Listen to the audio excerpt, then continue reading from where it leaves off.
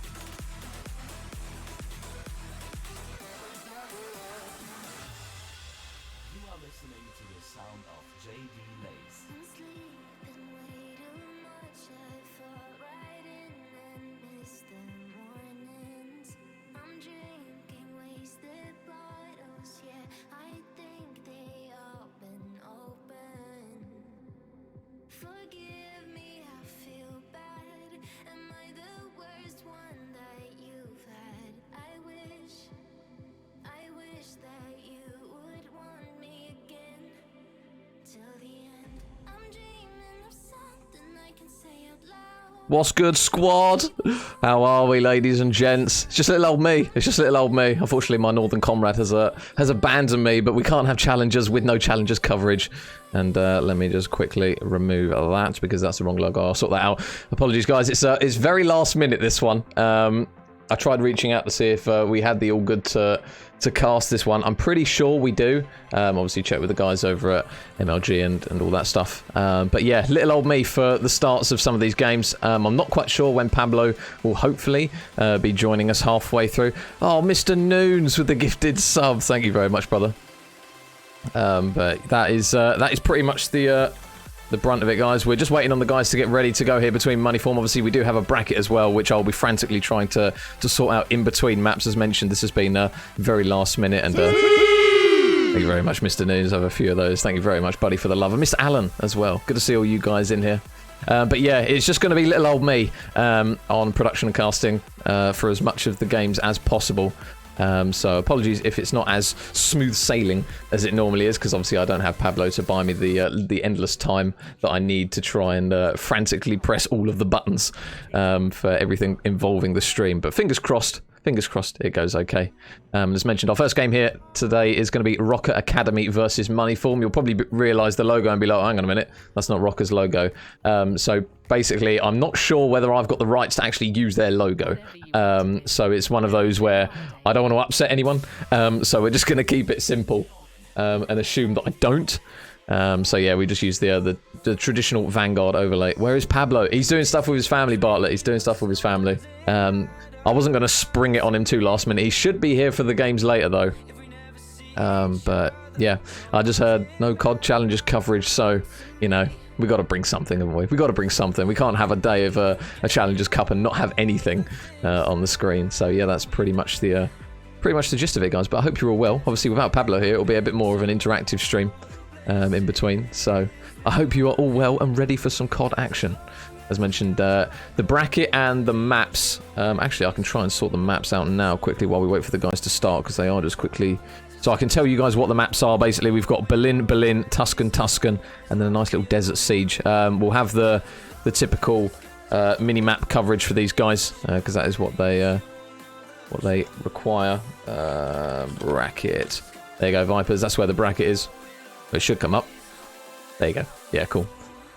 So yeah, double Berlin, double Tuscan, and then a Desert Siege. As mentioned, we're just waiting on the guys to get going. So I'm just frantically trying to sort out my my map graphic while they sort that out. Tuscan, and then Desert Siege. Hopefully that is all good. Right, Mr. Foodsy, how are we, sire? Right, so map 5 is a Desert Siege. Is that the new chair? There's no new chair around here, Jack. Oh, Mr. Foodsy with the sub. Thank you very much, brother. What a man. What a man. What a beamer as well. Thank you very much, Foodsy, brother. Pablo is a goat. He is a goat. Unfortunately, he's not here for the earlier games, but we will try our best to keep you occupied and cover as much of it as possible. I say I'm probably not going to be able to come up for much air today, to be honest with you guys, because it's just me. So we'll see. We'll see how it goes. The guys are now loading into map number 1, which, as mentioned, guys, is going to be a Berlin hardpoint, and we've got an absolutely stacked game for map number 1 and series number 1 in Moneyform versus ROKKR Academy. So for any of you who don't know, ROKKR Academy are the previously known Young Cretins or Young Galactics, so the Spanish lads who have won 4 out of the last 5 cups, so they are looking to make it 5 out of 6, which will be an absolutely ridiculous stat if they actually manage to do it. But yeah, big shout out again to the players for allowing us to cover all the action for you guys. And we are now loading in towards our map number 1. So Berlin hardpoint here between these two, and as mentioned, guys, this is a typical best of 5. But for these guys, it's double elim. Never mind, they're restarting the lobby. Something is wrong. So back to me again. Never mind. We got close. We got close to map number 1, but not quite close enough. And is it Rolks or Raux? Thank you very much for the follow, buddy. Much appreciated. And we got the hype train. Love that. Thank you very much, guys. Thank you very much. So yeah, we'll just get lobbied up, and that buys me a little bit more time to sort out the maps. It's all part of the plan. It's all part of the plan. It is Berlin. Map 2 is Berlin. Let me try and sort this. Map 3, Tuscan. Berlin, Tuscan, Desert. Right, so that is what our maps are looking like, guys, for the series here between these two absolutely redonkulous teams. And it'd be interesting to see whether or not Moneyform can actually knock ROKKR off their perch at the moment, because it doesn't seem like many teams are able to. We obviously saw the boys of Sukri's Bakery have a good go at it in that last cup, and in Elites as well, to be fair. But at the moment, the boys of ROKKR just... They look like the immovable object at the moment in EU, for any of you guys who don't know.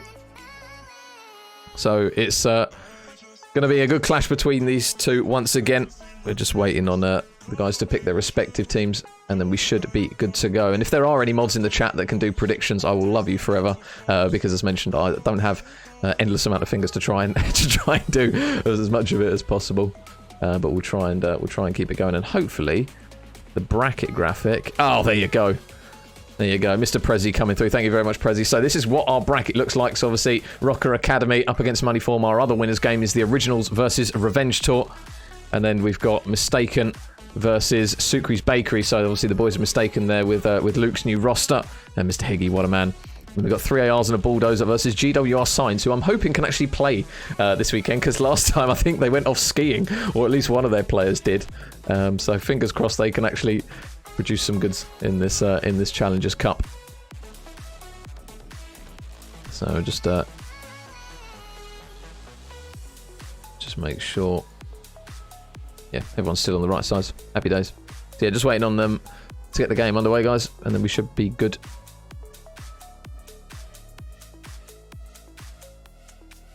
And while that's sorting,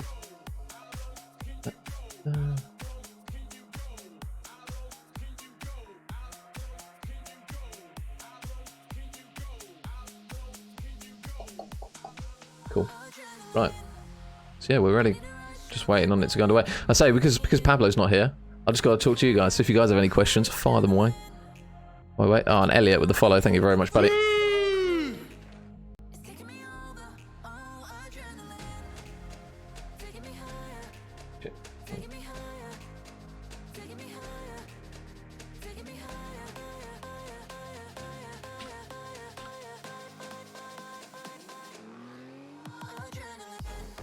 And Max with the follow as well. Thank you very much, mate. Much appreciated.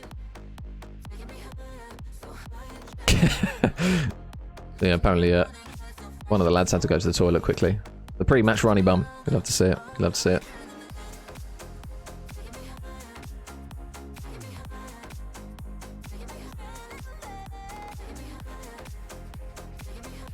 Oh, the channel point predictions have been done. Thank you very much, whoever did that.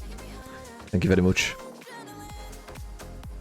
Yeah, so obviously between maps, guys, I probably will just cut it to a short break for some of them, depending on how quickly we get started on the maps. Because as mentioned, I don't have the beloved and beautiful Mr. Pablo here.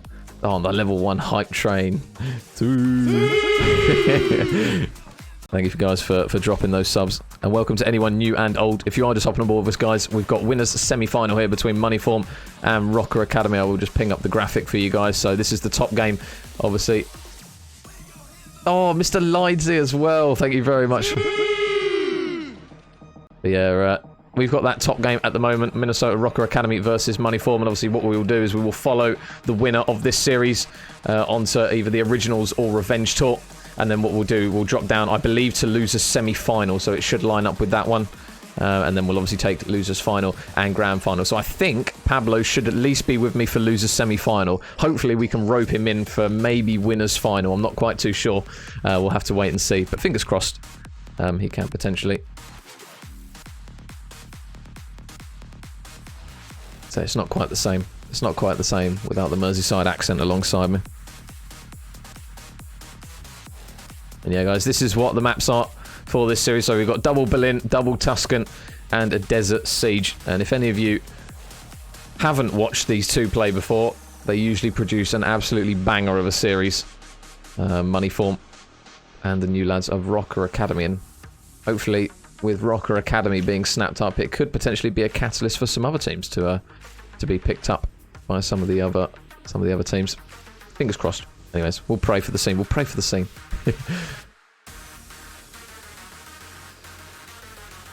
So let's say we're just waiting on Moneyform now. And what I'll do quickly, actually, is while I put the bracket back up. Yeah, Lides, it should be good, mate. It should be good. So if I can sort this.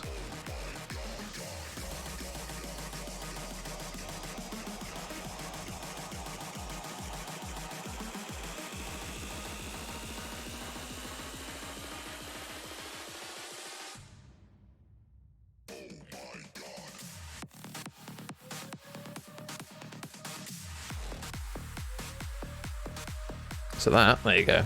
Logo done. Boom. Challengers. Love to see it. Who doesn't love a bit of challenges? How many games are you casting? Well, pretty much all of them, Jack, hopefully. Fingers crossed. We should be able to cover absolutely everything this evening. And there he is, Mr. Pablo, the man who's abandoned me for housework. Chat, get on him. Get him on the chat now. Get him on the microphone. Peer pressure, peer pressure. But yeah, Jack, it will hopefully be all of them. Obviously, I'll cast as many on my Larry until Mr. Pablo joins me.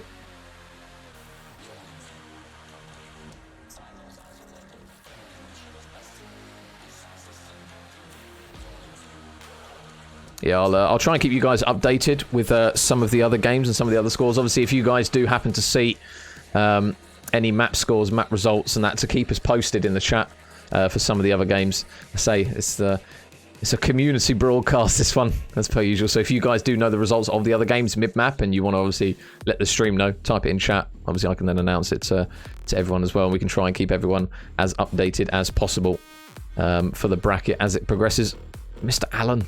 How are you, handsome?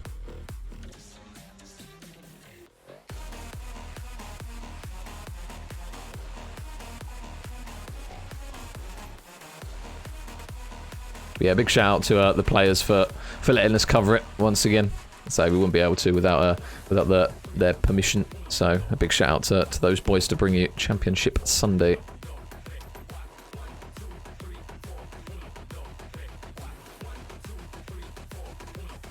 I'll be on later. Good man, Pabs. Good man. Yeah, I keep forgetting it's a minute delay because that's what we do for the community broadcast. No one wants to see me eat a bacon and egg baguette. Oh, you underestimate the chat, Pabs. You underestimate the chat very, very much.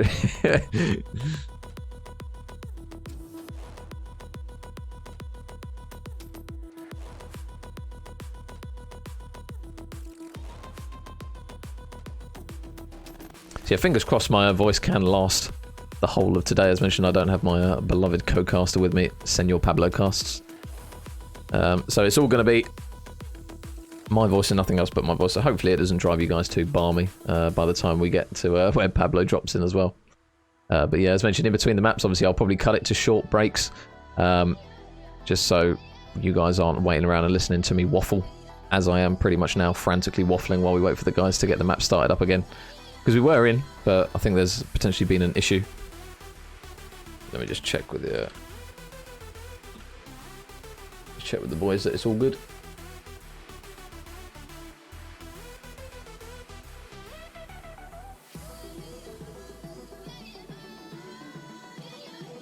Big shout out to MLG James. Yes, a huge shout out to MLG James. He's obviously the guy that gets us interacting with the players in the chats, in the Discord and stuff. So a huge shout out to James for helping us out and getting us on board.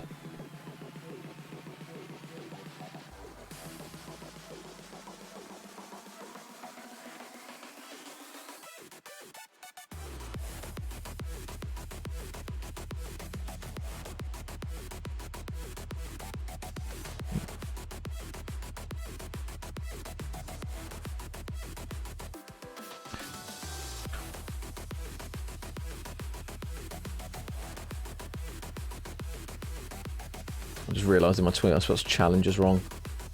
What an absolute bot. Uh-oh, SpaghettiOs.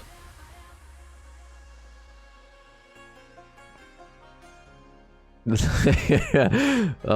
think it's just that thing, Pabs, you know, I think everyone just hates the sound of their own voice. Oh, Mr. Faded, thank you very much for the follow, buddy. Welcome, welcome. So yeah, guys, we have got winners semi-final here between Moneyform and ROKKR Academy, if you are just jumping on board with us. And once again, I'll ping the bracket up for you guys if you have or haven't seen it. So this is what our bracket looks like. So we got Minnesota ROKKR Academy up against Moneyform. The Originals versus Revenge Tour is in the other winners semi-final game going on. But then we've also got some losers games going on between Mistaken Esports versus Sucre's Bakery, and then 3ARs and a Bulldozer.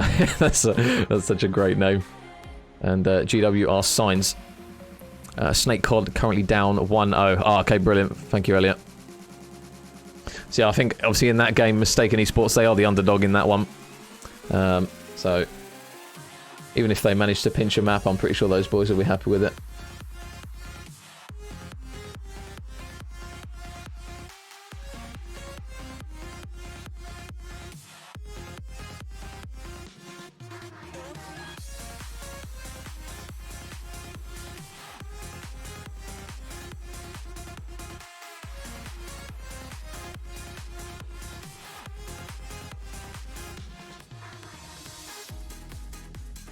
So I think now everyone is ready to go, guys.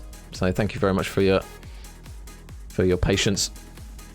Looks like everyone is now on their respective teams, and we should be good to go here between ROKKR Academy versus Moneyform. And again, I will just ping up the graphic on your guys' screen. So this is currently what our map set is looking like. Double Berlin, double Tuscan, and then a cheeky Desert Siege. So yeah, these guys are obviously two of the more prestigious teams in EU challenges. To be fair, every single series that I think we'll have today will be absolute bangers. And ROKKR Academy, the latest addition to the CDL Academy rosters, rightly so as well, considering these guys have won 4 out of the last 5 Challengers Cups, and the one that they didn't win, they lost in the grand final. So these boys are definitely there for all to see in terms of talent. But we are pretty much good to go, guys. So, ROKKR Academy up against Moneyform here in our first map of all of today's games. And who better to start with than the young phenom, Mr. Real. So, ROKKR Academy, I think they haven't dropped a best of 5 to Moneyform in, I think, maybe 3 Challengers Cups now. They lost that first best of 5 in the grand final in the first one, but we'll see if they can manage to work some magic here. And we'll see Beans, the more recent of the teams, and they've also got Furious as well on the roster now. So, I'm not quite sure, is that... Am I tripping? Is that a sub? Because Furious is filling in for them, so not quite sure how that one's going to work, but maybe Moneyform have had a change of roster. I will just confirm that regardless. But anyways, Moneyform right off the rip. The boys of ROKKR Academy going to look up to soak that remaining 20 seconds of scrap time. You can see the blue arrows, sorry, the green arrows, just trying to converge around the last few players in the hill journey. He's going to get taken down, but the trades come through from Ray out, so that 13 seconds is just going to give the boys of ROKKR Academy a little bit of a cushion as they get ready for the next subsequent hill. And number 8 out the back is going to be Furious. He's ready in towards the hill as well, but you can see Journey and his boys are pretty much ready to go, and they get a full man wipe here, so Furious is going to have to try and play his life really well. Nice shots there in towards Lucky to take him down. There are still a few more players nearby, Metals being one of them. Is going to spot his head and tags him up just a little bit as they exchange a couple of bullets as the bodies start to throw themselves inside the hill. Harry, though, just playing it patiently on this outer lane, and if Moneyform can try and just get control of those back spawns, it will just help them ever so slightly. But at the moment, the boys of ROKKR Academy, they are not missing, it seems, as Lucky is going to finally fall inside the hill. Steve-O is going to just drop inside and start to soak up some important time on that one. But Metals and his team, again, still hunting for every second. It is a sub. Oh, okay. I thought that might be the case. So Furious, obviously the man just filling in. Real is going to drop. They've still got the remaining 10 seconds here, but look at number 5, Beans. He's already on towards the rotation. Oh, I think he's going to get spotted. No, the Spanish lads, they don't miss a trick, these boys, sometimes. And there's 1 kill. There's 2 kills for Lucky. Really good work from him. And it's going to be his teammate that just clatters him around the face with a grenade. But the rotation is going to be there for the ROKKR Academy lads. And they are ready to go for the next hill. So again, Moneyform are going to have to try and use some prowess to work their way through the front. And with Lucky out the back. And Journey already... 15 engagements at the moment for him. Really strong start, but good work there. The green arrows start to converge inside the hill. Journey, though, still out the back. Manages to take down 1. Can he take down the second, though? Mr. Stevie Vortex is going to be there. Makes the trades. And it's still ROKKR Academy out the back. They've obviously still got those close spawns, so Moneyform currently struggling at the moment in terms of engagements. They're not trailing by a huge amount, but again, the kill feed lights up red. And with the streaks now being changed for any of you guys who do not know, it is now 7 required for a glide bomb since that most recent update. So Metals is going to be 3 kills away. Now make it 2, though, as he manages to drop another one. So 5 in a row now for Metals as he starts to get some momentum going. But it is going to be Moneyform out the back. But saying that, Steve-O's going to get caught and dropped. So number 8 in Furious is just going to dip out the back. But that's a really big kill coming through from Beans on the pinch. So no streaks are going to come through there for the boys of ROKKR. Wee man's been dropped. Oh, right. I did not realise. Cheers, Gabe. Appreciate that, mate. So Nooney was saying it was a sub. Now I've heard he's been dropped. Who am I being trolled by? Well, Lucky all the way around the back he will go. As those green arrows, they're just going to keep an eye on the front of the hill at the moment. They've got to be careful here because they're going to start spawning out as they drop here. So Lucky, where's he going to spawn them? He spawns them down long. Lucky going to take down 1. There's still going to be a few more players nearby, one of which is Beans. He's able to win 1 engagement. And oh, but nice shots from distance from Journey once again. And Chris with the follow. Thank you very much, mate. So Journey with 3, really good work as he's now 17 and 8. Steve-O's going to have some nice shots though from distance. to take him down from behind, and nice shots again coming through there from the boys of ROKKR at the moment. So Journey really carrying the boys at the moment. Metals is doing well as well. So 40 points separating these boys as we go over to the more difficult of hills. But Moneyform just going to need to try and sustain a bit in terms of slaying at the moment. Obviously Harry struggling at the moment, currently at 4 and 10. And Real with some nice shots just to tag up Beans, who is incredibly weak. Surely he's only a tickle away from dropping. But ROKKR Academy, they are going to get that first man on the hill. Journey is still looking over my steps though, and he's going to take down Harry for one. There's going to be another man ready and waiting, but Furious. Good kills coming through. And a good trade. But again, Lucky again with some more important kills for the boys from Spain. And ROKKR Academy back on the hill. Nice shots though from Beans to at least stop that man. If they can try and pin the boys back towards that back warehouse side, that is usually the play that we tend to see a lot of these teams try to work with as Real gets a little bit warmed up. Again, it feels like every single kill, especially towards the scrap time, goes towards ROKKR Academy. Me and Pabs talk about this all the time. They always seem to have a man that is lurking near the scrap time. And more often than not, they do a really good job of holding it. But the gunfights go in favour of Moneyform. A lot better there on the rotation. And it will be Steve-O soaking up the time. You can see how far pushed out Furious is already. He's going to look to try and catch out a couple of people. And Mythic with the follow. Thank you very much, buddy. But nice kills coming through again from the young lad in Real. He's going to try and work his way up towards the hill any second now. He is going to get taken down, though, from the back. And Steve-O and Harry combine for 3. So Journey, again, last man up. The way he's been playing, you wouldn't be surprised if he gets a couple of kills. He's not going to be able to for that particular occasion as Lucky gets a nade through. So again, there is nothing separating these guys at the moment. Moneyform have done a really good job, actually, of this hill. They have got ROKKR spawning out towards that P3 side, so if they can try and pin them back here, this is a tactic that we tend to see a lot of players do. And if Steve-O can just play his life here, he will have the help of his teammate nearby, and Steve-O with a big kill. But look on the rotation, it's going to be Lucky, but good reads there from Harry, as he's really started to come to life at the moment. He was 4 and 10 at one point, he's now 13 and 14, so... I'll try, Nooney, I'll try. We've got a long day ahead of us, brother, a long, long day.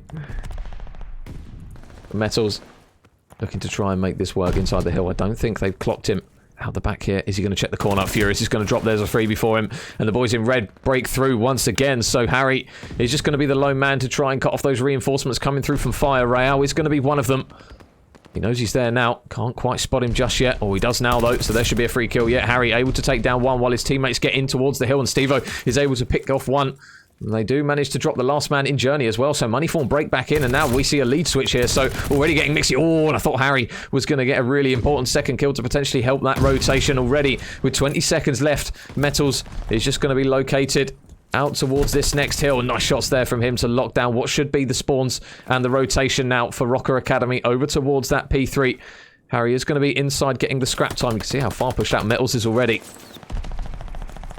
Just ready and waiting for those players to push through, and Furious is working a route here. He might be able to grab a few. So there's one onto Journey. There's another one bottom fire, but Real, the reads again from the young man, comes through, makes the trades, and they're still trying to push their way out the back, and Steve-O's worked a really good route here down dockside as they look to try and get out the back here. They will manage to do it, so Metals and the boys are going to have to try and prioritise the back. The spawn there, and the stun is not quite ideal there for Metals.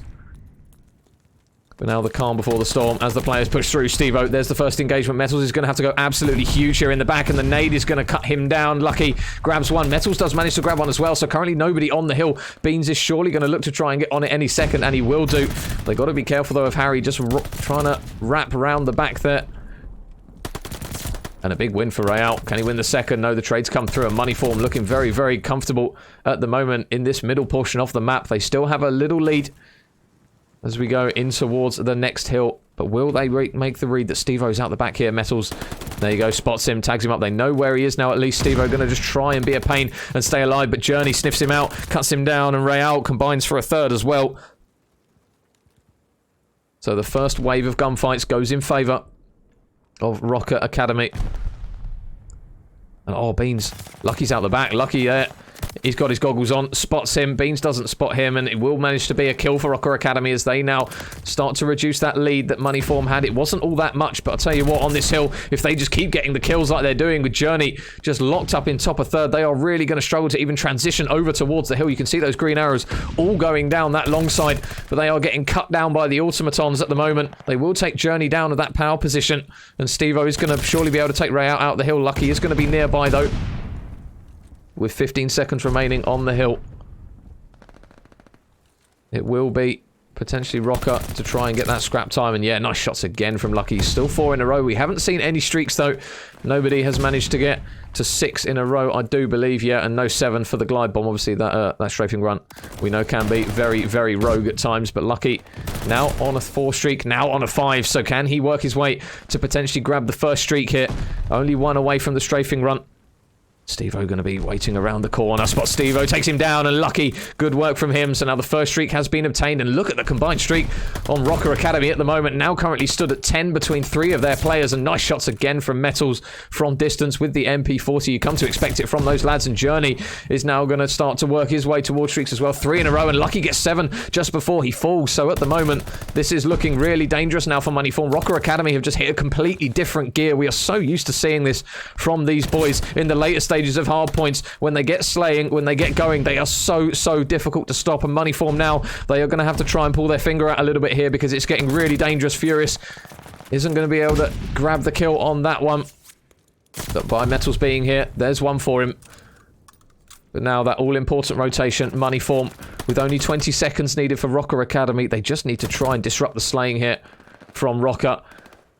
And Lucky and Journey, the first engagements go in their favour. Beans has got a big job here. There's one for him. There's still another man ready and waiting. There's all of them waiting around the corner. In fact, but Steve-O and Harry, they combine for 2. So Moneyform, they breathe a sigh of relief. They managed to get the kill, and Steve-O has pushed up now. And so too has Furious. You can see where those players are spawning down long. But number 4 in Metals, we will keep an eye on him because he might be able to work a sneaky route round the back and be a bit of a dagger in the back here. As all the attention goes towards the front now, Metals is going to strike from the back. Harry going to be laying down. He's dead to rights, and it looks as though it's going to be a pretty damn near perfect break from ROKKR Academy. Beans is going to have to go absolutely huge here. He takes down Metals. There's another man ready round to the left, but he's only on 9 HP. He can't make the chow. Royale's going to try and fly in as well as those green arrows try and progress in towards the hill. They're not going to be able to do it, and I don't think they're going to be able to win off this hill, but you can see the rotation. ROKKR Academy, they are ready to go. They are all set up, and they're going to have to absolutely fly over towards this hill. Furious gets inside. A glide bombs out. Metals wins a huge engagement in towards the hill, and it's going to be the final one of that map. And ROKKR Academy, really good work from those boys as we come to expect 250 to 200. They manage to take map number 1 here in the best of 5.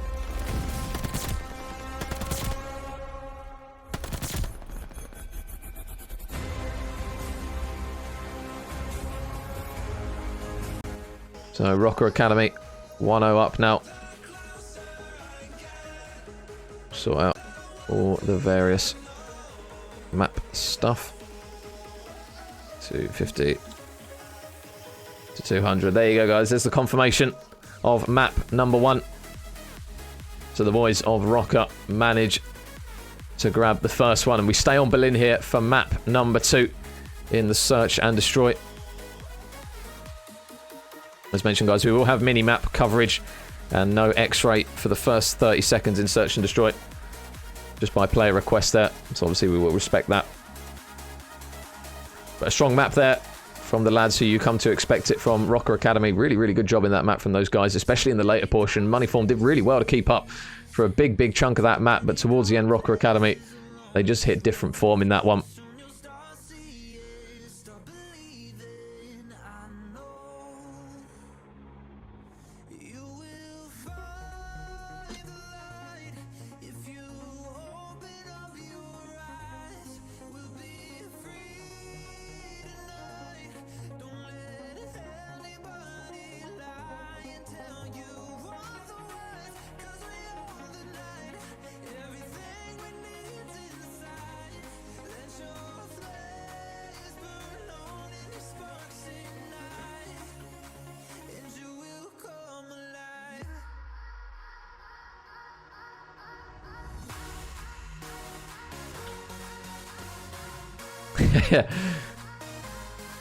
Oh mate, I've tried persuading him to come on the cast, but he's got house duties.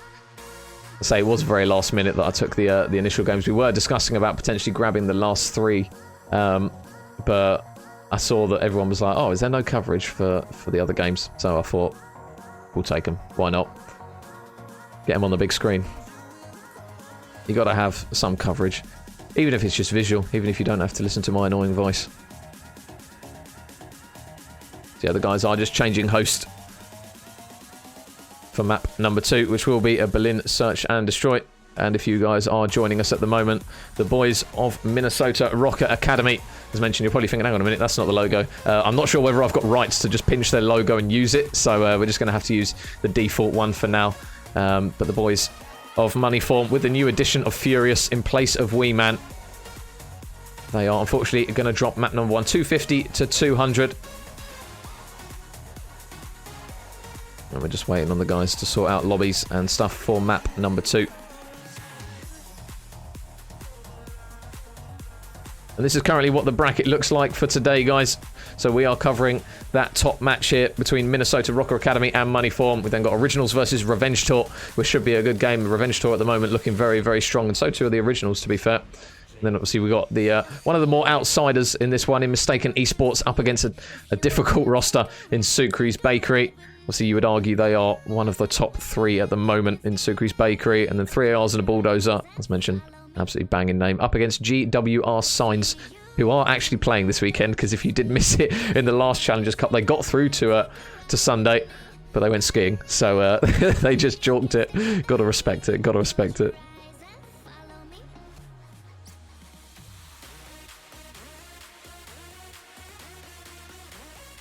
Better have only one match cover than no. Yeah, exactly, mate. I'll try and cover as much of it and give you guys as much info as possible as we go on. And then obviously when the beautiful man in Mr. Pabs joins me, then it's business as usual. Business as usual. So I started doing solo casting anyway, so I don't know how I did it now. I've been absolutely blessed to have Pablo with me since that. So I look back at it now and I'm like, how on earth did I do solo casting for 7 months?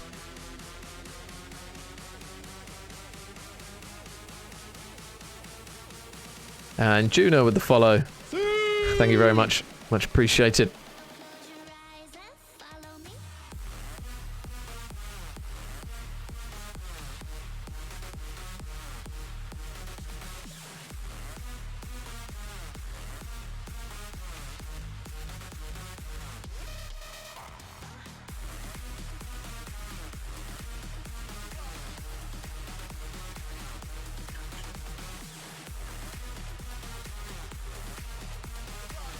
Right, see if the guys are lobbying up. I think they are. Yep, cool. So, map number 2, guys. Oh, Snake Cod's 1-all. Love that.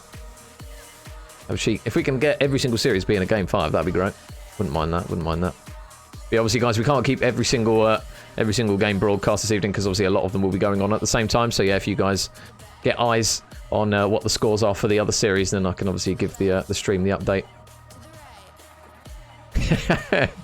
I'm cursed with your typos, Pablo. That's about it, though. And it's El Yaris. Thank you very much for the follow, buddy. Mr. Daish, how are we, sire? Mistaken 6-4. Oh, such a huge Higgy fan. Such a huge Higgy fan. So yeah, for any of you who don't know, that that new Mistaken roster is now Higgy, Snake Cod, Crookie, and Bearish Corey.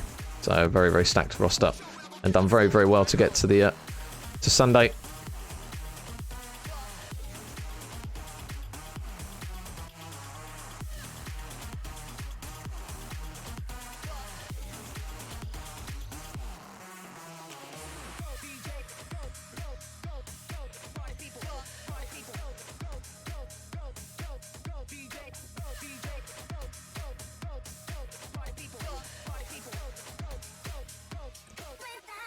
Let's go Moneyform. Lisa, do you just want the boys of ROKKR Academy not to win another cup? Because to be fair, they have literally won so many of them. The trophy cabinet is absolutely stacked so far in Vanguard. Tabitha, how are we? More importantly, how is the hangover? And Keith with the follow. Thank you very much, mate.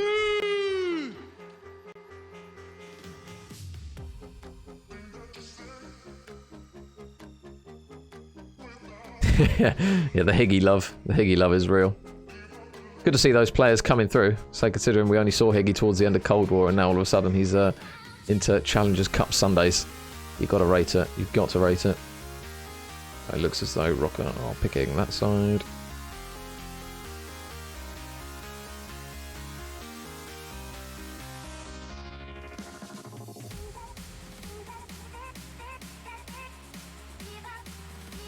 So yeah, guys, Berlin map number 2.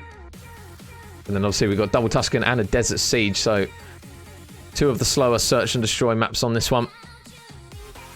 And we'll see here if Minnesota ROKKR can go 2-0 up here. Or whether the Lads of Money form with the new addition in Furious can manage to upset them a little bit here. Just woke up to some lovely Challengers action. Why the sad face, Jacko? It's Challengers Day. King Toxic. Let's go ROKKR Academy. Yeah, the Spanish lads, they have all their fan base.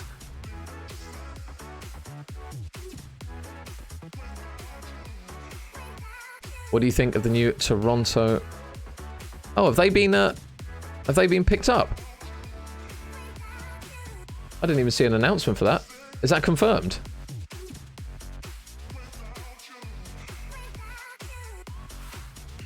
I say, if that is the case, I rate that. I rate that very heavily. It's obviously good to see Hixie as well, absolutely beam in the CDO as well. Sorry if I know you last time, yeah, Tabs, you said it quite a few times to be fair, but I counted about maybe 6 or 7. Yeah, we're just waiting on one more player and then we should be good to go for map number 2. Apologies for the delays, guys. I think the guys have just got to sort out all their respective stuff behind the scenes. But we should be pretty much good to go for map number 2 any second.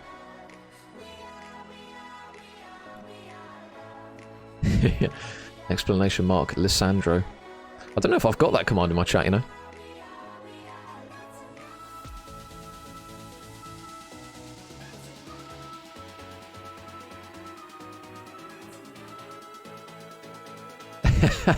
You got done by your emojis, Jacko. It was a sad face on mine, I'm pretty sure. Or maybe it's OBS lying to me. It's not confirmed yet, but 90%. Well, if that is the case, it is really, really good to see some of these Challengers rosters get picked up by the Academy lads. It was 100% a smiley face. It's definitely a sad face on OBS. OBS is lying. OBS is killing the vibes. What's that about?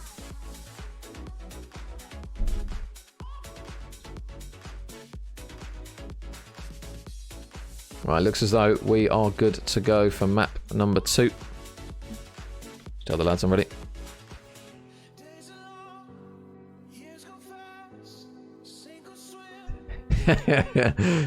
Gotta rate it, Tabs, gotta rate it.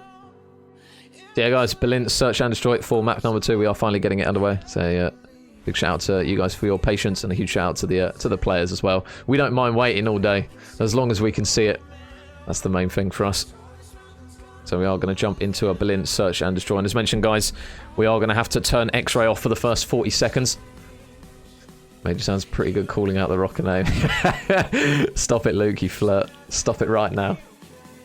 Bonk.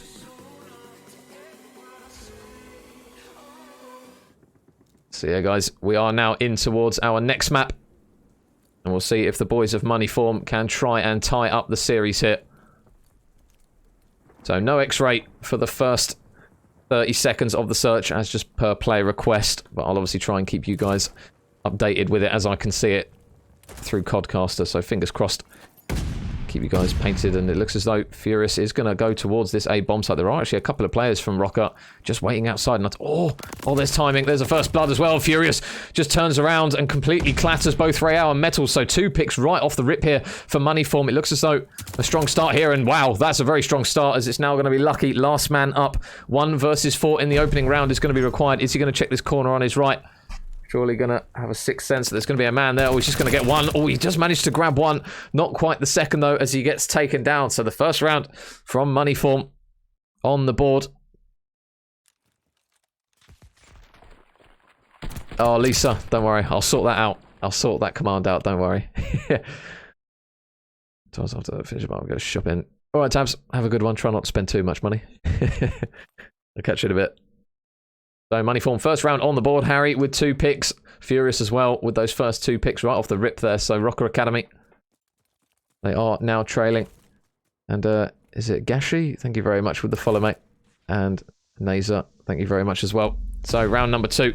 Where is this first blood going to lie? There's quite a big split, actually, across the map. Obviously, you guys can't really see it, but at the moment, ROKKR, they have got a lot of players pretty much everywhere. And Real gets the first blood all the way over towards the A site, and there might be another one here for Furious as he spots the man on the bomb. Shots come through. Furious with another kill to add him up to 3. Lucky is going to drop Harry, though, as those X-rays come back on. Metals is just going to be watching over towards that B bomb site. Real is still here, though. And Beans in secret. If he can get some good timing here, might be able to make a bit of a pinch here. So ROKKR, what's he going to look to try and retrieve that bomb, which is right next to Furious at the moment. So he's going to need a lot of help from Beans here, just to watch over him. See number 7 though, Metals. Stun goes through. Is he going to tag him up? No, he's not. So Furious, surely they've got an idea that he's still in here.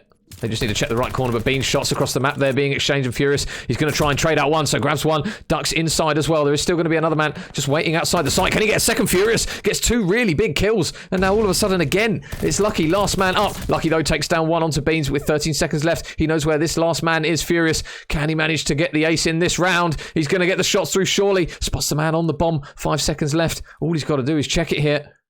Has Lucky managed to bait him out here? He's going to fly into the site. Oh my goodness, oh, he's not going to get enough time to do it. So Money Form, they are going to take that round. Furious isn't going to get the ace, but 3 big kills.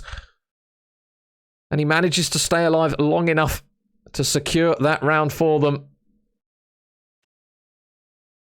Yeah, no, Mr. Pabs, unfortunately, Africano, he's busy doing bits. He'll be back a little bit later.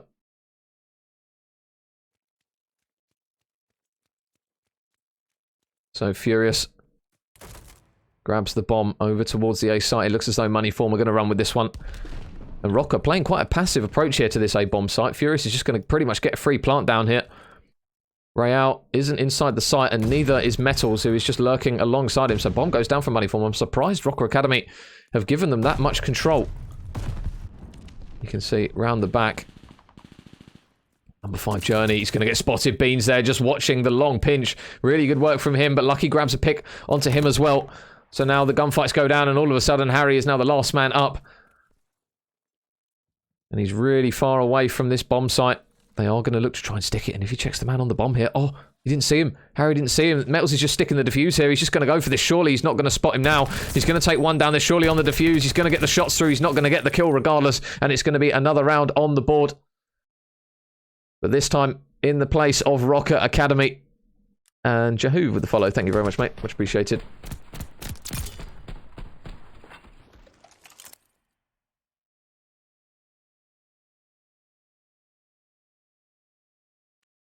So ROKKR notched their first one on the board. Stevo still awaiting his first kill, and so too is Journey. We'll have a look and see what ROKKR decide to do here in round number 4 for their offensive round. They had a very, very split approach to the last one, and it didn't pay off for them. Furious is having a hell of a game so far at 5-2. But the first blood, Journey with the Kobe straight over the top. Furious again is going to be busy here, and this time they make him pay. Real's going to pick one off as well, and all of a sudden Stevo is now in a really difficult spot. 1 versus 4. Bomb goes down at B. He's got to leg it over towards the other side of the map. I believe Lucky surely spotted him there. Oh, never mind. He's just blown himself up. So it is going to be another round on the board to ROKKR Academy, and although Money Form started off very, very hot, ROKKR Academy have now tied it up 2 rounds apiece. And a much better offensive round there from the boys from Spain.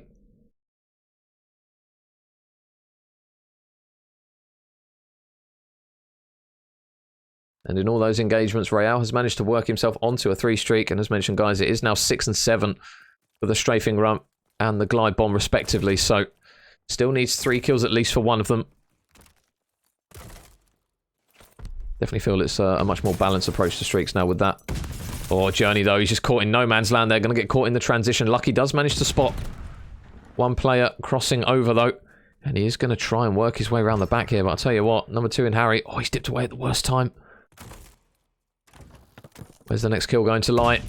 There are players here, there, and everywhere. Obviously, you guys can't see it at the moment, but Stevo's just locked inside the site, and there are a lot of red arrows. This next engagement is going to probably cause a bit of a wave of trades any second now. Number 4, Furious. Just lurking, and so too inside the site is Metals. Oh, spots one man, but Furious gets the first kill. Looks for another here. Metals, he's going to try and tag up one, but Lucky. Metals, Lucky's going to fall. Real, Metals now the last two up, and with 8 seconds left, I think they've done a good enough job here. Real on 5 now, only 1 away from streaks. And it looks as though his teammate will fall, so now Real going to be the last man up. He's not going to have enough time to get the defuse, so Moneyform, really clean round again. ROKKR Academy just didn't really push in quick enough to give themselves much time to work a defuse.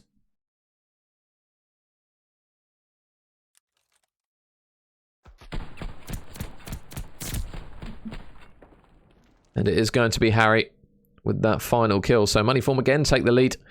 And if you guys did miss map number 1, it finished 250 to 200 to ROKKR on the hard point. Moneyform kept pace with them pretty much throughout the entire game, right until probably the last quarter of it, where ROKKR Academy just really started to run away with it. So we'll see if we can get a different scenario here in the search and destroy.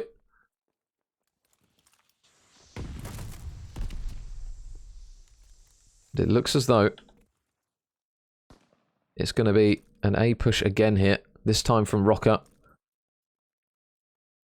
Number 5 Journey is going to be alongside his teammate Real. Real just watching this outer lane. And Moneyform doing a similar approach actually to what ROKKR did. Just going to nade that back corner. Isn't going to find anything, Real. Oh, but the first engagement, Stevo's able to win it over towards mid. So a big first blood there in favour of Moneyform. They're still just toying with the idea of getting this bomb down, but they're going to get caught in the crossfire, and all through that madness, Furious is going to pick off Metals. But number 2... and the flank coming through from Stevo on the back there. They're going to have a lot of players in and around it, but Journey somehow wins the first engagement, though the trade comes through. So now it's going to be all on the young Phenom Real here, who is still working towards streaks here. Oh, I tell you what, if he hits this flank quick enough, they are not looking the right way here at the moment. Surely going to maybe pick off one. Oh no, Beans is going to keep his teammate alive, shoots him in the side, and there's going to be no streaks for ROKKR Academy. But more importantly, Moneyform, they get the round on the board as well. 4-2 up, they lead again. 2-round advantage going in their favour once more. And Real just trying to work the pick. If he hit the flank quick enough, he might have been able to catch Beans out and maybe the bomb planter to go with it. But unfortunately, he isn't going to be able to on that one. And it's going to be Moneyform again on the attack. But we've seen quite tepid approaches over towards the A site. Obviously, Berlin, one of the more maps where you can split it between A and B for which way teams will go. We tend to see kind of a 2-2 split from quite a lot of the defensive sides. But this time it's going to be Journey, actually, who's going to be on his lonesome over towards this B site. And meanwhile, Harry, the man in charge of bomb, and his teammates, you can see how close they are to him. They are all around him. Moneyform are really stacking this middle portion of the map, and Metals might be a busy lad. There's one engagement, able to win the first one, and he's able to dip out, but Furious going to be nearby for the trade. So the first blood goes in favour of ROKKR Academy, but is instantly replied with, and Furious gets a second as well. Good work there from Furious, and now it is going to be a 2 versus 3. Real's going to get caught out in no man's land, so now surely this bomb by Harry is going to start being planted over towards this A site. And Beans grabs that kill, so Moneyform much better here in the search and destroy. 5-2. The addition of Furious at the moment seems to be really helping. He's having a hell of a map so far, and all of the players really pulling their weight means that they now have a 3-round advantage over the Minnesota ROKKR lads.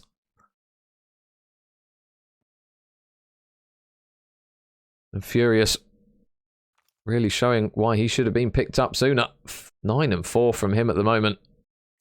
And this is the thing that me and Pablo spoke about a while ago, is if Moneyform can really edge up their search and destroy and maybe pinch a hard point here or there, they will be in with a much better chance of knocking the ROKKR lads off their perch. We will see a glimpse of a sniper rifle, and Beans, oh, he spots the man in transition, and Beans rips his head clean off, but now all of a sudden his teammates drop. Harry in the 1 versus 3 makes it a 1 versus 2, but the bomb is now going down.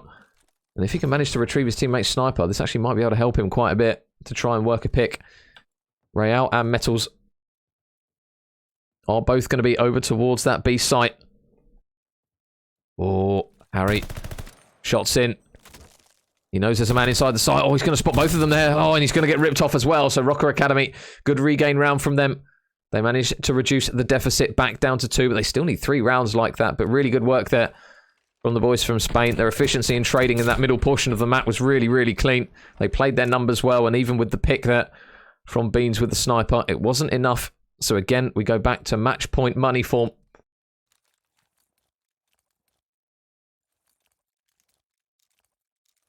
And Steve-O, if he can get some kills here, you surely think that money form will get this one over the line. Over towards the A site. Boys go. Again, Furious with the bomb. There's a double stack outside this lane here. Metals and Real are both playing that outer lane. Oh, Steve-O. He's going to be a busy boy. There's the first blood, though. Good work from Steve-O. Comes to life a little bit here in what could be the penultimate round. Oh, nice shots come through from Real to time it and get the trade. Furious is able to mop up the pieces as well. So Moneyform again, just playing numbers well, playing trades smartly. And the bomb is down as well. So now it's going to be up to the duo of Lucky and Real. Can they retake the bomb site? Furious is on the pinch here. Furious has got some godly timing. Surely going to take down at least one of them here. Some shots come through. Weakens up one, looking for the second, and snaps straight onto the bean of Lucky there. So now all of a sudden, Real, it is all on him. 1 versus 3, 12 seconds left on the clock. It's looking bleak. He gets caught out. And Moneyform with a really big statement there in map number 2. 6-3 in the search. Much better from those boys. And they tie up the series 1 apiece.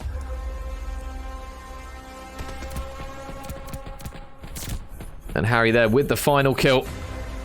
And we've got a series on our hands there. An enormous search there from Furious. 11 and 5. So Moneyform tie it up. 1-all. Map score. It is 6-3. There you go, guys. So just confirmation coming through. Moneyform put a notch on the board as we get ready for map number 3, which is going to be a Tuscan control, as you see. So we're going to have another double, this time on Tuscan.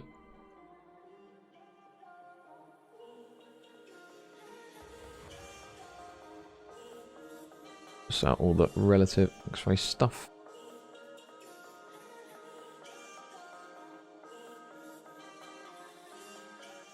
And Labato, thank you very much for the follow, buddy. Much appreciated. Worthy of one of those. Hit him with one of these. There you go, guys. Moneyform. 1-all now between these two. Me and Pabs always refer to them as the juggernauts. But to be fair, recently, Moneyform, right at the start of the game, you would have said they were probably cemented for spot 2 if you're going by rankings. But recently, Sukri's Bakery have been very, very good, and so too have Revenge Tour. So with the addition of Furious, they've looked very, very good. If that performance doesn't scream Furious, I don't know what will. Yeah, exactly, Fudzy, exactly. And Bartlett with the Sue. There you go, buddy. Join up on the lads again as we get ready for map number 3.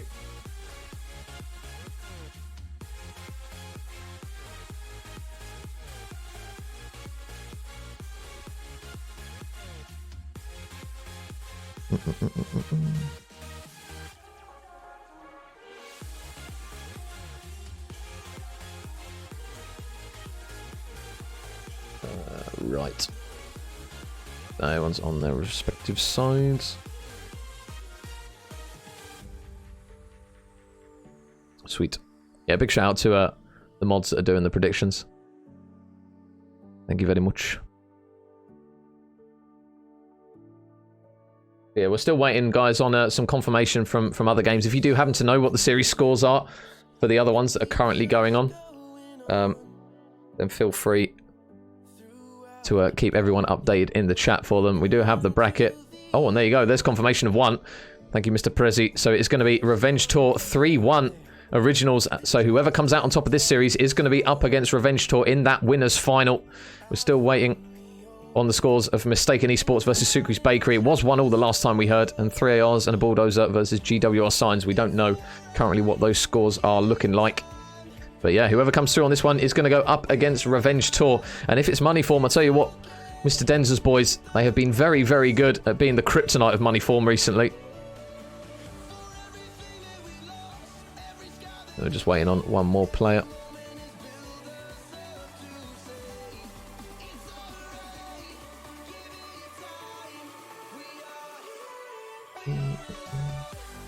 Ooh.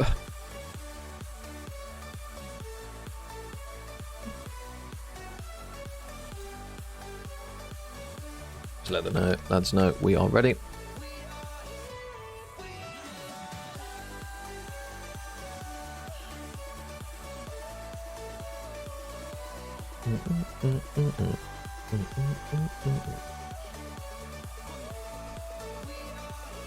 Furious has gone rogue there. Yeah, he was a man possessed in that search and destroy.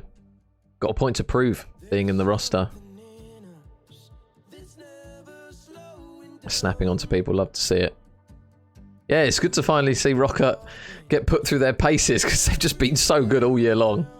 So it's good to see those teams really push them to the limit. Obviously, we saw Sukri's Bakery knock them down into the losers bracket, I believe, in that previous cup.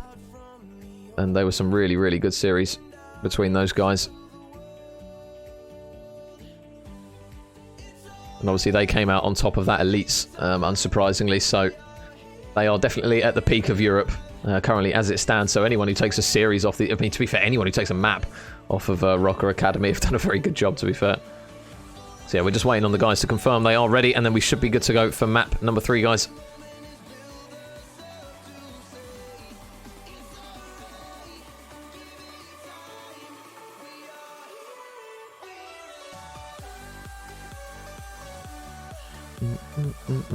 I'll just put the maps up again for you guys who do or do not know. So 250 to 200 for map number 1 for Minnesota ROKKR Academy, and then 6-3 for Moneyform. Means that we are now tied up 1 apiece here between these guys as we get ready for our 3rd map, Tuscan Control. And I'm sure for any of you guys who have played it or watched it, that defensive side of Tuscan is incredibly difficult to break on that beast site. So whoever manages to grab an attacking round here will arguably be in the driving seat for this map. So we'll see how these guys get this underway, because the boys of Minnesota ROKKR are very, very good at this map. I can't recall the last time I've actually casted Moneyform on this. But obviously with the addition of Furious now, their style of play might be slightly different. So it's always good when the rosters just change up a little bit to see how and when their strategies and approaches to certain maps change. So Furious obviously a huge factor in map 2. Can he be another game changer in map number 3 as well?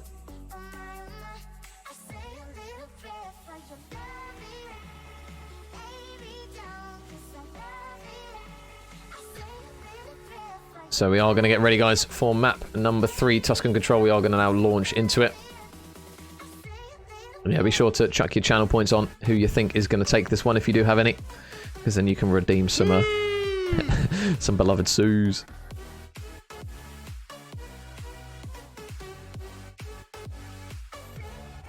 Yeah, and we are now in, it looks as though.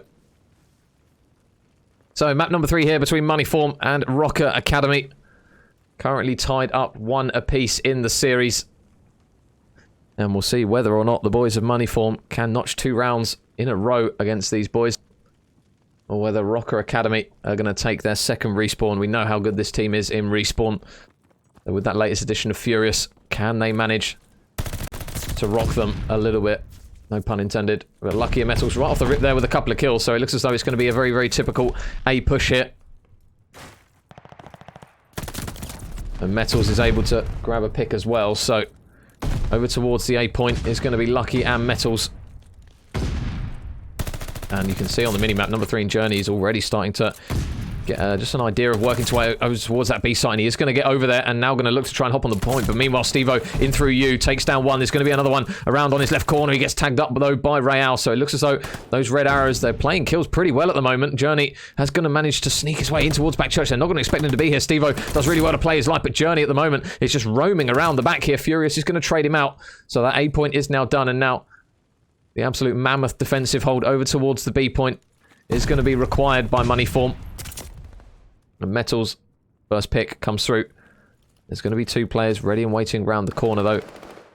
Beans alongside Furious. They are just waiting for those players. And now there's the first one round. Real around the corner. He's going to drop. Furious doesn't miss a bullet. And he started off really well on this one as well. Journey's going to trade him out, though, so no streaks come through as of yet. And the pinch from Stevo in through that middle lane isn't going to be hit quick enough, so they are going to get over towards the point. Top plat though, Stevo takes down 1, looking for the second off the Journey out the back, and Journey doesn't miss a bullet, but the trades from his teammates are going to be there, and that is why this B point is just so difficult to approach sometimes, because those players can just wrap through top church, they can wrap through the middle lane, they can go through the back. It's just so hard to stay alive on the point. There's so many lanes to watch, and if all players do stack that point, It can be incredibly hard sometimes just to watch those lanes with the high ground pinch. So lives back to even. ROKKR Academy's advantage has now completely gone.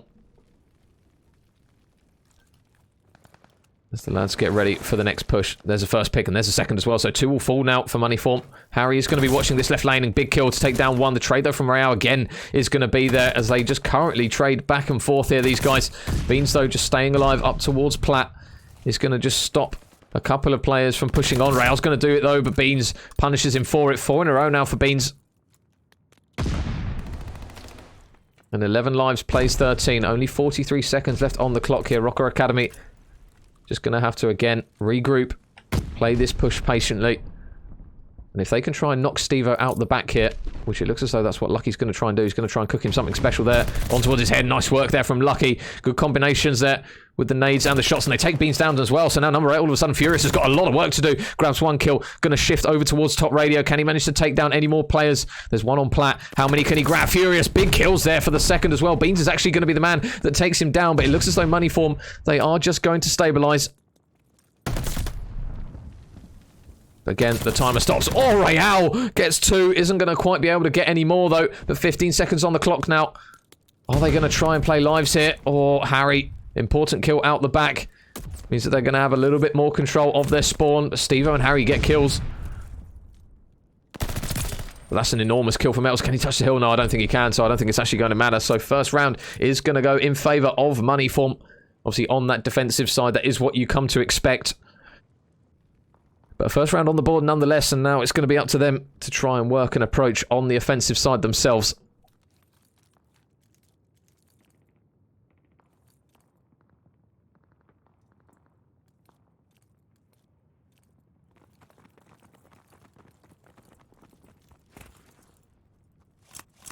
So Moneyform, everyone looks as though they're going to head over towards the A point. Obviously, we saw the previous round that ROKKR tried to send that man over through P5. And Portal with the follow. Thank you very much, buddy. Much appreciated. So it looks as though bread and butter stuff here from Moneyform.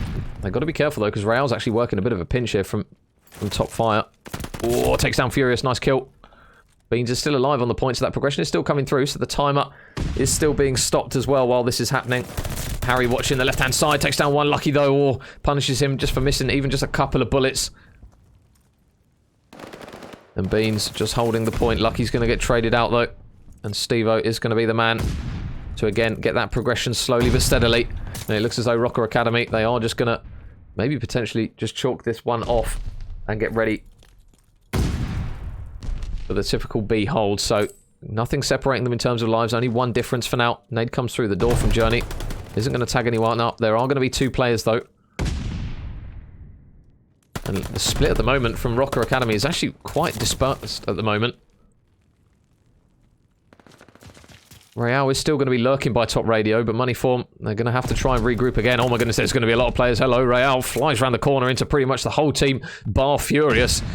So onto the point they will go, and number 7, if Stevo can get this kill, it'll be an important one, and he does manage to get it, so 2 players on the hill. Real going to try and work the pinch, and he just mops up the remaining pieces. 2 are going to fall. Furious has been spotted in top radio, but that is why it's just so difficult to grab that B point. It looks as though Moneyform, for a second, are ready to go to at least stack it and maybe get 1 tick, but then the pinch comes through almost instantly from Real.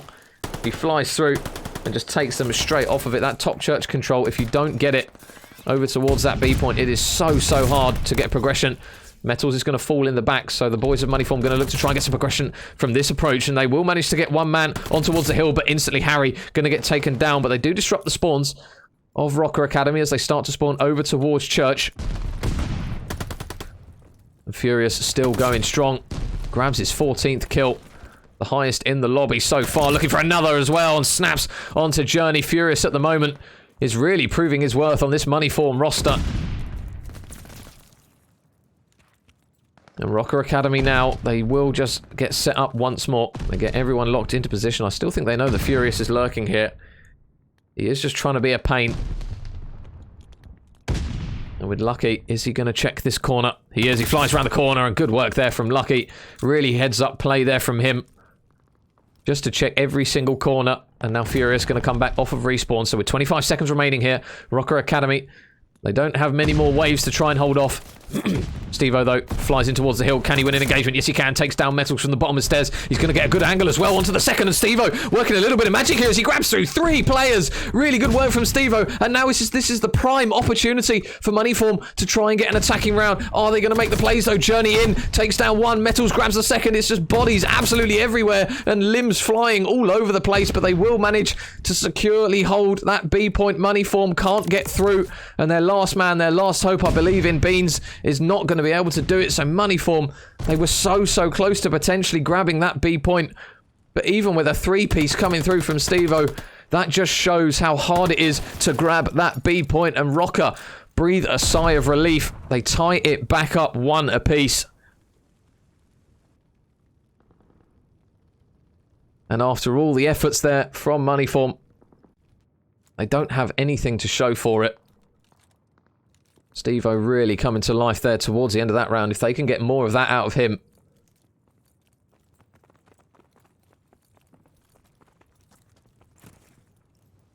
Moneyform will look good. So now Lucky and the boys, they're going to have Real over towards his B point. So it's going to be another similar approach here. Steve-O is just making the reads on it. Is he going to check the respective corner? Real flies around the corner, takes him down. So already he's going to start distracting the attention of a few of the Moneyform players. He's going to actually go all the way around the back as well here. While all the madness goes over towards the A point as Metals falls. So Lucky on the point he goes. Real still out the back as well. So this progression is not going to be easy.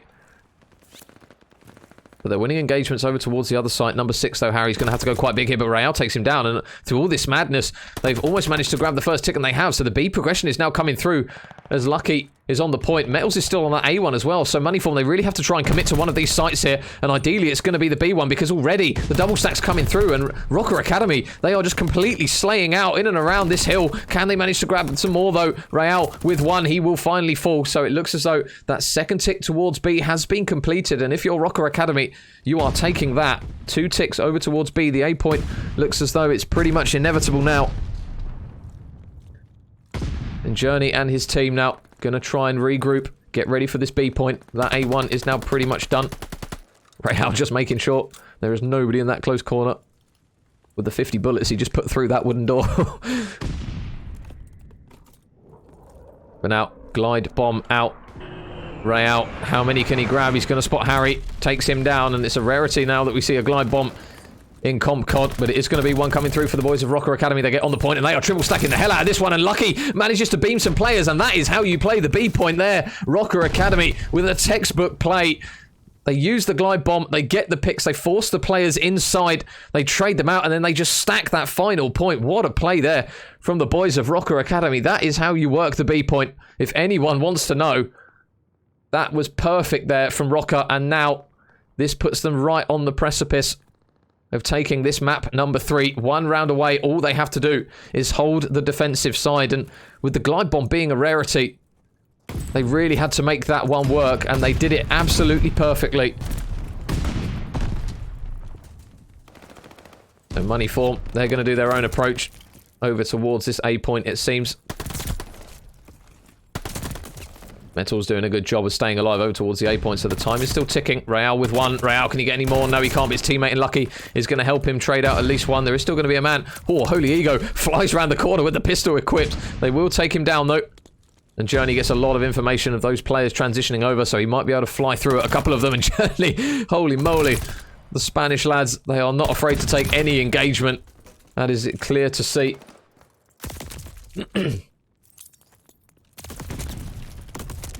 And Steve-O mops up 2, Furious mops up a 3rd as well. So Moneyform now, this is a good opportunity for them to actually get some progression over towards this B site. They've now got 3 players on it, and look at the ticks coming through. They are coming through so quickly, but look at the train of red arrows coming through that middle lane. And Real, oh no, he gets a team kill. So they're still double stacking this Moneyform. This looks as though this B point might be done if they can just keep their heads down and stay alive. Metals, I don't think he's going to be able to take them down in time. No, he's not. So Moneyform now get the B point done, and all they need to do is regain, regroup, and take this A point. Moneyform with a punch back there. And that is why the strafing run is considered to be so rogue at times.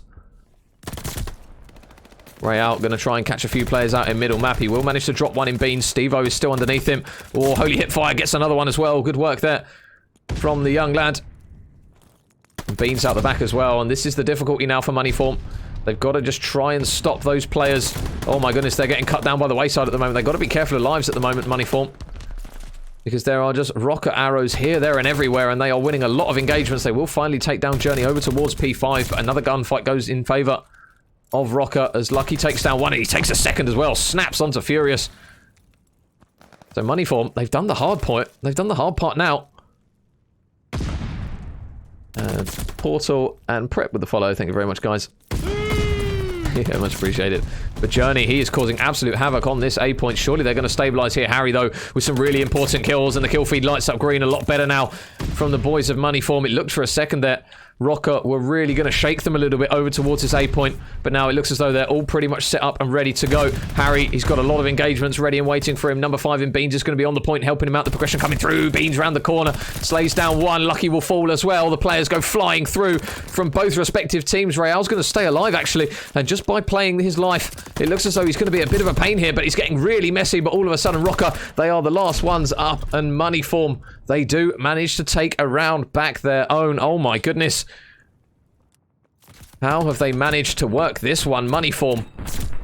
Really good work again. It came down to the wire, though. It was a bit of squeaky bum time from them. But they breathe a sigh of relief. And they take an attacking round, but it will be ROKKR on that defensive side. So Moneyform, they are pretty much going to have to emulate exactly what they've just done. Once again here in round number 5. So it's going to come down to the wire for these guys. Journey, he knows there's a few players ready and waiting outside. He is going to get stunned. And it looks as though Furious, he's going to be the first man on the point. The A progression coming through. You can see number 6 in Harry. Oh, can he get some good timing here? Royale flies around the corner. Harry wins one engagement. He's going to just try and push his way out to Plat. And here you go. The kill feed lights up green again. Oh my goodness, Moneyform. Surely they're not going to do the exact same thing. It's going to work once again. 2 players on towards the B point, 1 on towards the A. So the boys of Minnesota ROKKR, they are going to have to really prioritize this B point, surely, you would think, because we've seen how easy it is to grab the A point, and they get some important kills, and good work there. They do manage to get 1 tick, though. The boys of Moneyform, so that will be 1 positive. That timer still being stopped. So ROKKR, can they hold? A point has now been secured. And now, this is where the madness starts to ensue. Journey watching over middle. Royale watching out the back. There's going to be a few players out here. He's going to check the back here. He's going to spot 2 of them. There's one for him. He knows that Harry's here. He's going to go out for the slide, and Royale tags him up. Oh, and he's absolutely battered Beans there in a gunfight that he really shouldn't have won. Harry's still alive in the back, but Royale just proving exactly why he's one of the hottest prospects in Europe at the moment. Harry doing so well to stay alive. He is going to finally fall. But Royale at the moment, 34 and 22. He is absolutely frying at the moment.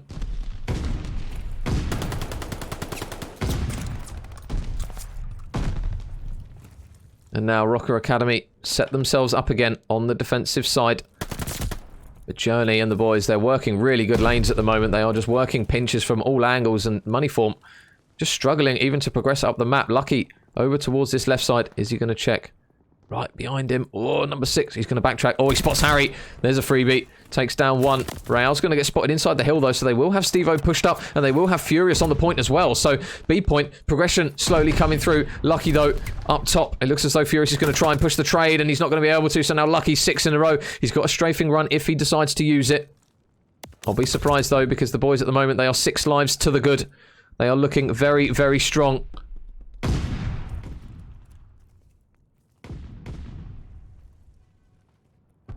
And Lucky going to work a lane in through mid. Metals is going to be forced to back up now. But ideally, Moneyform, they have got 1, maybe 2 good pushes at this. So they need a 4-man wipe. And they need a stack. And you can see all the players getting ready. They're getting shot from all angles, though. Lucky's going to catch out 2 players almost instantly. And up top, Metals. Can he grab any more? No, Beans is still alive up top here. But the trades, are they going to come through? Yes, Journey's going to do just about enough to clean him out. So the boys of ROKKR now with Lucky on an 8 streak. And just watching this P5 push. Oh, they do take him down, though. Steve-O's going to get cut down by Journey. 12 seconds on the clock. There's one for Journey. There's two for Journey as he cuts through three players in quick succession. And I think that is going to be all she wrote. Lucky going to invest a glide bomb. He isn't going to catch anyone out, but with 2 seconds left and the lives now completely gone for money form, it is going to go in favor of ROKKR Academy. They managed to take it 3-2 in the control. And they now lead the series once again 2-1.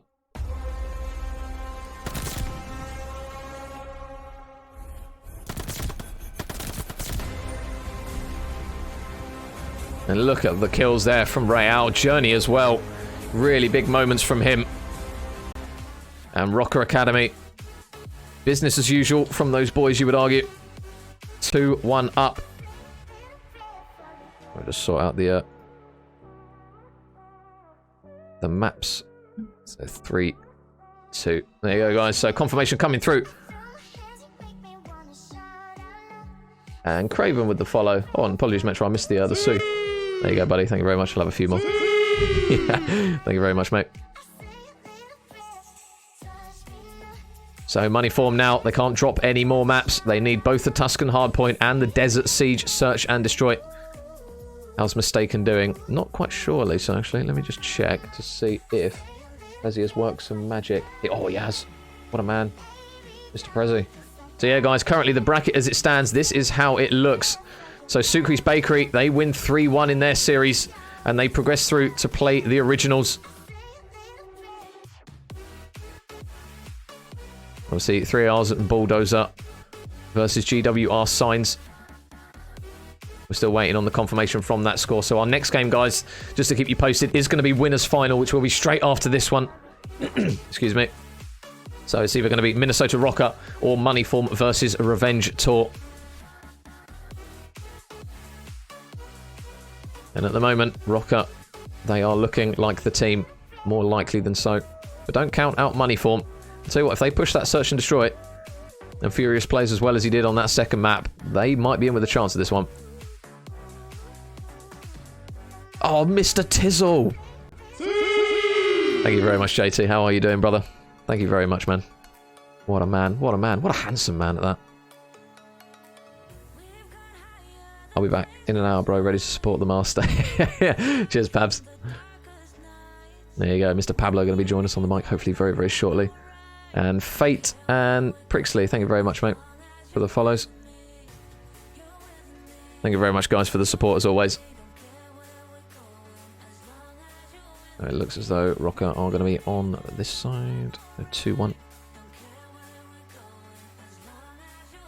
Could quite easily have been 3-1. Yeah, they had moments in that one money form. It's just so hard. That B point is so difficult. To be fair, both teams did really, really well to take an attacking round. You don't normally see it on a Tuscan control. So by just managing to stack the point well enough and keeping players off of it, they did really, really well there. I had a feeling Moneyform might be able to get that one done, but ROKKR Academy, they just slayed out towards the end. They did what we know they do so well. And Naka, thank you very much for the follow, mate. Thank you very much. Yeah, welcome, guys. If you are new to the channel, we're going to try and bring you as much of the Challengers Cup number 6 as much as possible. And I will have my bearded phenom with me in about an hour. But until then, you're stuck with little old me, unfortunately. Yeah. So, yeah, we're just waiting on the guys to get ready. I think we're pretty much ready to go.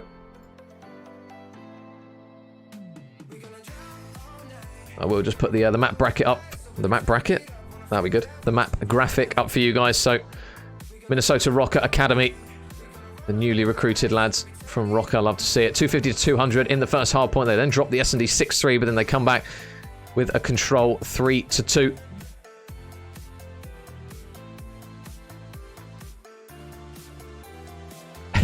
Pablo, can you speak or understand fluent Spanish? I don't know if he's fluent. I know very little Spanish. Una cerveza, por favor. Dos cervezas para mí, por favor. Only the important stuff.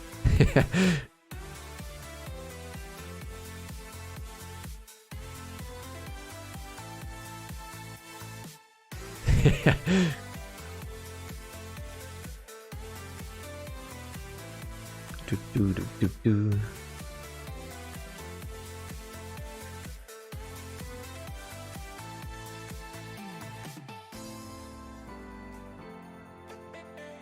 So I think, yeah, we're just waiting on Journey to sort his stuff out, and then we should be good to go.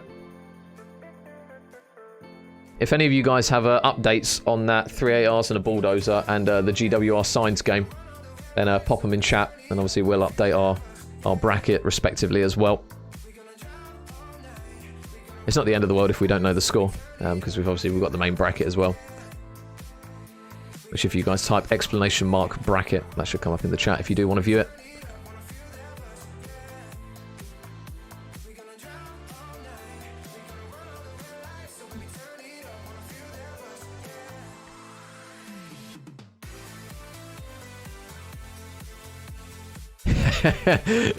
We try, Victor, we try. Exactly.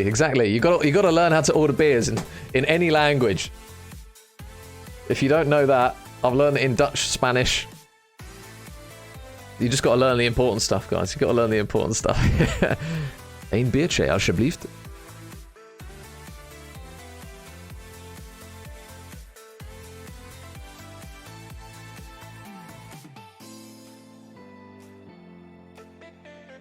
Right, well, everyone's on the right sides.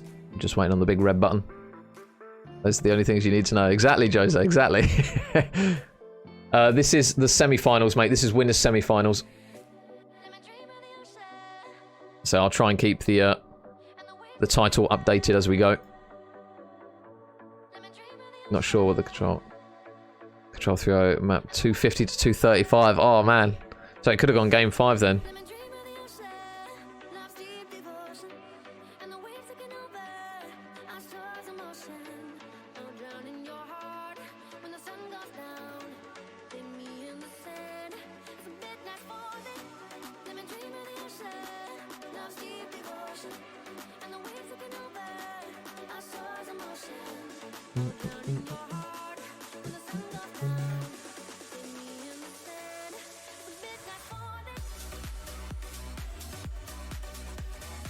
Green wall for money for me. yeah, you could actually. You could start it. Well, first of them was the vault. Don't worry, Lisa. You'll get it soon. I'll do it after. Actually, while we wait, I might be able to squeeze it in now. Saying that. 1 second, Lisa. Can I do it? What? I need to copy it off your stream, Lisa. Lisa, can you copy it from your stream? The Take My Vamos thing. Paste it in here quickly if you can. Oh wait. Wait. I'll see if you can do it quickly, Lisa, because I don't know.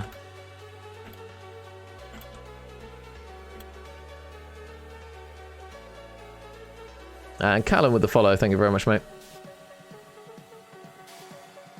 So obviously I've got to copy the little hands, the little Take My Vamos.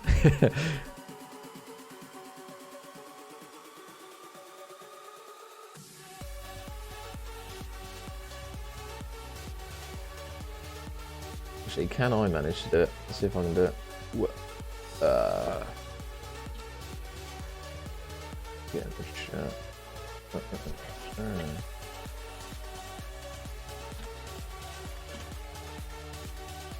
Right, there's the copy.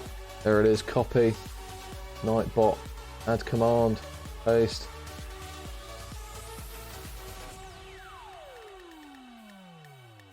Hang on. Okay, that should work, Lissandro. Hang on. Lissandro. There you go. It's in, Lisa. It's in. We're good to go. Oh, Rayman wants a sue. Yeah, apologies, guys, for the delays. We're just waiting on the guys. Were you not allowed to use the Minnesota? Yeah, so I didn't want to pinch it, Jacko, because obviously they've got rights to the logo, and I know it's a bit more tricky with that kind of stuff, so I just played it safe. I didn't want to pinch their logo and then get a letter through the door. So yeah, we just got the default logo for these guys. That's the thing, because I'm pretty sure I'm pretty sure you need permission. Obviously, when we cast normal teams, they can just give us permission for the logos, and obviously the money form ones and all these guys, they're courtesy of Shift. So.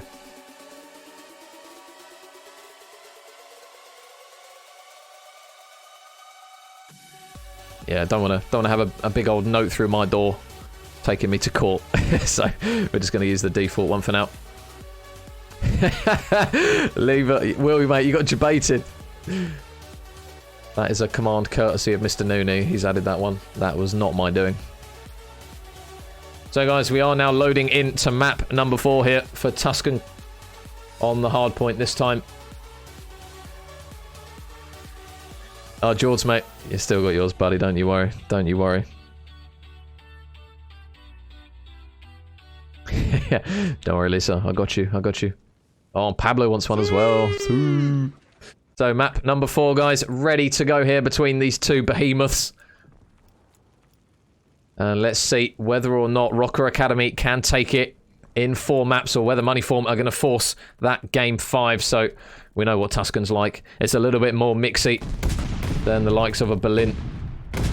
So, we'll see how this one unfolds. It's going to be ROKKR, arguably on that more preferred side, as they look to try and get pushed out. And Furious, he's going to grab one rail, going to be there for the trade. So already the boys of Moneyform just throwing bodies at this one. Beans is still lurking by you, and he will get on the contest spot. Rail is going to be spotted. They know he's here, but the pinch from you comes through really quickly, and Metals, good work to help his teammate out. Is going to spot Furious as well, but Furious, nice shots there to take him down.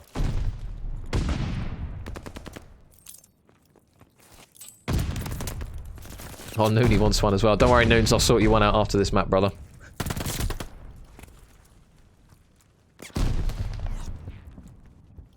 So what can the boys of ROKKR Academy work here on this rotation? Because they will have the rotation Moneyform. Furious is going to be working his way through in towards Church. He's just going to get taken down, so they do have the back, at least for the time being. But like the control, this P2 is not easy to hold.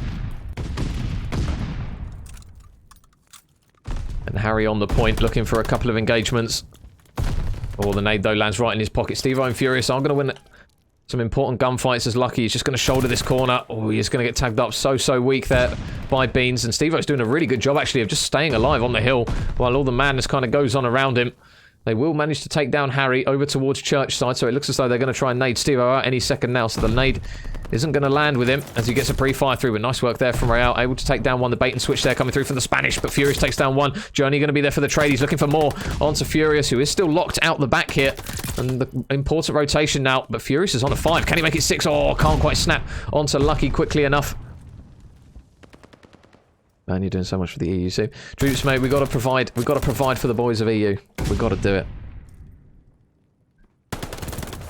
But really big wins there for the boys in green. Moneyform.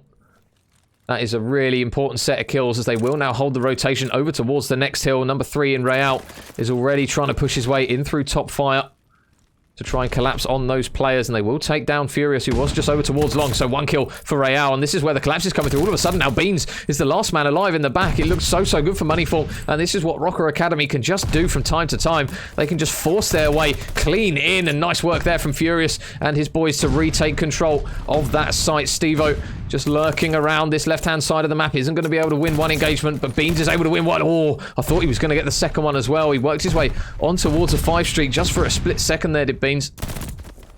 But the boys in red again. We know how good they are at holding scrap time. Steve-O just trying to cover his tracks with a stun and a grenade. Journey already working a route around towards the next hill. Are they going to keep tabs that they haven't spotted him for a while? Round the back he goes. It looks as though Furious is going to be watching it. Oh, surely spots him there. Well, he knows he's there now. So Furious just playing for the info, but now there's going to be Metals inside the hill as well as he goes round and round as the condense comes through. How many can Raul get? No, Beans with 3 important kills there in and around Church. He's just going to grant Moneyform control of the hill once again, and it's been a really solid start here from Moneyform, although they haven't exactly been slaying out Beans and Furious at the moment. They are doing really well. If Steve-O and Harry can show up to the party, this is going to be really important, and Beans again is on a 5 streak.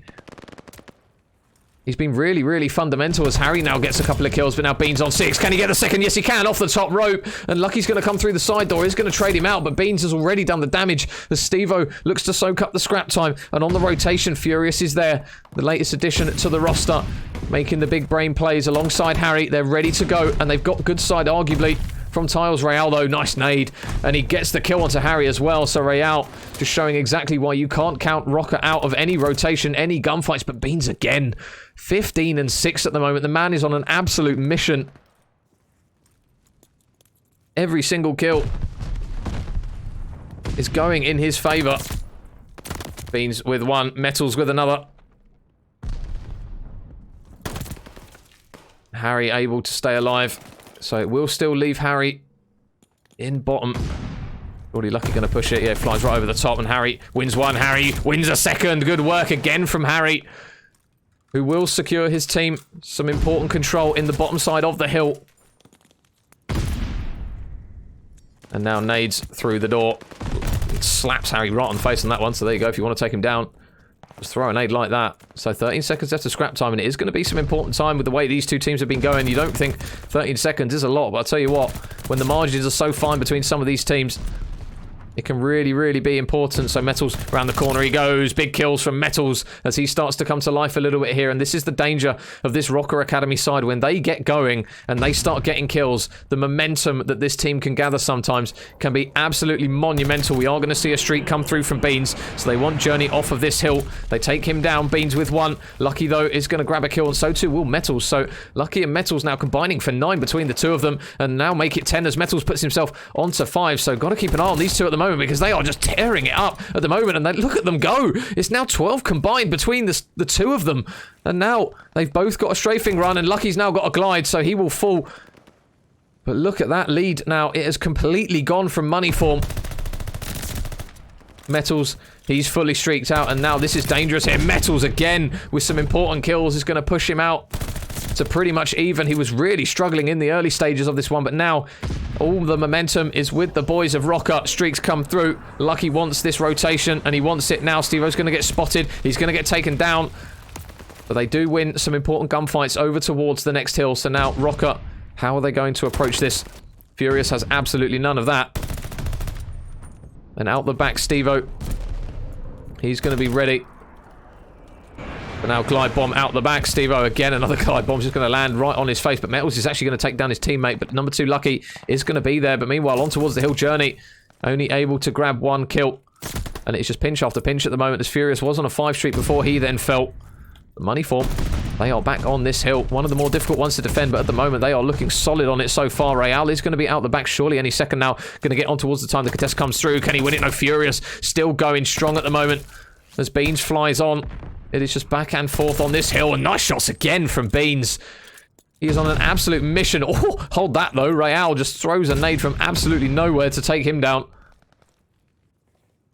That must have literally, I think he threw that over the top of P5 to land that in his back pocket. And the difference now on this hill is that Minnesota ROKKR Academy, they are ready to go over towards this Fountain Hill. Streaks are coming through. The pinches as well from Journey. Oh, and Lucky, he gets his own teammate, but he does manage to catch Beans out, so there is an opportunity now for them to get back on this hill and reduce this deficit once again. Look how pushed out ROKKR Academy are at the moment. Real all the way over in P1, and meanwhile in top fire, Harry is going to manage to catch Journey out with a bit of timing. They still need to try and take the man off the hill. There's still 30 seconds left on this, but look at Lucky. Looking again to be aggressive. Metals still locked out the back, looking to snap onto Harry, and oh my goodness. More beams coming through from the Spanish boys once again. And with 15 seconds left, Money form, they are forced to rotate. And we see another lead change here. So can Money form hold strong here? Once again, nice work by Beans. 25th kill of the match. Flies around the corner. His teammate in Steve-O tags up Metal. So Real is going to fall as well, which means that the first engagements and the first wave of kills goes in favour of Money form. But now, where are ROKKR Academy going to try to push this from? Looks as though out the back is going to be Harry. Lucky tags him up a little bit. Just repositions. His teammate in Journey mops him up, and that is what the Spanish boys are so good at doing, just baiting and switching. Metals with one. Furious. Look at the attention that he manages to grab from Furious. So Lucky comes around the back and just takes him down. So ROKKR Academy just need to get somebody on the hill for the time being. It will be Lucky. As Real is going to fly on towards the hill. But watching this entire lane, Steve-O. Big brain plays to check it, but he can't win the gunfight. And that's half the battle against this ROKKR Academy team. Even if you do the right thing, you've still got to win the engagement against them. And they are so good at doing it, as Metals again is going on a tear. 5 in a row before he finally falls. And Harry, although it doesn't seem like a lot of time, will get on that important scrap time. So Steve-O on the rotation, up against Real. Steve-O, important kill there.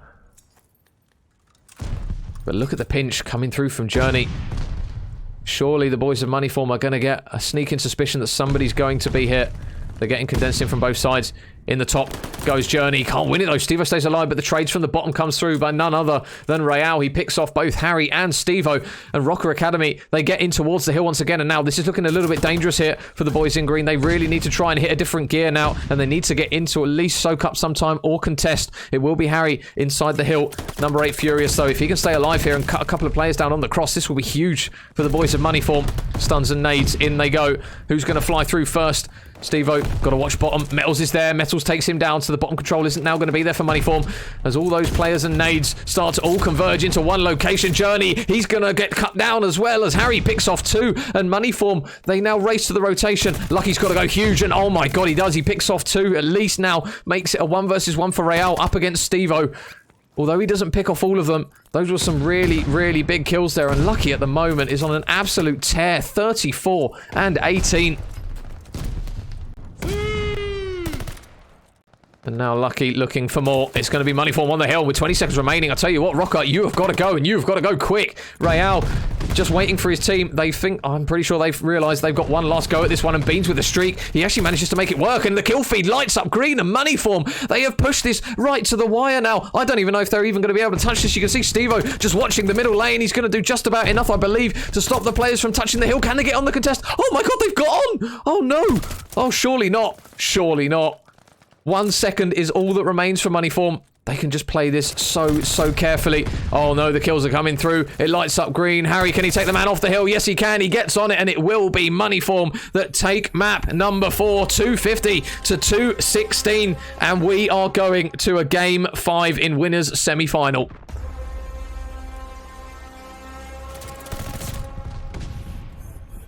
For a second, I had a sneaking suspicion that ROKKR Academy might be able to do the impossible.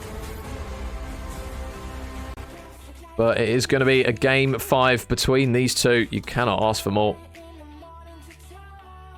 But wow, what a map we've seen so far. I'm going to turn my microphone volume down because it's showing that I'm peaking. Right. So hopefully if you guys need the microphone levels back up again, just give us a shout. Because I've just tweaked it a little bit because it was peaking a little bit too high.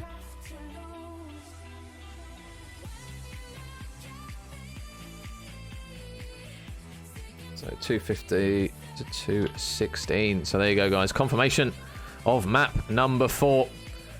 Game 5 is going to be underway between these two. And this is an important map now for these guys. Obviously, whoever wins this one goes through to that winner's final.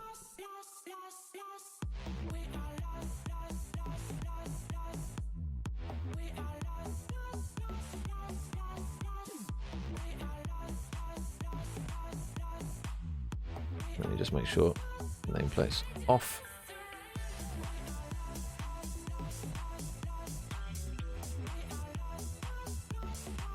Cool. We are pretty much good to go. What a series so far. Yeah, can't ask for much more. It's good to see other teams give the ROKKR lads a good series.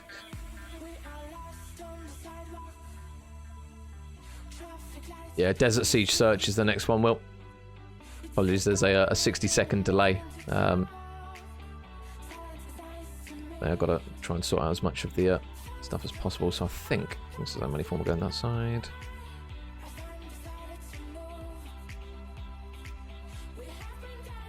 Yeah, guys, as mentioned before, obviously the Search and Destroy is going to have the mini-map covered for the players. This is going to end up as a grand final one way or another. Well, you say that, Rayman. That's what it was like pretty much at the start. But recently, the way Sukri's Bakery and Revenge Tour have been going, you could argue that Moneyform have kind of been the team that have not quite got into that grand final. So, I mean, obviously the addition of Furious definitely seems to have helped, especially against ROKKR. They definitely seem to be doing really, really well against these guys now in this one anyways. To take a hard point off of them, not many teams can vouch that. So they've done really, really well here in this series, regardless of which way this one swings. But I'm sure now, we're pushing at game 5. ROKKR want this one done. Mr. Ross, how you doing, buddy? Wants the Sue. Game 5 time.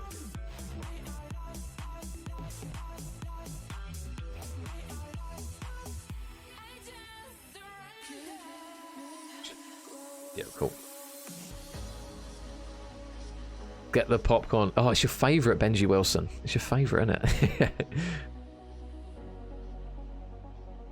So we're just waiting on one of the lads to pick their respective sides, and then we should be good to go for game 5. Not a bad series to start off with for the weekend, Jesus.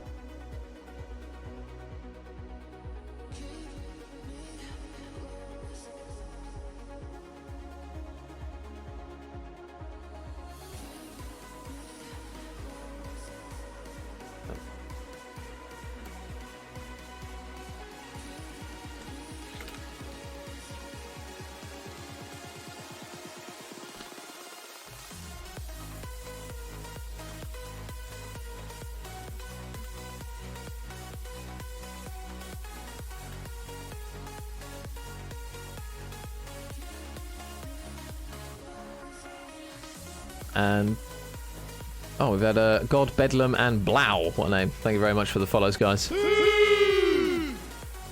yeah, we are just waiting for map number 5.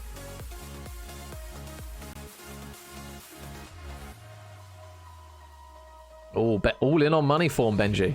Ooh, you want it done. You want it done. Popcorn. Oh, Mel, why have you done that? I can't believe you've done this. Why are you telling me that you've got KFC? Outrageous. And Widow with the follow. Thank you very much, mate. So, guys, we are now loading in to our all-important Game 5 between Moneyform and ROKKR Academy. If you've missed any of the maps so far, they've been absolute bangers between these two. Moneyform taking map number 4 and forcing the Game 5.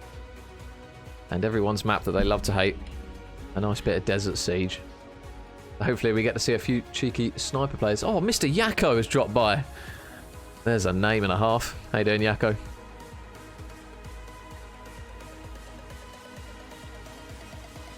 Right, so it looks as though we are pretty much ready to go, guys, for our Game 5 here between Moneyform and ROKKR Academy. It's been a brilliant series so far between these guys. And can these lads provide once again? And here we go. Mr. Lucky with the sniper. He's got the memo. He's got the memo. Oh, well, there's a glint. Spots one. It's going to be Beans up against Lucky for Battle of the Snipers here on Desert Siege. Be one of the more open maps. One of the more patient maps, especially as well on Search. And Steve-O with the bomb in hand. Oh, you can just hear the cracks of the snipers there being exchanged. The bomb is going down. Steve-O's going to plant this, so now Moneyform, can they keep him alive? He's going to try and dip out. Look at number 7, though, in Real. He's just going for them. Takes down one. There's players everywhere. Real with 1, Real with 2. His teammate in Lucky drops the 3rd, and all of a sudden, Furious now is all on his lonesome. And he's going to fall. So first round is going to go in favour of the boys of ROKKR. Really quick aggression there from Real. Just adapts and pushes those players as they try to reposition and dip out, and he punishes them for it. Oh, it's just Tesco's. Oh, okay, got you, man.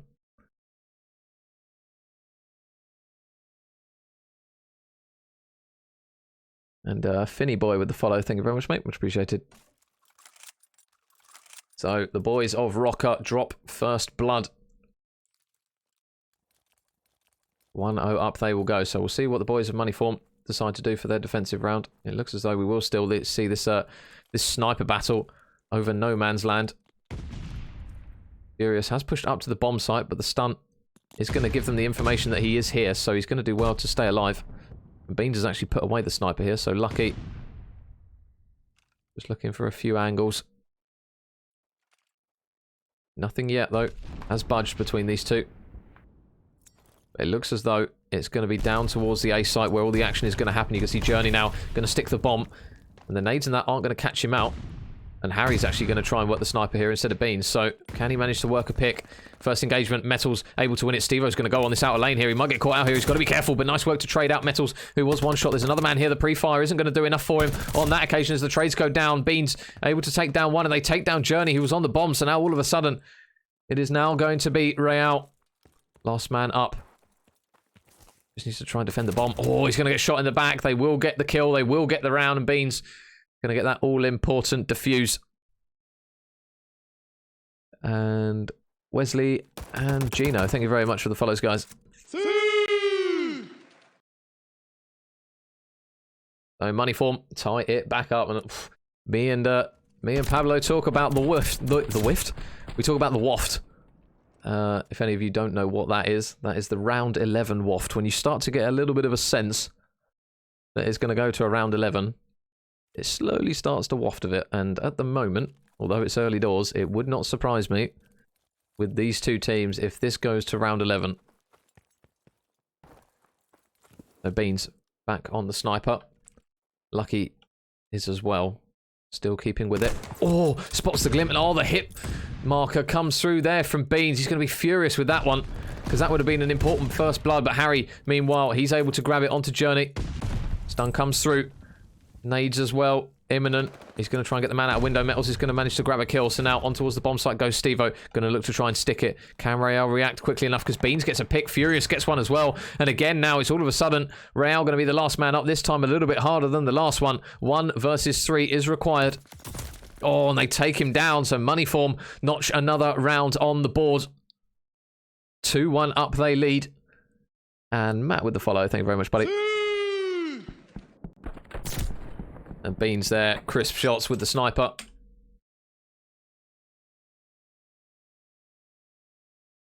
No money form, edge out once again. And Beans, really good job from him at the moment. 4 and 1, 4 in a row. And again, we'll see it where Harry... Looks as though these guys are just throwing the sniper back and forth to each other. First blood. Where is it going to be? Everyone for money form is locked in and furious. There it is. First blood for him. Rael is not going to be the last man standing in this round. Harry's just watching this. Oh, and the bullet whizzes past Metals. There's going to be another man. Oh, does he dare peek it, though? Does he dare peek it? Number 6, though, Journey. If he can get an angle, he might be able to pinch a couple of players here.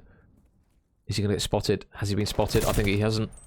He hasn't. He's managed to slip through, but Furious is able to grab another one. Oh, there's the sniper. So there's a free one for Journey. Up towards the top he goes, and Journey with 2 really important picks. Journey with 3! Oh my goodness! He gets 3, and now makes it a 1 versus 1 up against Stevo. Oh my goodness. Journey, can he work the ace here? Can he get the bomb down?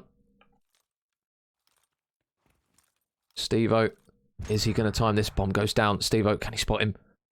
He's right underneath him. Oh, spots the shadow. Stevo on the chase. Surely gets the kill, and he does. Mr. Stevie Vortex with a huge moment there for money form and a huge round. He's not able to complete the ace. Journey did so well to make it a 1 versus 1. Oh, Mr. Foodsy with the gifted sub. Thank you very much, buddy. And Quids wanted one as well. There you go, Quids. Yeah. Thank you very much, Foodsy. What a man. So, money form 3-1 up they go now. But do not count the Minnesota ROKKR Academy lads out. We've done it time after time on broadcast, and time after time they have proven exactly why you shouldn't do it. So Lucky still persisting with the sniper. Doesn't look as though he's going to engage anyone though. Because everyone from money form looks as though they're going into this middle building, and Beans gets the first blood. He's going to get Mixie now. Rael replies with 1. There's still some players pinching him. They're just going to hit this really quickly. And there's still 2 players up for ROKKR in Rael and Lucky, both of which are close by. Rael, can he win the engagement? No, Furious is able to win another one. So at the moment, I'll tell you what, money form, they look like a different beast in Search and Destroy now.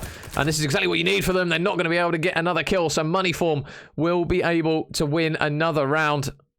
4-1 up they go. And Furious, he has been an important factor in the search. Again, another solid performance from him. 6 and 3. And Polpo with the follow. Thank you very much, buddy.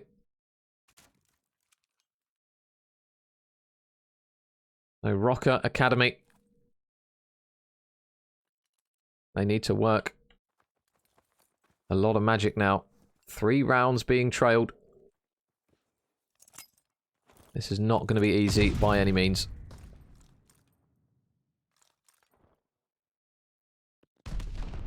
Where's that first blood? Oh, Beans just completely wigs Metals. He's going to take him down, and over the top rope goes Stevo. So there's going to be now another situation for ROKKR Academy where they are just being absolutely battered. But they will reply with 1 kill. Harry, though, this next kill is huge, and he manages to drop Lucky, so now it's all on Journey. Can he go huge? There's 1. We saw him have his moment before. Can he do it again? 1 versus 2. Does have the bomb as well. Is he going to spot Steve-O? He does. Journey makes it a 1 versus 1. Oh my goodness. Oh, but he gets ripped clean out of that one. And Moneyform, they take yet another round. 5-1 up they are at the moment. Oh my goodness, these boys have definitely hit another form now. Their search and destroy is seemingly immaculate beans with the final kill with the sniper. And now the boys of Minnesota ROKKR Academy, they need 5 rounds in a row without response.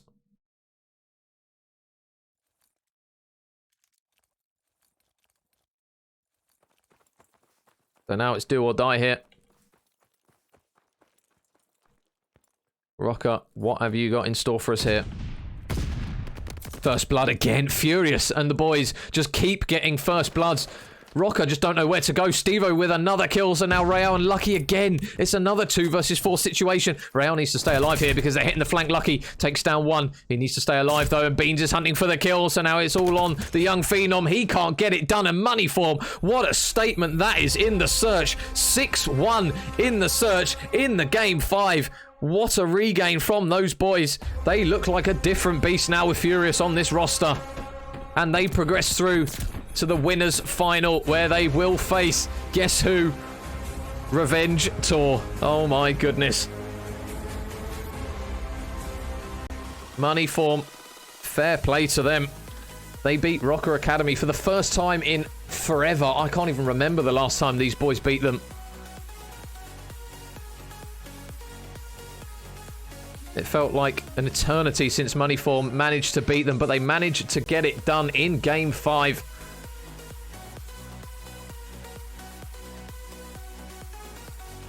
And 6-1.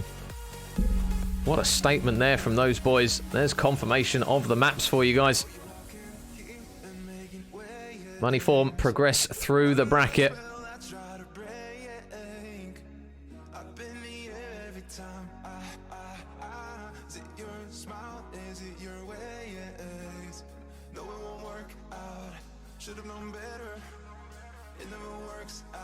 And there's the confirmation, guys, so I will just quickly ping you over the bracket as well. Hopefully it's updated. It has indeed. So there you go, guys. There's confirmation of the bracket as well. So Moneyform, they progress through to play Revenge Tour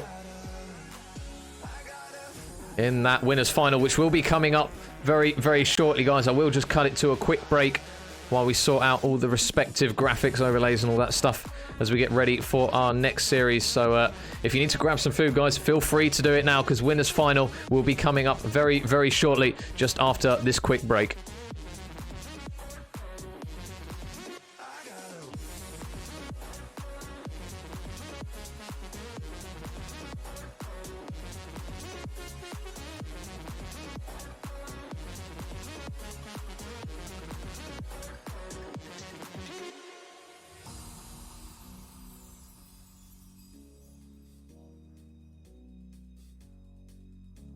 Oh, you walking here and driving names.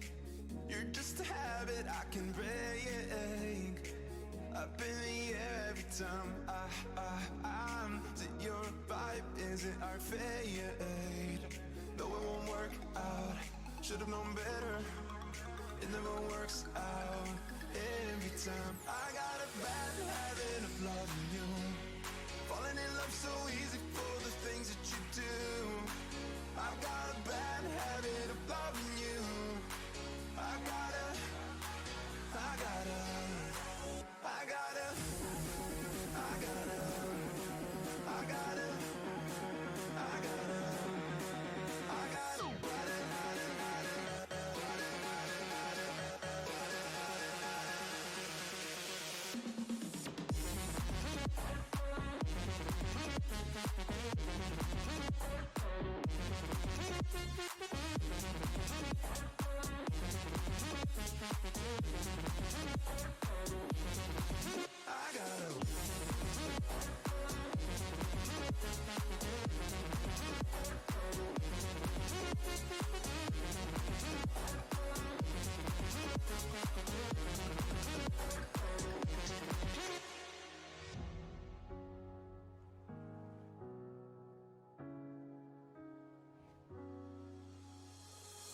got this question on my tongue.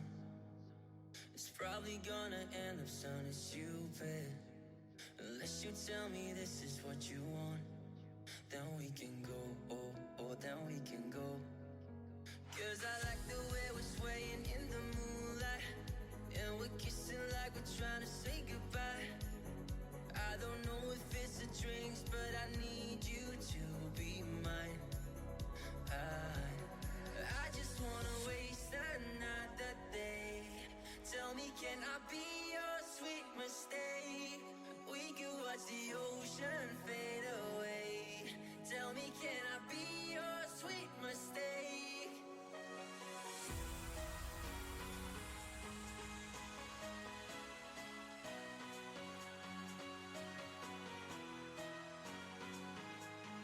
Tell me, can I be your sweet mistake?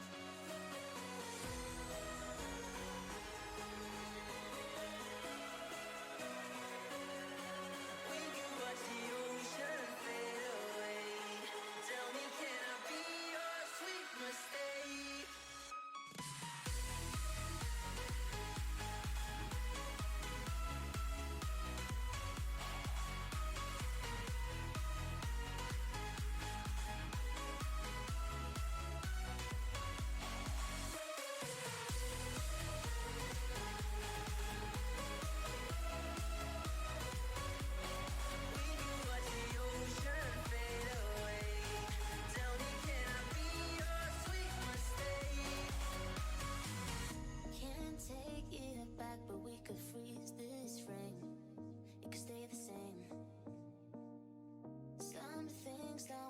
But take up time and space. Let it be your face. I wanted to pick me off my feet, ripping my heart off of my sleeve, even if it's for a night. Wanna believe that gravity never get hold of you and me. Yeah, I'm faded in this fantasy. Yeah, we could stay. So come on over, pull me closer. Why don't we stay?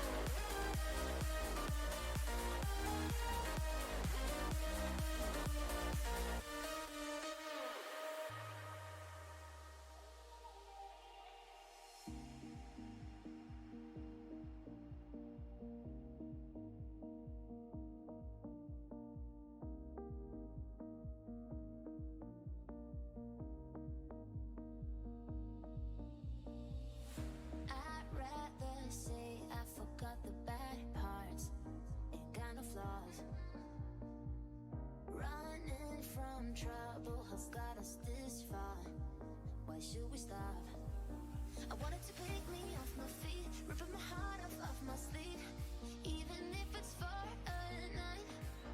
Wanna believe that gravity never get hold of you and me. Yeah, I'm fading in this fantasy. Yeah, we could stay. So come on over, pull me closer. Why don't we stay?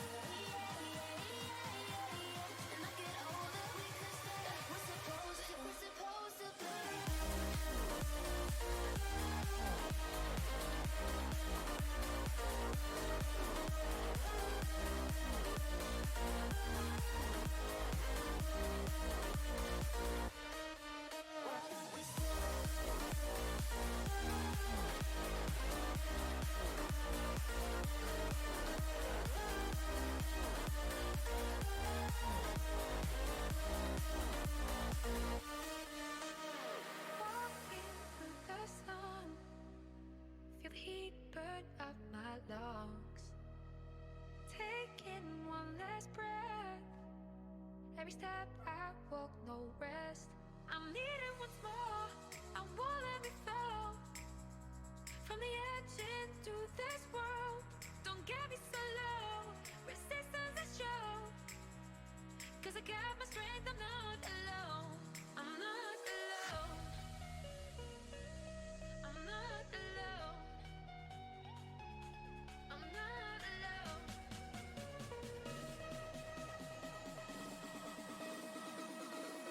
I'm not alone.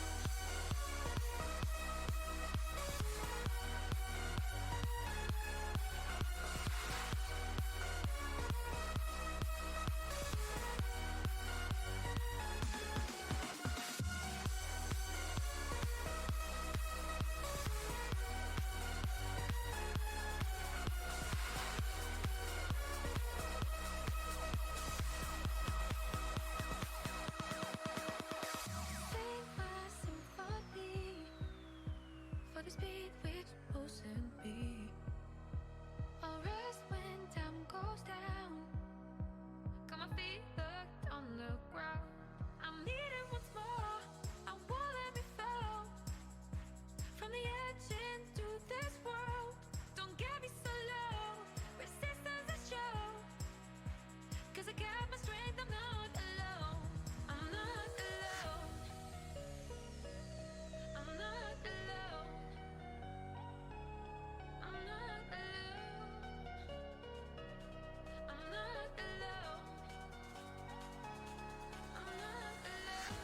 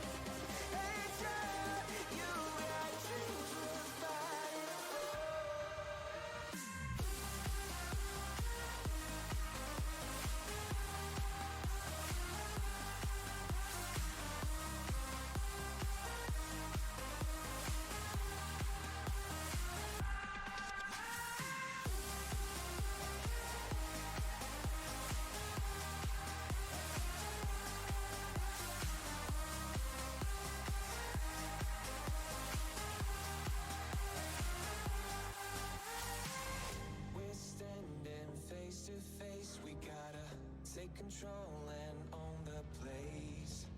Get in, get out, grab hold on what we want. Like a rebel holding out on the run, we reach for the stars and shoot for the sun. We're not done before it is over. We will settle for none. We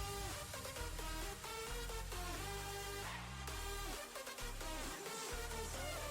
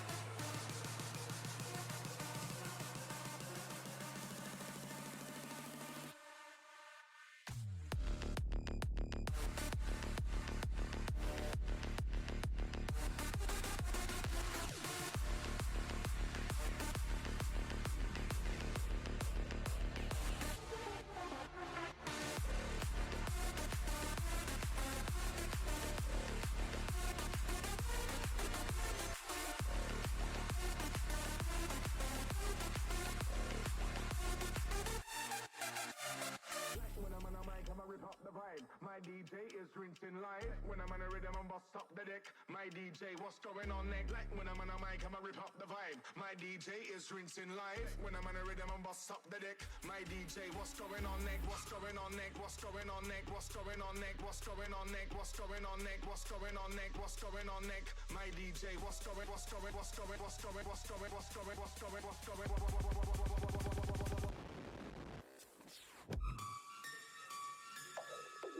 them sounds.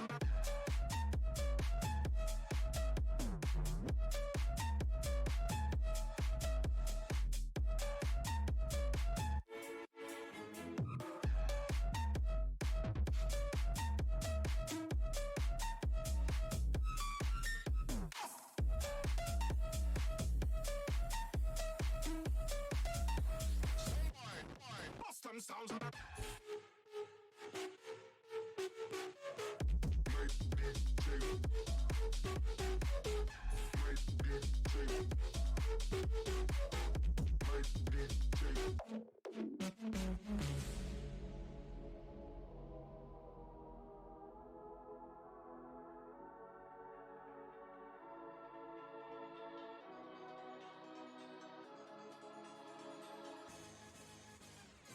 when I'm on a mic, I'ma rip up the vibe. My DJ is rinsing live. When I'm on a rhythm, I'm bust up the deck. My DJ, what's going on next? When I'm on a mic, I'ma rip up the vibe. My DJ is rinsing live. When I'm on a rhythm, I'm bust up the deck. My DJ, what's going on next? When I'm on a mic, I'ma rip up the vibe. My DJ is rinsing live. When I'm on a rhythm, I'm bust up the deck. My DJ, what's going on next? When I'm on a mic, I'ma rip up the vibe. My DJ is rinsing live. When I'm on a rhythm, I'm bust up the deck. My DJ, what's going on next? What's going on next? What's going on next? What's going on next? What's going on next? What's going on next? What's going on next? What's going on next? My DJ, what's going? What's going? What's going? What's going? What's going? What's going? What's going? What's going?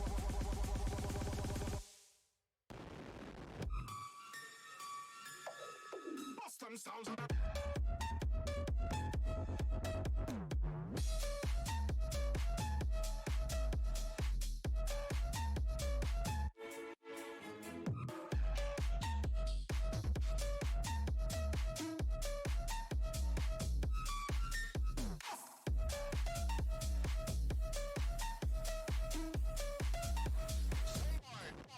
Them sounds.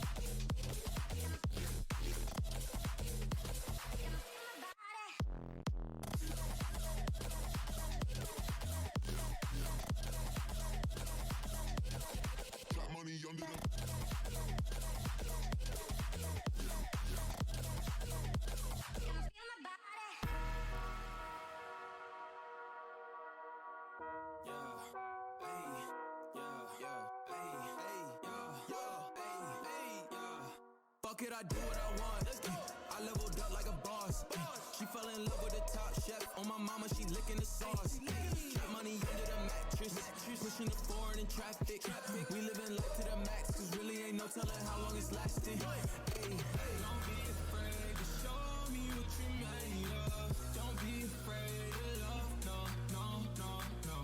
Don't be afraid to show me what you made of. Don't be afraid to love a little harder.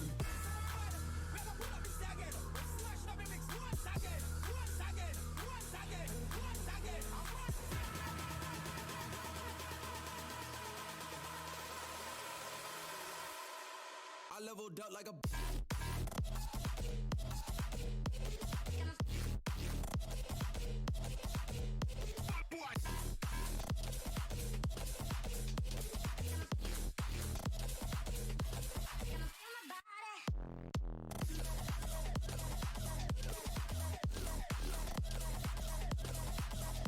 like a boss.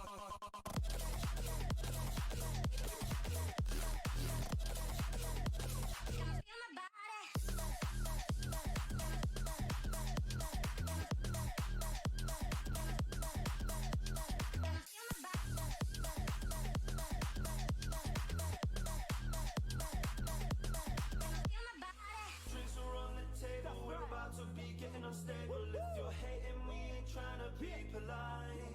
No way. Coming with original flavor, ripping on my best behavior. So we about to wild out with the squad tonight.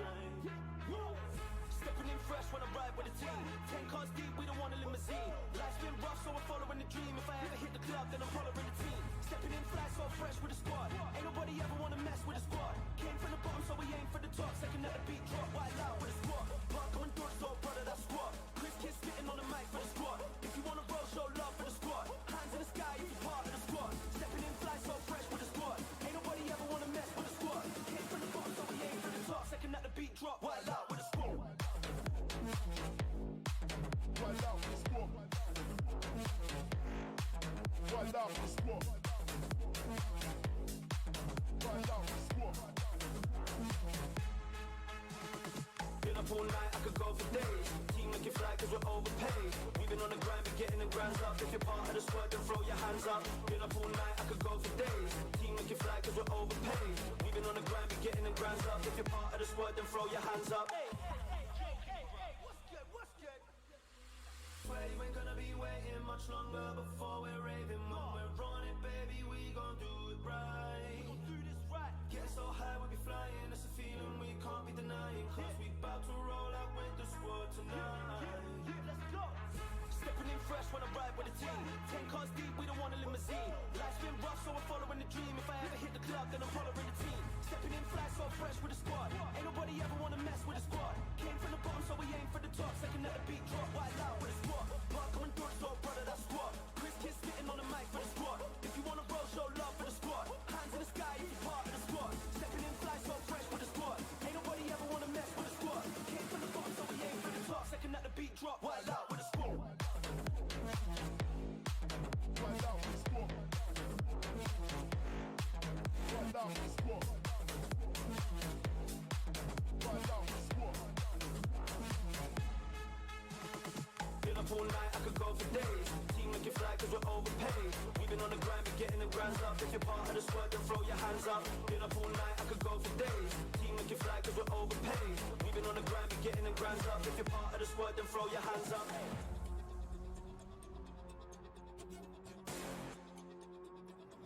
The streets hot, my Glock's fire. AK straight from the Russian Empire. Yeah, the streets hot, my Glock's fire. AK straight from the Russian Empire. Left, right, marching on your block. Drop the top, fuck the cops. Left, right, marching on your block. Drop the top, don't stop.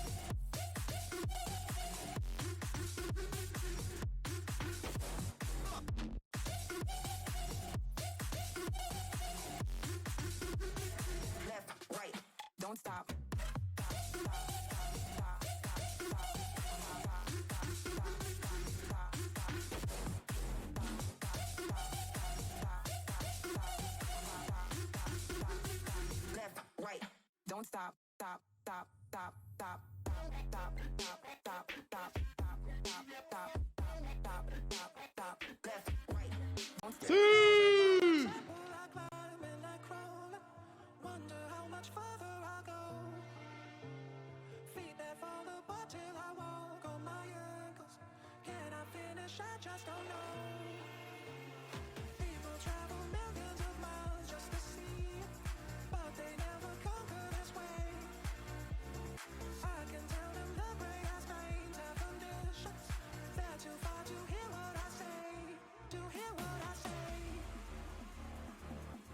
to hear what I say. House party don't stop. There's a on the temple, I climb and I crawl. Wonder how much farther I'll go.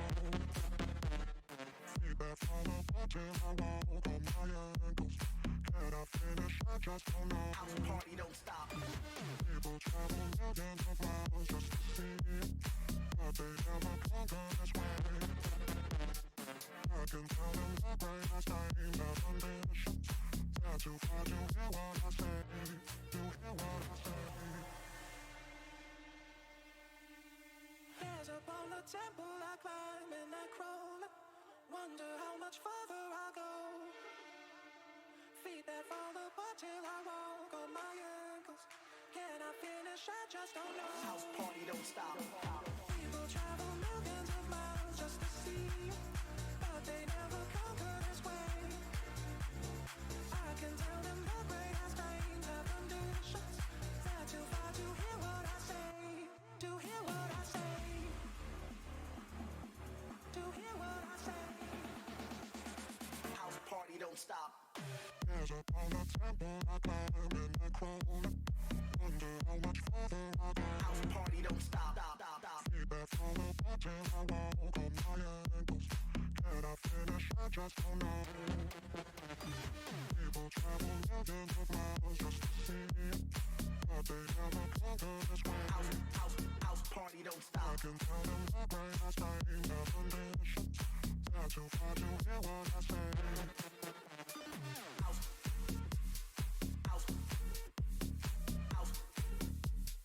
House party don't stop.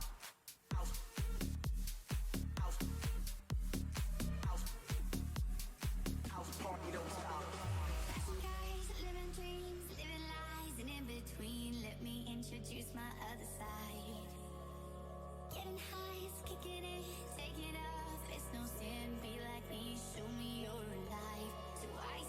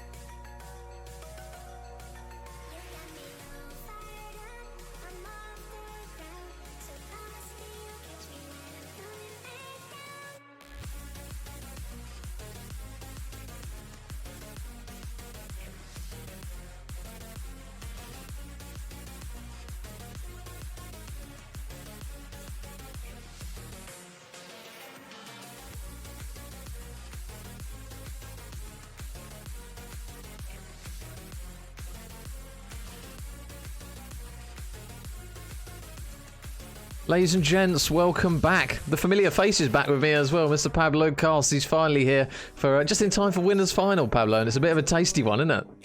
And now I feel like really bad that I'm like a glory hunter who's just showing up. It's like, yeah, it's the final. I'll turn up now. But it's some domestic things that needed to be done first. But it's good to be back on board. And major big thank you from the whole of the EU AM community for taking it back on these massive shoulders again. You're doing fucking God's work right now, man. Oh mate, we can't have a Challengers Cup without some broadcast, can we? You got to be able to see what these guys are doing. I mean, when you've got this absolutely. level of COD.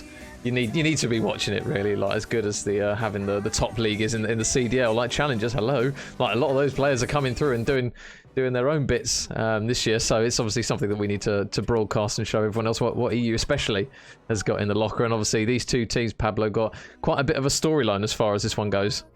Yeah, absolutely. I mean, aside from, where do you want to begin? Them dropping money for them, dropping Denzer, and then Denzer getting picked up towards the Revenge Tour guys, and then Revenge Tour going on immediately to go and win that Cup 4, which was like insane plays when you think about it.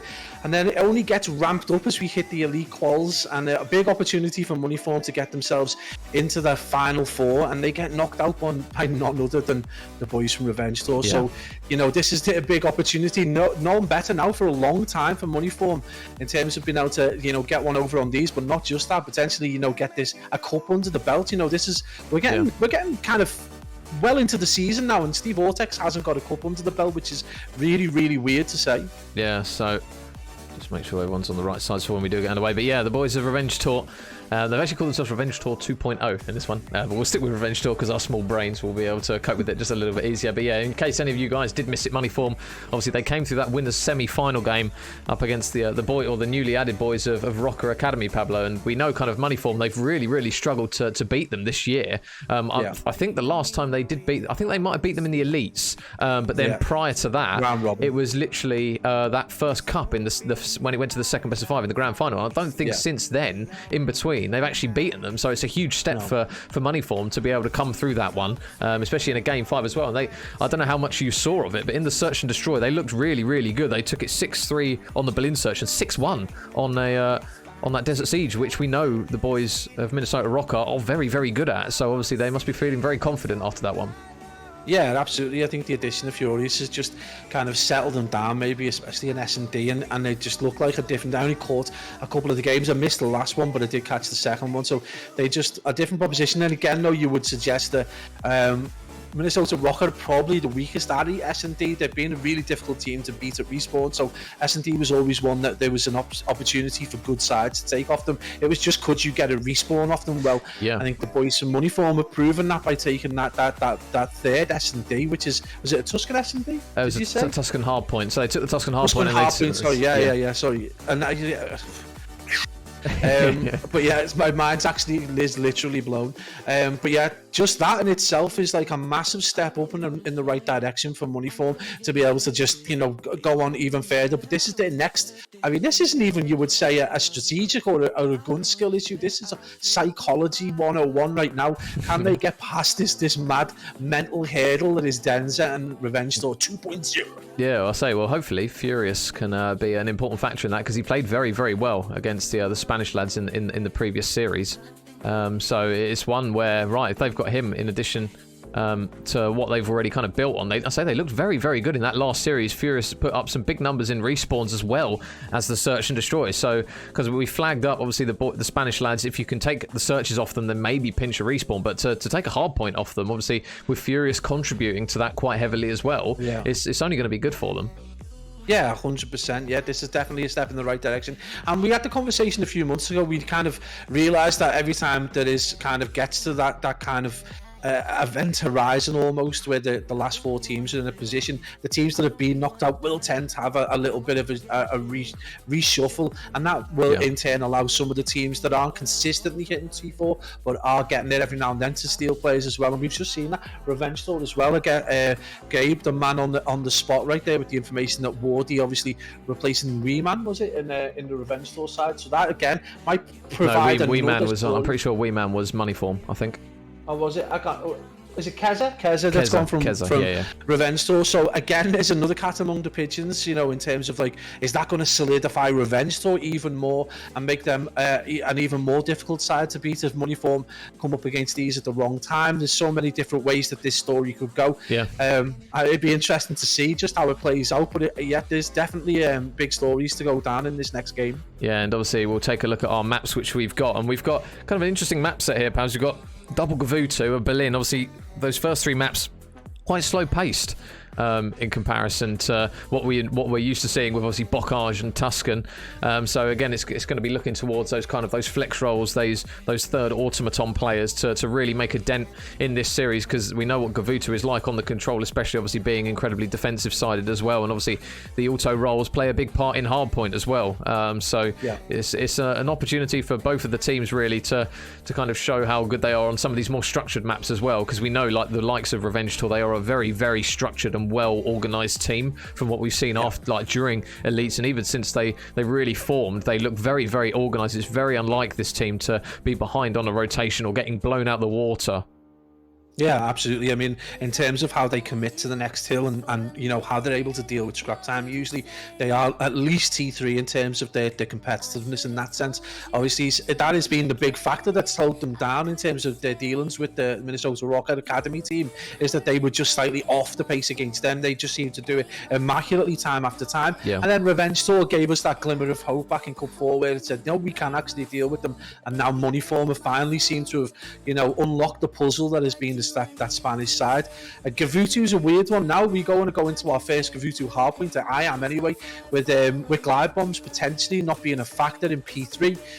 I'm going to be, you know, unless we see someone go off really big, really early, that 7 glide is going to be thinking. We know that the strafing run is essentially, it can potentially cause more problems for the team using it than the team on the receiving end of it. So it's just going to be interesting to see that this is a lot more like potential to be more like old school COD, so you know the streaks aren't going to play as much a part, and it's going to come down to map knowledge and fundamental strategic knowledge. So big opportunities. These two teams are stacked with those kind of players though, so this could be a classic almost in that sense. You know, regardless of the stories, just in terms of the quality, this could be amazing. Yeah, it's definitely noticeable now with that glide bomb being at 7, because before, especially on like a Tuscan, even Gavutu as well, like you mentioned, the times that we've seen it with 5, you get 2, potentially 3 glide bombs very, very frequently, just landing like it turns into, that P3 turns into glide bomb tennis at sometimes. It's just one team will land it at the guy on the hill, the other goes, well, we want it, wallop, there goes a glide bomb, and then you have a strafing run, another glide bomb.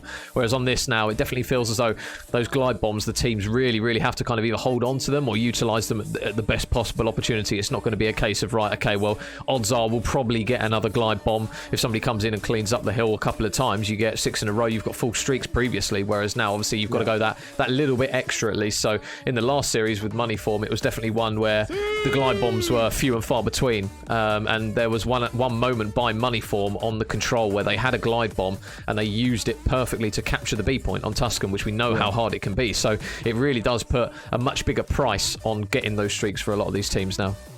Yeah, because previously we had seen those streaks getting used just when teams weren't even set up, just potentially to get the occasional kill, because there was the feeling that good players could get them quite frequently. The other thing it's kind of done is made the kind of a more chess-like approach. So yeah, teams will now kind of like be a little bit more contest heavy on P3 and look to really just make sure they maintain the right side for P4, especially on Gavutu. But we're seeing that across a few maps now where you're kind of deprioritizing a hill and just mentally going from almost A to C in that sense, skipping out a hill, almost just maintaining the contest and just maintaining sports next, because the glide's so difficult to get. So whether that throws that kind of longer term strategy within that microcosm of part of the game, then it could be quite interesting to see if that starts to turn up, especially if we look from P2, P3, P4 on Gav. And then obviously you've got the same kind of dealings with potentially second rotation P1, P2, P3 and Tuscan or something like that. So it could be interesting to see how this changes teams' approaches towards what were essentially fundamentally easy hills to break if you've got good players. So got a lot to think about, a lot to learn as well. I guess this is the first opportunity for a lot of people to see these top AM guys dealing with the 7 streak and how they go about utilising it. And one thing we do know you will see is that it will be less, just throw throwing it at the hill, they will be set up for a immediate pinch once, or immediate push once they drop. Yeah, and quick shout out to Jardine, Tommy. I think it's Raves and... Is it Panther? This is the thing with the X's in the names, and Ratman as well. Thank you very much for the follows, guys. So we should be shortly getting underway. The guys did start the map up, but they just had to quickly reboot, so we're just waiting on them to quickly do the same again, and we should be good to go for map number 1. But yeah, as you mentioned, Pablo, Revenge Tour at the moment, they've definitely got Moneyform's number at the moment. With the addition of Furious, though, kind of adds an additional factor to how the team plays. They definitely seem, with Furious in the side, they've looked a bit more fast pace, I would say, on some of the respawns and some of the hard points. They definitely seem to keep up quite well with ROKKR in terms of just pacing and speed. And obviously with Furious, obviously getting the kills, not just batting your head against the wall time after time after time on some of the hard points. So it's one where Revenge Tour, although they'll still feel confident going into this one, there's going to be that little unknown factor of having Furious in the team on Moneyform, because it looks as though it's been a good pickup. Yeah, that's what I'm saying. I mean, really, this is the battle of the pickups. I mean, aside from the story with Denza, aside from the elite qual issue where they put them out, this is going to be an interesting battle of the new players and how they gel into that team. And it looks already, you know, I mean, we get that a lot at this level, players do tend to fluidly move in and out of sides. But it does look like Moneyform's pickup is already, you know, secured them that win.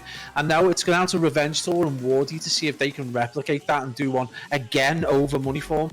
And this is a battle of the last minute pickups, you know, after the elite round robin and the elite quals. So yeah, this will be very, very interesting just to see how those two perform in a head-to-head almost. Yeah. I'm going to be interested to see how those stats go, and I'm interested just to see how the teams perform as a whole against each other. Yeah, and Mr. Jacko Cast with the sub. Thank you very much, Jacko.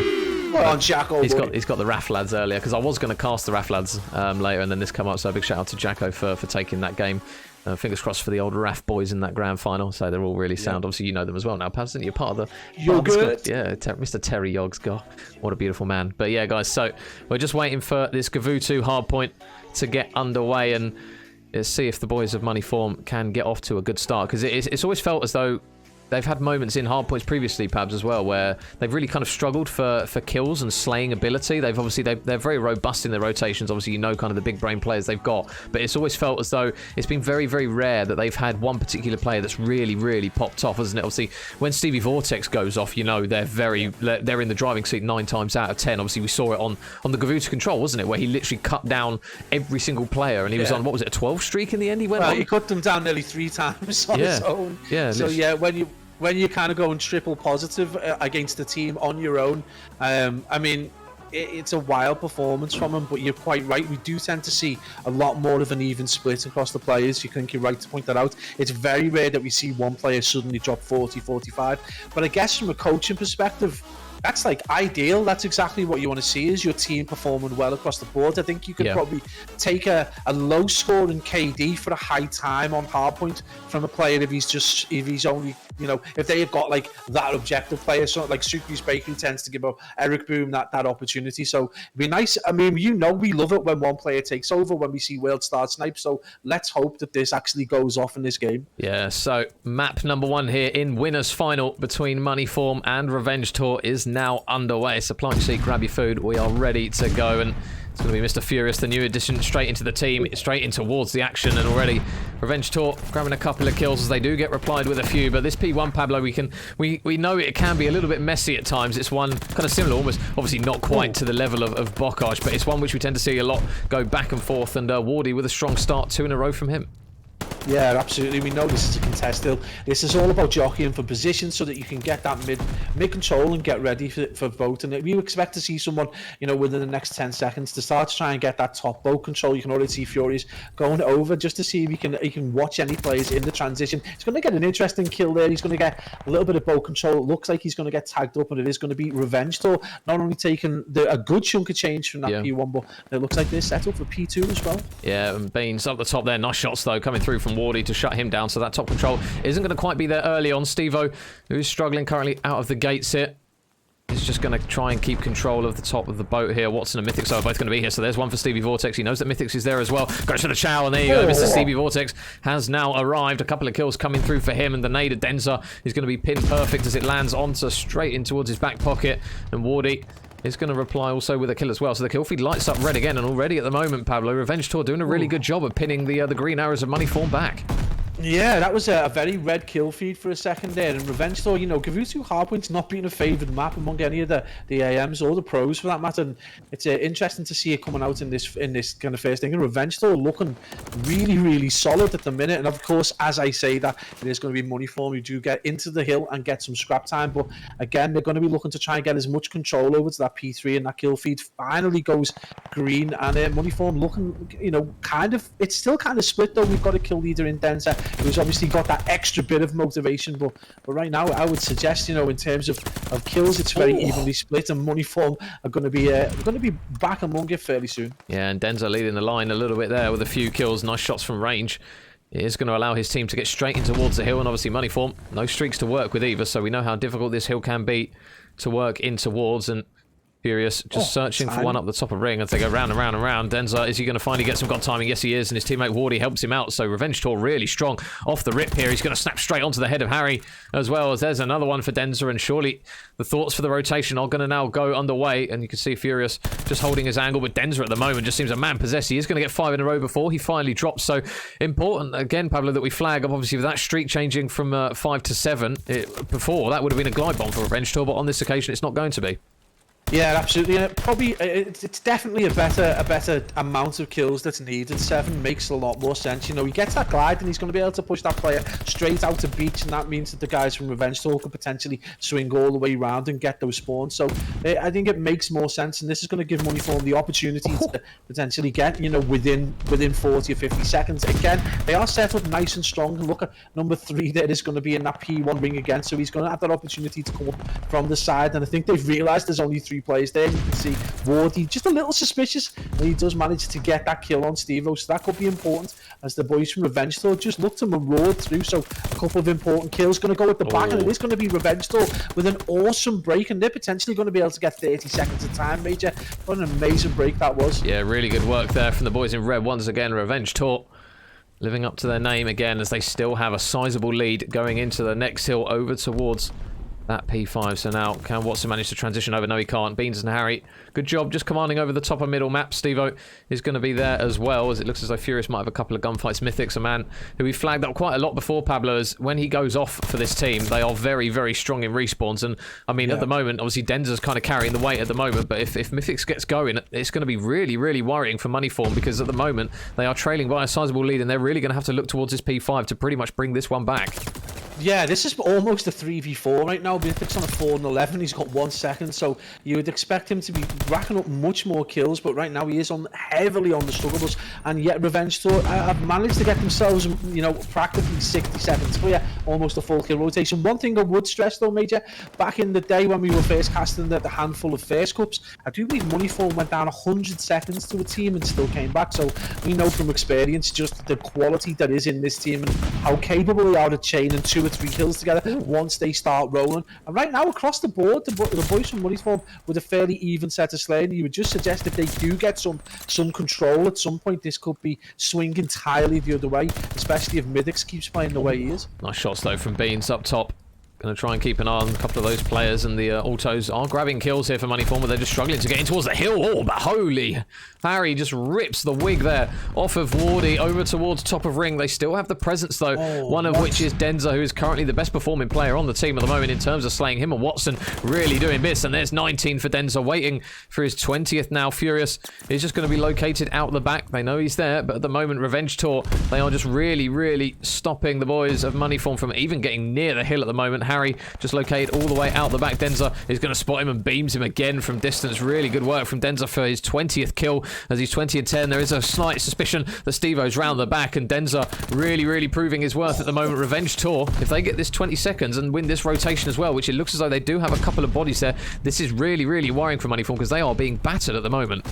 Yeah, they are completely off the pace, and right now he's still no Mythics really to speak of. He's got himself a solid chunk of time though, which is the best he can probably do, but Denzer and Watson absolutely fine. And Watson, another player that we highlighted between the last Cup 5 and the Elite Quals, as a player on the resurgence, a player often criticised for being a bit basic. He's absolutely gone off, 17 and 10 with a minute on the hill. This is huge time, and right now Money Form just looking completely off the pace, and Revenge Tour absolutely slaying out. But this is going to be a big hill if they can keep the defense. They can get themselves a solid, you know, get it at 140 at least. It keeps them within 30 seconds. And again, we talk about how they have got this ability once they're warmed up to chain hills together. They can get right back into this game. But they, again, as you stressed, Major, they really, really do need to get to grips with this hill. Yeah, and Beans is only going to be able to grab one. Steve-O's going to fall as well. Harry is still lurking nearby, and he might be able to grab a couple here. Mythix is going to spot him, though. And Mythix makes no mistakes about that as he carves through 3 of the money form players. And now the rotation,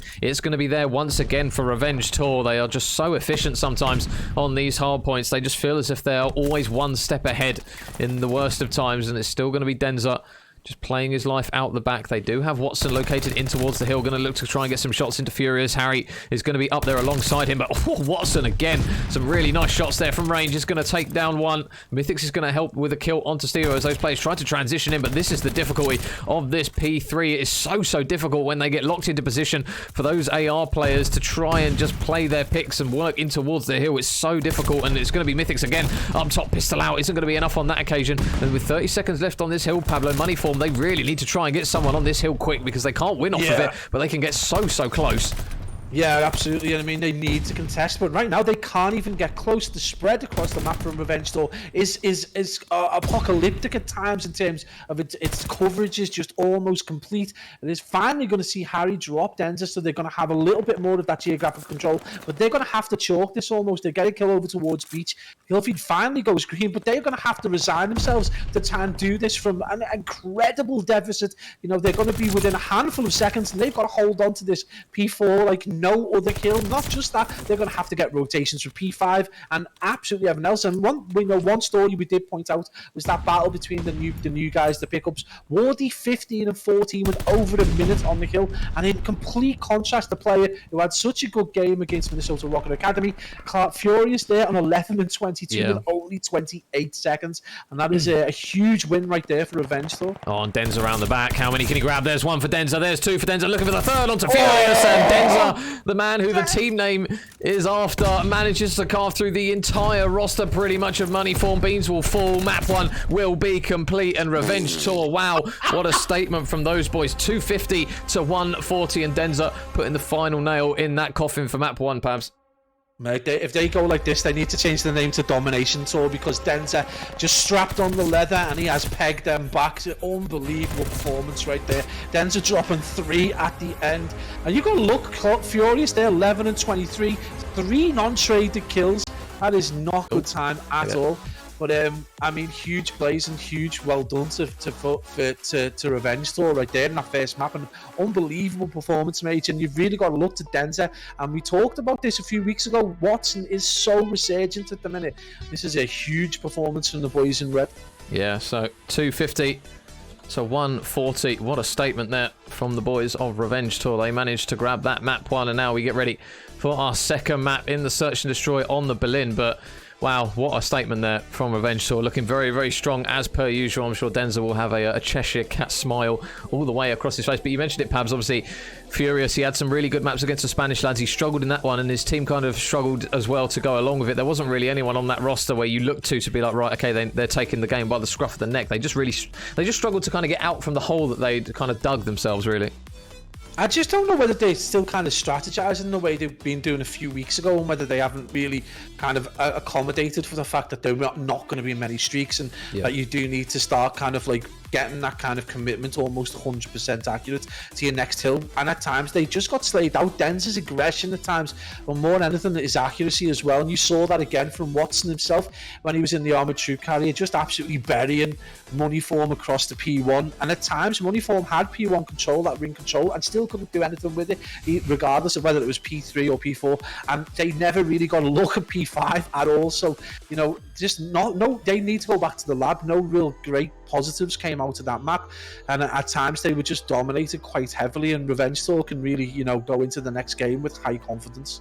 Yeah, so the chat are flagging up your leather comment at the end there, perhaps, because it was a very brutal. He's like, yes, I got it in, but nonetheless, their Revenge Tour, really strong map from those guys. And we look to the Berlin Search and Destroy, and this is one where Revenge Tour at the moment, Pabs, obviously on the back of that one, you're looking at also over to Moneyform, really, because I think it's Harry that normally Snipes or Harry and Beans. They're usually the two that kind of switch between the sniper. We've seen kind of the influence that snipers do have on Berlin. It's obviously not as influential as the likes of a Desert Siege. We haven't really seen, from what I can recall, like a very dominant sniper performance in Berlin for a while. We obviously, I can't remember who it was off the top of my head. I think it might be Maple that was really trying to give it a go. He did all right in phases, but then because he wasn't providing first bloods all the time and was getting caught out in a lot of positions with the sniper and obviously the subsequent pistol that he had to switch to a lot of the time, it can obviously hinder teams quite a lot if that player isn't getting first bloods and isn't getting picks pretty much every round. Yeah, absolutely. And again, the problem poses, and specifically if you're going to bring up that round with Maple, I think he ended up dropping 3 with the sniper. He didn't change the AR throughout the whole game, but the problem was he was ended up in a lot of 1v3 clutches, and he just wasn't able to get access to another gun in time, and just got dealt with. And if you're not going to get the first bloods, at least get the information and give it accurately, so your team can then go and deal with it and try and get yourself a weapon, especially if another player can get a first blood. But again, if you're not getting first bloods in the first 1 or 2 rounds, then it might be time to just chalk the sniper and go back to the AR. But yeah, I mean, we've seen some world-star performances. We just haven't really seen them at this level. We do see them at Tuscan a little bit more over towards field, but not since kind of Lucky dominated the first few cups, and maybe, lower down in the AM we talk about Leon's performance that one time back in the day. But it's been few and far between. But again, we do love to see it. So, don't put them away just yet. Just get them out for the first few rounds. If it's not working, make the transition. But yeah, I mean, it's going to be exciting to see. And again, this is a big opportunity for Moneyform because they clearly can perform really well on S&D. So this, regardless of the confidence that Revenge Tour go into this map, this is definitely one that Steve Vortex can dominate. Yeah, I don't think the boys of Revenge Tour will be getting too far ahead of themselves after map 1. So they seem like a very level-headed team. And Moneyform on this map, they managed to win 6-3. Against the ROKKR lads, so that's not an easy thing to do against a very, very well established team. As good as they are in respawn, they are also very, very good in search and destroy. So Moneyform off the back of that one with a couple of slightly different strategies than what I've actually seen previously. So it'll be interesting to see if they try and work something similar in this one against the boys of Revenge Tour. And you mentioned, Pablo, it's like Revenge Tour at the moment, obviously the momentum is with them, but if Moneyform tie it back up again, we're back to the situation which we talk about all the time of which way is this one going to go, because how many times have we had it where map 1 looks incredibly one-sided to one team and then map 2 looks incredibly one-sided literally to the other team. Yeah, I expect this almost. I genuinely expect Moneyform to do just as well in this one as they did against Minnesota ROKKR Academy. So this could easily be a 6-1, 6-2, something wild. Wouldn't surprise me at all. And then we go into a Gavutu control, and I mean, if you're going to take the prowess of the boys from Revenge Tour and Hardpoint, potentially that could be a blowout. But it just, again, it's such a weird game mode. If Moneyform start on that defensive side and they're able to get a good solid amount of kills, or get Steve Vortex to go off, or any of the players really to go off, and we end up seeing them go and taking that defensive 5th round if it goes that far. I mean, it's a good game, could go literally swings and roundabouts, and then we hit another respawn where potentially you're going to see Revenge Tour. We're back into a game 5. It wouldn't surprise me at all. In fact, it wouldn't surprise me if we don't see a 3-0 or a 3-1 for the foreseeable as these teams start to level out. Yeah, and obviously, for any of you guys who don't know, this is currently what our bracket is looking like. So, Sukri's Bakery, they've already managed to push through in towards that losers semi-final then by the sounds of it. So they have managed to progress through. Originals, they have been dropped out. 3 ARs and Bulldozer, they go flying through in towards that game, obviously up against the boys of Minnesota ROKKR Academy.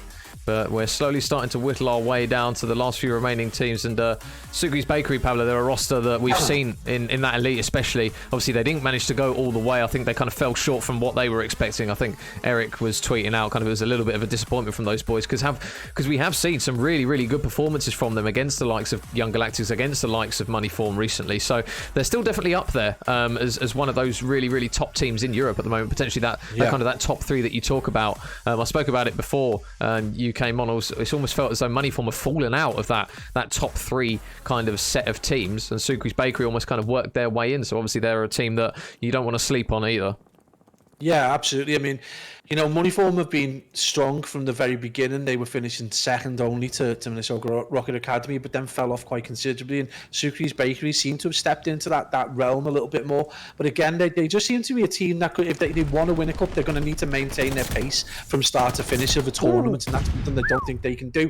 And straight away, we see Wardy again just proving what a quality pickup he's been as he drops it. It's going to be a 2v2 though, as Wardy and Mythics are going to face off against Harry and Beans, and it's going to be Harry with the sniper. So big plays right now from Wardy though, Major. Yeah, so Beans now 1 versus 2 in the opening round. Sniper's out. Oh, there's one. Hold that. Wardy's going to catch a sniper. Bullet straight to the chest. And he now makes it a 1 versus 1 up against Mythics. Going to try and just scout around to see if he can find anything. He's going to be right around the side of steps. Oh, he's going to spot him, and the pistol does just about enough. Really nice work there from him, and Moneyform take the first round. Bowl of words, Major, that need to be eaten.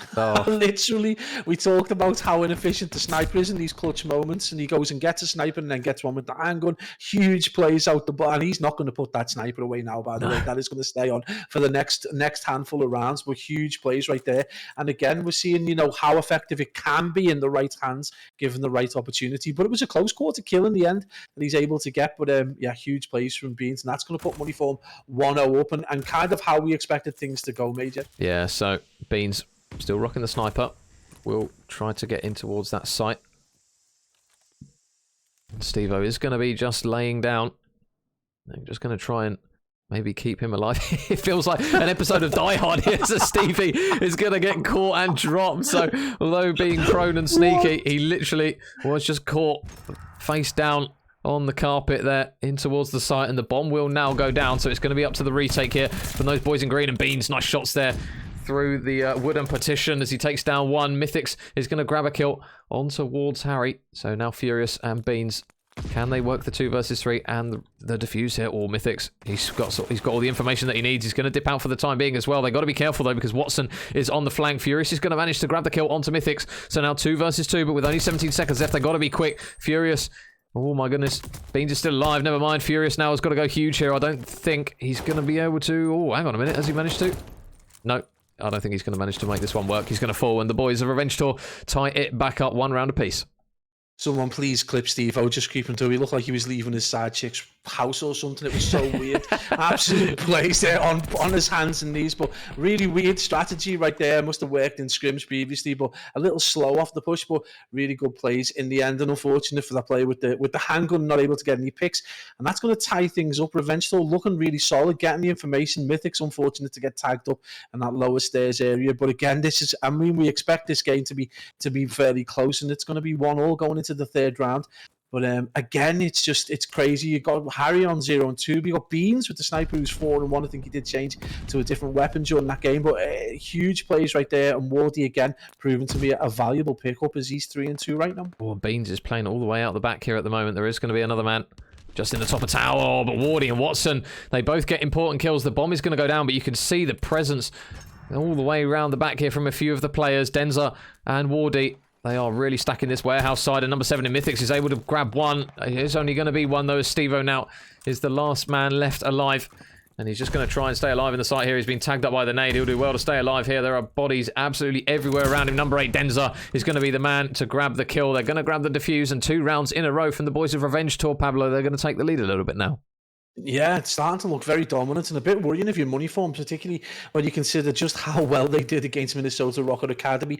But Harry right now is the player that you're going to look to. You feel if he gets more involved, it's going to be a much closer game. They can't allow the next round to go the way of Revenge Tour, because you feel that kind of dominance and that kind of psychological barrier right there in those 2 rounds against a team that they have struggled against over the last few weeks might be just too much of a hurdle. And right now you've got to look to that player who's been on the struggle bus since they kind of started the game against Revenge Tour in Furious Klaus, and then obviously particularly in Harry, who really does need to get off the mark and get himself involved in this S&D. Yeah, and Beans is going to get straight in towards the action. Nice shots from range. Isn't going to be able to get the kill, though. That person must be so incredibly weak, as number 3 Steve-O is going to be the last man inside. He's going to fall as well, and Revenge Tour with a really good strat once again. They are just cutting down Moneyform at the moment. Oh, by the wayside, Harry's going to do his best to grab one. It's not going to be enough, and wow, that was one of the quickest rounds in Billion I think we've seen in a while.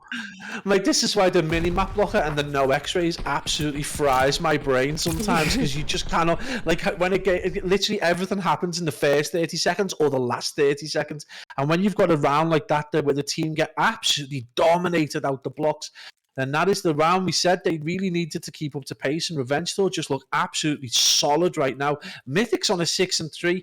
Didn't go off in the first hard point, but right now he's absolutely dominating this S&T, and this is a player Moneyform really don't want to wake up because he is an absolutely monumental player at times. Yeah, and I think it's going to get messy again. Number 4 in Furious is going to try and grab one. Oh, Furious, really good work to grab 2. He will drop those, so it's instantly now become a 1 versus 2 in the space of literally 5 seconds. So now Mythic's last man up. Can he work something here for the boys of Revenge Tour? He's going to be stuck over towards this warehouse side. Both players of Moneyform are just playing this really carefully and really passively. And number 7, Mr. Mythix, what can he work here? He's not going to spot anyone just yet. Oh, and I feel like Beans, is he going to spot him in the transition? No, he's not. So Mythix is just going to come straight across and gets a freebie onto Stevo. So he makes it a 1 versus 1. Mythix up against Beans, but he's still got the difficulty here, Beans, as well. He's got to try and retrieve that bomb as well, which his teammate Stevo has literally just dropped. Yeah, absolutely. This is going to be a huge 1v1 with 29 seconds to go. It is Beans who has got to find a way to get the bomb down. This is a nice position from Mythix. He's going to be able to get a reasonable amount of information, and he's going to get the most amount of information as he's able to clutch up in that 1v2, something we do not see very often. Mythix plays that really, really well. And again, we talked about, you know, Mythix being a player that Moneyform really wants to kind of like keep as low down as possible. He's absolutely firing on all cylinders after a reasonably tepid hard point, and he's just come to life, Major, in true style. Oh my goodness, so 4-1 up now, go Revenge Tour. This is a really, really strong statement again from the team that just seem to have Moneyform's number time after time. Mythix only 1 kill away from a strafing run, and obviously now 2 away from the glide bomb, so we'll stay on board with Mythix and his team. It looks as though it's going to get Mixie over towards the A site again, so the tacticals and nades are coming through. Number 8 in Denzer is going to try and work his way up towards the bomb site. Harry is just going to be keeping an eye over it for the time being, but they have offered the boys of Revenge Tour quite a lot of control over towards that site. You have got number 4 in Furious all the way out the back, but bomb goes down.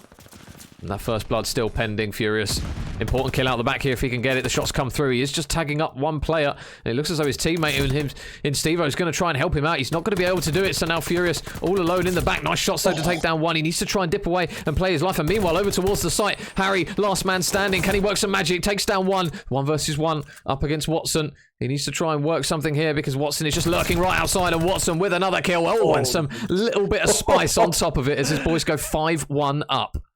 Yeah, a few extra tasty bullets at the end there, and that's kicking a man while he's down. But Watson, again, very resurgent at the minute, obviously enjoying the dominance that they've got over Moneyform right now. 5-1 is a statement right there, Major. That is a huge, that's a signal to the rest of Europe, and especially if you're Minnesota ROKKR Academy, you've just been bodied quite heavily in S&D by Moneyform. Revenge Tour are just sending a message out that says, you're not going to be able to touch us. We are indestructible at the minute. Mythic's 8-4. You've got absolute performances across the board from the other 3 players.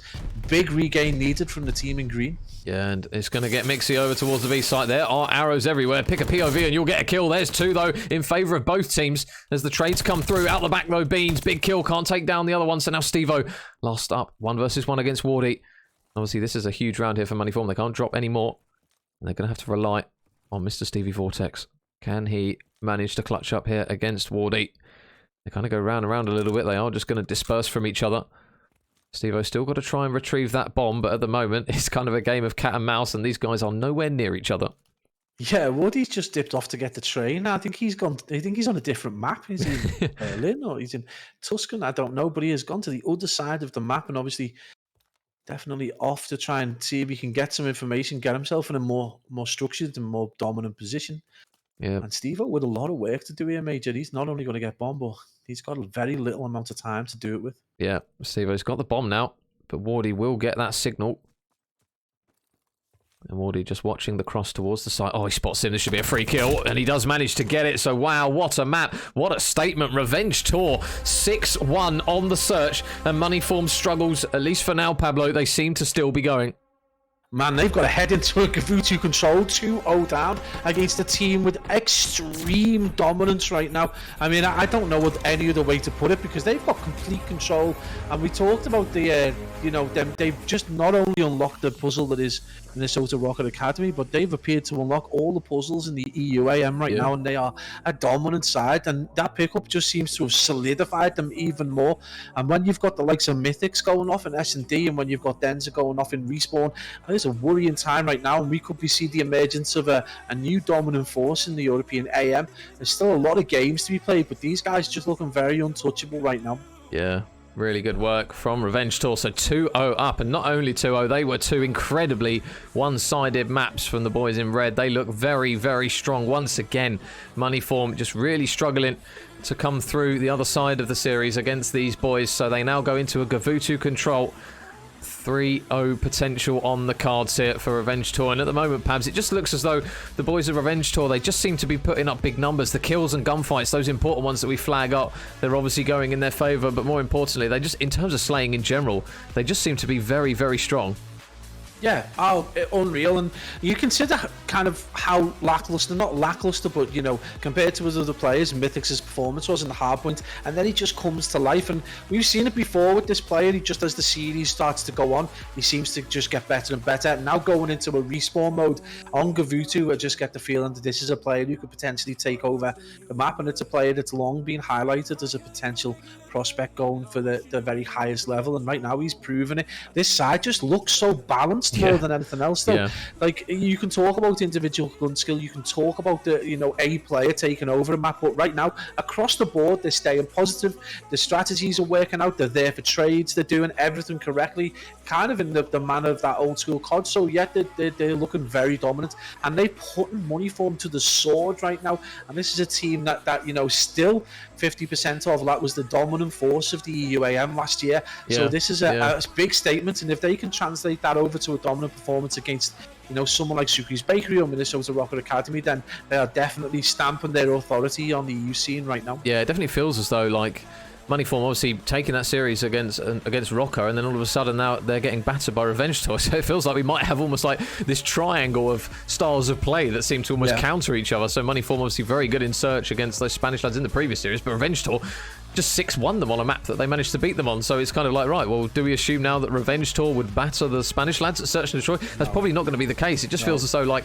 a lot of these teams, their style of play, it just seems very good against other teams and then struggles against other ones. So it's one where it's difficult to try and find a balance of, like, a hierarchy of who's going to be expected to beat someone just because they beat another team. And I suppose that's always the beauty of Challengers COD. You never 100% know what you're going to get in any particular series, as we're discovering now. Yeah, absolutely, and it's a good point as well to point out. So you consider that for a long time, Moneyform's issue with the Minnesota ROKKR guys was that they were off the pace, and now they've got that pacier player in there. They just look to have unlocked that puzzle, and prior to that, even in the elite calls, the round robin, they seem to have unlocked the puzzle, and it was pace that was slowly, but that was seeing them off, and that kind of consistency at that pace right the way throughout the series, and they've unlocked that. Revenge Tour, on the other hand, just seem to be playing at a completely different angle to the likes of Minnesota ROKKR Academy, and that seems to throw the cat among the pigeons for Moneyform, who don't seem to have kind of the key to unlock that puzzle. I would suggest that Revenge Tour do seem to have kind of a better opportunity against the likes of Minnesota ROKKR Academy, because they've done it before, and I think they can do it again, especially with this edition. They just look really strong right now. So right now, if you're a better man, you would suggest Revenge Tour definitely odds on to take the cup. But we know a couple of things. We know that the likes of Minnesota ROKKR Academy can suddenly string 5 or 4 rounds of S&D together out of nowhere. We know on Respawn that they can just look like no one in the world could touch them at times. But then we know Suki's Bakery, if they get the gas and they get the consistency, and Yako and Eric Boom absolutely go off on one, that they can throw the cat among the pigeons as well. There are plenty of cats among pigeons in this particular cup. So many cats and so many pigeons. You need to keep track of all this. It's crazy amount of it's mad. So guys, if you did miss the previous two maps, 250 to 140 to Revenge Tour, saw them 1-0 up, and then 6-1, which we've just seen now puts them 2-0 up in the series, and we are now loading in towards the Gavutu control. Obviously, control at the moment, Pabs, is one where those defensive sides, especially even on Tuscan, where we've only got 2 maps at the moment in Gavutu and Tuscan, they're very, very defensive-sided, aren't they? It's one where if you can take that offensive round, you look as though you're in the driving seat. Saying that, though, in the previous games between the Spanish lads and Moneyform, both teams managed to take an attacking round, so it looks as though maybe certain teams are starting to find methods to capture the more difficult sites, which is refreshing to see from our perspective anyways. Yeah, I think Gavutu's always been the easier of the controls, especially that point B. It's not easy to get, but it's certainly a lot easier than Tuscan B. But, I mean, you just need to get that kind of... A lot of teams try a couple of different ways, get beach control, kind of play the lanes, kind of north to south as such. Previously, attacking rounds were kind of one if you could get jungle control and then force the opposition, the defensive side, to spawn out over towards that P5 area. But again, it's horses for courses, I guess, and whatever strategy wins. Some teams going for B straight off the rip and seeing if they can get a tick or two, and that can help. But again, that usually costs lives and costs time. So we are still seeing that kind of A push strategy. But rather interestingly, mate, it does look like it's going to be a B push. Yep, and one man here is going to be Mr. Beans and all. There you go. He's tinned 2 of them, and there's a couple more as they managed to drop 3. So good work there, right off the rip there from Beans, as that initial push over towards the B site is going to be in the hands of Moneyform as they look to try and hold strong here. But good work coming out of the spawns there, and we've seen a lot of times as well, Pablo, some teams on this level in particular at Call of Duty very, very good at pinning teams back when they get that first wave of kills on the defensive side. They're never shy in terms of aggression, of getting in the face of some of these teams that are spawning in. It looks as though Moneyform were trying to do that, but Revenge Tour did have their number in that one, and they managed to stop them, and now they're trying to push both points pretty much at the same time. Yeah, absolutely. I think the most dominant round of control we'd seen was Moneyform in a round 1. I might have even been against the Young Galactics, now Minnesota ROKKR, where they absolutely just, might have been the originals actually, they absolutely just pushed across and dominated them and just spawn trapped them, absolutely destroyed them. But right now we are seeing some progress go down towards A, and it's nearly partially done. They've given themselves a good chunk of time if they are able to get this A. Right now it is 23 lives to 20, so Revenge Tour actually would expect from that defensive side with a slight life advantage. A has gone down as 1 minute 50 now, and we know that we've seen Moneyform go absolutely off over towards this jungle. This is where Steve Vortex and absolutely dominated over towards this jungle. So good solid defensive opportunity, and look at that setup, Major, right the way across beach, watching every lane possible. Yeah, they are really, really well split up at the moment, Moneyform.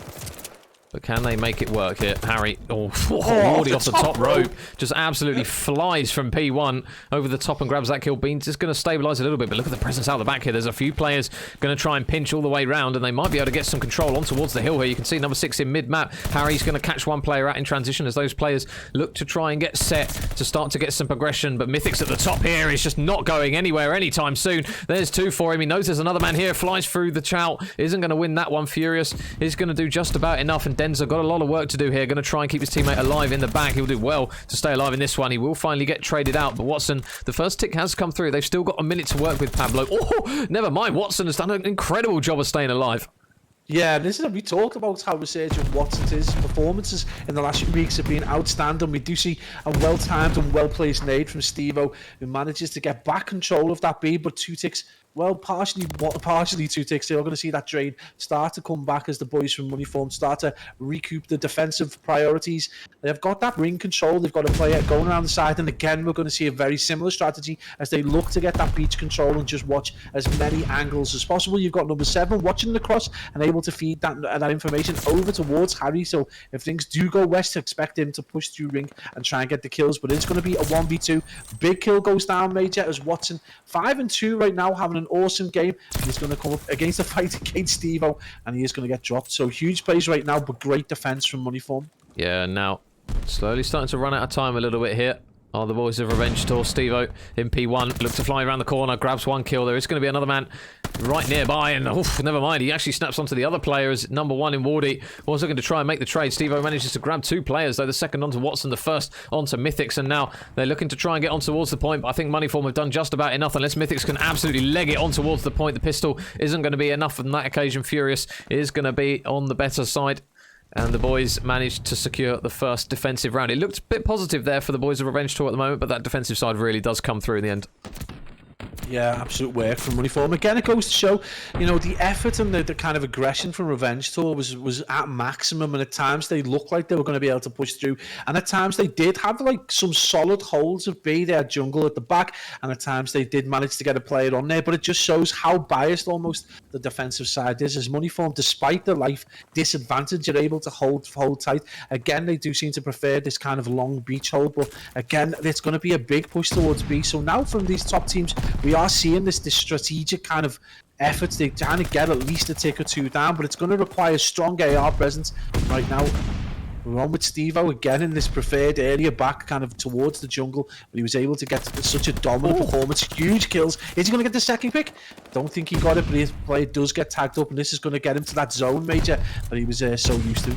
Yeah, but now Furious, all of a sudden, lone man. He'll do well to stay alive here. There's a few players around him, one of which, oh, never mind, the nade actually made one of them weak. He's going for the second as well. Oh, Furious somehow stays alive over towards that B point, and this is just really, really awkward for Revenge Tour, because they're now going to have to pretty much completely chalk that A point and try and get some players in and around him inside the hill. They will finally take him down as Mythics grabs the pick onto him, and Wardy looking for a next potential engagement. Beans is just going to be up towards P1. Spots one player in transition. Oh, but the shots there from Wardy to spot him through the narrowest of gaps, able to take him down. Dender's going to reply with a kill himself.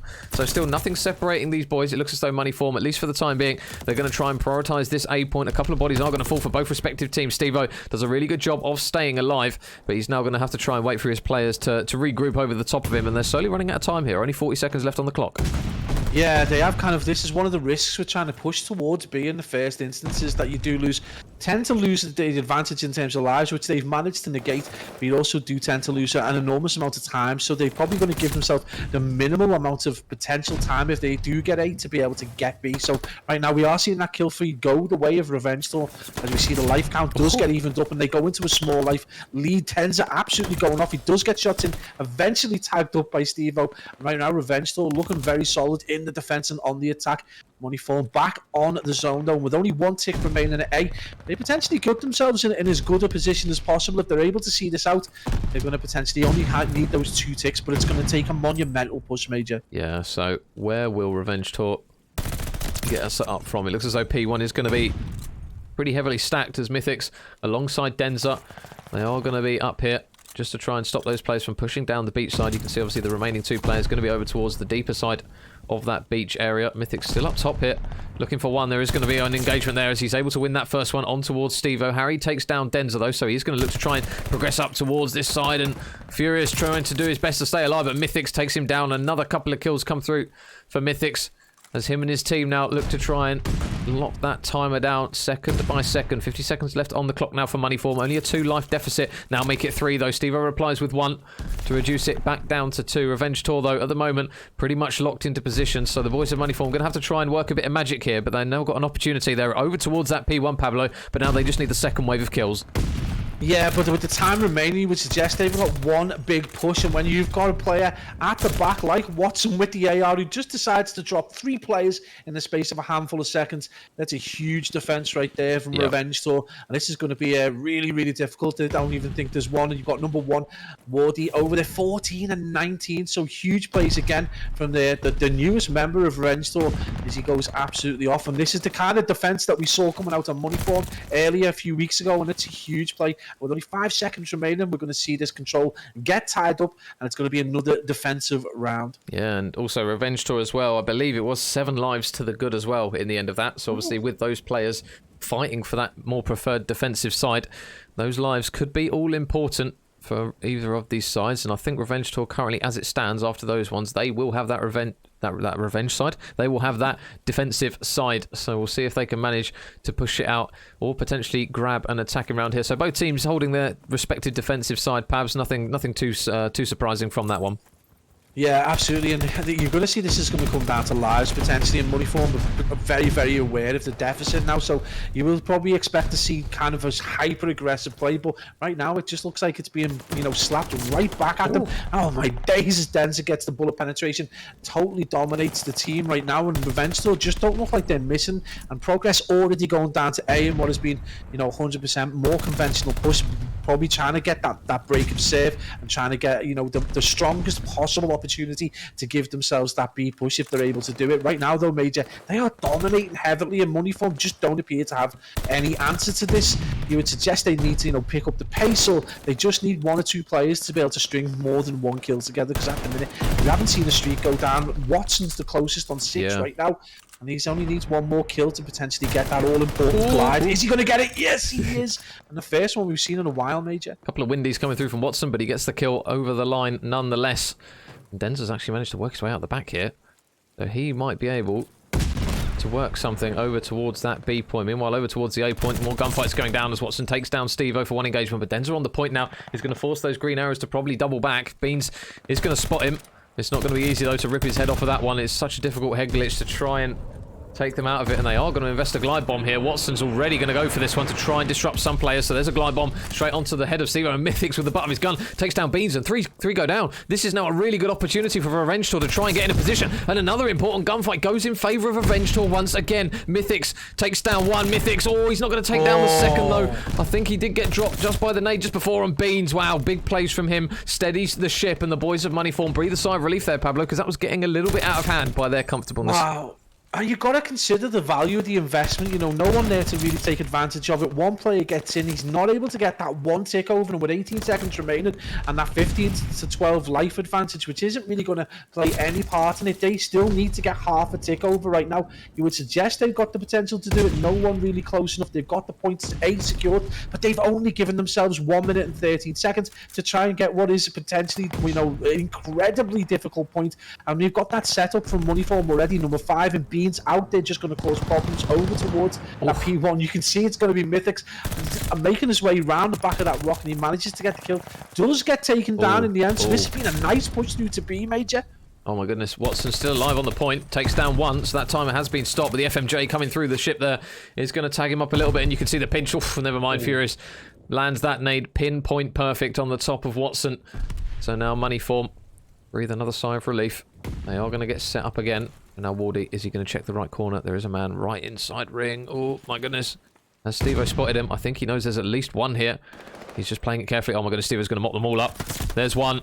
There's two. And that could be the final nail in the coffin here for this third round. It looks as though Steve-O manages to take things into his own hand. And the boys of Moneyform look as though with 25 seconds left, this should be pretty much doable from this point, and another defensive hold, you would think.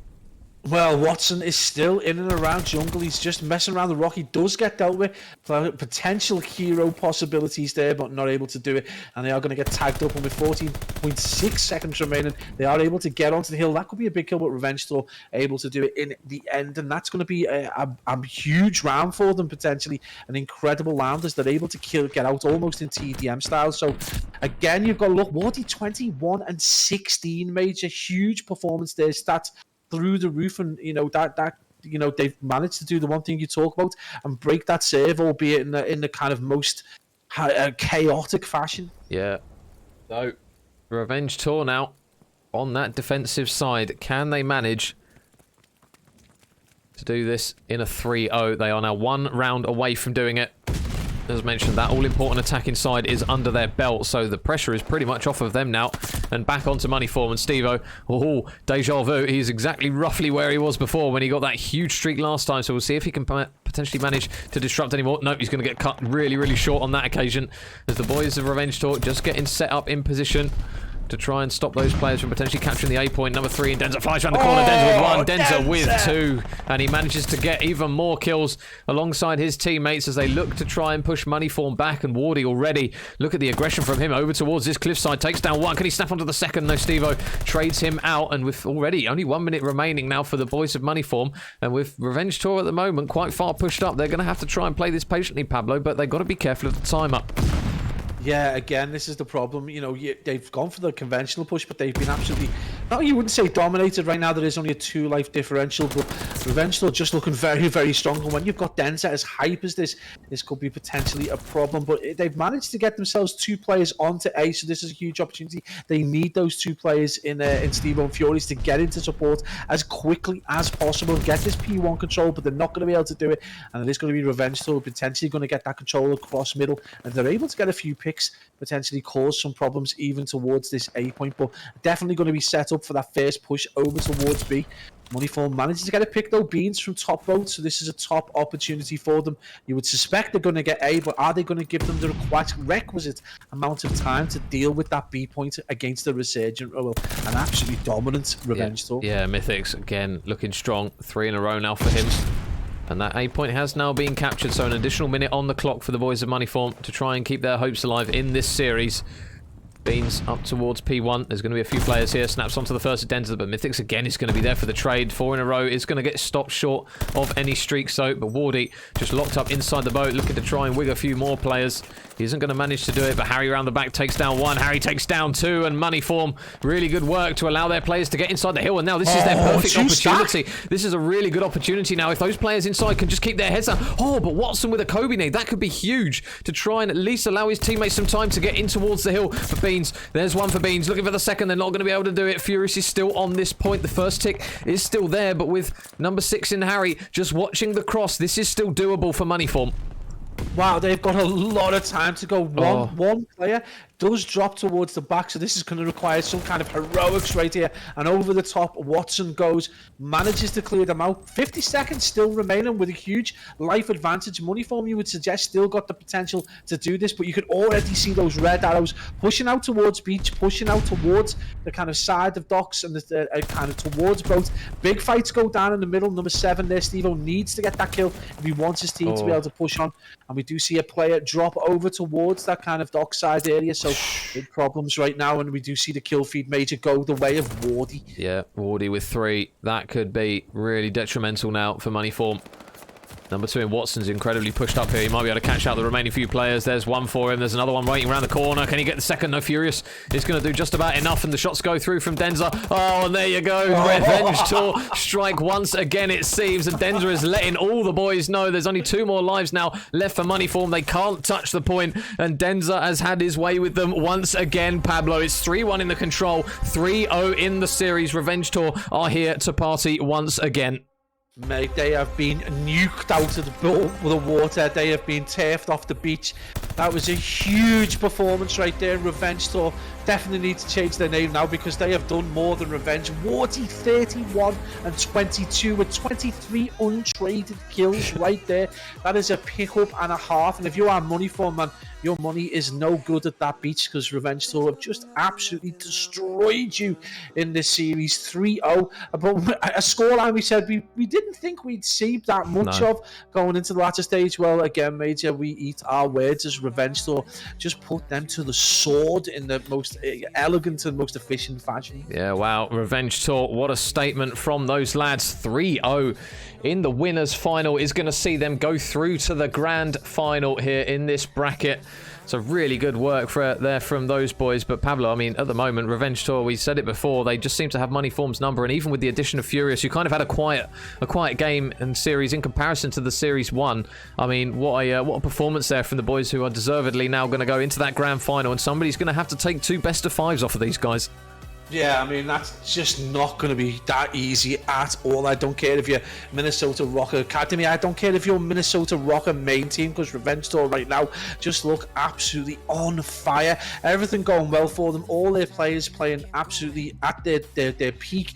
You know, we talked about Watson being really kind of like the make or break player for this team. Sometimes, you know, in the previous cups, he's had some kind of like less accurate performances, less decent performances than he would like. Well, right now he is definitely on the ascendancy, supported by a Mythics who has just, you know, reached his potential and definitely playing at a great level, and then Denza, who's just got that extra motivation to just prove that he is one of the best AMs around. They are just looking absolutely, you know, untouchable right now, and you would suggest whoever does have to face them, they're going to be on the struggle bus from the outset.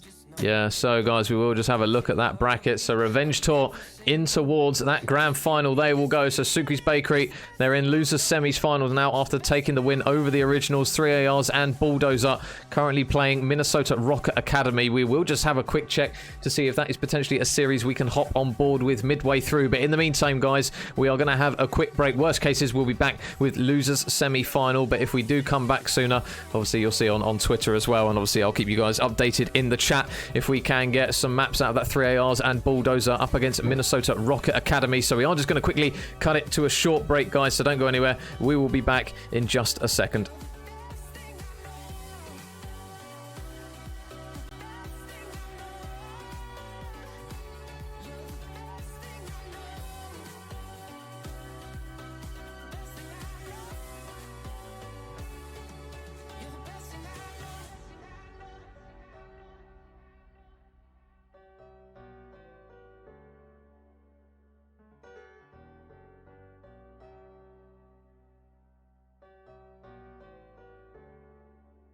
first thing I know.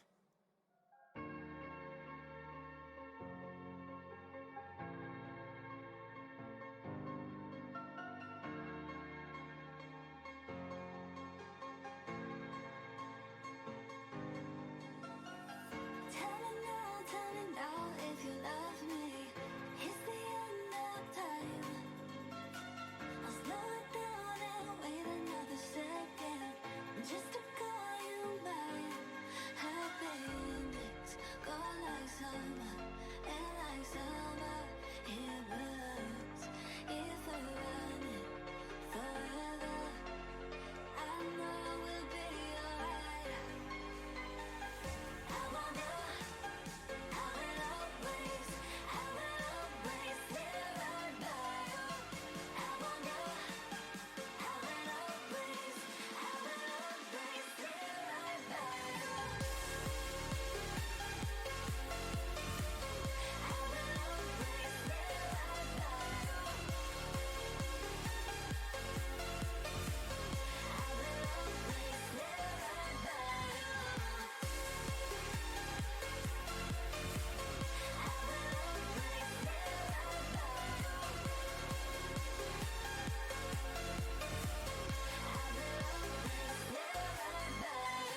There's love in the air, all around us, everywhere. I can't make it more clear. Can we stay forever? I remember the nights we stayed awake, got high on life. We drove through the city lights. I guess we lost track of time. Hey, hey, jump into the water. We will never surrender our love. We will never burn out. We will escape this town. We will escape this town. We will escape this town. We will never burn out. We will escape this town. We will escape this town.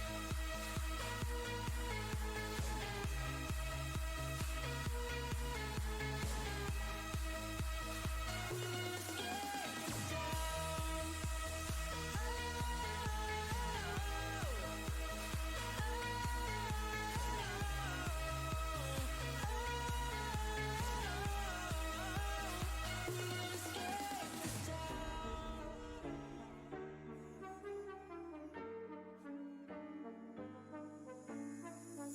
See the photo by your side of the bed, the Polaroid from the night that we met. Take it all. Take it all with you. You left that sweater that you bought in LA, the one you got when it started to rain. Take it all. Take it all with you. 'Cause it's so much harder to even get started getting over you. When you leave behind these bittersweet reminders, don't know what to do. So burn the sheets and memories of you and me. Oh, help me erase you. I can't sleep when you don't sit there with me. So burn the sheets and help me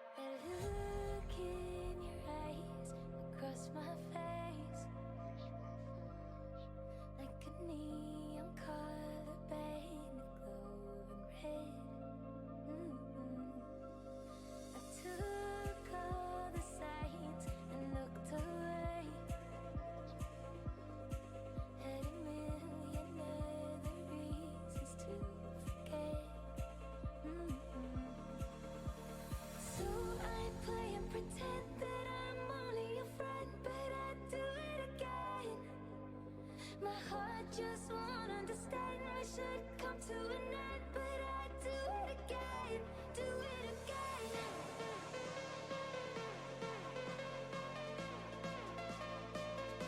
Do it again. Do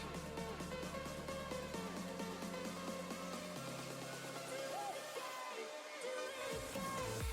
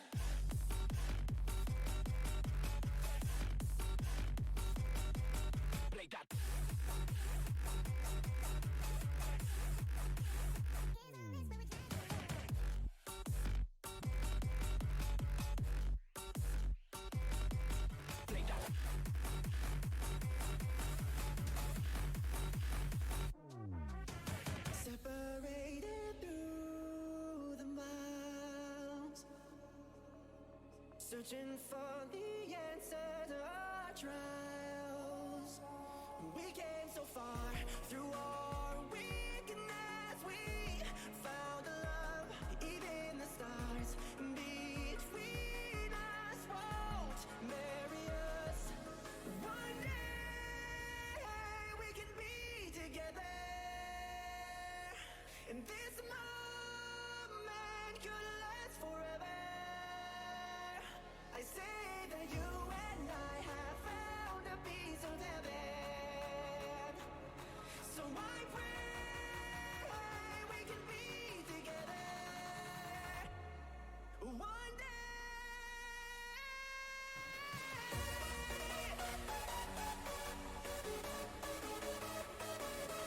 So I pray we can be together one day.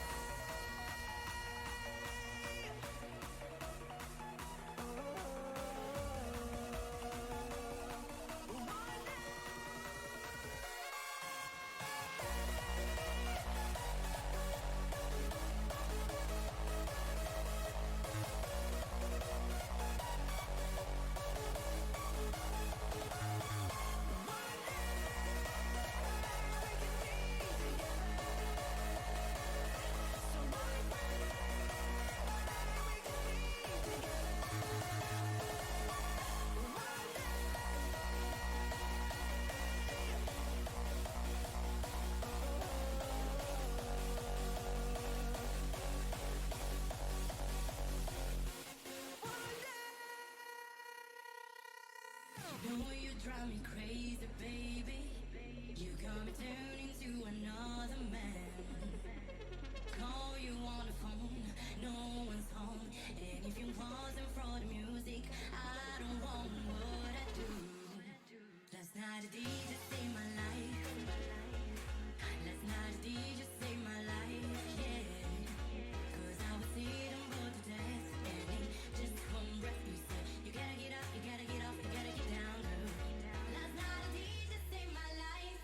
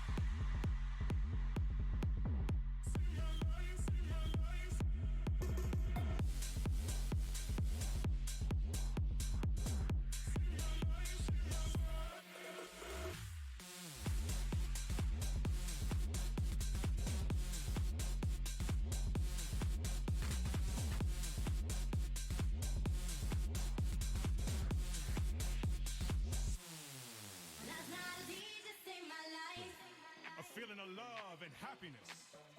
So let no one destroy this house. Let no one mess up this house. Only let the people in who's gonna know how to make this house the house of love. The house of love. The house of love. The house of love. The house of love. The house of love. The house of love. The house of love. The house of love. The house of love.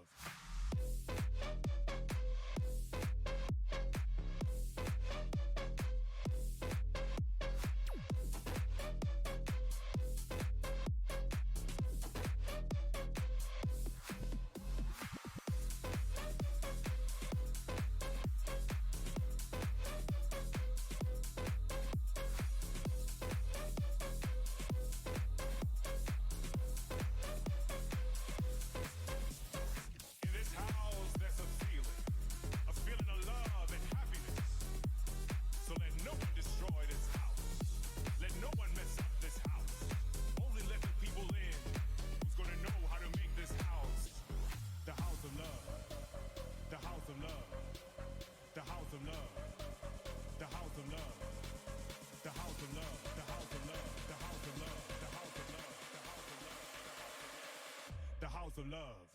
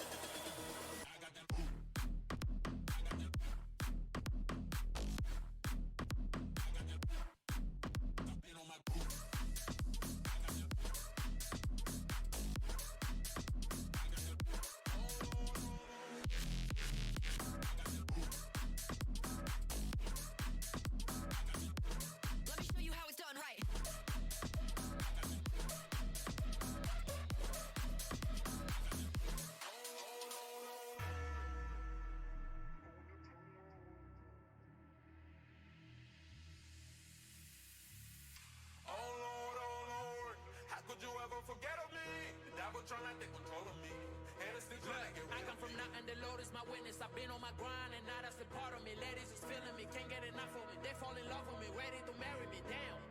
Oh Lord, how could you ever forget of me? The devil trying to take control of me. Haters still trying to get rid They of told me. me no, I had to insist that that was a lie. You gotta resist, can't take control of me. I got the Lord with me. Went from the street to the stage, up is proud of me.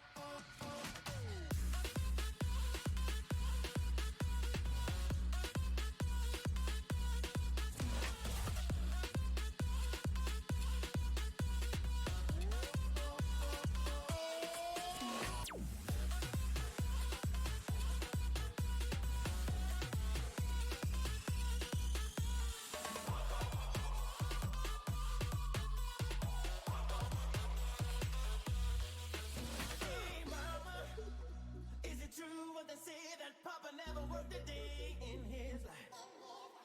And mama, some bad talk going round town saying fuck patriots and children and another wife. And that ain't right. And that ain't right. And that ain't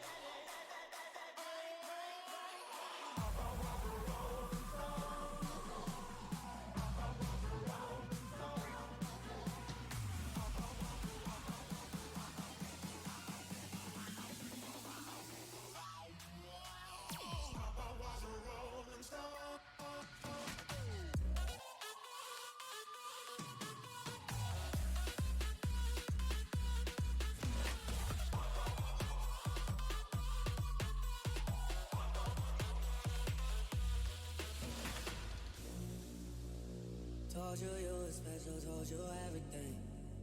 Told you you can have it if you want it, babe. You're so fine and you know it. And you're so fine. Yeah. Told you I've been thinking about everything. Like how we choose a drink to forget everything. You're so fine and you know it. And you're so fine. Stay low if you say so. What do I know? You know what I've been through. I told you I should know. 'Cause I should know. Yeah. Stay low if you say so. What do I know? You know what I've been through. I told you I should know.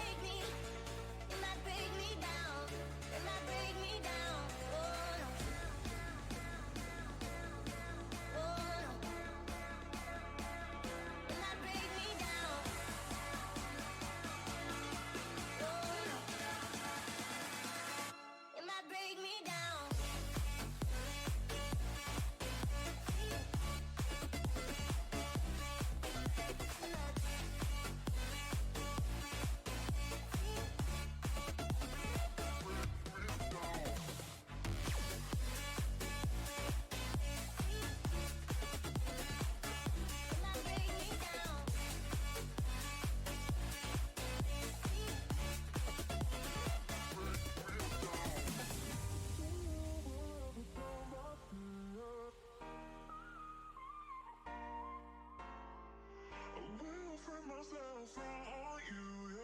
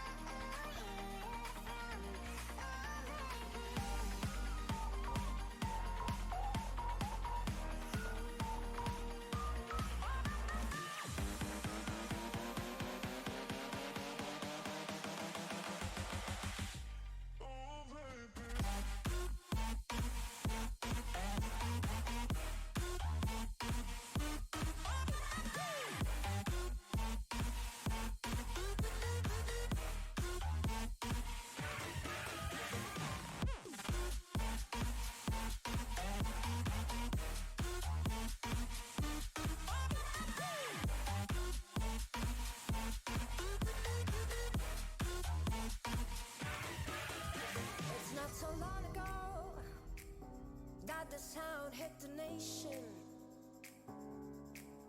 Every Saturday night on your favorite radio, the party's jumping, yeah, and the vibe feels so strong. Throw your hands in the air, lift your head up high. You know you've got to sing along. Oh, don't you know, pump it up. You got to pump it up. Don't you know, pump it up. You got to pump it up. Don't you know, pump it up. You got to pump it up. Don't you know, pump it up. You got to pump it up.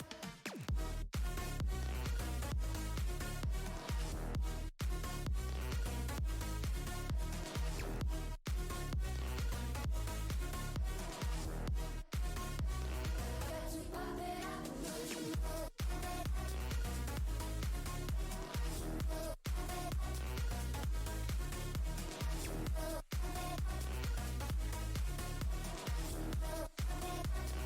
Got to pump it up. It's not so long ago that the sound hit the nation. Every Saturday night on your favorite radio, the party's jumping, yeah, and the vibe feels so strong. Throw your hands in the air, lift your head up high. You know you've got to sing along. Oh, don't you know, pump it up. You got to pump it up. Don't you know, pump it up.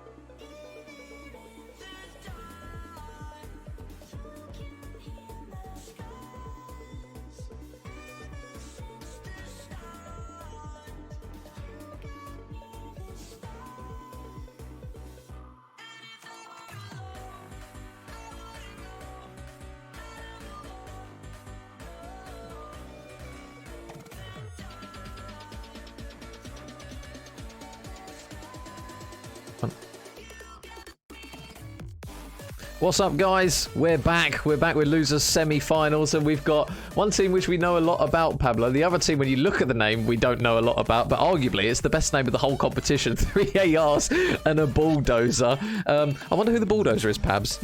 Mate, I'm just saying nothing, but our chunky friend, the king of the player block cards, and one of my favourite players, definitely got to be him. It's 3 ARs and a big fat Jax, because he's my favourite player. Yeah, so for anyone who doesn't know, we're kind of in a position, Pablo, where we didn't actually expect 3 ARs and a bulldozer to kind of be in this position, because they've played Minnesota ROKKR Academy and they've managed to beat them. So they are now up against the next lot of Spanish lads. So for them lot to come through against them boys, it's quite some achievement really for those guys. Fair play to them. It's a weird one though, isn't it, when you consider that like Chaxter got through to like the grand finals of champs, challenge of champs last year. It's not like I think, and they didn't really feature too heavily throughout the rest of the season. It's not that surprising to see him, get a team together that can do okay. And as the year goes on, don't be like, don't lose your mind to see Chaxter in the top 4 by the time we get to Challenge of Champs. It's not that surprising. Yeah, he's obviously had a much more difficult time. No Piero this year, and obviously the other 2 players. I think it might have been Furious and I can't remember if it was Wardy or not, but it was definitely Furious and someone else went their separate ways. But don't be amazed if Chaxter's there or thereabouts by the end of the year.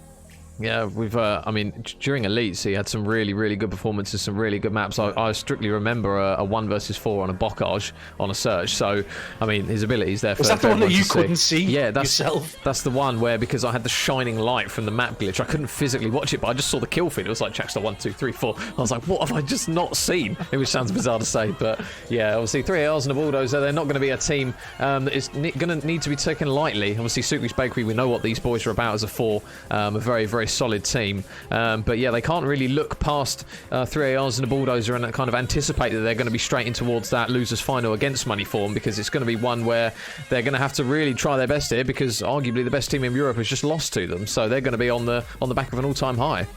Yeah, absolutely, and it's not just that. Like, if you're Suki's Bakery, you've been consistently getting to this kind of stage and then running out of steam almost. So, if anything, you need to regain now in terms of like between cups and between quals and stuff. So, yeah, this is the danger zone really for Suki's Bakery, where we've seen them kind of be a bit hit and miss just at this very stage. So, this is a good opportunity for Chaxter and Co to, the bulldozer himself to potentially just take this confidence, to take that form and just take it a little bit further. Right now, you would suggest Revenge Tour are definitely the team on the ascendancy right now. But I say, you can't really write any of these players off at any given time.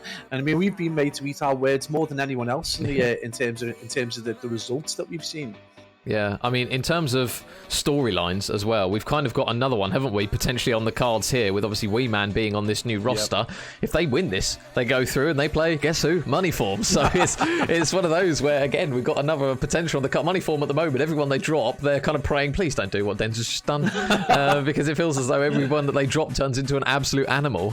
So it's another opportunity. Wee Man was pretty animalistic before they dropped him. He had some really, really amazing games.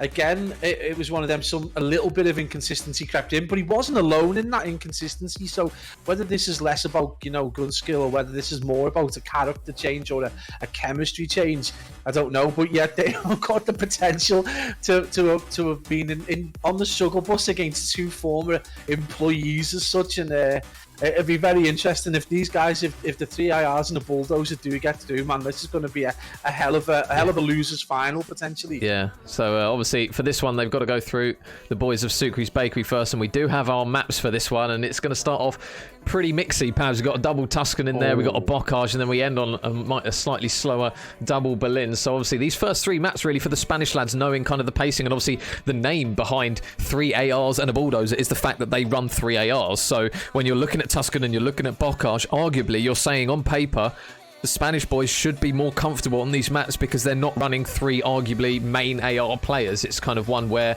you normally tend to see that 2-2 split, and obviously on Bocage as well, we see 3 SMGs actually sometimes get run. So for the boys of 3 ARs and a bulldozer, if they can potentially push that map 4 and even map 5, then they're probably feeling a little bit more comfortable, because they're in obviously with some of those roles that their players are a bit more comfortable with. Yeah, I mean, looking at those maps though, Major, it's got super written all over them. First three in particular, you know, even ROKKR's S&D, we know that he tends to run a sniper and he tends to be reasonably effective with it. It's such a small map that once that kind of efficiency does go, he's got enough, you know, there isn't very far to pick up another gun. So Yeah. I would suggest it's definitely in the pockets of the, right now, the advantage is with the boys from Spain. But again, you know, we've seen TARs used in ROKKRs before now to some effect. Probably not going to play into the hands of these boys, but if they can get a couple of maps and take it to that map 4, then Berlin definitely becomes their zone. And again, Sucre's Bakery, you know, can be a weird Jekyll and Hyde team. Is that a Tuscan control they're going into? Again, they can be amazing on it, or they can be absolutely terrible. So it's about taking your opportunities. It's about punishing mistakes as well. And the other thing to bear in mind is at this kind of stage in the cups and potentially a latter part of a series, Sucre's Bakery tend to run out of a little bit of steam. So there's an opportunity there if the guys from the 3IRs can maintain pace right the way throughout the game, that they could, you know, potentially cause another upset, and I wouldn't write them off at all to do that. Yeah, and obviously coming away from the series just ever so slightly, this is the first time that we've not actually seen the Minnesota ROKKR lads in a grand final in a cup. There was obviously the opportunity for them to grab 5 out of the 6, which is a ridiculous stat. Obviously now it's going to come down a little bit because it's going to have to be 4 out of 6 for those boys. But a first grand final without those boys in it, it's going to feel odd, isn't it? We're obviously stuck now without them in the grand final, so it's good to see another potential opportunity for either Revenge Tour to take another one, or for somebody else to get to the peak of Europe for this one. Yeah, it is. It's great to see a change, but again, I mean, we had the conversation and you were like, I'm not so sure, and I'm like, maybe, I don't know. So with these guys, I mean, they guarantee qualification to the next elite. They just probably, as the money just gone in the bank from the last elite, and literally Yako posting the picture this week with his feet up on the desk, and you just don't know what their mindset was going into this, and just how, you know, they might have tried different strats or done something, but I'm sure they're not like like superbly disappointed. They've done so much already. Then again, they seem super competitive, and I think they probably would have liked to get to the final. But again, you can only beat what's in front of you. And one thing that the boys from 3ARs has done is they've beat, you know, the best team in Europe, and that is huge. Hats off to them, and really testament how far they've come. Yeah. So speaking of hurdles now, there's one Spanish hurdle down. They've now got another one to take over on this one. So we'll see how the boys of 3ARs and a Bulldozer open up potentially here right off the rip. It is going to be a couple men on the side of Sucre's Bakery looking to try and push through to the more preferred side. Yako, though, really hot start from him. Manages to grab a kill alongside the remainder of his teammates. And the boys in blue fighting from that arguably less preferred side, Pablo. But Sucre kind of lurking at the moment. Oh, no, never mind. Made to eat my words. So Sucre's Bakery, they flip out the spawns like almost instantly. And none of these players are anticipating this because they are all facing the wrong way. Yeah, absolutely. I think it's completely taken them by surprise, and they're having to deal with it now, and obviously it is a bit easier for them to be able to get kill time. Right now it's being contested, and that is a real testament to the work from 3ARs have done so far. And only 15 seconds remaining. This is going to be a reasonably close game going into P2. Right now, no one really making the transition. Finally, we see the red arrows of 3ARs get over there and look at that setup. It's reasonably solid, and they're just looking to get, you know, destroy that first kind of push towards P2. So really nice play from 3ARs, and they're finally going to kind of make their way onto the point. They've got a little bit of information. They'll know the players in church, and as they push around the back, a massive fight goes down, and mate, it's going to be Connor at the back, and he drops the effervescent Eric Boom. Yeah, and Wee Man, the new addition to the roster, already starting off hot. 5 kills for Wee Man at the moment as his teammates still get on towards the hill, still soak up the time, and it's a really strong start here from 3ARs and a Bulldozer. This is really good work over towards the P2. We know how mixy this hill can be from time to time, but they still have BB Connor on towards the hill. Yako up top is going to get cut down as well as Connor grabs yet another kill, and Sucre's Bakery at the moment, they are really struggling to get anything going so far in this map. Eric's going to try and punch his way in. Nade comes through. He knows that Connor's weak on the point. Is he going to chow the right corner? No, he's not. Connor still stays alive. 4 in a row now for him, and the boys of 3ARs and a Bulldozer couldn't have asked for a better start. Yeah, I mean, it's an immaculate performance over from P1 to P2, and again, really testament to just how they managed to dominate that mid-map area. They have got a huge challenge facing them now. They've got to break through this stronghold of blue arrows. You can see one player already touching the hill, and look at that right across that kind of lower third of the map. They've got complete coverage.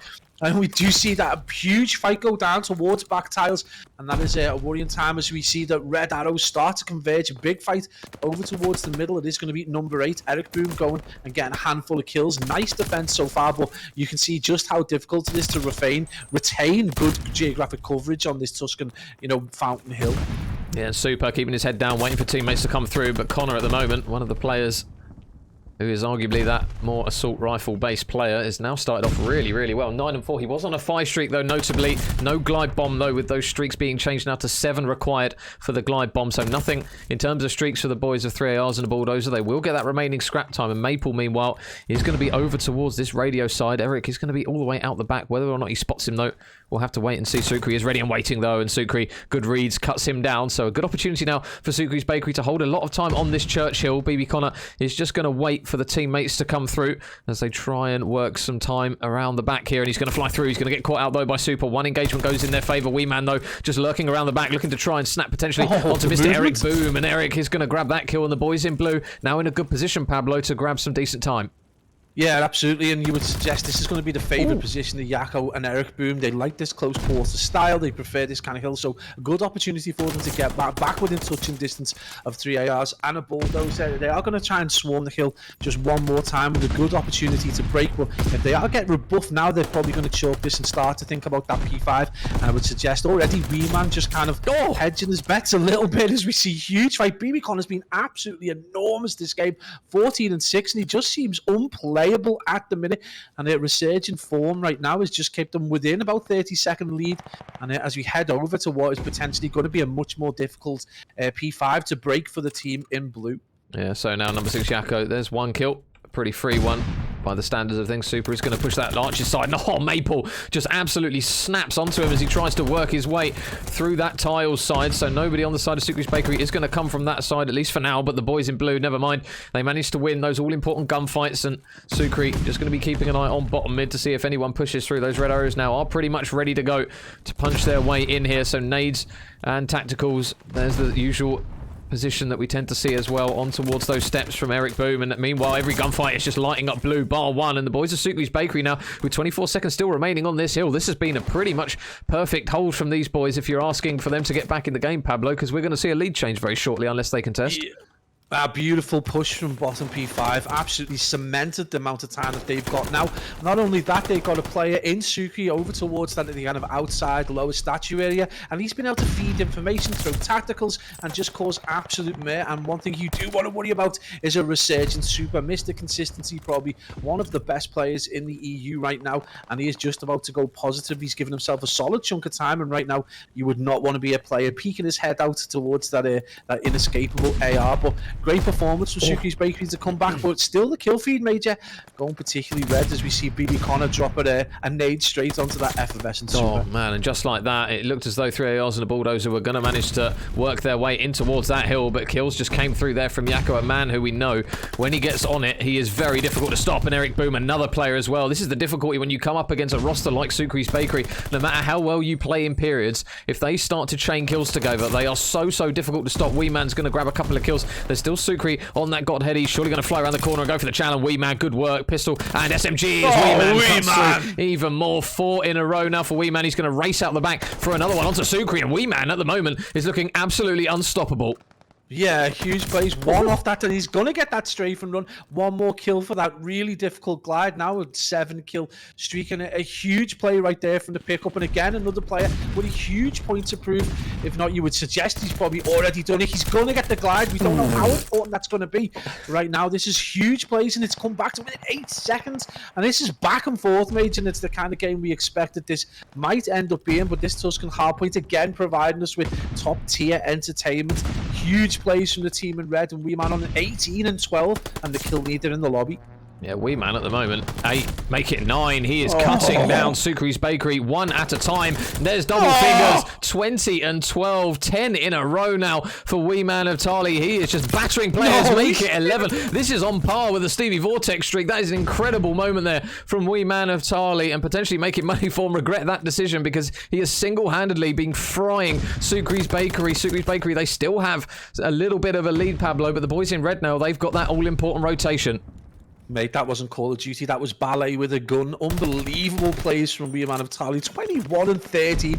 He's got himself a nice chunk of change on kill time as well, and just seems unstoppable right now. He's doing it all with every gun, and just unbelievable plays. And again, for the first time though, as we get into this rotation, there's going to be 3ARs almost set up kind of nicely on this water fountain hill. He's going to get swarmed though, so a lot of work for Connor to do. Nice two-piece though, as he managed to take them off, and big kill incoming. We do see that player dip, so it is going to be 3ARs who get control of P3. Huge performance out of them, not only to bring it back, but potentially if they can get on the kill time, they're going to be able to take a short lead. This is a big fight right now. WeeMan again able to take these players down. Yakko, though, effervescent as ever on an 18 and 20, managing to get the kill, but retains control, and that's really important right now. The boys from 3ARs doing a monumental job to be able to take a very, very small lead. Yeah, so now we look over towards the Churchill. Jackster is in here. Oh, he's been spotted though. He'll do well to stay alive here. There's so many blue arrows around him. Yeah, they do finally sniff him out and drop him. So another opportunity here for Sukri's Bakery to hold a sizable chunk of time on this Churchill. They did it before. Can they do it again? WeeMan flies straight through the door. There's another engagement and another kill for him as he pushes himself out to 25 now. Make it 26. Oh, I thought he was going to do it onto Sukri as well. He's not going to be able to. The boys from Spain hold strong, and they will now see that lead change go in their favour. Still a lot of time left on this hill. Nades going in towards Church. Connor. Oh, holy wow, what a nade spot that was. Manages to take down Sukri as well. Well, there's one for the textbooks if anyone wants to know how to put a nade in towards Church. He lands it right into the pocket of Sukri. Super is still lurking nearby, and I'll tell you what, Pabs, there is nothing separating these two kills at the moment, and these two teams, apologies, at the moment. Every single kill is just back and forth. Mate, I think you were right the first time. There is literally no kills that are separating these two teams. Time is barely separating them as we hit 201 to 196, and as we hit the latter stages of this P2 rotation, this has been a fascinating matchup and the kind of game we kind of expected from the previous matchup, and this has just proved to be an absolutely, you know, back and forth tale. But this P5 is going to be huge. It was in the previous rotation entirely the remit of the 3ARs, but they got pushed out pretty quickly by a really interesting strategy from Sukri's Bakery. We saw that control of lower P5 where he was able to get ordnance over to tiles, and they did something that you don't see a lot of teams do, which is control it from the wrong side. Well, right now they've got the good side, so this is a potential problem if you are 3ARs and a bulldozer, because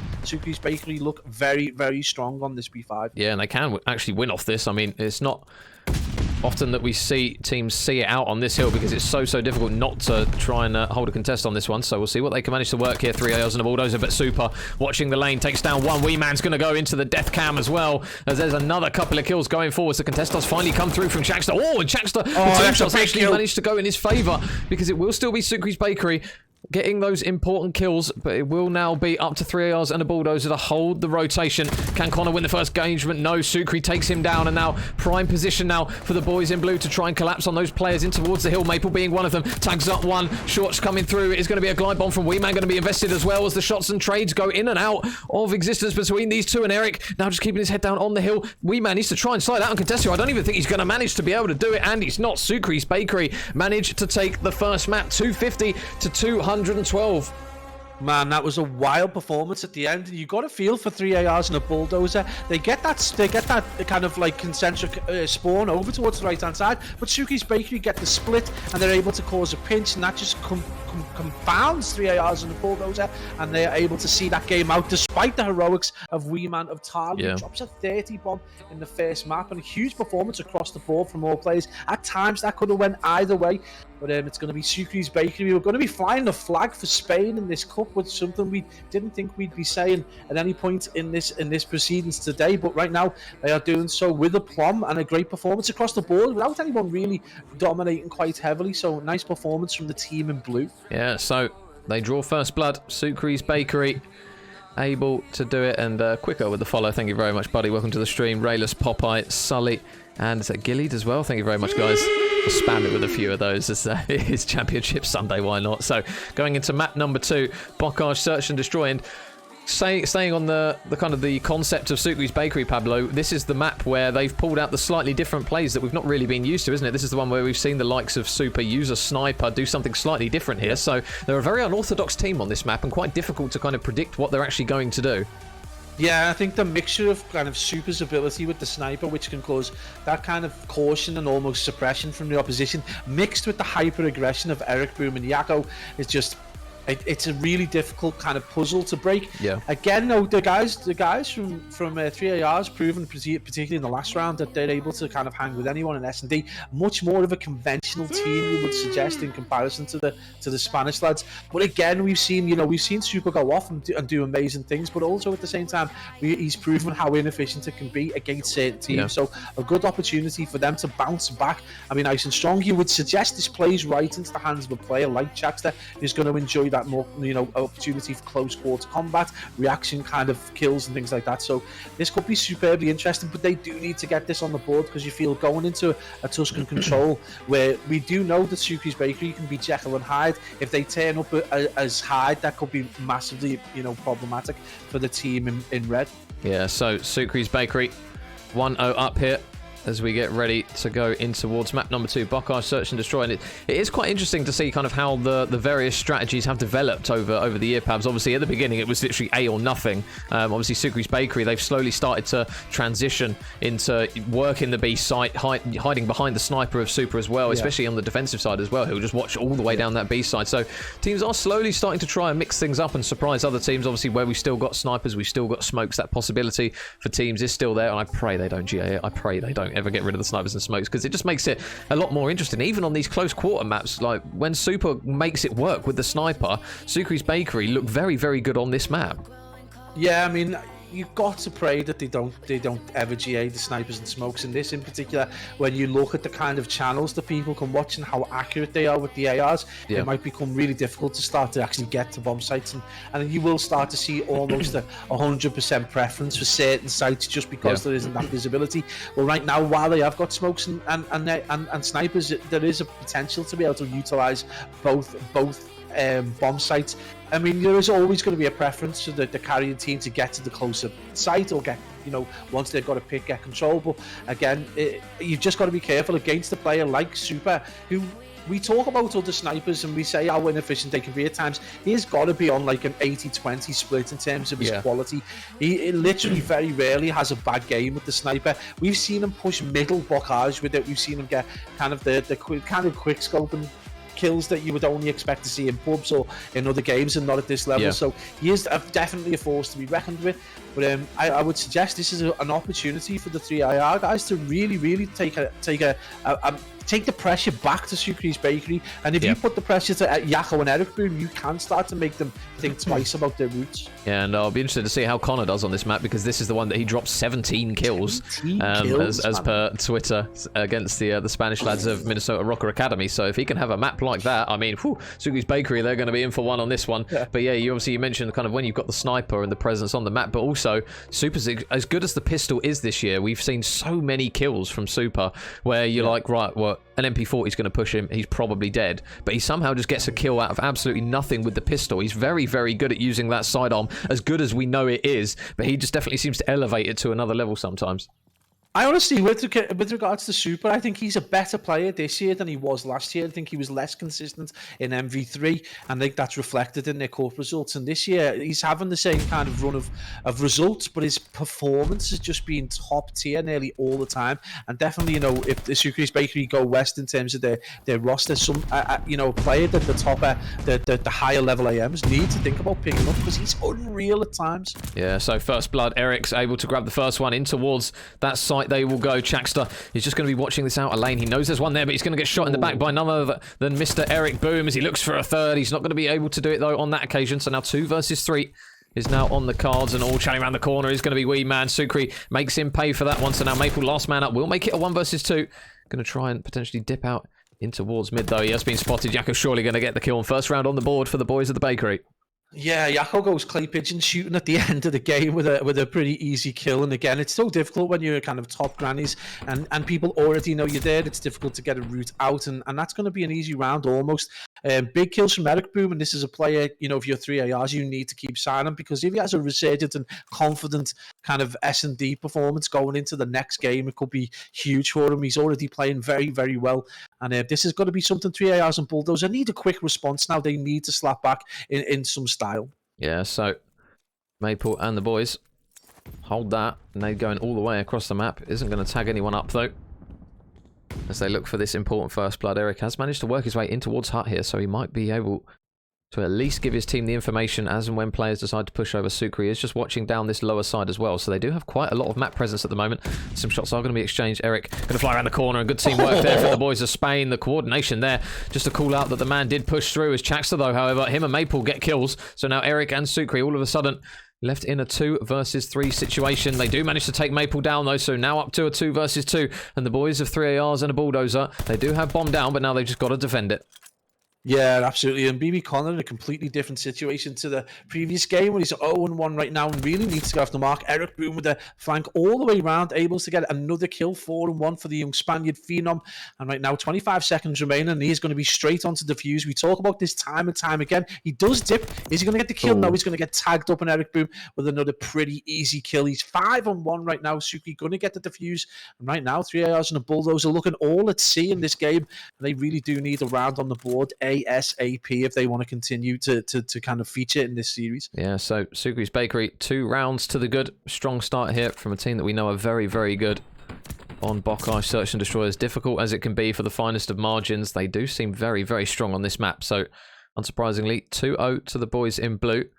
And now the boys of 3 ARs and a Bulldozer still hunting for their first round win. And obviously Connor as well, the man who dropped 17 in the previous time they played this map, is currently struggling at the moment, still waiting for his first kill. As and when he gets off the mark, it will be an important moment for him and his team.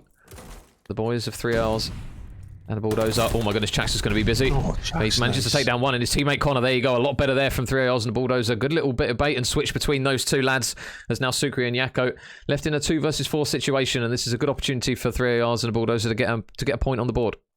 Yeah, more than that, that's a little bit of a confidence boost between Connor and Chax as well. I think it's good once you've got that kill under your belt and an S&D that you are trailing. It just boosts your confidence a little bit, and you're going to potentially be a little less windy again. And it's going to be a big push, and Yako, and it does look like it's going to be Sukri just trying to team up and trying to get themselves into a position to try and get to a bomb site that isn't potentially going to be overwatched. And right now, this is going to be tricky for them. With 42 seconds remaining, Major, they haven't got a lot of time to do it, but yep. So you see Yako get tagged up, and that's going to be pretty easy. 3 hours and a bulldozer able to slap back. I literally too many consonants in that for me. Yeah, the guys do like to make the names nice and long, don't they, for us? So when it becomes those more passionate moments, it becomes so difficult to call out the names. But they do knock their first round on the board, so a good bit of work there from the boys in red. And now the boys of Sukri's Bakery going to look to try and regain here with another defensive round. So Super still waiting for his first kill at the moment. Eric's having a really good map on the side of Sukri's Bakery. His aggression really paying off, Super. We haven't seen the sniper just yet, though. So it might be a question of when potentially we see it, if they do struggle to get those opening picks. But now the boys of 3 ARs and a Bulldozer just playing it patiently. It isn't a very quick attacking round here from the boys in red, and Eric's going to grab another first blood there, this time onto Maple, as Chaxter tries to run his way in towards bottom grannies. There is going to be a few players really, really close by to him. We'll see now whether or not they can sniff him out, because he's just round the corner here. Yako, he's going to be just on his right. Chaxter still tucked away in the corner, as his teammates are just around the perimeter of the map. But Eric's going to grab yet another kill. Eric with another important one. He does get traded up this time by Connor. And Chaxter still has the bomb, but they're slowly starting to run out of time, Pabs. And I suppose the longer they leave this, the more Sukri's Bakery are going to have a general idea of where they are. Yeah, absolutely. And it's almost a mirror image of the previous round where they were actually able to win. Chax needs to go absolutely huge. Now, he has made it a little bit easier, a 1v2, but again, he is going to struggle with this MP40. And I think it is going to be potentially Yako who's on the chase, and he's going to potentially run into some trouble if he gets this, though. I do think it's going to be a little bit of a bait, as he's going to look to potentially get that play there. The trading gets the 2-piece, though. Unbelievable plays there from 3 ARs and a Bulldozer to take that round. Huge plays by the man we talked about earlier on, Major, and what a resurgence right there. And that's the kind of MP40 play we love to see. Well, there you go. There's the Bulldozer. Straight into the party there. 2 important kills there for the boys in red, so it will be back to level pegging again. And Sukri's Bakery, they're going to drop that round courtesy of Mr. Chaxter. What a round from him. 4 in a row now as well. Obviously, still a couple away from some potential streaks here, but an important round there for 3 ARs and a Bulldozer to tie it back up. Chaxter with a monumental clutch there right at the end. We thought, as you mentioned, Pablo, he was going to get toyed with, but he stays alive. He gets the picks, and now his teammates, they get another important set of kills, as it's now going to be Yako and Eric Boom, last 2 up here. So it looks as though it's been a good regain so far. Yeah, absolutely. And it just felt a little bit more dominant as well. And look at that straight away. Chax just feeling himself right now. Huge plays, 6 and 2, literally dominating with that MP40. And, you know, they needed the player potentially not only to take to get to grips with the game, but just to give them that kind of motivation and that assertiveness they needed in the map. And right now you can see the caution with which Eric Boom is playing. He manages to tag up BB Connor with the AR, proving just how flexible he can be with both the sub and the AR. And right now it is going to be a 1v2, and he's going to get that information and get traded out. And 3ARs and a Bulldozer have flipped this game completely on its head, Major. Yeah, this is why, as a team, you just got to really be careful who you start to underestimate here, because Jackster now 7-2, and I think that puts him on 6 in a row, if I'm not mistaken. So that is going to be the strafing run obtained. Obviously, we know how brutal it can be sometimes, but yeah, he does now have 6 kills and 1 away from a glide bomb. Obviously, normally we'd be like, oh, okay, somebody's got a glide bomb, Pablo. But if Jackster gets this could be an enormous moment for 3ARs and a Bulldozer, and he's only 1 kill away from doing it. Yeah, this is a big moment right now. If he can get himself a pick now, the problem again with this is it's worth so much in this game. Will he play overcautious? Nice first blood from BB Connor though, and that is going to be huge as he's going to feel a lot more confident. Eric Boom does bite back though as he trades him out, and it's going to be 3 versus 3 Major, and Shaq's still absolutely on to get this blood. Yakko able to take down the 3 though, and that's going to be Maple Major all on his own. Yeah, so bomb being dropped. They know where that bomb is, and they know where Maple has to go. And with the shots now, they know even more so where he is. So Maple is going to tuck himself into a corner. You can see the 3 Spaniards just trying to play for any sort of information of where he is, and then obviously start to converge onto his position. But Maple, again, just playing info. They get the info that the bomb has now been picked up. He's going to try and fly out in towards mid. He's going to take a gunfight, but he's not going to win it. So the boys of Sukri's Bakery hit a little bit of a regain, Pablo, because if the boys in red take 4 rounds in a row, you're starting to worry for Sukri's Bakery, but a good regain round nonetheless. Yeah, I mean, it's something we've seen a couple of times from Sukri's Bakery. They've gone 4-5-1 up, and then they've just absolutely been battered round after round. So good for them to regain and reset a little bit of caution as well. They were able to get the first blood. Eric Blood, we should call him, has absolutely gone off in first bloods in this game, 11-4 right now, and literally, he's carrying this team through this S&D. And you would suggest that if Super doesn't get involved anytime soon, this is still a game for 3ARs to take on board, because they have got all their players firing on all cylinders. Weeman, the only one on the struggle bus, you would suggest, and a 3-3, all still to play for. Well, Jackster, there's so many people around him at the moment. He'll do well to maybe get a pick out of that lot, because there are so many players lurking outside this site. And now in towards, they will inevitably go. Jackster, though, just going to dip out. He wants nothing more to do with that. As the players push around the back, there is going to be a gunfight out towards the back as well. Maple, is he going to be able to take any players down? You can see Eric's going to work a route all the way around the back, and meanwhile his teammates get 2 important kills. So Eric out the back, they don't realise he's there. Oh, but Maple absolutely fries him there. So now it is going to be a 2 versus 2. Sukri and Super, they just need to try and keep an eye over the top of this bomb. Connor and Maple going to be the 2 up for 3ARs.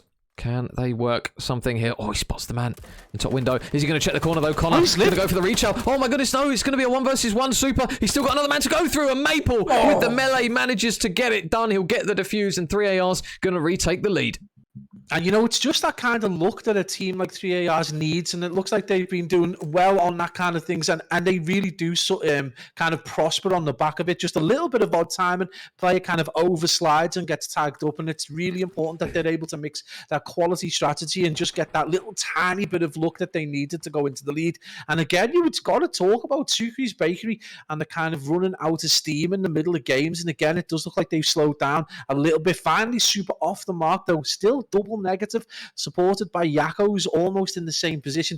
This is a player in Yakko we normally see go absolutely off in S&Ds. Well, it's been left to Eric Boone, and right now they are trailing 3-4. Huge plays out of the team, and Maple now 7-4, very much resurgent in this series. Oh my goodness, and 2 HP he got reduced to there with that nade. So he'll be very, very thankful that he stays alive. And quick shout out to Reeves with the follow. Thank you very much, buddy. So now Sukri's Bakery. Oh, the first blood again. BB Connor manages to grab it. He's been really, really efficient at getting picks. And now the streak's going to come through. Going to force some players inside. It isn't going to connect with anyone, as there is now 1 minute remaining on the clock. But Super replies with a pick onto Connor as well. So now we're back to level 3 versus 3. Oh, Maple. I tell you what, he almost absolutely fried Sukri there, who does get tagged up, and Sukri now going to be with a sniper, but Jackster comes around the flank, takes down 1. He's looking for the second Super, manages to flip round and get the pick onto him. So now Maple and Weeman are the last 2 up. Is Maple going to check that corner? No, he's not. So they're still working with around 30 seconds left of time. Weeman is going to look to try and retrieve this bomb. He's just checking all the possible corners. Surely now going to pick up the bomb. So the boys of Sukri's Bakery know he's got it now.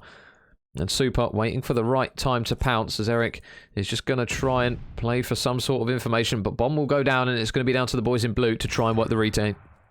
Yeah, really nice trigger discipline before that from Maple. He was able, he realized not to get into a prolonged fight with Suki with that AR and managing to dip, and that's left him in this 2v4 right now. This has gone, he dips just in time, the timing going exactly the way, and that's going to be a huge kill from Eric Boom, and it's going to be a 1v1, no 2v2. Super and Eric Boom are going to be facing off against Weeman, and this is obviously a lot more cautious approach.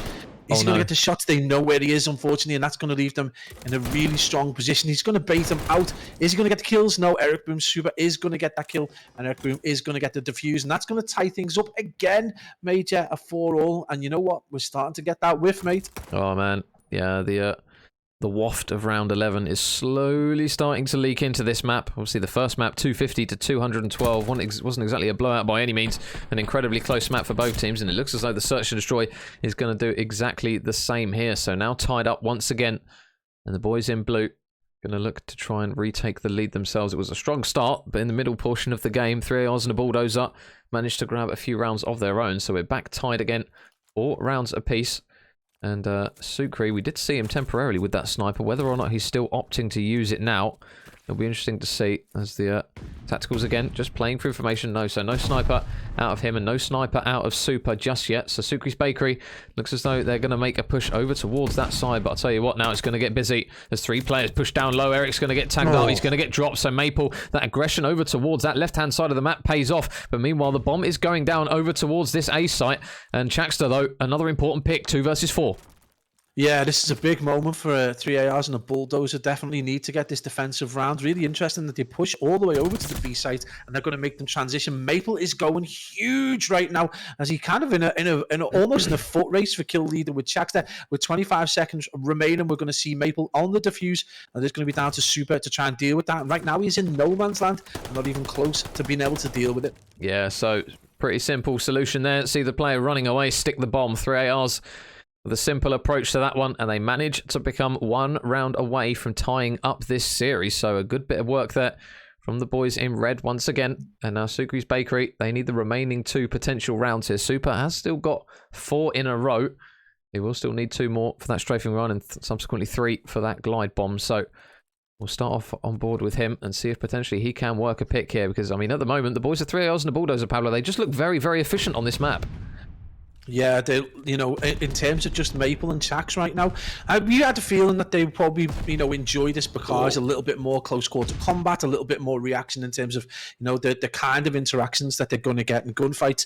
And it's really paying off. And obviously with BB Connor, he's only 6 and 8, but he's going to provide a reasonably solid kind of defense. Eric Boom about to go off, nearly tags up to 2, looks for the reach out. It isn't going to come. Right now, Yako gets dealt with again. Maple with another kill as he manages to hit that 10 and get the double neg. He gets dealt with by Chaxter, and that's going to be a 1v2 major. Suki, that in-game leader for the Bakery, is all on his own. Yeah.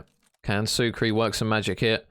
It looks as though both players are going to be heading right over to him. They're playing side by side. Are they going to go above or are they going to go below? They're going to go below. Oh my goodness. They're going all the way to B. I tell you what. Talk about cold positioning and timing. They managed to just slip straight past Sukri. He's absolutely none the wiser. And Chaxter is going to now stick this bomb over towards the B site. So now Sukri going to be forced to head over towards there and try and make a pick. They're both playing out the back here. Oh, he gets some information, but now 3 ARs and a Bulldozer. They just need to try and play this smart, play it as a pair, and it looks as though that's exactly what these boys are doing right now.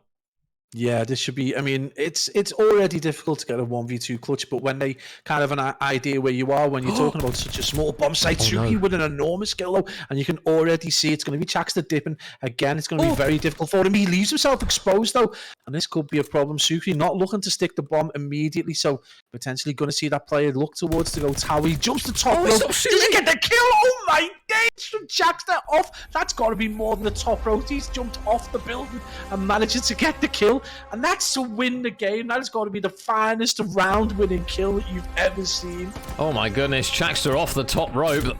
Came out of there like he was right out of there. Flew straight off the top. Oh my goodness, Chaxter. A big moment and another big round and a big map there for the boys in red, Pablo. They do exactly what they need to. They tie up the series.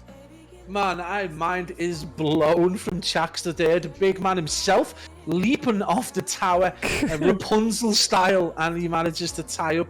Suki take the round, and it's incredible. They've tied up the series And now we go into that Tuscan Control knowing that they're going to get that map 4. So regardless of whether Jekyll or Hyde turns up in their Spanish form, they're potentially be going into a Berlin where it's going to play into the hands of 3ARs and a bulldozer. This game does not get any more mindless at times than the craziness of a blockage. It's the wildest map I think I've seen in a COD in a long time. But yeah, huge plays. Tuscan Control is going to be very interesting. Which Spanish side are going to turn up though? That is the question. Yeah, so what a moment there from the boys of 3ARs and the bulldozer. The bulldozer coming straight off the top rope. I mean, it was higher than the top rope, so it was like hell in a cell, wasn't it, Pabs, off of that one? Yeah, straight off the top 100%. there from Chaxter. So really good moments there from him and his team, and they tie it up. So now we're looking towards the Tuscan Control. Obviously, we know what this one's all about pretty much by now, Pablo. It's mainly that defensive efficiency, and 3ARs and a bulldozer, they're going to have to look potentially to this one. If they go 2-1 up, though, in this one, going into that other hard point, I mean, they're probably feeling a little bit more comfortable that, their team is 3ARs, so they'll be playing on 2 maps where potentially they have the advantage over the boys of Sucre's Bakery.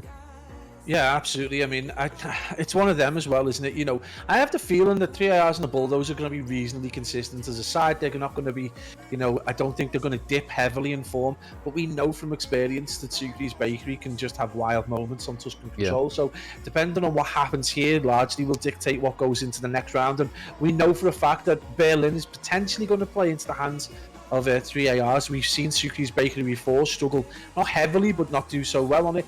And this could be huge for them. This is a great opportunity for Chaxter and Co to go deep into a cup. And then, we have that storyline again of being able to face off against Moneyform, who right now aren't in the best form at all. And if you're going to place money anywhere right now, it might even be on Chaxter. I say it feels a little bit of like a breath of fresh air that we don't obviously have the boys of ROKKR, so we can actually say, right, well, somebody else is actually going to win a Challengers Cup. Obviously, the boys of Revenge Tour managed to win it that last time when they beat them in the final, but I mean, now we've got an opportunity for potentially 3ARs and a Bulldozer. The boys of Sucre's Bakery, 2 new teams that can obviously be at the helm of Europe, so we've got plenty to play for with these ones at the moment. But Chaxter, he just comes through with big moments for this team, it seems, Pablo, and obviously ended it in emphatic style. I don't think I've seen a final kill like that. Honestly, there should be a cape behind him. He must have laughed when he's landed that kill. He literally must have just laughed, because that should never have happened. I mean, we see it earlier on, kind of half-size version where Maple jumps out to top grannies and gets decimated by Yakko. But yeah, if you're Sucre, I think it was at the end, you need to be nailing Chaxter, regardless of the kind of 50-foot arc that he's just done from tower. Huge plays though, and what a way to end and win an S&D, just amazing. But yeah, you can't write him off though. We talked about it earlier on. This is a player that was largely written off in the previous season and made his way all the way to the final with Amelia Strays. So, yeah, let's not write Chaxter off at any given point. He's very capable, and, he knows what he wants. He's one of the first players to say, listen, we don't want anyone seeing our S&D strats. And fair play to him, because, they might do something different. And if it gets him to the final, if it gets him some money, if it gets them an absolute shed ton of pro points, then fair play to them for doing so well. Yeah, so for any of you guys who don't know, this is how the bracket has unfolded today. So Revenge Tour, they are the team that is waiting in that grand final after beating Moneyform fairly comfortably 3-1 in that winners final. And the boys of Sucre's Bakery and 3ARs and the Bulldogs are currently battling it out at the moment. And both teams actually, Pablo, working their way through the losers bracket. So they've arguably, both of these teams have managed to gather quite a bit of momentum actually going through this bracket. And this is kind of where, obviously, if they do manage to go all the way and get in towards that grand final, either of these two teams, that's where you start to say, right, okay, is it potentially one where one team might run out of steam coming through the losers bracket, or would you say they're still warm off the sticks? It's kind of that fine balance at times, isn't it? Yeah, absolutely. This is, I suppose it depends how much momentum is vital. You've got to look at Revenge Tour, got a massive gap before they hit the grand final, but then again, so is everyone who gets to this position. And has that really affected the team that's got to the final? Maybe the one time when, the previous Cup 4. But other than that, no, usually quality does rise regardless of whether it's hot or cold. But taking confidence through the losers bracket can have a huge impact on your performance. So right now, 3AR is looking strong, and you would suspect coming out of that previous round against Minnesota ROKKR Academy, their confidence is going to be high, and Chaxter's is definitely going to be high right now. Dominant performance in the S&D. Sucre's Bakery, they've just got to look back to the performances they've had on Tuscan Control, particularly against Minnesota ROKKR Academy. where they've done particularly well. Yeah. So, you know, they've got that kind of quality. Just look to your quality, I guess, more than anything else. Try and get Yako really more than anyone else. We expect Super to do well. We expect Eric to have a solid performance, but we need to see Yako now on the resurgence if Sucre's Bakery want to, you know, take that lead potentially 2-1. On the other side of things, 3 ARs and a Bulldozer, well, they just need to be consistent and play the way they have been playing. And again, it really might come down to which side gets that defensive side. And just remember to employ the brains. And if you are in a position where you can potentially play the life card and get that defensive round in that the fifth round, then that's the way to go. Yeah, it definitely feels like the boys of Sucre's Bakery, when they form and really start to play together as a unit, in respawns especially, they are right up there with any team. When they're all really on the same wavelength, they're all clicking. Yeah. It's just a case of, I think it's just consistency for these boys sometimes in some of their respawns. We know they're very, very good as a unit. They know each other very, very well. It's just sometimes you're never really sure what kind of Sucre's Bakery you're going to get. You might get one which 100-point club a team and look absolutely phenomenal, and then you have another one where if Eric is struggling or Yako isn't quite as aggressive as he normally is and it's not paying off, because Vanguard is a game sometimes where you do need that kind of that mixture of obviously ability but also good fortune. We see a lot of players who are very aggressive when they hit those flanks and those lanes and they get that bit of COD timing that is so infamous. That can be the difference between one team on a respawn doing very, very well and one team really, really struggling and feeling though like they're getting cut down from every single opportunity they try and take. Yeah, that's one of the kind of features of Control, I guess. So, you know, obviously with Hardpoint, if you get cut down, you've got almost an immediate response. You're not having to wait to potentially, you know, push up, and it's not going to cost you 30 seconds potentially in terms of how you're able to then mount another challenge. Control, Gavutu Control or Tuscan Control, on the other hand, if you get a team wipe, you have to really kind of like get reset up, get back into positions, potentially fight to get back into those positions, especially if the defending team are able to have any brains about them and use the geography. You know, they get the kills and then fill the space. It becomes really difficult, and especially if you've only got a minute to take a B point, you might only get two and a bit attempts to do that, and you really need that to work straight away. So yeah, again in terms of COD timing and confidence, you know, Eric Boone might go on a push and just get the wrong time, and he gets cut down one or two times, 2 or 3 times, and then he's going to have a poor game, and that just can hit your confidence quite badly. And this is why Control is that breath of fresh air as a game mode. Maybe not so much in terms of the maps that we've got to deal with, but especially as a game mode, because it does have that kind of feature which you don't see in the other respawn mode. Yeah, I think it's just that final maybe couple of maps I think that we're missing. Obviously Berlin is now kind of like that staple map that we're used to seeing, and it's one of the more kind of balanced, I suppose you would say, in terms of kind of like structure and aggression. It kind of pays to be kind of more conservative, but then at times it can also pay off to be incredibly aggressive as well. So if we can get kind of like that third controlled map potentially that everyone's kind of been asking for, I know kind of Casablanca has been thrown about for a little bit, but that looks like a very, very aggressive and fast-paced map as well. It definitely feels as though if we can get kind of a good balance for Control, I think arguably in terms of maps we're probably there in terms of Vanguard. Obviously we're quite a few months in, but at the moment it definitely feels as though Control is just incredibly it feels like checkmate Control almost to that extent, where it's like, right, one side is incredibly beneficial and the other one is almost damn near impossible, as we see on Tuscan so many times. Yeah, it definitely is the case of that, and I would suggest Casablanca might be a difficult one to deal with because it's almost entirely made up of the same kind of architecture and geography as Tuscan B Point. You know, that elevation everywhere, there's ramps, there's levels everywhere, so that could be I don't know how viable it is as a map. It might be incredibly difficult even to defend from. So yeah, that could be it could be a possibility, just to throw the cat among the pigeons. But right now we're seeing 2 ticks go down towards that A point, and it does look like the boys from Sucre's Bakery have dealt reasonably effectively with that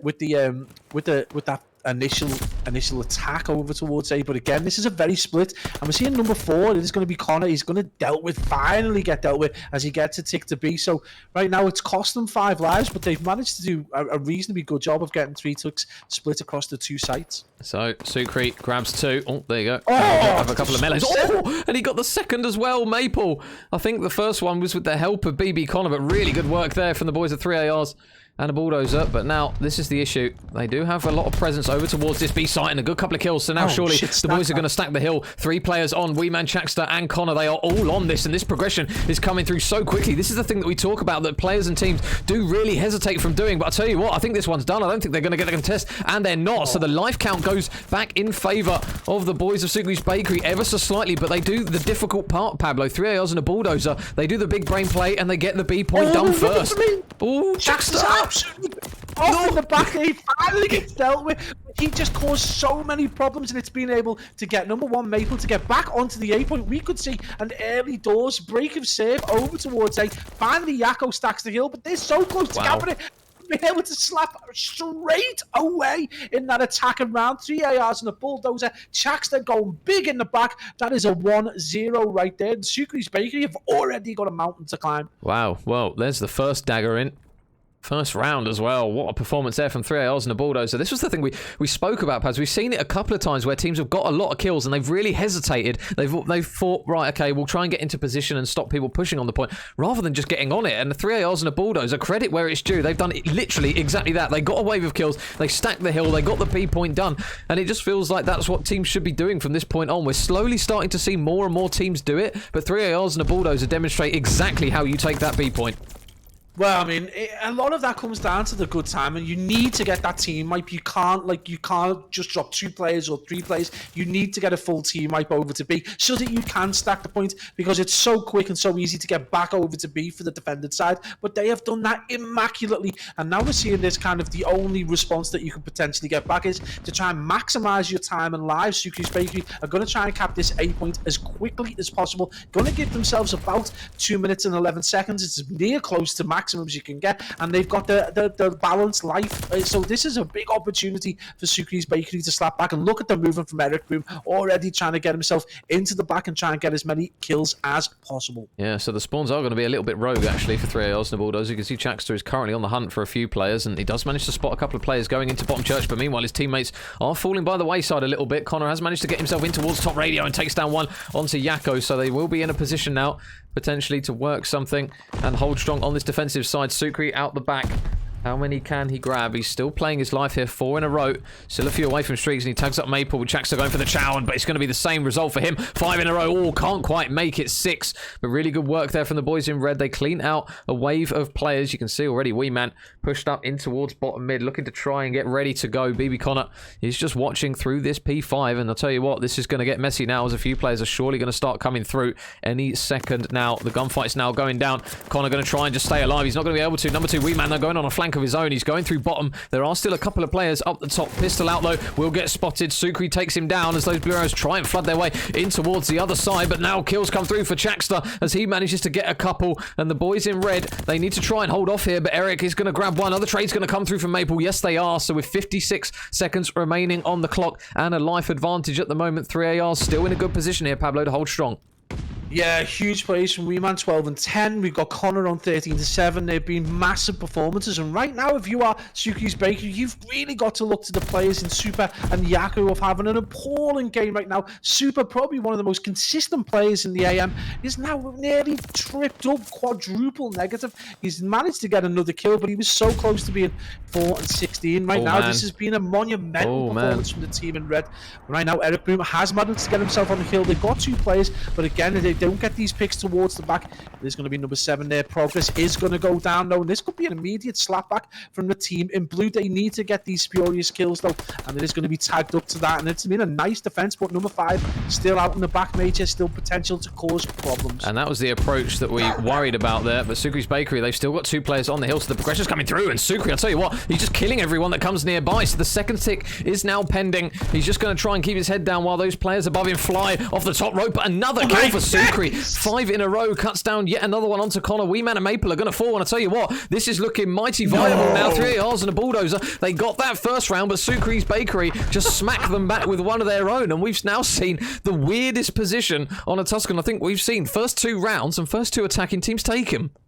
That is insane plays there, but it's taken, you know, two players from DARs to go absolutely off. Sukri is on quintuple positive. That's what it's taken for a team to be able to take an attacking round. These guys are throwing themselves at the hill, but they finally realized, please stack the hill. That's all you need to do is please stack the hill. You do need to get that team wiped though, and right now it's been huge plays, and I do not know which way this game is going to go because both teams have looked solid. Yakko with the big Kobe as he drops one straight onto the bunts of Connor and Maple. Huge plays, Major, and this has been, you know, mate, let's get the lemon and ginger out because our throats are going to be gone. Oh my goodness. Can Chaxter and the lads take the third attacking round in a row here that we've seen? They will be pinned back just a little bit, and oh man, this is where it starts to get a little bit worrying here. Sugri's Bakery look as though they've clicked into gear a little bit. Chaxter is going to clear out one man, but Eric Boom still lurking in the back, and a quick shout out there to, oh, is that Mr. Detain? Thank you very much, buddy. And Fusion as well. Thank you very much for the follows, guys. And is it Aqua, AQA, and Reeves as well. Thank you very much for the follows, guys. So, the boys now, Yakko at the moment, I'll tell you what, he's a different beast at the moment. He gets another 3-piece, and the boys of 3ARs and a Bulldozer, they had such a good attacking round last time, but they are literally even struggling to get out of their spawn at the moment. Eric is going to be located up in towards top fire. There's yet another kill, and those red arrows are going to be forced over this side.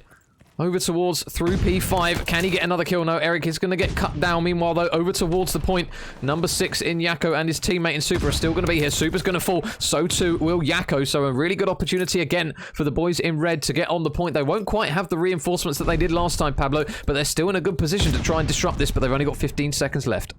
Yeah, and they've got to just watch the backs. Number 5 there. There's going to be Suki, big brains, just waiting to try and push through and see if we can get some kills from kind supporting that team. Teammates in retake and B. And again, they've got a nice split spread all the way across, so should be able to defend this fairly aggressively. And this is one feature we've seen. A Major, I think Yakko must be listening, or he's being told off, because right there, he just really needed to regain, and he did it in the stoutest fashion, dropping so many kills and that's going to put Suki's Bakery into the lead with a more conventional defensive round, albeit very, very aggressive. Yeah, and Mr. Denzer said for FNL, Sukri's had his coffee today, so he's got his coffee out and his buns in the oven. He's had his coffee laced with something. Yeah, he's definitely had some G Fuel in that coffee, I'll tell you what. He's absolutely frying at the moment. 25 and 8 from him. So, Sukri's Bakery, really strong defensive round. Means that they are now one round away from retaking the lead once again. And the boys of 3ARs and a Bulldozer going to have to hold strong themselves in towards bottom church. So fly a couple of players almost instantly. Maple's going to be forced to back out, but he's going to get shot in the side as well. Wee Man is going to try and stabilise the ship with a couple of kills of his own. And now Connor on the chase there. There's one free before him. They are going to take down Eric Boom in the back, and it looks as though Wee Man going to do exactly the same as what the boys of Sukri's Bakery did, Pablo. Going to try and push up. Oh man, that's some bad timing there. Caught with the reload on that occasion, but Sukri's Bakery going to have to try and regain a little bit here, and it looks as though that's exactly what they've done. Good wave of kills, and on that A point they will go. Yeah, absolutely. And this is a nice kind of conventional dominant performance as they kind of push all the way around. And look at that control they've got now. They're going to get that support from number 7 in Super. And this should be a pretty conventional A push and A progression as well. And I think that's been read by the boys from 3ARs who realise that they're reasonably well set up. So it is chalk A, and let's get back down to maybe dealing with B. We do see that kind of push all the way around the back though. So whether the boys in red have read this or not, and they still think that the players out there, we are still very close to this only being an A push though, and they did need Super to go big as he drops Maple, and that is going to be progressed. But right now we did see that kind of flip around the back. It hasn't quite paid off, but the life count is going to be in favour of Sukri's Bakery, and you would suggest that they still have potentially the quality to maybe just take this B. But right now huge plays are going to be required from this man, mainly on screen, Yakko. So Connor laying prone is going to be able to grab one, but Super and Eric Boom reply with 2 kills of their own. And wallbang there coming through from Wee Man. An important kill nonetheless to allow his team, again, a bit of breathing space, allowing them to push up. So those blue arrows are going to have to regain and reposition once again. And Maple, is he going to spot Super? Because it looks as though it's going to be a heavy middle push here. So one's going to fall, Maple's going to drop. And they will look to try and get a couple of picks here. Yakko's going to grab one as well. So now here comes the Spanish Armada. Through the front they will go. Wee Man, though, holds strong. Grabs one kill. And Baby Connor, there's another one. As Wee Man is still playing his life over towards this tile side. And at the moment, the boys of 3ARs, although it's not looking like the most glorious of defensive holds at the moment, with the kills coming through from Wee Man and BB Connor, especially in that moment there, Pablo, they're getting it done, to be fair to them. Yeah, absolutely. A big fight about to go down as well at the back. Wee Man finally tagged up. He was on a 5 streak, so potentially, you know, heading into, they get that defense, he might have been heading into that with a streak or two in hand, but that's an important kill. And again, Sucre's Bakery potentially only one push may be viable to them with 40 seconds remaining. You know, if they do get wiped out fairly quickly, and that's going to be big kills. You see Yakko get dropped, and Maple gets dropped as well. So Weeman again going huge, had an absolutely impressive game so far, 27 and 22, and tried to respond as effectively as possible. And right now it is going to look towards 3 ARs and a bulldozer with 22 seconds remaining. They've done an awesome defensive job to tie this back up, and we potentially head into that round 5. Big plays from Maple as well with the MP40 and Major. This has been it's been chaotic. It hasn't been pretty, but it's been a good defense from the 3 ARs. Yeah, so you can already see the boys of Sucre's Bakery kind of locking up shop here.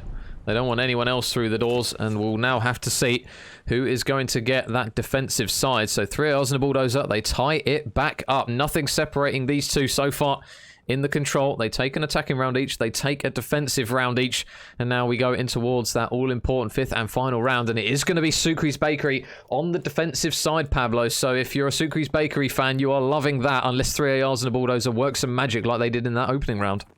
Yeah, absolutely. I mean, it's advantage the team in blue defensive round, and regardless of what happened in the first 2 attacking phases, it's still probably the preferred position. It must have been close, though. I think you said there was 7 between the previous one, and there was 2 between the others. BB Connor with some big kills, though. He is going to get tagged up in the back, but there should be a player there to deal with him. Number 1 is going to tag him up.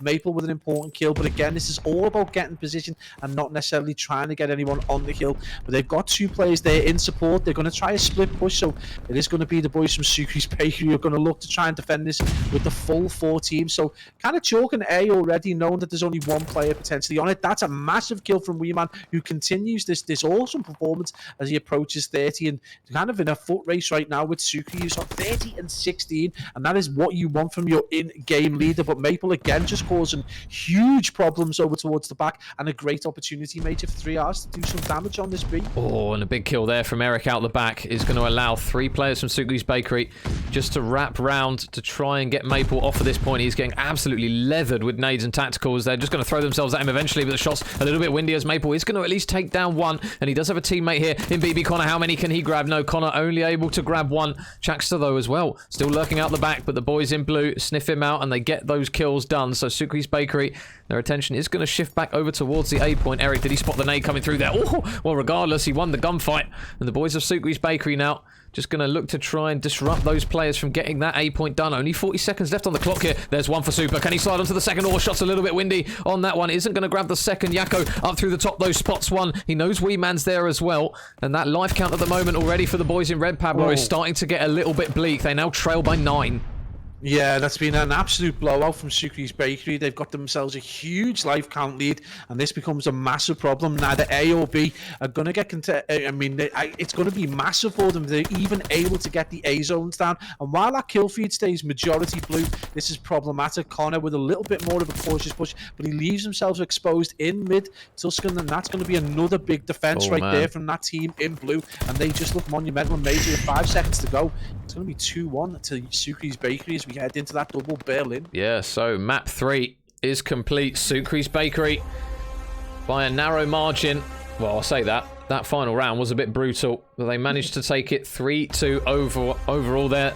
3 ARs and a bulldozer. They will now trail, and we're going obviously into a Berlin hardpoint, Pablo. And if the boys of 3 ARs and a bulldozer don't come out swinging in this one, this could potentially be their last series in this competition in Cup number 6.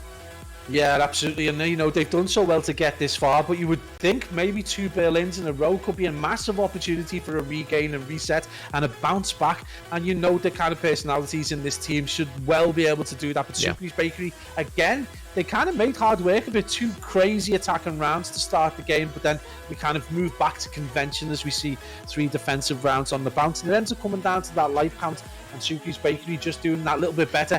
Finally saw a resurgent Super. We finally saw a resurgent Yakko. But more than anything else, that one player that you know needs to step up is going to be Sucre, that in-game leader, the player the team's named after, goes absolutely huge at one point. He was quintuple positive, so you can't ask for better than that in a game that is entirely based around lives, essentially. So huge plays from Sucre's Bakery. But going into a Berlin, you would hope that the guys from 3ARs were going to have like a good opportunity to be able to do this, but Suki's Bakery are definitely going to be riding high on confidence. So big maps about to be coming up, and again, it's going to require a reset and regain from the team in their red.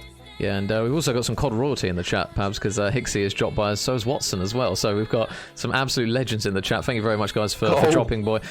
EU Challengers, Get the Pablo. follows in, boys. Get the follows in. Oh, no, EU Challengers, man. It's just so good, isn't it? It's just so good. Yeah, Obviously, it's the tastiest COD in the world. Let's not argue. It is the tastiest COD in the world. yeah, and obviously you've got to shout Hixie out as well, because he had an absolute beamer of a series when he filled in as well. So obviously, well done to Hixie as well for that one. A huge moment from him. Definitely worthy of a few of those to show some love in the chat for him as well, because obviously the boys are doing it over in America. They're representing EU at the moment, and to be fair, at the moment, the way it's going and the way we're seeing some of these European players perform, all it's doing and all these lads are doing is really promoting how good the EU Challenger scene is, because at the moment, Pablo, it is absolutely stacked. Yeah, 100%, man. I mean, we have the argument. It's to be fair to the Challenger scene, NA, EU, APAC. I mean, they've got some great players in them. And the great players have gone over to America, and we've still got these great players residing in the EU. So it's just and we how many times have we had the conversation about a coherent pipeline from Challenger players below all the way through to the CDL? Well, it is being proven, and these guys that have gone over there have absolutely dominated. Whether it be Hixie, whether it be Gizmo, whether it be Nasty, they've just been absolutely superb and represented us so well, and we are super proud, man, of what they've done. But again, you just come back to our Challenger scene right now, and you guys are being picked up from Minnesota ROKKR Academy. We've got a ton of players more than capable of doing that and more, and it's a pleasure, and we get to cast over it all the time. It's ridiculous. Yeah, and Mr. Bean's dropping a follow along with Watson. Thank you very much, guys. All the beautiful COD talent in one place, Pablo. You love to see it. You love to see it. But we're just getting ready for map number 4 on the Berlin hardpoint. As mentioned, Suki's Bakery, they have seen a bit hit and miss on this map, actually, when we've cast them. Sometimes they look very, very comfortable on this one. And sometimes they've looked a little bit lost on it at moments. So 3 ARs and a Bulldozer. On paper, if you're saying, right, well, your team is literally named 3 ARs. A lot of teams run 3 ARs on Berlin. Not as often as we see the likes on Gavutu, for example, but a lot of teams can make it work on this map. So 3 Ls and a Bulldozer, you would expect, well, I say expect as a newly formed roster with the addition of Wee Man in this one, they'll still feel fairly comfortable that they'll be good on this map, you would anticipate. Yeah, I mean, I think they're going to go into this with good confidence. Again, it's a weird one because we know, I expect, it depending on who gets what side, we expect Eric Boom and Yakko to do okay in P1 and P2, but then beyond that, you would start to see maybe the guys from 3Rs take over and just start to dominate a little bit. If they can keep those two players quiet in particular, because they can run riot even in these kind of larger maps, then I think they'll do quite well. And again, just get that support into Jackson and let him do his thing. But again, this is going to require, I think it's going to require a really strong start from 3Rs. I think if they get too far behind, it could be a problem for them. Yeah, so let's see how the boys of 3Rs and a Bulldozer work this map. Obviously in towards the P1, those blue arrows from Suki's Bakery, they are going to be straight on the hill on the initial time. Eric is just going to be holding that close corner from the inevitable gunfights that are here to come. Connor absolutely just fries him round the corner as the gunfights go back and forth. Yakko, a man which we flagged up, manages to chew through 3 players. Really good work from Yakko. Chakstar is going to be there to trade him out as it starts to already get messy and very, very mixy in towards the P1, and you can already see Pablo Super making that responsible play, rotating over. 20 seconds remaining on this time, and the way these teams have played, it wouldn't surprise me if every single second is going to count with these guys. Yeah, absolutely. And we talk about that commitment to the new hill, and Suki's Bakery are one of the few teams that kind of do commit really early. They tend to overcommit as well, and you can see already they've got players in and around the hill, and they're probably going to be, especially if they can get the next kill, are going to have like good control of it, and that's going to give them an opportunity to get that very important first 30 seconds, and then they can fight for the remainder. But the big fight's about to go down. Shaq's there going big, and he needs to get this next kill, but he is going to get tagged up, and that is going to be the boys from Suki's Bakery, Major, and that you can see how important that commitment early doors is to being able to get good time on this very complex hill. Yeah, so those blue arrows still really stacking the hill at the moment. Suki's Bakery just opting to throw a lot of bodies inside the objective.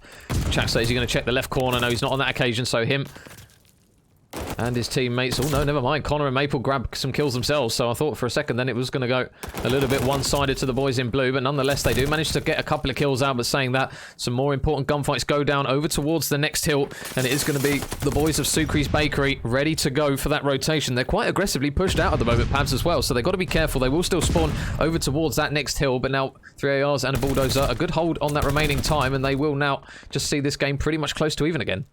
Yeah, absolutely. They take the scrap time, but again, it's going to be the spawns going the way of Suki's Bakery, who did play that almost perfectly. They get that set P2 from the front, maintain quite a lot of time in it, and then get spawned out, and it's really played in their favour. But good plays there from Maple, who gets down the back of of side road and able to dominate quite effectively. And if he stays out there, if he can play his life, this could be huge right now for the team in red, and that's a massive performance. Another big fight is going to go down. Number 5 does need to get taken care of, and he is finally dealt with. Great opportunities. They take the lead, Major, so 3 ARs not letting the lead run away from them at all. Oh my goodness, well, that is a really, really strong hold from this hill. Chaxter going to get caught on that occasion as Eric is going to try and work his way potentially over towards the existing hill. There's still 15 seconds worth of scrap time, and Chaxter has now just respawned out the back, so Eric's got a lot of players to go through. Well, there's one. Oh, he's not going to quite grab the second or the third, so that time goes in favour of 3 ARs and a bulldozer, and a really good hold on one of those more money hills. And you feel that if 3 ARs and a bulldozer can try and keep these money hill holds, Pablo, I mean, no reason why they can't be in with a shout at this map, because at the moment they're not exactly getting outslain incredibly. Obviously BB Connor at the moment is struggling at the moment, but Chaxter doing a good job. Wee Man currently double positive at least as well at 9 and 4, so they're not exactly getting blown away from the slaying power of Suku's Bakery. And if they keep this up, you can't see why not, because they just bullied their way into yet another hill. And it's the one thing that we used to see Suki's Bakery do quite effectively, would just be kind of slice through a team from the front. Well, have a taste of that as the Wee Man goes off and we start to see kills coming out from both Chaxter and Wee Man again having a massive game. So big opportunity for them to just stretch the lead out to around about 40 seconds as we see Suki's Bakery rush in from kind of warehouse side. With 20 seconds remaining, you would suggest 3 hours and a bulldozer quite happy for that to take that remainder scrap time. They do fight back though, but again, we get to this P5. This should be really interesting. It looks like it's going to be a more conventional kind of hold as they look to try and get spawns for the second rotation P1, but it is going to be Suki's Bakery who are going to try and push, and they've made kind of a lot of kind of emphasis over to holding this other side. And where does number 1 spawn but over towards P1? Insane plays this game, throws up so many surprises, and Maple able to do the dirty on Suki there towards that rotation. They were combined for 14 in a row. Wee Man, I thought he was going to get the second as well. He absolutely levered Yakko with bullets. It isn't going to be enough though to grab the kill. Yakko is still lurking over towards Secret, so he's got eyes on this entire left-hand lane, and nice shots there to take down Chaxter. There is still another man in BB Connor still lurking nearby, but Suki's Bakery with Yakko currently on a 5 and Sukri soaking up the time. This is looking really, really good here for a good regain hill. We know how difficult this hill can be to hold time, but Yakko 6 in a row, now 1 away from the glide bomb. Maple's around the corner. Oh, there's the timing. He's not going to spot him. Maple surely any second is going to get spotted. Yep. And he spots Chaxter as well. So this might be a free kill for the Streaks. Get shots into Chaxter. There's 7 for Yakko. Can he make it 8? No, Maple finally stops him in his tracks. But on a hill, Pablo, that's not necessarily the easiest to hold a lot of time on. Suki's Bakery do manage to do it. But look at the boys of red, Pablo. They just seem so efficient on this map at the moment. They're just rotating really, really well. The fundamentals seem to be there. And Suki's Bakery, as much as they try, they are really struggling. Yeah, absolutely. I mean, they haven't been able to really reduce this 50-second deficit. They got close to around 30 seconds, but then they were just bitten back immediately by 3 hours. And again, now that glide that Yakko's got's going to be vital. Are they going to use it on that more open, hill towards that train yard? Or are they going to try and push a player out who's making his way down docks towards P2? This will be interesting how they're going to approach to try and use that ordnance. Right now, you can already see 3 ARs making their way all the way down that side road, looking to get that back control. And you can see they're going to have information about what players are heading into P2. This is a huge moment right now in this game, and especially if 3 ARs can get good control of this. A big fight going to go down in middle. Gunfight is going to go out, but no one's going to get tagged up. That's big plays. Number 2 in Wee Man of Talia's played. It's like, if he wins this gunfight, this is huge right here for 3 ARs and a bulldozer. Now I'll slap him back immediately. Great plays from the team in red. I'll tell you what, if you're Suki's Bakery now, you're getting a little bit nervous here because 3 ARs and a bulldozer, they are ready to go on the next hill. They are locked into position. They do manage to get a couple of kills, though. BB Connor is just going to be watching over towards this warehouse side, but Suki going all the way around the back. Oh, he's going to get timed. Is he going to get the kill? Yes, he is. So Sukri able to collapse in, and that is exactly what Sukri's Bakery can do in a position that 3 ARs and a bulldozer looks so comfortable in. All of a sudden, Sukri's Bakery punch their way straight back through. Sukri, nice shots to take down Maple. There's still going to be a few more players, though, ready to go from 3 ARs and a bulldozer. So straight through the door goes Chaxter. Going to try and finish his way in. They do manage to take the man out of the hill, but Sukri only able to grab one. The boys in red fight straight back, and with 25 seconds of this time, you'd argue, Pablo, that Sukri's Bakery, they really need this 20 seconds. Although it doesn't seem like a huge amount of time, it will put them pretty much back in with a say in this one. Yeah, absolutely. They need that desperately to stay within, good reach, good touching distance of this team. And again, big brain plays from Super, making his way all the way round to Warehouse, and the team's wild, but it spawns Maple out towards P3, sorry, and that's hugely important as they were able to retain a good solid chunk of time. And we are back to 40 seconds. And not just that, but it's looking very, very much like Sucre's Bakery are going to use that glide to try and retain control. Eric Boom goes big, and if he's able to get these kills from the front, this could be massive for Sucre's Bakery, who range it and now within 30 seconds and are at their closest since the very first hill. So Yakko, what can you work? Not much more. As he gets taken down, it looks as though fire is going to be the decision for the position to push. BB Connor flies around the corner. Eric, though, stops him in his tracks. The trades, though, are they going to come through for both sides? It's going to be a one-on-one, which Maple is able to win. So that is a massive kill there, as those players still try and flood their way through. But Yakko, he manages to at least get in towards the hill to get the contest. But the players from 3ARs and a Bulldozer, they still manage to hold that time. So Sucre's Bakery over towards the next rotation, over towards P4. They're going to have to try and get ready to go, because Eric is going to be out the back, and he's going to have a gunfight up against Wee Man, able to win the first. Maple, though, over towards boxes as well, as Eric going on the hunt. We know how aggressive he can be, but meanwhile, Sucre wins a really big gunfight on the hill. I'll tell you what, if he lost that one, the boys of 3ARs and a Bulldozer, they might have been in with a shout of potentially disrupting some spawns and maybe getting a good amount of time. But look how aggressive Eric Boom is being at the moment, Pablo. He is just doing exactly what we know and love him for, roaming around, frying people left, right, and centre. Yeah, absolutely, and it's vital as well. I mean, he's kind of misread. He's gone over towards Dockside, but what he did initially was just be able to stop them from getting straight onto the hill, because they have been cutting through Sucre's Bakery when they needed to, but that's probably just been disruptive enough for them to be able to stop that team in red from getting any time at all. And now as we pass the 30-second mark, there's not going to be a lot of time remaining. It is going to be the team in blue. They're going to be sat on the hill. That's a huge kill though, as Weeman absolutely bodies the team on his own, despite the heroics of Yakko. There's a huge play right there. Yakko on a 5-speed, so massive moments as we see the team in blue try and cut from the front. This could be an opportunity. Only a few seconds of scrap time remaining, and the team in blue now potentially set up much better than the team in red. They've got options for P5, and they've over on the right side of spawns for the rotation going for P1 when we do hit that third rotation. So 20 seconds separating these two at the moment. BB Connor outside ticket, watching his lanes. Sucre is going to trade him out though. That's a big kill. As Maple is just still lurking and toying with the option of getting on the hill, but his hesitation there is going to actually kick him in the backside as he will fall. Connor, another big engagement. He's able to win. Chaxter surely going to try and get on the hill any second now, because every single second now is going to be so important for 3ARs and a Bulldozer. Chaxter just keeping his head down, waiting for his help, and Yakko able to take him down. So they're now trailing Sucre's Bakery, only trailing by 20 again as they get on towards this difficult hill. We know how hard it is for players to finesse their lives on this one, but now can they get some all-important kills and some all-important breaks? Yakko's going to fall, so too will Super. The help, though, is going to be there from Chaxter to try and keep BB Connor alive as they soak up this time, but this kills out the back here from Maple. That first one is huge. Number 8 and Eric going to try and get that arguably preferred side over towards P1, and with 3 seconds left, he's going to try and disrupt those players inside the hill, but Wee Man holds strong. Another important kill coming through the latest addition to this roster, Pablo, and he is having a belter of a map. 30 and 18. There's only currently Yakko on the other side who is really outdoing him, and there is nothing separating these guys as we go in towards the third and final rotation.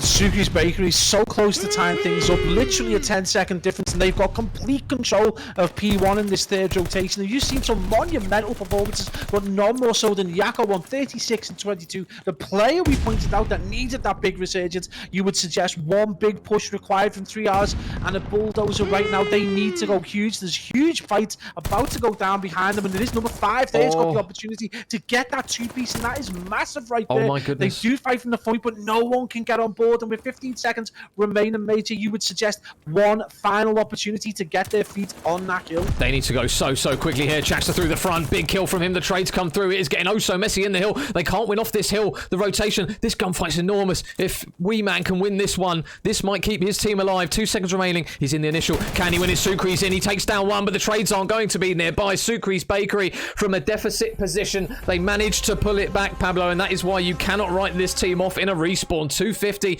to 220, and more importantly, they will go through to that losers final. And you had to suggest, man, that Suki's Bakery had to go through another massive gear there to deal with the resurgent 3ARs and the Bulldozer. What a performance out of both teams. But Yako won a 37 and 23, 29 untraded kills. Absolutely dominates that Berlin in a map we thought the 3ARs and the Bulldozer might do well on. But again, this has been a really monumental cup just for that team in red. They managed to do away with some of the demons they may have faced previously, and they've got themselves a kind of stage further than they have done in the previous cups. So big moment, lot of positives for them to take away, but right now you've got to feel good. Eric Boom is back where he belongs. He's going to be in that losers final against Moneyform, and it's always a joy to see Europe rejoices when Eric does well. Yako, though, man, that is the player we need to see, and he's that kind of player who can kind of, be that slow burn player. Finally comes good in the end, and kind of we start to see that potential we talked about last season. What a performance from Suki's Bakery. And in it, let's be perfectly honest, 3-1 really doesn't justify the kind of plays that we saw in the whole game. So Suki's Bakery in towards the losers final. They will go where they will play Moneyform. Oh my goodness, so we are down to 3 teams. Moneyform, Suki's Bakery, and the boys of Revenge Tour. So there's the confirmation on your screen, guys, of the map scores if you did miss them. And oh my goodness, we've had a lot of C's actually, and one of them is for me. So we'll the boys of Suki's Bakery, they will push through in towards that losers final. And just confirmation there on your screen, guys. So Suki's Bakery up against Moneyform is going to be coming up very, very shortly, and whoever comes out on top of that one will be up against the boys of Revenge Tour. We are just going to quickly cut it to a short break, guys, while we just get ready up for our next one as the guys sort out vetoes and get lobbied up. But don't go anywhere, guys. Make sure you grab your food and you grab a drink, because we will be straight back very, very shortly with our losers final and grand final straight after this short break.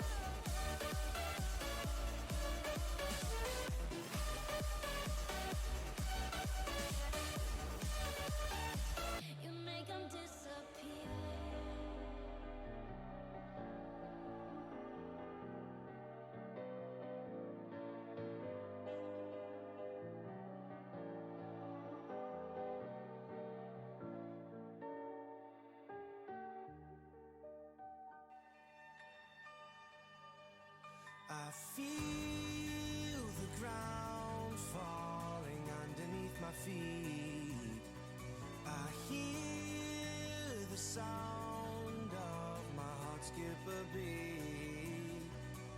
So how'd you make me fall like that, like that?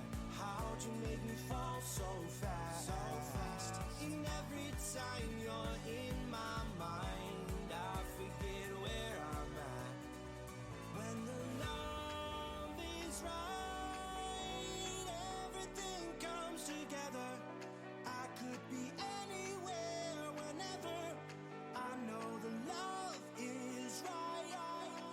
When the love is right, everything comes together. I could be anywhere, whenever. I know the love is right.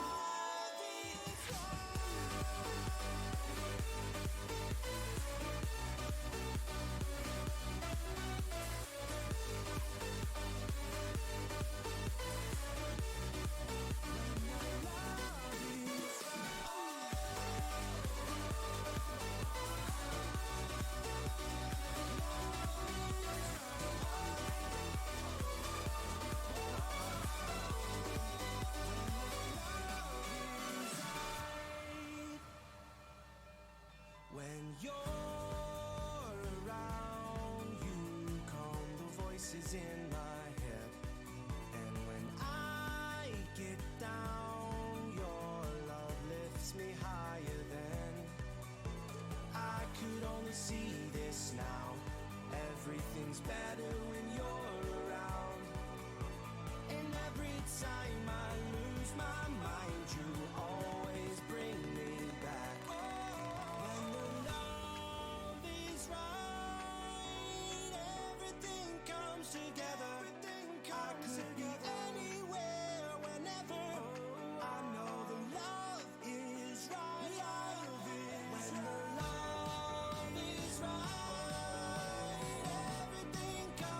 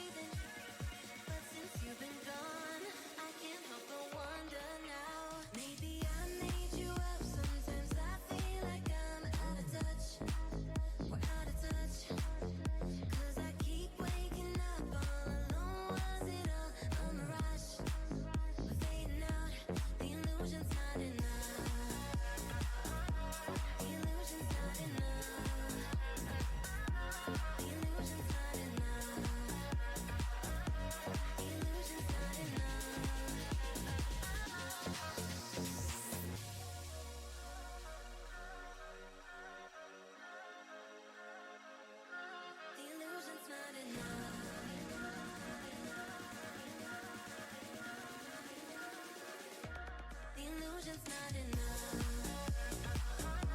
The illusion's not enough. The illusion's not enough. The illusion's not enough. Maybe I need you out sometimes. I feel like I'm out of touch. Out of touch. 'Cause I keep waking up on no was it all a rush. Fake love. The illusion's not enough.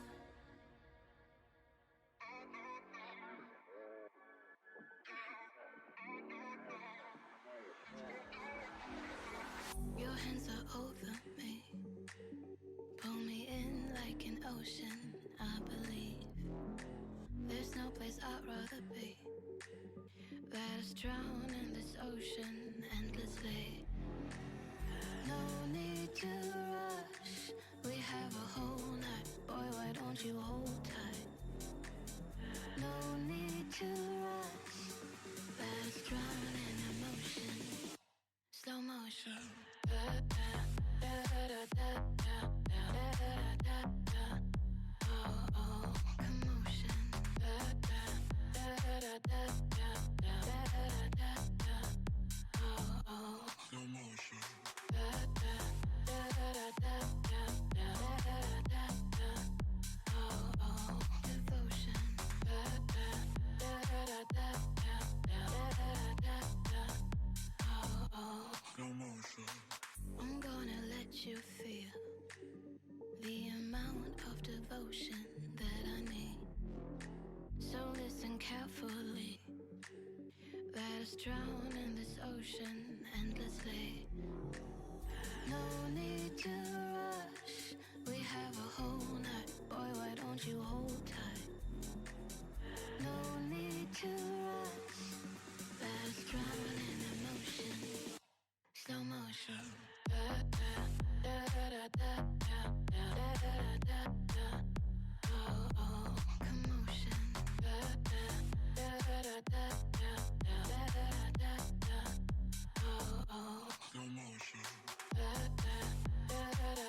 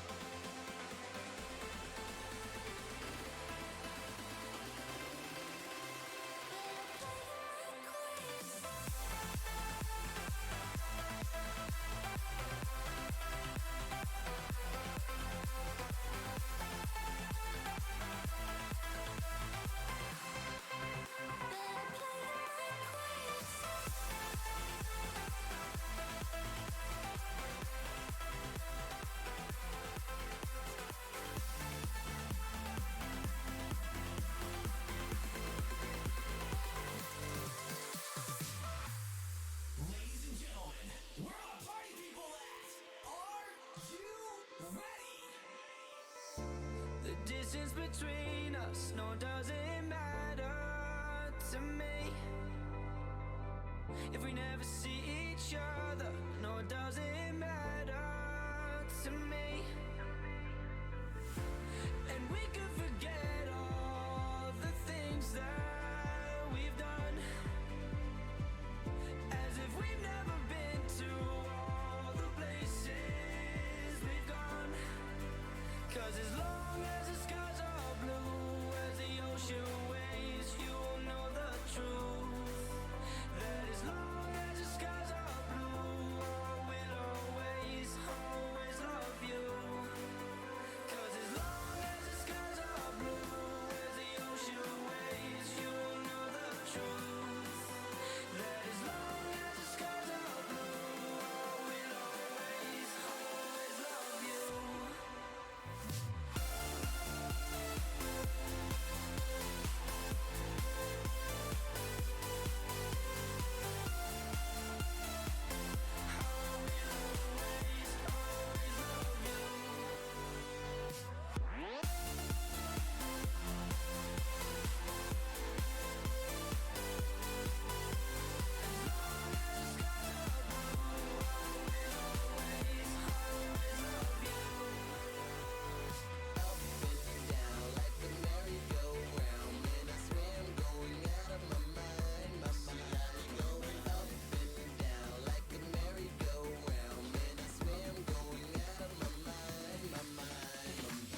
Have you ever been mellow?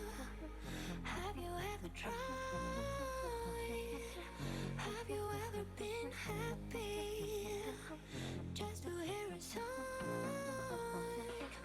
Have you ever been mellow? Have you ever tried? Have you ever been happy just to hear a song? Hit me.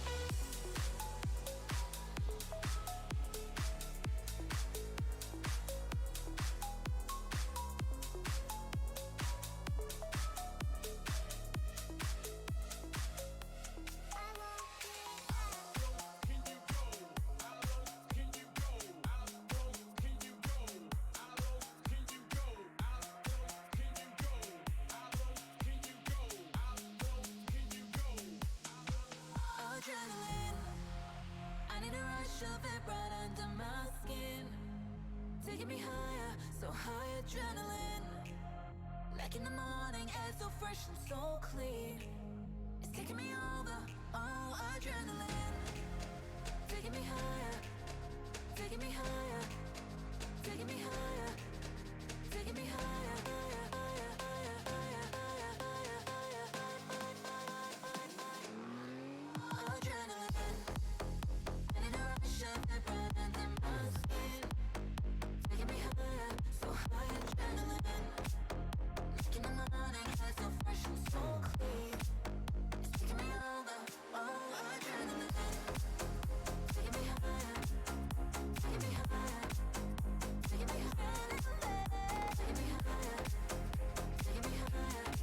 taking me higher, taking me higher, so high adrenaline.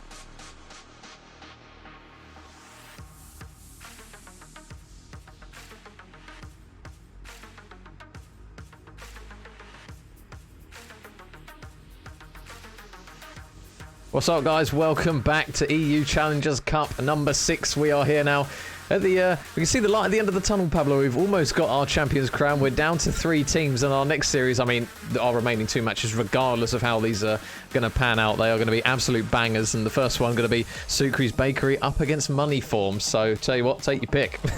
Yeah, absolutely. And I mean, it's a game we have actually seen before, so this could be very exciting, and it could be a really interesting opportunity for Sucre's Bakery to kind of replay. I think they actually beat them in the round robin, did they, or was it in the cup prior to that? I can't remember, but it was a hell of a performance right there. So this could be super exciting. My memory isn't the best on majors, so let's not rely 100% on that. But yeah, it'd be nice to see if Moneyform can just kind of like take that step again. They seem to unlock certain puzzles and then at certain times just fall over completely. So it'd be nice if they can look to kind of maintain a bit of form coming out of this, and then have an opportunity to have another popper at Denza. And the other big one really is that Suki's Bakery probably got the quality to go all the way. They just haven't really had the kind of gas or the consistency to get right to the end. Seem to take the foot off the pace a little bit. And when we get to these stages, so it'd be nice if we can see a kind of regain from the boys and just see them march through to a final and see what they can do from there. Yeah, so we are going to load straight in towards our first map, Pabs. Obviously, we'll run through the maps in just a second, but our first map is going to be Tuscan Hardpoint, so a nice mixy one to get us underway here at the moment. And the boys at Sucre's Bakery, they managed to win that one, didn't they, against 3ARs. 3ARs and I was about to say a bulldog then, but it's a bulldozer. 3ARs and a bulldozer. So they managed to win that. Jack is made up now. Yeah, so you gotta love. Nothing wrong with a bulldog. Love a bulldog. British bulldog. Yeah. So, but the boys of Sucre's Bakery, they're going to look to this one again for one of those more fast-paced maps. You're looking towards the likes of Yakko Super, and you can't laugh at me. Some of the stuff you say is outrageous. I just picture Chaxter barking at the screen now every time he gets a kill. Woof, woof, woof. Just so stuff, but it's just crazy. No, honestly, I was so close to saying the worst thing you could ever say on stream before. Not quite you could ever say, but definitely would have put me on the struggle bus. But no, this is going to be huge right now.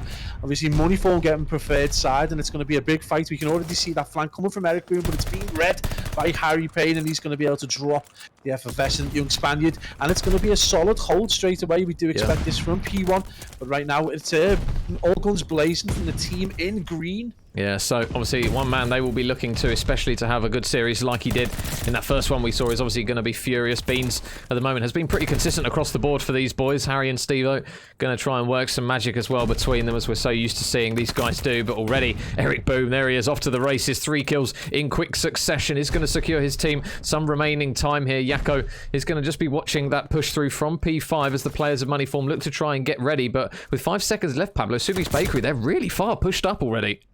Yeah, absolutely. They've taken up so much geography, and look at that work from Yako as he gets a 2-piece, and that's going to give them a solid 10 seconds of just free time. You know, you can chill on the hill for a little bit. Number 3 has pushed through Church, though, and that's going to be a huge kill from Suki again. Needs to maintain that form that he took out of the previous, 30 and 18, I think it was in the end, and Yako on the 5-3, so we might see a little bit more caution come out of the young phenom as he tries to get another kill. Eric Boom and Yako both teaming up, and it is going to be Yako on the 5-3, so one more needed for a streak, and that could be vital in this game. Yeah, Yako, is he going to get it? No, he's going to get shot in the back, so he's not going to get that glide bomb. He should have the strafing run as and when he decides to use it. Super is going to try and work his way on towards the point, but you can see there's a couple of players just stacking it already. There's quite a lot of presence here from Moneyform. Super only going to be able to grab one, so the scrap time is going to go in favour of Moneyform. The boys in blue will hold that rotation, though, with Sukri over towards Tiles, and then Yako subsequently over towards this left side as he takes down one. There's going to be another player around the corner, Furious, just playing it patiently. The trades, though, coming through from the Spaniards once again, as we come to expect,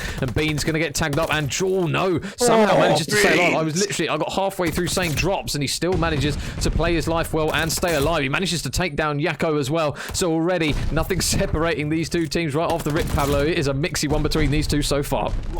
Beans has gone absolutely off. He finally gets dropped, but he was absolutely bodying kids using that water fountain heady, and it doesn't matter if it's there or not. And the kill feed goes almost entirely blue as you see Super Yako and absolutely just deal with Moneyform. But this is one player again we talked about the previous game. Despite them getting through, you would say a middling performance is Super, and he is on 6 and 5 right now. But you just feel Suki's Bakery are absolutely fine, but they have to maintain this pace. And this is the one thing that they've struggled with in previous cups. And when they've got to these kind of later stages, is they just run out of steam. So big moment for them. Moneyform, a big opportunity for them now as well, as we do hit that kind of hill that you would expect both Steve-O and Eric Boone to enjoy massively.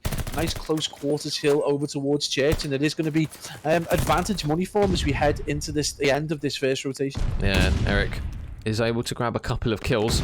The boys of Moneyform are on the hill, so they're going to have to look to try and break through. Harry, though, just tucked into the corner. Big kills come through for the boys in green as that kill feed lights up in their favour. So good work right off the initial hit from Moneyform. Sukri is going to try and edge his way around this side of the map. There is going to be Beans all the way out the back here, so he might have quite a lot of people to try and scatter a few bullets at. Nades come through. Eric's going to chal out. There's one kill. The nade and the shots combine to take him down. Beans is still looking for more, as there are a couple of players in and around the hill. The last man standing is going to be Super. Big 1 versus 1, and Beans able to win it. He's got another one here as Eric Boone flies through, but Beans manages to tin them both, and there's really good kills coming through there for Moneyform right when they need to. At the moment, Beans is kind of leading the charge at the moment in terms of kill pabs, but if you're looking at the kills that the boys of Sukri's Bakery have got and the boys of Moneyform do not have, I mean, we're just about to see a lead change here, so if you're a Moneyform fan, you take it.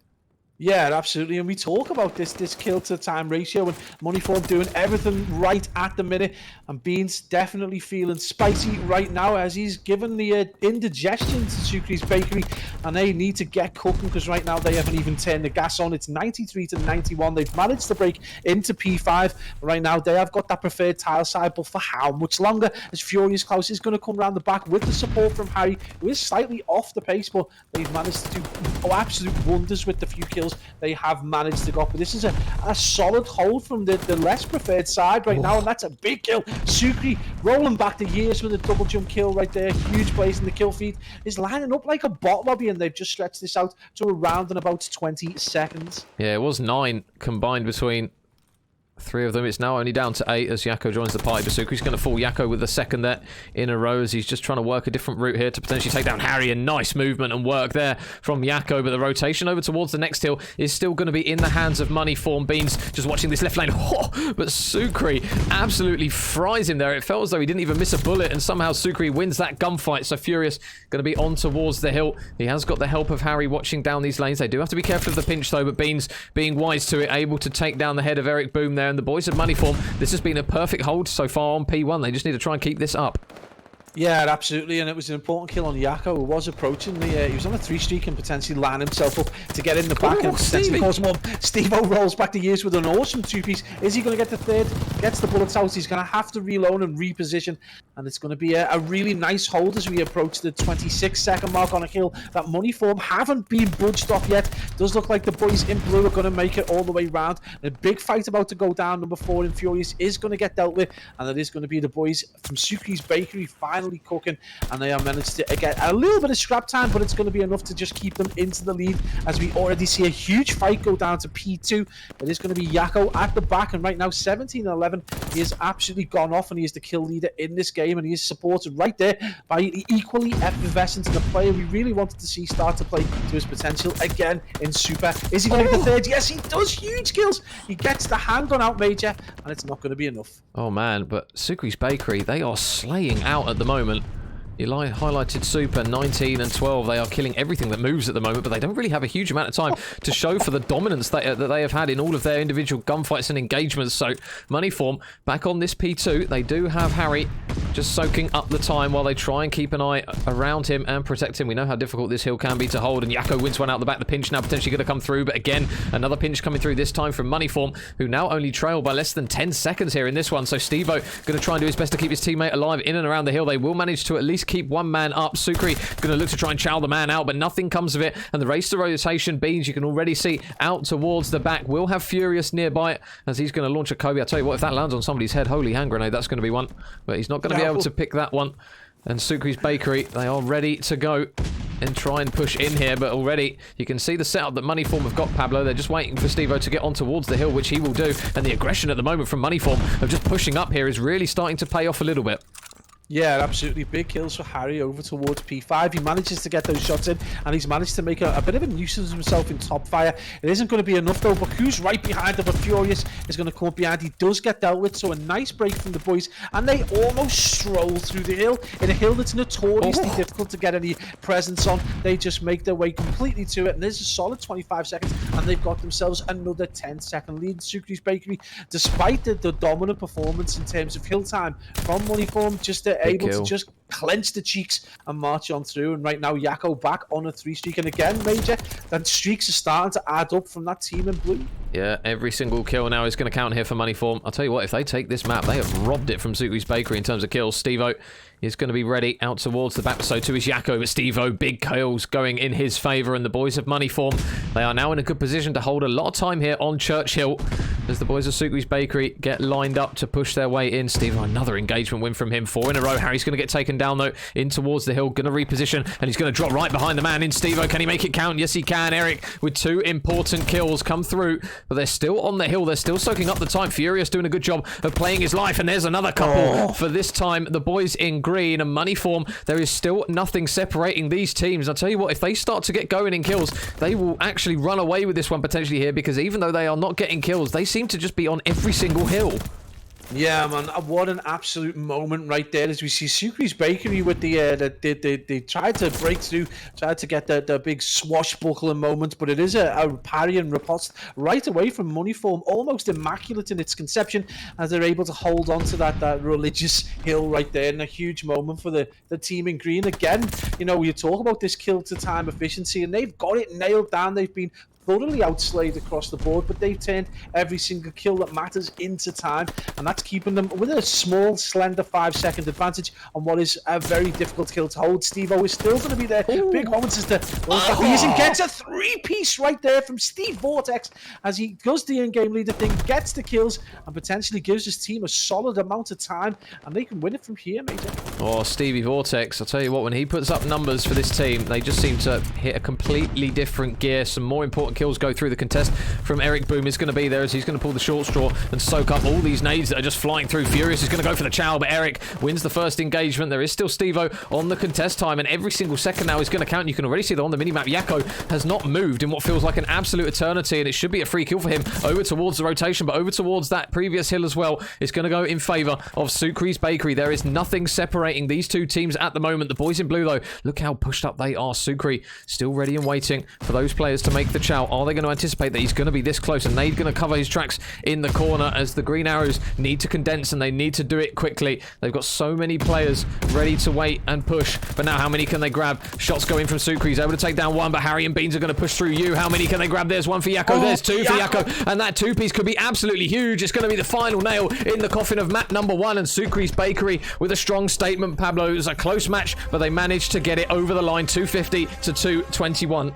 Man, unbelievable performance at the end, and it was literally down to the last few seconds. Moneyform having literally almost no right being in this game at all. They were outslayed and outplayed at times, but they just hung on, and they got the maximum amount of time out of the kills they got. But you've got to look against that performance from Yakko, you know, player we've talked about. He was had great potential last season. Well, he is definitely trying to fulfill it this season as he goes big in the final P1 on that third rotation and goes huge with 2 big kills, and it pushes them over the line. But time and time again, we saw big performances, big 1 and 2 piece, big 3 pieces from the likes of Steve Vortex, but right across the board, you know, no one really letting the side down. It just comes down to that heavy slaying in that very first rotation from the team in blue, as we saw, you know, they absolutely bodied Moneyform in that first rotation. But it's a slender win, man. That was only 30 seconds despite that dominant performance. And the rotation early on, which I believe it was number 6, was it Sukri or Super? I can't remember which one it was off the top of my head, but that kill on the rotation just to try and allow their team to almost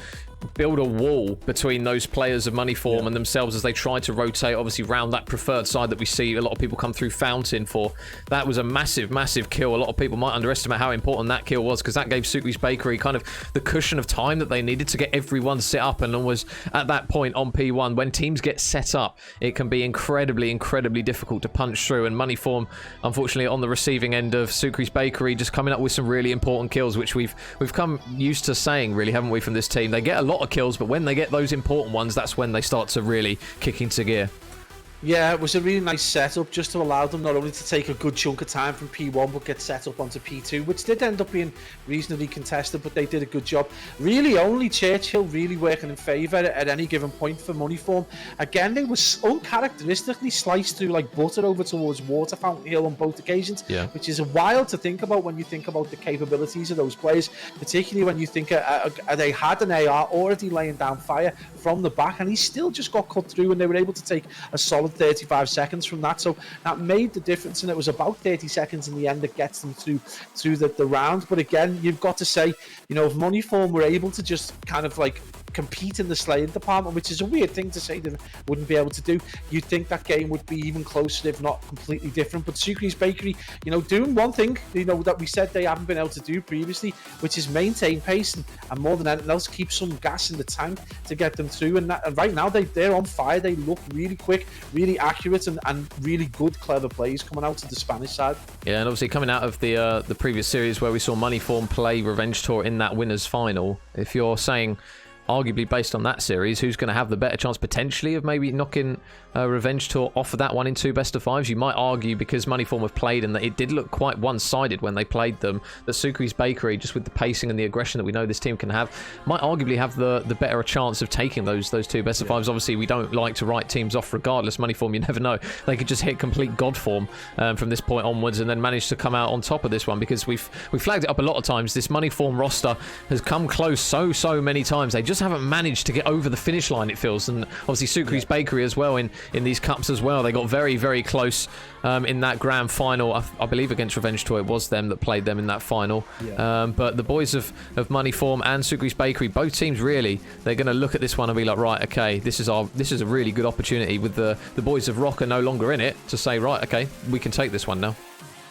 I mean, the thing with Moneyform is it looks like they solve one problem in terms of a team that they've not been able to beat, and then they just time it badly, and another team just pops up who presents an entirely different puzzle to solve. So, I mean, at the minute, it's really difficult for them. They're down already in this series.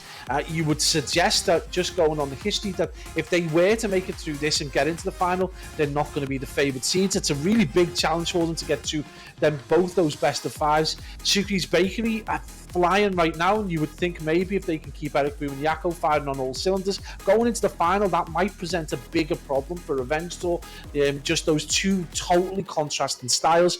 But again, it's just problem after problem really for Moneyform, and they just haven't found a solid solution. And again, with the way that the CDL Pro League works, they've been taking challenger players, and we've seen a few go over it, and it's just kind of left a kind of a void almost in terms of the amount of quality players that are available across the top four teams. And they're presently, we've seen the reshuffles go down, we've seen them try and take new players in, change the chemistry, change maybe the knowledge a little bit. Furious has come in, they've looked great on S&D, so you would suggest, hopefully, we said it last time and it slapped us in the face, maybe they can employ that S&D right now on another Spanish side and bring this back level. Yeah, because it definitely feels like those top six teams, the players do tend to interchange. Obviously the Spanish lads as a core group tend to stay together. Obviously we saw with Ponder Replay when Eric left the boys of Suku's Bakery, he's now obviously back pretty much where he seems to be very, very comfortable in and among this roster. But yeah, a lot of those top six teams definitely seem to intertwine a lot when they do have one player out, one player from another top six team will then obviously subsequently come through. But you've also got players like slightly lower down. When you look at the boys of Mistaken Identity and Snake's lot, for example, Higgy has now managed to work his way up into arguably the next kind of step up in his career, and Crookie as well going in towards that bracket. So you never know, you might start to see some players really start to trickle through below that might elevate other players that are going to come through. Obviously Beans in this roster now, but those are kind of those top six teams, they do seem very cemented in that group of players, like you say. So it can be difficult for a lot of teams to find that game-changing player who is available at the time, because when Ponder Replay split, everyone was kind of like, oh, okay, get your hands on some of these players, because obviously on paper, very, very good roster individually. So if you can try and get the right fit, which Suku's Bakery managed to grab with Eric Boom back in the team, it's one where you might be able to find a little gem potentially. Yeah, I think it's a bubble. We know that it's a bubble, and it's been like that for a few years. And there are politics, and there is kind of a kind of level of stock for each player, like almost a brand, you would say, in terms of where they are. And it's a risk for some of these teams to then dip into the lower ends, and particularly while it's been online with all the problems that's caused. So right now, I think a lot of the top six teams are a bit reticent to kind of reach down into the lower kind of top 16 group of players and pick anyone, despite how well they might be doing, just for fear of any potential banana skins that could appear. And particularly if that player doesn't make the transition very well, they're then lumbered with a player that potentially look great in the handful of rounds at the start of 2Ks, and then when they do make that transition, don't maybe perform, and that becomes a really bad problem for those players. But I think it's going to happen. We know the likes of Hickey and Crookie have probably definitely got the ability. It's just whether they can break into that bubble and kind of break the politics of it a little bit. And then obviously, coming into the following Call of Duty, we know that there's the likes of F-Dot as well, who definitely probably will break into that bubble. So a big risk for a lot of teams, especially now when they got all these problems facing them and these puzzles to solve, because right now it is very much looking like a Minnesota ROKKR Academy Revenge Tour world. Can that be broken? Suki's Bakery probably got the best opportunity.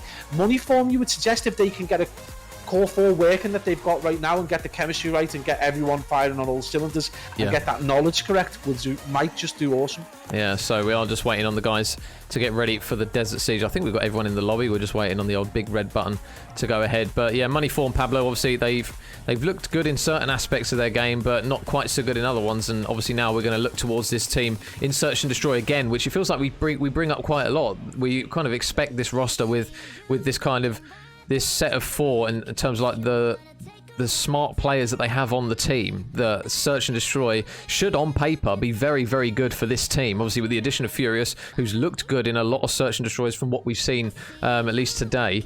It's one where although you don't expect them to win the search, you do expect them to look solid with the players that they've got in this one. And if they don't take the search again, we're in a position like we were with the game against Revenge Tour, where it's like, right, they're 2-0 down, they've lost one respawn, they've now got to count on a control and another respawn. So as harsh as it sounds, if they don't take the search here, it's going to be very, very difficult for them once again against Sukri's Bakery to work the reverse sweep. Yeah, and you've got to say that if they don't take the search, it's a problem for Moneyform. Clearly, you know, despite what they did against the guys from Minnesota ROKKR, it's irrelevant. It's clearly spurious. And then they go into a Tuscan control, which I'm not going to lie, Sukri's Bakery looked like they finally nailed. No more Jekyll and Hyde performances. They looked really solid. It was a good back and forth against 3 ARs, but in the end, they come out with albeit a 3-2. They looked reasonably comfortable. They played really smartly. They got the life deficit in the end that gave them that defensive side. So again, not someone you particularly want to go up against, because you're not able to outgun them or get those attacking rounds. They're going to outplay you in the end. So they really do need this S&D quite badly. Like, they've got to do well, and they've definitely got the capabilities to do it. There's no question that they can do it, but just, is it the confidence is going to, you just don't know where they are mentally. So, you know, right now, the Spanish lads are just looking strong, where you see one group disappear into the ether to be resurgent in the next 2K. There's another 4 lads waiting in the wings who are just as capable. And right now, you just wouldn't put it past the Yakko S&D performance. You know, it could happen. We've seen it before. So, again, a lot of pressure on that young man's shoulders, but I think he's capable. Yeah, and I think as well it will be another one where, on to being a Desert Siege, obviously I'll bring you guys up the maps for what we've got here. So our 2 Search and Destroys are arguably kind of sniper impactful ones, aren't they, Pabs? And obviously Desert Siege is one where we know kind of the likes of Super and Sukri at times, who's also run a sniper, can make an impact. Obviously Beans, we've seen him run the sniper as well. Harry, they kind of alternate between them. I think on the Desert Siege, when I last cast these guys, in that first series that you weren't watching, it was actually Beans and Harry. They were literally alternating attacking round and defensive round to see who was actually running the sniper. So there's still a bit of flexibility from both teams to try and work a different approach. Obviously Desert Siege is a map that we see a lot of sniper plays on, and we saw, unfortunately, with the boys of Spain in, I was about to call them the Young Galactics again, but in ROKKR, who when Lucky wasn't firing on all cylinders on this map with the sniper, his team really kind of actually struggled for it, because you can make some really big plays on Desert Siege with the sniper. Yeah, I think, you expect someone like Super to do quite well. If he doesn't, I'll be surprised. But your main problem, I think, you're going to face if you're Sukri's Bakery is Desert Siege not very friendly to attacking SMG players, aggressive ones, and Eric Boom and Yakko, that might be an issue. Eric Boom's fairly flexible though, so don't be surprised to see him in an AR role. It wouldn't surprise me at all to see him do that. Whether he's going to be as effective is another question. We've seen him do it before and do quite well, but really we do need to see these kind of world star plays coming out of Super, and then obviously at the other end out of Beans and Harry. Would expect that to be a really interesting fight, particularly over towards the trackside area where you've got those derailed trains. That could be massive right there, and we know Super can be a god at this. Again, Desert Siege though, man, that was too big. I mean, that was a big win for Moneyform go against the ROKKR, so they're looking pretty confident. This could be huge. Yeah, so in towards our next map we will go. So Sukri's Bakery currently leading the charge at the moment, 1-0 in the series. If you did miss map number 1, it finished 250 to 221. So a lot of close engagements on that one. And Moneyform. Well, there's some aggression. Furious is going to run straight through over towards those B steps and will get taken down. The first blood is going to be replied, though, by a kill from Stevo onto Yakko. A nice picks, though, coming through from the boys in blue once again. Super with some absolute beams onto Beans. And now going to be Mr. Eric Boom, Super, and Sukri going to try and work. It looks as though over towards this B site, but it looks as though as well on the side of Moneyform, Stevo is just playing this patiently, but surely this bomb might go down very, very shortly. Yeah, absolutely. This is a really cautious play right now. You usually expect this kind of hyper aggression out of the team in blue, and you can see that Eric Boom, his nature is to get pushed up, and Harry's going to get a pretty easy kill. Whether he can see that player over towards top window is interesting. Stevo going to push through and just try and get a better angle. That's going to be a huge moment. But able to dip, manages to finish the kill off. But is he going to run into trouble? He's reasonably exposed right now. I don't think the player's seen him yet. Has got that information, so we're going to be in a 1v2, and Stevo kind of has been read right now. Sukri misreads that, so big opportunity right now for Sukri maybe to get the clutch in the 1v2. Oh, spots one. There you go. There's a pick. Now 1 versus 1 up against Stevo. And although you don't like to see it early days, it does feel like these rounds are incredibly important, even at the early stage. Just trying to wait.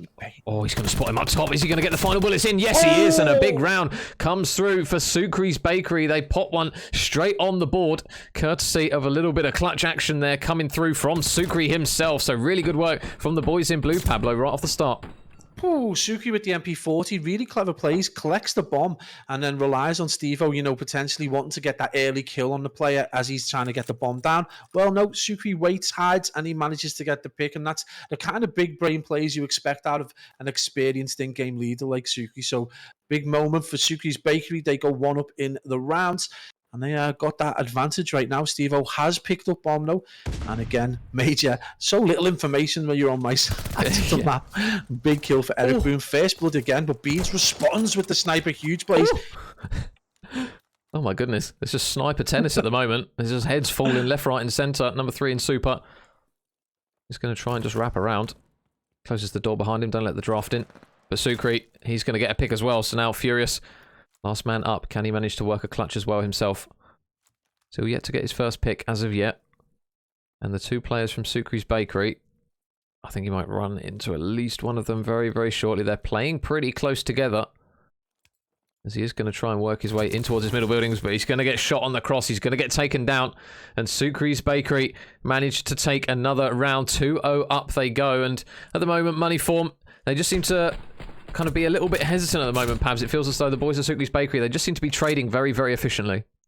Yeah, and that's the one thing that's reasonably surprising. We've got so used in Vanguard to in these 1v2 situations, the players that in the 2 to split up and try and get information and get the pick because the time to kill is reasonably fast. But it's nice to see a trade there, the 2 players working together to try and get that one out. And right now, Sukri 4-0, 2 more kills, and he's going to have a stray from this, you know, albeit one of the most awkward streaks that you can see. It's going to put him as close to getting a glide then as possible. So not inconceivable. But we do see Steve-O finally get a pick, and he's on the AR as well as he drops Eric Boone for the first blood. Eric Blood for the first boom.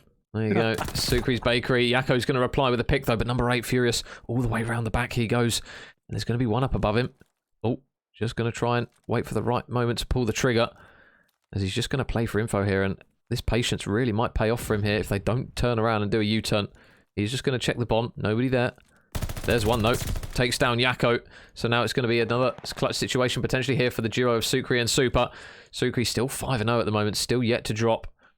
They've still got the issue of Furious out towards this side. And Sukri's going to tag him up. Looking for that 6th kill. Isn't going to get it on that occasion.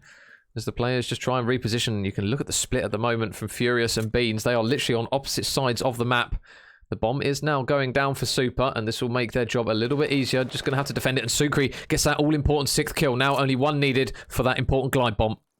Yeah, Furious Ghost last alive. He's 1-2 at the minute. This is going to be a big, big moment for him. He's going to need to get this clutch because if they go 3 rounds down, this is definitely a psychological blow, and it just makes Sukri's Bakery just the lives a little bit more easier. Furious Klaus is going to make his way over. He manages to get a big kill, but Super is last alive. Furious Klaus is going to just play the time. He's got 18 seconds to be able to get that defuse. Super is going to wake his way around, think he's got the information. He's going to play. He's going to bait him. He's dipped inside. Can he get the kill? Huge plays by Super there. And again, a player we've pointed out before is having nerves of steel and major. That's 3-0 to Sukri's Bakery.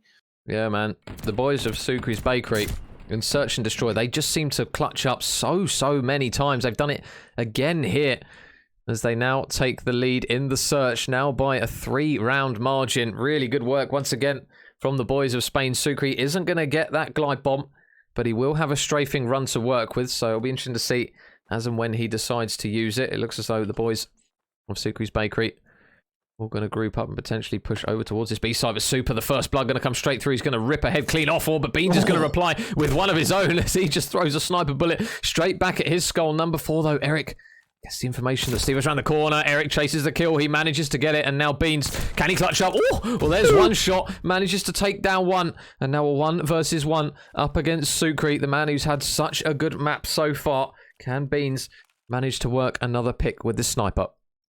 And again, I think he's going to have to go on a hunt, maybe potentially to get himself into a much more kind of intelligent position to get as much information as possible. But potentially he is going to need to maybe pick up a more versatile weapon. He is going to do that. That's going to allow him to just to transition with a bit more confidence. and he's just going to try and find his way. He's going to get that bomb down, and it's going to give Suki, who's 7-1 at the minute. Big brain plays that opportunity now to go on the hunt, and this is a good idea from Beans. He's made his way all the way around, and potentially we're going to see a clash. Fairly as he does, Suki has got that information, though, and he gets absolutely beamed as Moneyform get one on the round, and that is big plays from Beans right there. Yeah, so that's a big moment there from Beans, and that is a huge round for the boys of Moneyform. If they go 4-0 down in this one, their morale is rock bottom, you'd feel. After that one. So really good plays coming through, and a big clutch moment there for Moneyform is going to see them post their first round on the board, which feels odd to say for a team that we've come to expect to be very, very good at search and destroy. But Sukri's Bakery, and especially the man who the team is named after, really, really good job from him. 7-2, as you mentioned, Pablo, isn't going to be able to quite clutch up in that one, but Moneyform, nonetheless, a little bit of momentum as the snipers come out once again. Yeah, and you can see this sneaky little spot from Harry. He is going to look to try and take the header. It looks like Suki is at the other end right now. We are going to see a bit of caution coming out of Moneyform. Finally got one on the board. This is going to be important for them to get that first pick. So Steve-O with the first blood, vital for him as well. A bit of confidence. He goes 5-4. He's just going to reposition himself and see if he can get any information. And look how close they are as the X-rays come to life. And you can see the kind of view that Major gets most of the time. And you can see just how close those teams are. We do see Beans get another kill on Suki, so it's going to be Yakko and Super Yakko in particular, the player that needs to go off. He does get tagged up, plays his life, manages to dip. He is going to need to regen no Major with 40 seconds left. This is a 2v4. Yeah, it's a difficult position here. A really difficult position, but nice shots there from Yakko to open up the opportunity to get that bomb down. You can see, though, players are still here. He's going to go for the second Furious. He's going to trade him out, so now it's all on Super. Sniper out. Can we see something majestic here? 25 seconds left on the clock. Doesn't have the bomb. It's looking a little bit bleak for him here. But can he manage to at least take down one, potentially maybe even two? You can see the spread that the players have got. I think, has Steve-O spotted him? No, he hasn't. So he's still just toying with the opportunity of working a pick. It looks as though he's just going to try and play a corner, not give them any lives here. And the boys at Moneyform, 2 rounds back-to-back, Pablo, it seems. So a good regain from these boys and much-needed rounds on the cards. Yeah, absolutely. I think they realise Super's the player with the sniper. If he hasn't picked one up, they're just going to take awkward corners so that he isn't able to get any information or potentially get a pick, and even try and, you know, negate any potential streaks that he might be able to build with that sniper, which we have seen him do before. So really clever performance from Moneyform. Brought this back to 1 round. So, and this is one thing, you know, really interesting right now is we've seen Moneyform string rounds together before, but more importantly, we've seen Sukri's Bakery on 2 occasions now drop 4 rounds in a row. So, you know, this is potentially a big moment for both teams. And we see Super down this side as he not quite in the position he wants to be. He gets that pick. We do see that whale start again as he nearly falls into the chasm, manages to save himself. And it's going to be a 1v3 as we see another player fall. And it is going to be Steve-O left alive in this 1v2. Yeah, and he doesn't have the bomb either. His teammate has dropped it in an awkward position. They know he's picked it up, though, and they check the side, and another round goes on the board for Sukri's Bakery. So although it looked as though Moneyform were starting to get a bit of a regain going there, Sukri's Bakery answer back with a round of their own to make it 4-2. Yakko just hearing the player retrieving the bomb, snaps to his left and manages to take him down. So 4-2 now the lead for the boys in blue once again. Moneyform, obviously, I think this next round, Pablo, you would feel is going to be a very, very pivotal one. Although we've seen some teams come back from 5-2. Obviously, that infamous Sukri's Bakery versus Young Galactics, or the Minnesota ROKKR Academy as they're now known. They actually came back against Sukri's Bakery and won 4 rounds in a row on a bocage. But you do feel if Sukri's Bakery go 5-2 up here, it's going to be so, so difficult.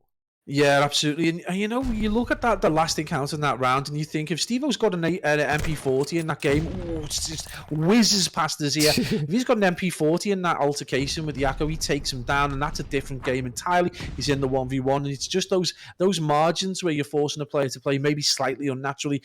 With the AR, Steve-O back on the MP40s, we see it, and now in a 4v2, and they need to see this out. This is the kind of position Moneyform need to be dominating. You would expect this to go to a 4-3. Eric Boom and Sukri both dropped, and it's going to leave Yakko and Super in that 2v4. Bomb not down yet, still trying to jockey for any position at all. Yeah, Moneyform at the moment, you guys obviously can't see it on the minimap, but they literally had 4 players on each corner of the map as they try and get any sort of information of those players being inside that middle building. Beans is able to rip straight through Super, so now all of a sudden Yakko, last man up, is going to need to try and clutch up here. 1 versus 3. Has he been spotted by Steve-O? I believe he has. Stevo going to try and work his way up. Spots him in the corner. Nice shots, though, from Stevo. Absolute beams with the MP40. Jesus, I wish I could shoot like that. Able to grab another important kill. Moneyform down, but not out. Pablo 4-3. They trail now only by 1. I mean, you know, if we get to an exact replica almost of the previous round in the last altercation, and Stevo proven a lot more natural, a lot more effective with the MP40 than he did with the AR, and Yako gets bodied from distance. That is some laser-like performance from the in-game leader there for Moneyform. Stevo 8-5 as he rolls back the years a little bit. Suki's Bakery a bit under pressure now, you would suggest.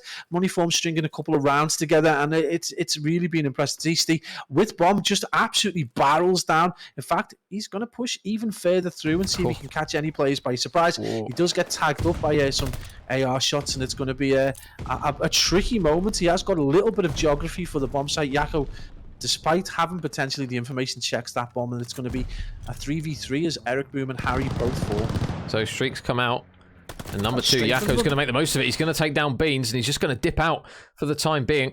The strafing run did get called in, and now all of a sudden, Stevo 1 versus 3.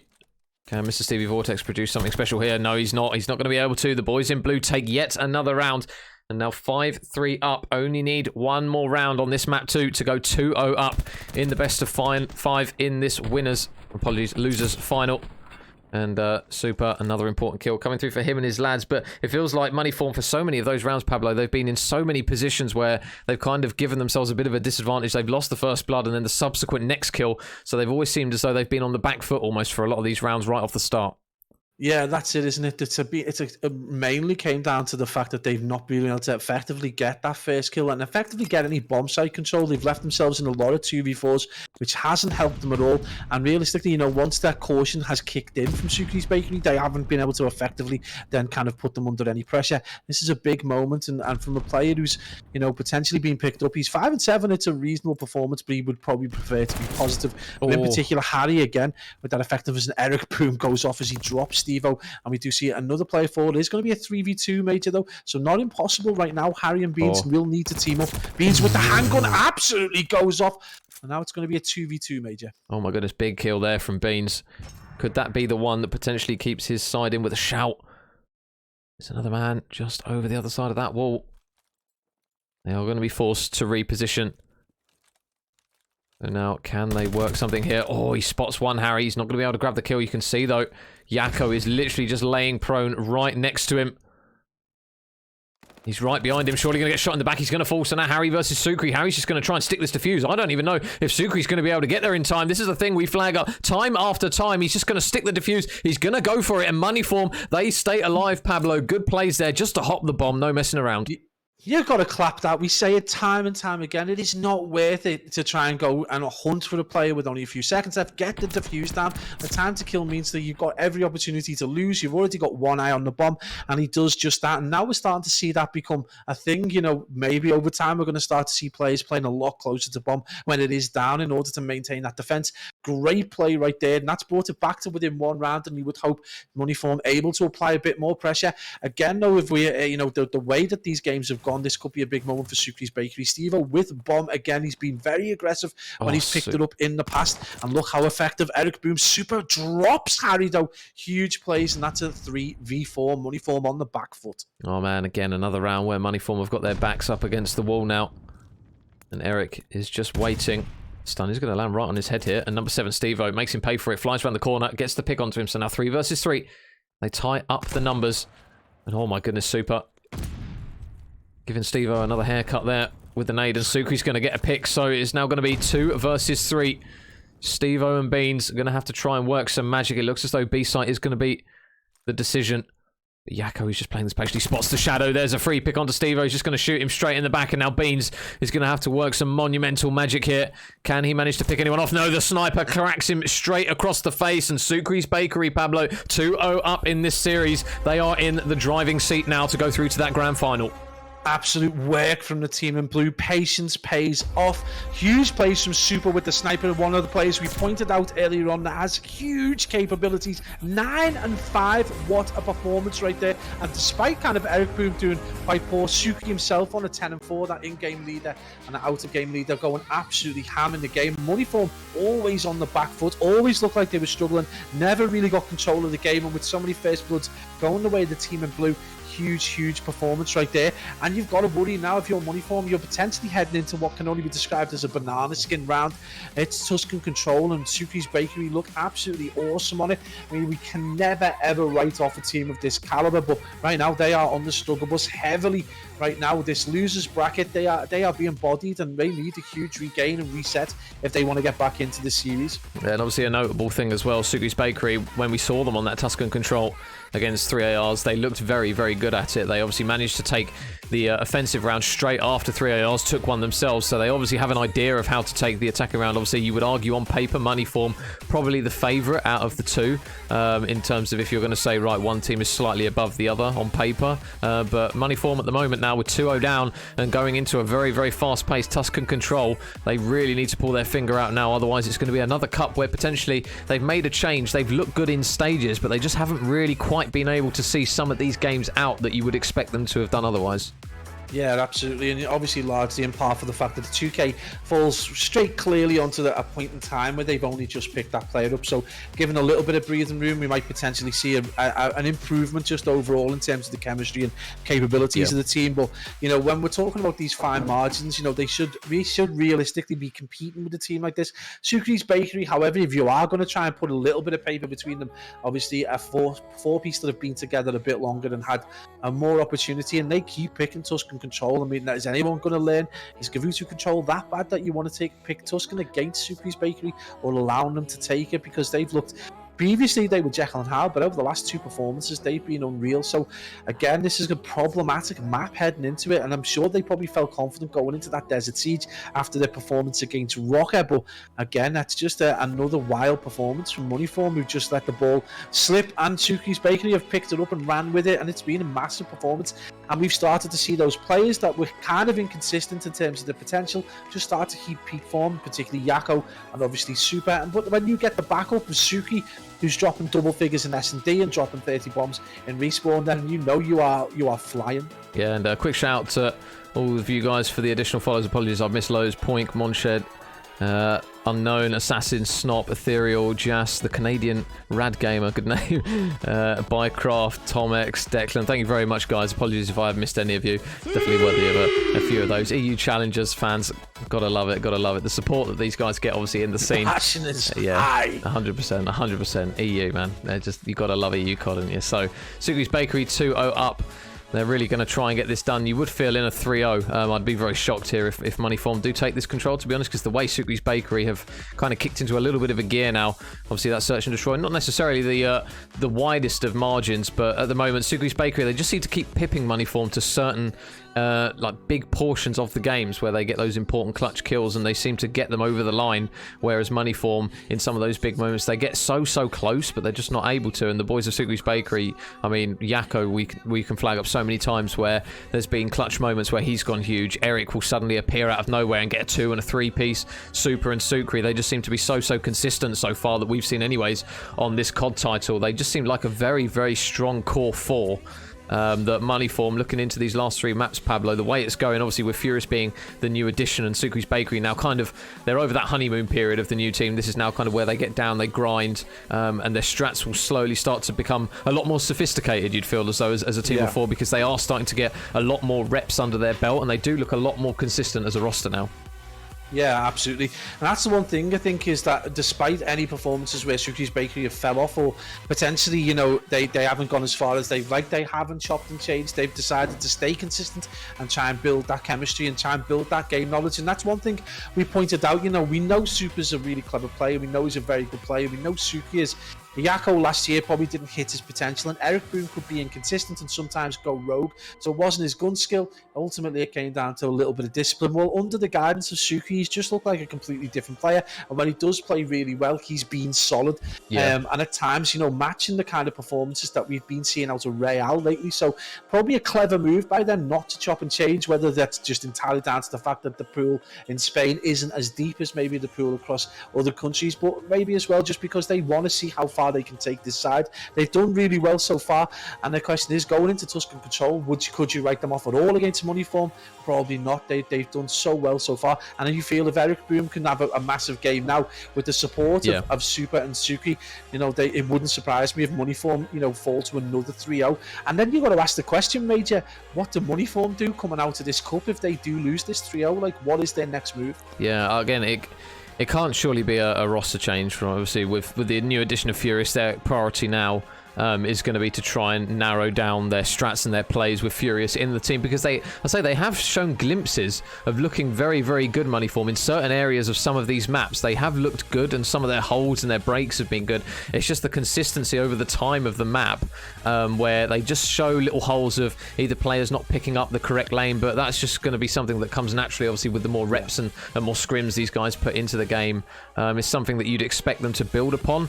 It's just a case of, at the moment, the two Spanish rosters, they just look very, very good. And then you've still got Revenge Tour, who are obviously waiting in that grand final. There's just so many teams at the moment that, even with the esteemed roster that Money Form have, there just always seems to be an opportunity for another strong team that they just butt their heads up against. And it's just difficult to watch them, because as a roster, on paper, Money Form are incredible. They just can't seem to get over this little hump that they're having of getting through to a grand final and seeing it over the line. I think obviously, like, the big thing for them was that it didn't work with Dens, and I think that's been a massive blow for them. Yeah. I think whatever was happening in that team, whether the chemistry wasn't right or whether they just, you know, whatever kind of implications there were within the team, and they needed them to move out, it's been a massive blow for them. I think they expected, obviously, when the Vortex and Harry were left as a duo, they needed to pick two players, and you don't get two bigger kind of shoes to fill in Gizmo and Nasty than they had, and that's a massive set of shoes to fill. So Denzer coming in and then potentially not doing as well as they liked has been a huge blow to them, and then obviously he moves and does really well, and they're left to try and pick up the pieces and try and refill with players who they probably don't think fill the role as adequately as the team they had last year, and that's a huge disappointment for them. But it's great news for us, because we get to see a whole set of new players do really well in this title. Yeah, so how are Money Form going to try and play this? Stevo's already managed to get up towards top mid, so there's a 3-1 onto Yako. Sukri going to be there close by for the trades. So Money Form are just going to try and do their typical play of stacking over towards this 8-point. Furious, though, being quite aggressive in towards bottom mid. Super, though, going to make him pay as Super manages to pick off both Beans and Furious. That progression is still coming through right off the start here, as Super is going to try and get a nade potentially onto Harry, who is on towards that hill. Eric, though, just toying with the opportunity to try and push through. Oh, and he hears Furious there. Just pull out the stun grenade. Surely going to chase him over towards plant pots and round the corner. Is he going to get the kill? Yes, he is. So the boys in blue now with an opportunity to try and push up here, Pablo. And Eric Boom, when he's shooting like that, you do worry for them. Yeah, absolutely. It's the one player we always highlight. If he has an absolutely monumental game, Sukri's Bakery are almost guaranteed to win. And if he gets the support from Yako as well, they become a different beast entirely. But you look at those arrows, those 4 green arrows have absolutely punched through. And I think they've realised that there's no one on the hill, so they're going to watch the back, they're going to watch the front, and they're going to stack this B. And this could be huge. If they're able to get a handful of kills here, they're able to see this team off. This could be massive progress. We're already over a tick, and we're potentially about to see that second tick go down. The question is, are they going to read the play from behind, finally get dealt with at a tick and a half? So huge plays, but again, 15 lives plays 21. Sukri's Bakery with an enormous life advantage, and only 44 seconds remaining, and A just about to be capped. Well, so an additional minute on the clock. Oh, Steve-O just going to try and head for a little bit of cover there and duck down while the bullets just go whizzing over his head. Yako, meanwhile, is going to grab 2, and the combined streak now 10 between Yako, Super, and Eric Boone. These lives are just dropping by the wayside as Yako manages to put himself out onto a 5-streak. Super is going to add to it at the moment, and 12 in a row now means that Money Form are down an incredible amount of lives. Sukri's going to join the party with a couple of kills himself as he drops both Beans and Furious, and this round is really getting out of hand for Money Form. It looked as though it might be a little bit difficult for them, but this has really started to get blown out of proportion now. They trail by 11 lives, and when you already think towards a potential round 5, Pablo, this is going to be a really big blow for Moneyform, because this will really hinder their effects of potentially getting that defensive side.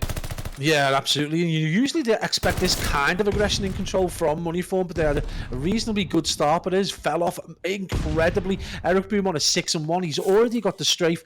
We know how ineffective it can be. He'll be looking for this glide. He'll be waiting for one pick. Even if he gets traded out, he won't care, because that glide is going to become vital. And across the board from Sucre's Bakery, playing really well. Eric Boom just going to kind of look for that challenge early on. He's just going to transition and maybe look for it somewhere else, and we can see this slow pinch starting to build. And look at the spread from Moneyform right the way across the map. This is cat and mouse at its best, as we see these two very different philosophies towards defense and attack. You can see that movement from the team in blue, maybe just looking for players on the push, and look at the patience. And again, this is going to come down to that life count. They've done it before. Moneyform have decided to completely just write the game off at 28 seconds. They don't want to lose any more players. They know how important the life count can be. Klaus maybe just looking for the player to see if he can get a pick on, and I think he's seen one, gets one. That's going to be vital again. But Major, that is a 12 life lead right there. Yeah, I think the boys of Moneyform, they literally just chalked that. They just said they don't want to add insult to injury, and they just did a bit of damage limitation there. It was one where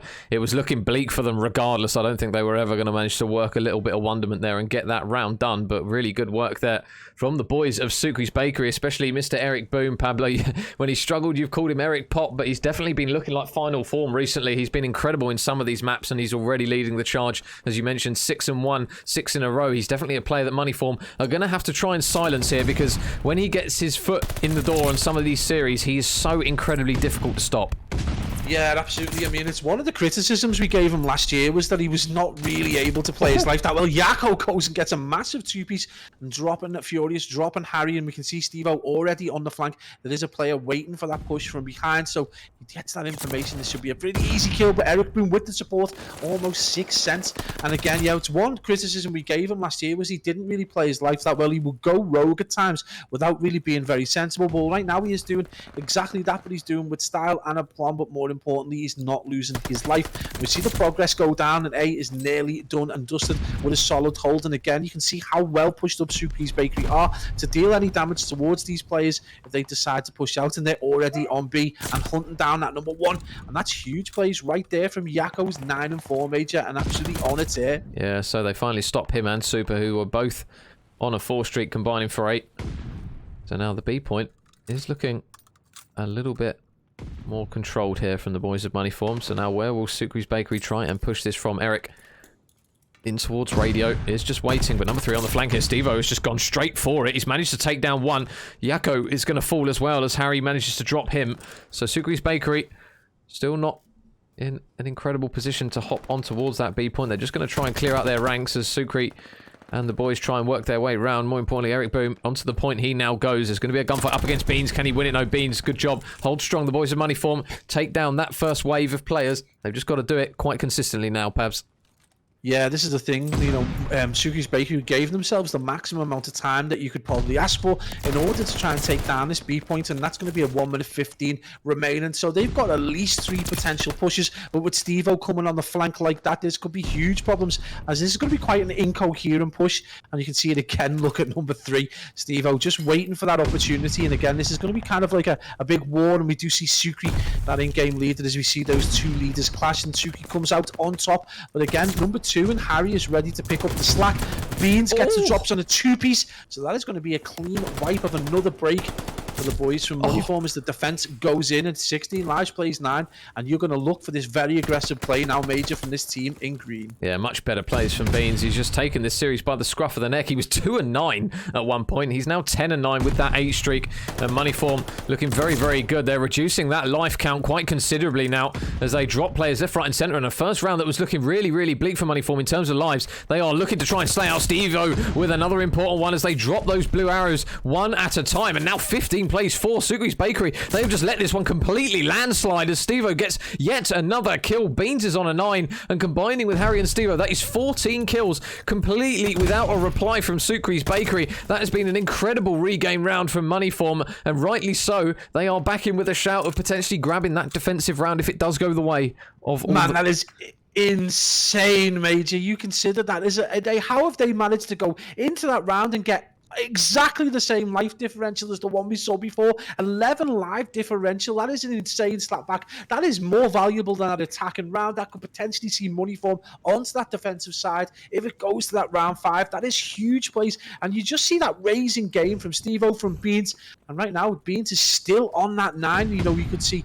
a hell of a streak start to come out, but more importantly, he's got the glide, he's got the strafe, and this is a resurgent money form right now. Oh, Eric going to get spotted. Furious is on the hunt, takes him down to money form. They're going to try and do exactly what they did previously. On towards the B point they will go. Bodies are flying left, right, and center. They've still got a couple of players on it though. Beans and Furious. One's going to fall. Furious is still located out towards the back, just trying to be a bit of a pain here. On towards the point he goes again. Will get shot in the back, and number 6 Yakko on the hunt on towards this man over towards the point. Harry's going to fall, and those boys of money form looking to try and at least slay out a few players in their ranks. They've still got the option of working over towards that B point. Yakko is just still toying with this middle section of the map. Takes down Harry. Can he snap onto Beans as well? No, Beans with a really quick snap to trade him out. And the boys of money form, they still have control over towards this A site. They've got that first tick round to B, but now they just need to try and get this additional minute on the clock and maybe work some magic over towards that more difficult point. Yeah, absolutely. I mean, they really need to take this A as soon as possible to give themselves that extra bit of time to get B. And again, that's going to be really difficult. And one player we've talked about time and time again who's played really, really well up until this point, Eric Boom, slowed down so much. Yeah. And this is a conversation we had in previous games, you know, maybe not this year, but last year, was that he would kind of go off the boil if ways didn't go his way. He didn't really have the discipline to kind of maintain, regain in the middle of a map. So right now, he's gone from being superbly positive to being deficit in a 9 and 10, and that's going to have a huge impact on the pace and aggression of Sukri's Bakery. And right now you are seeing an ascendant money form as they're completely across the board into double figures, and they are slaying hard. And with Furious Klaus being potentially the only player in a negative, this is a huge moment for money form if they can get these kills and maybe not concentrate so much on the B push, but definitely start to try and, you know, get the kills out right now. Good opportunity for Sukri's Bakery to go ham on these as he dropped 2 towards the back, and that's going to be another defense, and there is a 1 life advantage to Sukri's Bakery, Major. So Super's going to work his way towards top fire. Nice work though from Beans. Good reads, good reactions to grab that kill. Eric is just waiting around the corner for a few inevitable gunfights. As you can see, Furious just waiting. Peeks out. Bullets into the face though from Eric as he manages to drop him. Number 2 in Harry still nearby.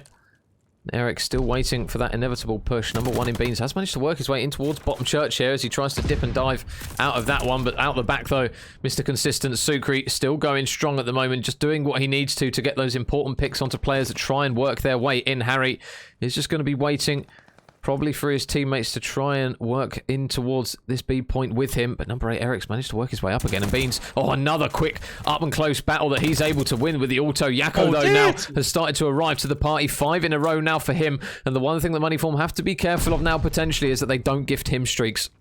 Yeah, absolutely. No streaks, and they want to kind of maintain the life differential as close as possible because it is going to come to the fore if they do get the next defensive round with 10 seconds remaining. Moneyform just going to play this cautiously. They don't want to lose players unnecessarily. Some easy picks are going to be needed as they try and tie the score up as close as possible. A big fight going to go down between Fort and 8, but it isn't going to be that. And Sukri's Bakery going to take that round on board, and it is going to be advantage to them, but Sukri's Bakery are now going to have to go on the offensive. Expect to see potentially one thing that we have seen Moneyform before doing this position is go like super aggressive. So it's going to be an interesting match right now. This is definitely going to come down to life differential, and let's just see how these boys perform in green right now. This is a huge match. Yeah, and Yakko still on that streak, so we'll keep an eye on him and see if he can manage to work his way onto 6, potentially even 7 here. His teammates will try and get on towards the point. He's got to be careful not to get tagged up by a few of those players. The nades are out. They're going to look to try and grab a few of them. Harry, is he going to get tagged up? Yes, he is. Beans is going to get a pick, though, and so too will Sukri. So, for all the madness, Yakko is still just going to be playing this slowly.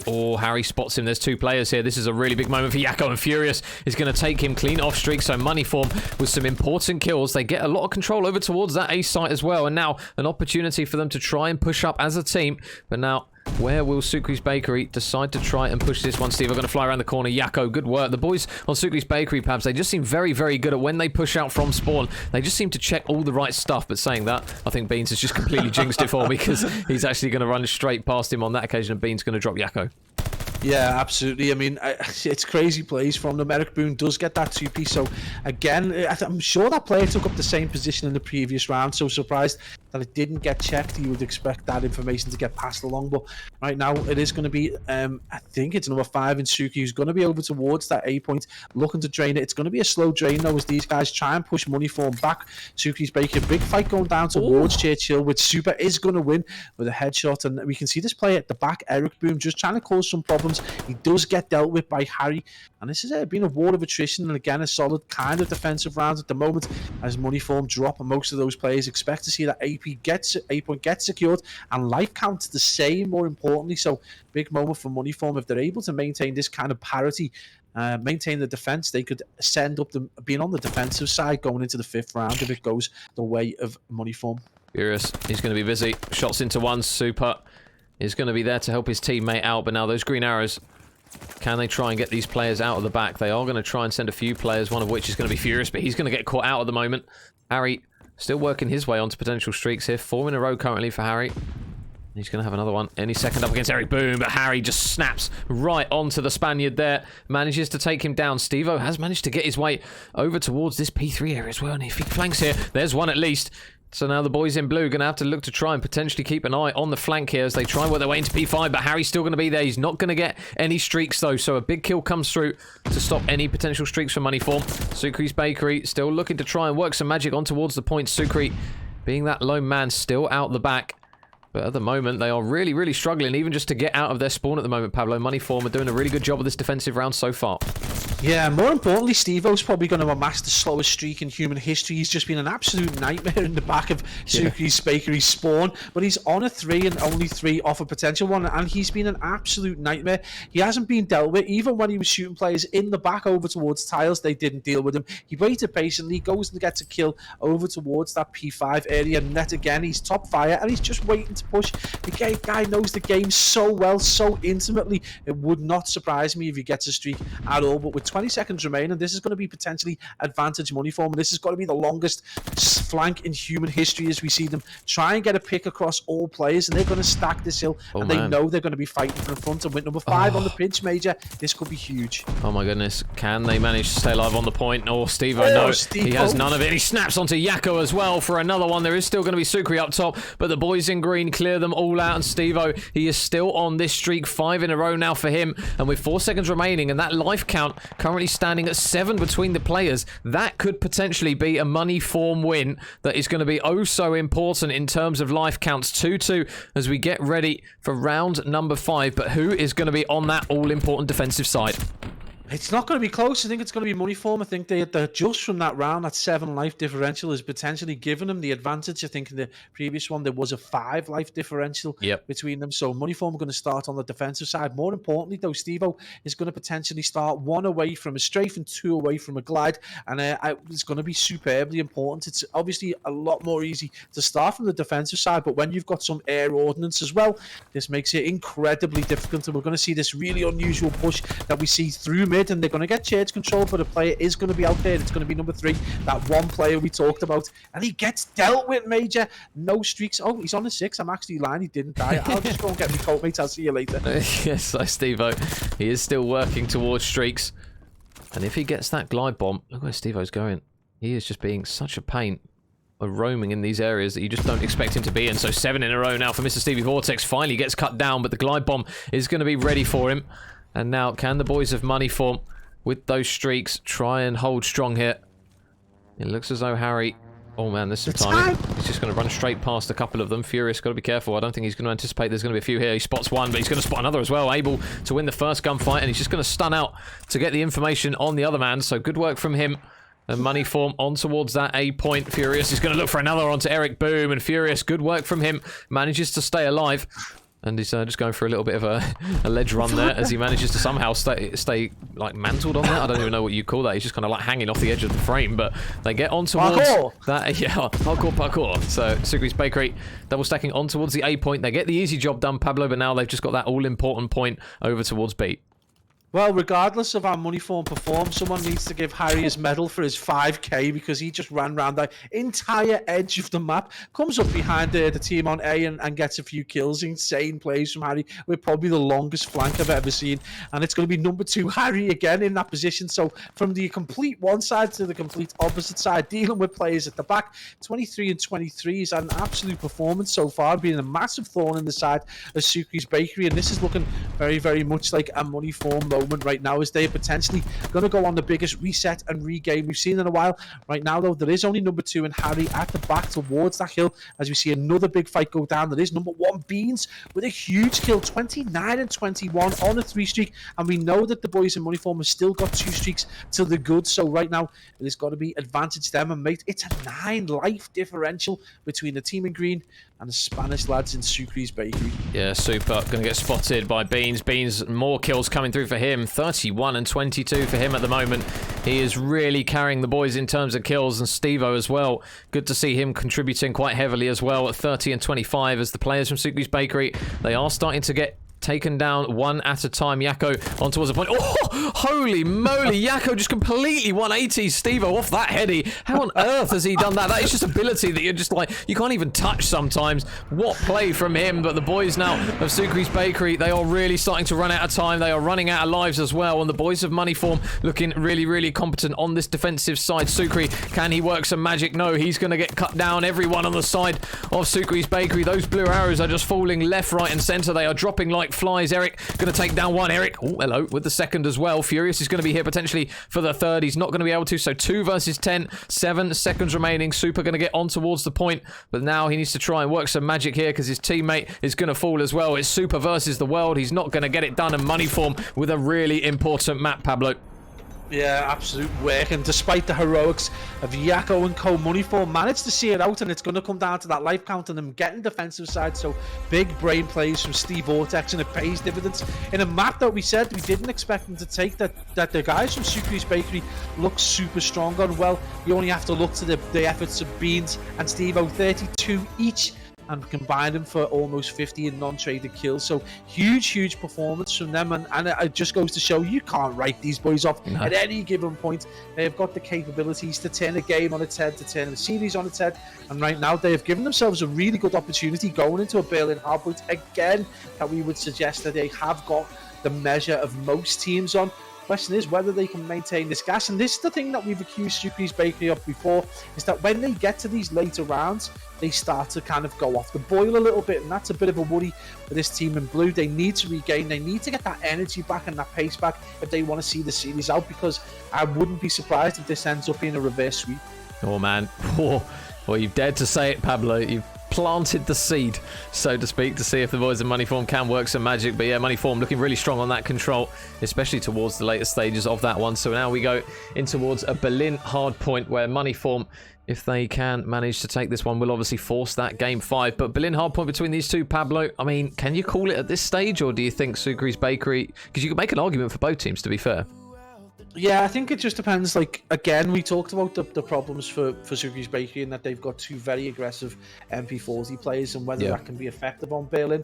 And then you look at someone like Moneyform and Steve Vortex's side, where you probably expect them to run 3 ARs, and Steve maybe might run the MP40. It's not very natural with that AR. We saw the problems he had, particularly on the AR when he was using it in Desert Siege S&D. So it could be interesting to see how this goes out, but I would still suggest you would have to argue that Moneyform have potentially got the advantage here, and particularly when we know that Sukri's Bakery kind of take the pace off, take the foot off the gas a little bit. Previously they have done. Maybe it's different this time round, but I would plant my flag firmly on the Steve Vortex side for this map in particular, in this game mode. Going into the one after this, if Moneyform are able to take it, I honestly couldn't tell you about the S&D. I just think this first break off will be very, very important. I think these first 2 hills, if it's not even, and one team is maybe 60, 70 points up, then I might start to think, right, okay, because we know Berlin can be very, very difficult to regain on when players start to get a little bit reckless and over commit to scrap time. They obviously then lose the subsequent rotation, and obviously a lot of teams do sometimes miss that P2 to P3 rotation, and then obviously you then go from one side of the map all the way to the other over towards tracks and that warehouse side from P3 to P4. So if you're even just maybe 10-15 seconds behind on a rotation, it can really punish a lot of these teams. So I think if Sukri's Bakery potentially come out and go 70 points up, money form, I do worry for them. But subsequently, the other way round, I would start to worry for Sukri's Bakery, because it's just one where both teams, we've seen they can show signs of being a little bit rash when they try to regain on some of these hard points, and I think that has been the difference with these guys when you compare them to the likes of Revenge Tour or the likes of ROKKR. In hard points, they can sometimes push a little bit too much to existing hill times and not win those all-important rotations and those important gunfights. So I think it'll be potentially, I don't want to call it now, but if these first two hills are particularly one-sided, I'd be favourable on the side that's doing really well, really well at the start, and obviously starting to snowball. Yeah, I think so. The big key here, I suppose, is that like for Sukri's Bakery, we tend to see Eric Boom being the OBJ player. He does try and swallow a great bit of time, but I don't think he's the ideal player to kind of hold a hill before it's popped. So you tend to see that rotation go early. You would expect to see maybe Sukri or Superior take that role and go to try and defend the very beginning of the hill, then get supported by Eric Boom. If that doesn't work out for them, Eric Boom can be a little indisciplined at times. I guess he's learning his trade a little bit better under Sukri, but that is one player that we know can go rogue sometimes and just play with a little less discipline than the rest of his side. I think if that happens, I think you're going to see a greater set of players in terms of discipline from money form. I think they've got players who just, are more capable of playing the lives, will play a little bit more effectively. I think if it goes chaotic though, and you start to see pressure upon either side, and it starts to get chaotic in the kill, I think that'll favour Sukri's Bakery in the end. I think Yakko and Eric Boom would probably prefer that, but then again, it doesn't lend itself to most of the hills. Again, P2 is a weird hill where both teams don't spawn pretty close. You have one that's quite close and one that has to make a very kind of almost passive and prolonged push into it, so it really doesn't lend itself to a great break from Eric Boom and Yakko. But then you've got obviously P2, which is nice and close quarters, P1, which is heavily contested, and then obviously P5, which is a weird one. It's very much a chess kind of place. So it's a weird one to call. Again, it just depends on those individual performances. I still favour, in terms of capability, the boys from Money Form, and I wouldn't put it past them to take this round with ease. Yeah, so guys, if you are just hopping on board with us, courtesy of Mr. Jacko's Raid, thank you very much, Jacko. Have a few more of those. So we are currently sat in losers final here between Sukri's Bakery and Money Form. This is how the maps have played out so far. So Sukri's Bakery 2-0 up they went, but Money Form looking very, very good on the Tuscan. Managed to pinch that one 3-2. And the bracket as well, guys. This is how it has unfolded so far in today's action. So Revenge Tour are waiting in that grand final. So whoever comes out on top here between Sukri's Bakery and Money Form, they are going to have to come up against Denza and the boys to try and push that one out and be crowned Cup number 6 champions. But regardless of how this one pans out, Pablo, again, it's been another day in EU Challenges where we've just had endless amounts of good series again between these guys. I mean, maybe you'd say the top 6 teams look as though they're cemented at the top, but I mean, they just seem so interchangeable as to who can take some of these series. I mean, the 3 ARs, they knocked out the lads who have won the Cup 4 times, so it's one where EU Challengers always keeps you on your toes, doesn't it? It's been a brilliant day of COD yet again. Yeah, and I mean, one of the plus points of that bubble is that we get to see some stories unfold, and we get to see all the beef go down on Twitter. We get to see all these like big plays go down as well. So as each cup progresses, there is a new element or a new angle to take things from.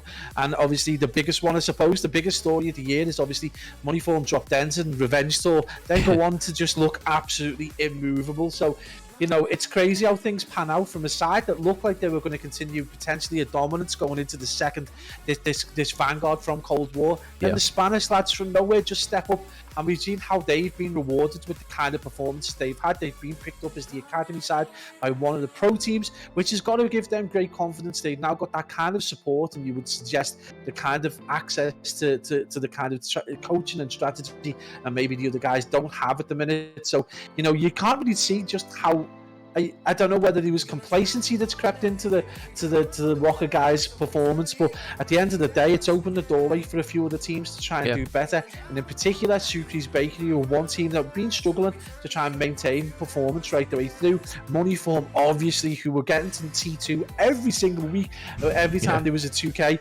Now they're back in this position, but they've got to fight a very strong Spanish side. And then we see Revenge Talk, who just look immovable at the minute, depending on who they play.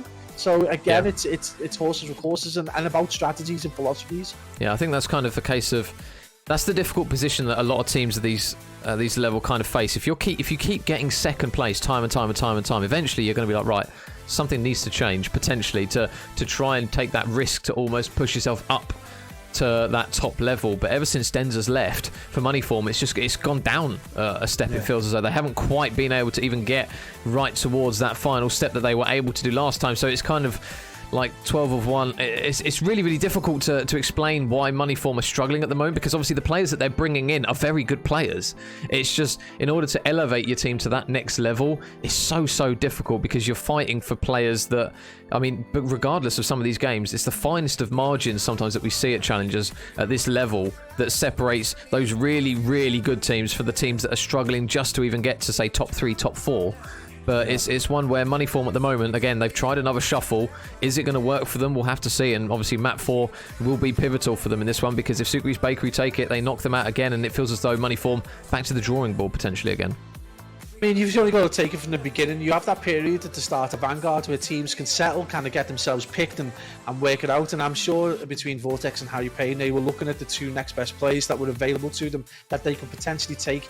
That would make sense. It would be difficult for them to kind of mix and match the Spanish side because of the problems that might come with connection and stuff. So they picked the next best, closest players, and it doesn't work out. They got Denza from Belgium, and it's just probably not as... They get bodied in the first few cups by an incredible Spanish team.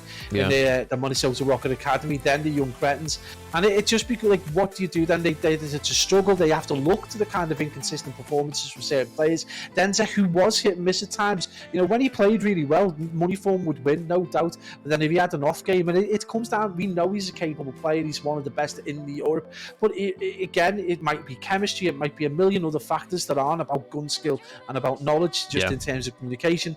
He goes and joins Revenge Storm, does really well. And Moneyform then have to pick up a few different players, and then we're at a point now where cups and qualifiers and elites are snowballing on top of each other, and you don't get the time that you had at the start of Vanguard to maybe bed players in, and that's really coming to the fore right now. So I'd suggest maybe the best move for Moneyform is just try and keep hold of a solid 4 and just work on it until it works. So can they work some magic here with this new team of 4 on the Berlin hardpoint? Obviously up against the esteemed roster of Sucre's Bakery, and Sucre's Bakery currently leading 2-1 up. Yakko, well, there's the aggression, if that's anything to go off for this, what this map might be. It's going to be a messy one. Eric Boom already right out of the gates. 2 kills off to his name. Sucre's Bakery going to look to try and hold a solid amount of time here, and as mentioned, Pablo, what we flagged up before, if Sucre's Bakery get a really strong hold on P1 and P2, that is where potentially I might start to worry for Moneyform in this one, because already Sucre's Bakery, this looks like a solid hold on P1. Yeah, they've done really well. They've taken a really big 30 seconds. Furious close, having to go in behind, a really nice break. And if they're able to hold this could potentially be still a very, very tight game. But we can see already number 6 and number 8, it is going to be Yakko and Eric Boom making the way over. Not the best henchman right now, as we see already a good hold and kind of a good setup from the boys in green. And they mean business right now. As they take the scrap time from P1, they're already potentially kind of in a good position to push in and potentially push out. And we can see the patience there for number 6. Yakko, a player we normally see in and around the hill, just going to hold back and try and get picks. Right now, it's a war of attrition almost on this hill, and you would suggest it would favour the team in blue. Of course, it's an absolute bloodbath at the moment. Back and forth it goes pretty much endlessly. Last man standing is going to be Yakko. And the boys of Moneyform are going to look to try and push their way in towards the hill once again. Steve-O, is he going to check the right corners, because there is going to be one man ready and waiting, and Yakko, his teammate, surely going to help him trade at least one of these guys out. Eric Boom, though, tucks in the corner or the window. It's not going to be his best friend there. It looks as though the aim assist isn't going to come through for him, as Steve-O shoots a couple of windies, but Sucre's Bakery with a sizable margin. It's not enormous, but it is substantial enough to allow Super to rotate over towards the new hill, and this is where you worry if Moneyform don't potentially get this rotation. I mean, you can see already the bodies that the boys of Sucre's Bakery have got over towards this hill. Moneyform, they're going to have to work a little bit of magic here, Pablo, and try and punch their way in. Yeah, absolutely. This is going to take a massive regain and reset from the team in green. They're going to need to get picks. Comms is going to be vital right now. These are huge kills. But again, there is going to be the player at the back looking to hold spawns. Number one is going to be Beans, and he's going to get that play. So huge moment with 45 seconds remaining. They're able to push the remaining players in blue out. This is going to be a solid chunk of change they're going to be able to get. But right now, this has been a stout defense as 3 players from Sukri's Bakery just start to cause absolute murder. As Sukri gets a 2-piece, Beans is going to be left last alive in the corner, and what a solid performance right there from Sukri's Bakery. Right now, Moneyform need to reset because they are on the struggle bus right now with a 50-second differential heading to the 60-second. So Moneyform break in, and Sukri's Bakery do the exact same thing to them. Steve-O is still lurking over towards the old hill, and thought he managed to get the kill onto Eric there, but it isn't going to be enough. And now the differential between these two currently standing around 70 points. But Moneyform, they do have that rotation over towards train tracks. Can they hold this hill? It's going to be a difficult one. We've seen a lot of times where Sukri's Bakery have been so good at getting picks in the first one. It's going to come through. Sukri leading the line, able to grab 1 kill. Eric, though, isn't going to be able to grab any more as it now evens out a little bit. And Steve-O holds the line very strong. So the boys of Moneyform on a hill, which we can consider arguably one of the more money hills on this map. Good, strong start from them so far, but there's still going to be waves and waves of blue arrows to contend with. Yeah, and there's a lot of work for them to do. They look to kind of get 2 players to push across. It is going to be Yakko. He's going to try and make his way through Warehouse. It's going to require a lot of trades to go out, and they're just going to try and do as much damage, more than anything else, to stop Moneyform from being able to get time on the hill. They've managed to do it, and again, we talk about this capability that Sukri's Bakery tend to have. When they're on form, they slice through teams like butter, and right there, you've seen that in action. One of the more difficult hills for them to break, and they managed to do it with ease, and Eric Boom is absolutely flying, 14-6. He's doing so well that Super has practically got his feet up. He's on a 4 streak, finally dealt with. But Major, the question is, where's Super gone? Is it dinner time? Has he gone for a smoke? I have no idea where he is at the minute. I think he's just letting the boys do what they need to do. He's just chilling. He's like, all right, lads, well, you get the kills. I'll just hang around for a little bit. So the boys of Sukri's Bakery, that deficit still standing at quite a lot here for Moneyform. They're going to have to try and regain with the help of this hill. We know how difficult this hill can be to hold, but some teams do manage to work this one out. Steve-O with an important kill. Now going to go towards the top of third. There's still a few players, and he spots the information there for Super.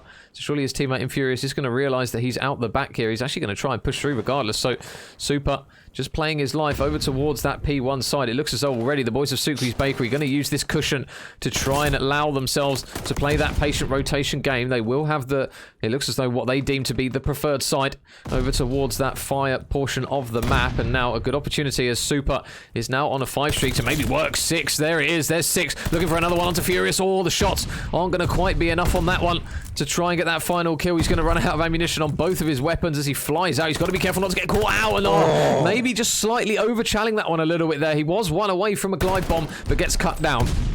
Yeah, maybe he needs that, a little bit of aggression just to push him over the edge, get himself back up to the pace that he knows he can set, and it's a great performance. The strafe and run may still come in handy as we head into kind of like the beginning of this rotation. 169 to 65 right now. There's 100 and more, 110 second deficit for Sukri's Bakery. You have come out absolutely flying, and it is that man again in Eric Boom and Sukri right now. Big team kill from Steve-O, but huge plays right now. 100 second deficit. Would you have thought this Major going into this game? This is insane plays. Well, this is what I called.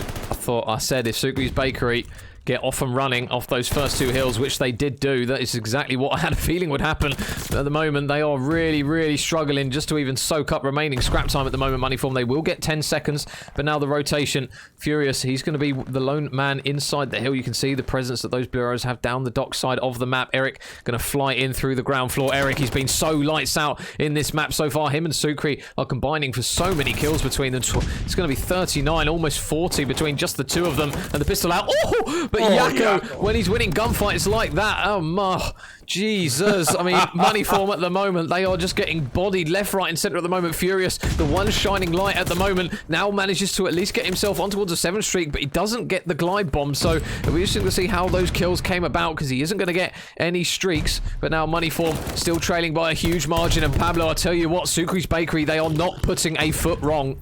Now, one thing that they're doing, which they, in the past, over the last few cups and last league quals, they haven't done. They are doing amazingly right now. The pace that they are keeping is unreal. They are blowing money form out the water. Finally managed to go over the 100-point mark, but mate, there is still a 100-point differential as Suki's Bakery breached the 200-point mark. Super, who was on the struggle bus earlier on, is now 17-12, and between them, they've managed to amass 3 minutes of time. Huge plays right now from Suki's Bakery. And the one thing they need to do, because Moneyform can string kills together, is maintain that aggression, get the picks, and maintain if they want to see this game out and face Revenge Tour in the final. Still a long way to go, though, Major, and Moneyform do not write them off because they are one of the most resilient sides in the EU. Yep. If anyone's going to do it, these boys can do it. Suki's Bakery going to look to try and work their way around this hill, but the kill feed at the moment is very green. Steve-O is going to drop a few before he finally falls. Beans and Furious, they are both stacking the hill, so an opportunity potentially to come through fire here. Looks as though Yakko's going to be the first man through the door. He's going to get cut down. Eric, though, with a big win. Beans, though, with one as well. And I'll tell you what, wave after wave seems to be getting chopped down at the moment. Sucre's Bakery, they have got a cushion, but it has started to reduce down. It has been halved down to 50 points, but now they've got the rotation over towards the next hill. These next gunfights are going to be pivotal for Moneyform. They need to allow themselves a bit of breathing space to progress up the map. You can see Yakko just watching the cross, and one player in Furious is just going to run straight into bullets. He actually manages to get the kills, but the kill feed lights up blue once again. The boys of Sucre's Bakery now only 30 points away from taking this one, and they are looking very strong on this hill.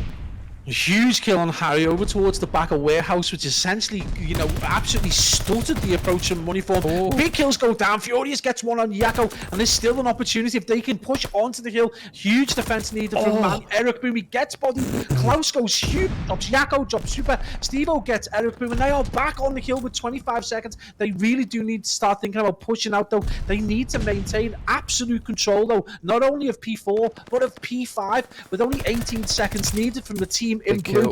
Needs to be huge and perfect from the team in green. Moneyform have got to go massive right now. Eric Boom is ready. He's ready to go. He's slowed down a hell of a lot, though, Eric. I believe he was 19-10. He's now 22-20. So if they can keep this man quiet, potentially this might be the final part that they need to maybe work a comeback here. Nobody currently on the hill, but the kill feed lights up blue. That's the dangerous sign. Sucre's Bakery on the hill they go, and Sucre, the man himself, is going to be soaking up the time as those green arrows try and converge on towards the man on the hill. Can Furious go absolutely huge? Furious with one. There's still Eric Boom around the corner, but the teamwork from the Spaniards is just there for all to see as they get more important kills. And Moneyform, they are spawning out. They are desperately trying to run over towards the hill, and with 3 seconds remaining, I don't even think they're going to touch it, and they're not going to be able to. Sucre's Bakery looking strong on the respawn once again. They looked as though they started to falter a little bit, but they got it done. 3-1 in the series, and they will go through to the grand final. I mean, what do you have to do? You kick out one of the top Spanish sides, the top team in Europe, and what happens? Another 4 Spanish lads just show up, absolutely take my vamos. Huge plays from Suki's Bakery, and one thing we wanted to see time and time again is Eric Boom and Yakko fulfill that potential, and let's see Suki and Super in the final. This is going to be a massive head-to-head. Huge stories here. Suki's Bakery being a 4-man that have held strong now for the last few weeks, and slowly but surely, incrementally got better and better, and now they are in a grand final, and they're facing off against, the resurgent team to face Revenge Tour with Denza absolutely flying. This grand final is going to be huge. Oh my goodness. So grand final time is right around the corner, guys. GG's, though, to both of the teams. An incredible series between them. It will be Sucre's Bakery that managed to take it in 4, 3-1 in total. That first hard point, obviously incredibly close to control, and map 2 were incredibly close either way, but it is going to be the boys of Sucre's Bakery that managed to get it done. So we're going to get ready for our grand final. The boys of Revenge Tour are ready and waiting for Sucre's Bakery in Challengers Cup number 6 to determine who will come out on top of this one. We are just going to cut to a short break, guys, while the lads do their respective vetoes and get lobbied up. But don't go anywhere, guys. Grab a bit of water if you need to. We're going to need it for this one. Blooming hell, it's been an absolutely mental day of Call of Duty. Grab some snacks, but we will be back, guys, very shortly for grand final time.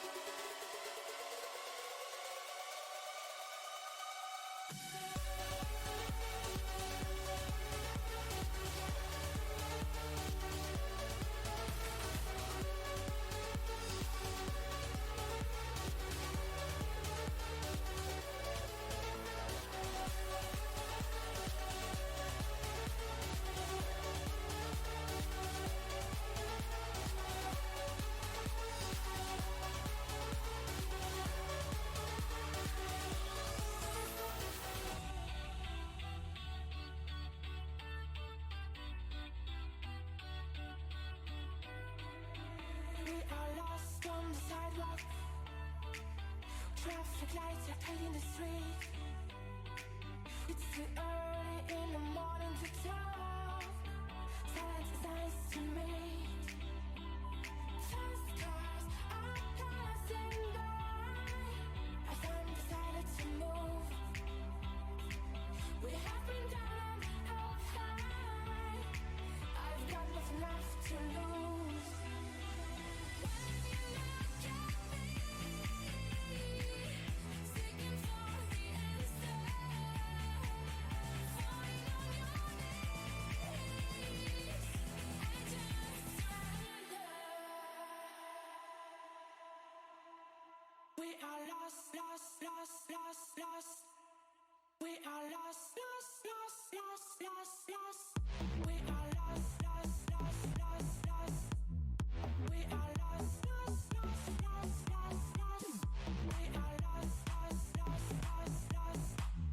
We are lost, lost, lost, and just surrender. We are lost, lost, lost, lost, lost. We are lost, lost, lost, lost, lost, lost. We are lost, lost, lost, lost, lost. We are lost on the sidewalk. Traffic lights are painting the street.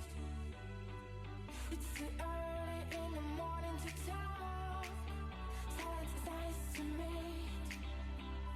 Fast cars are passing by. As I'm decided to move.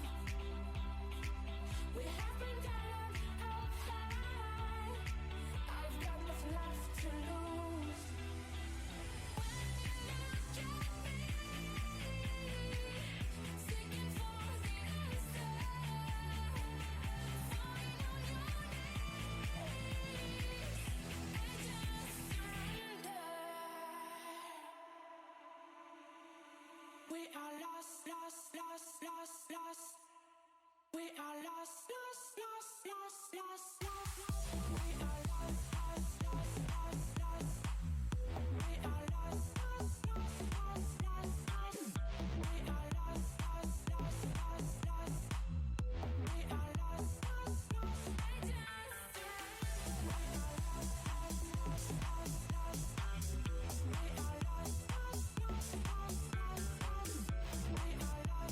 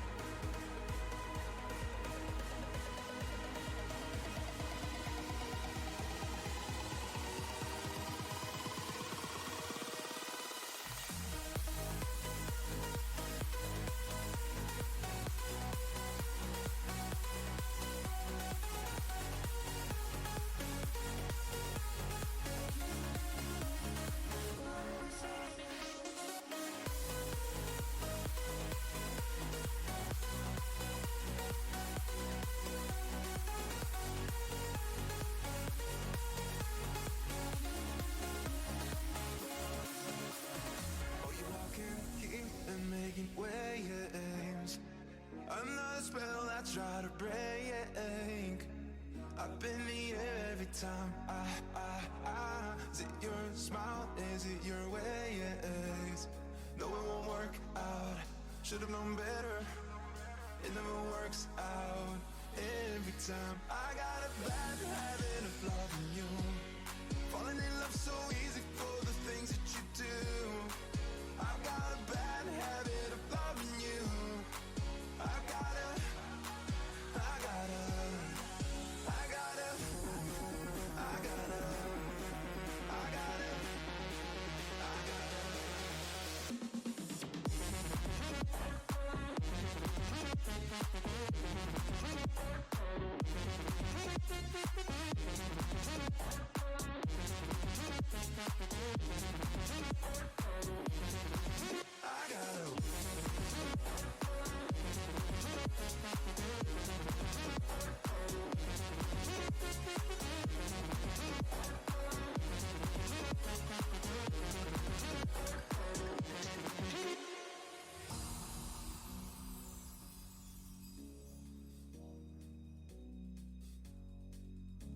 Oh, you're walking here and driving names.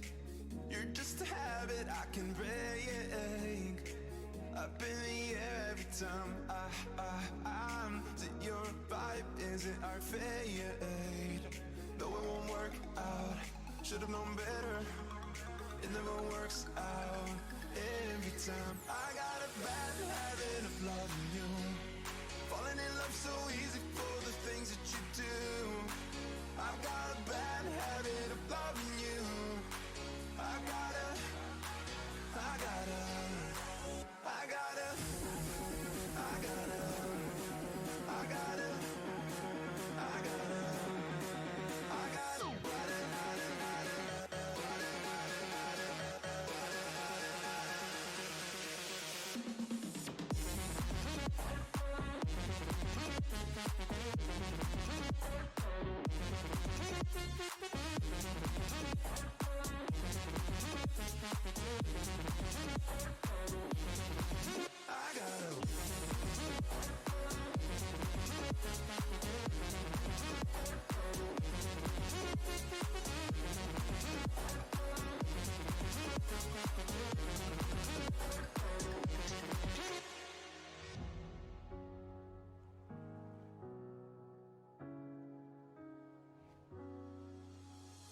Girl, I got this question on my tongue.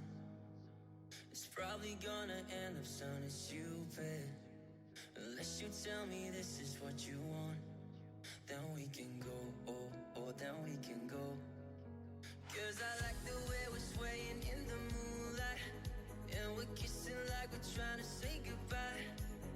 I don't know if it's the drinks, but I need you to be mine. I just wanna waste another day. Tell me, can I be your sweet mistake? We could watch the ocean fade away. Tell me, can I be your sweet mistake?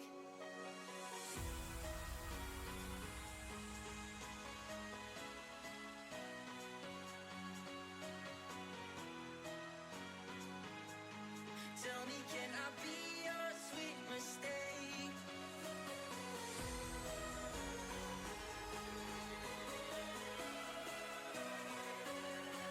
We can watch the ocean fade away. Tell me, can I be your sweet mistake?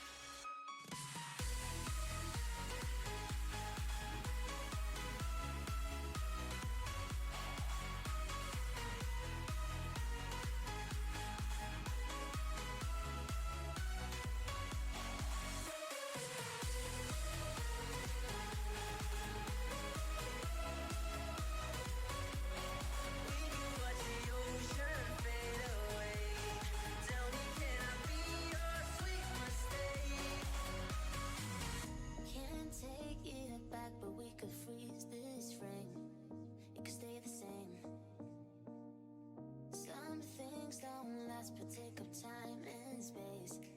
Let it be your face. I wanted to pick me off my feet, ripping my heart off on my sleeve. Even if it's for a night. Wanna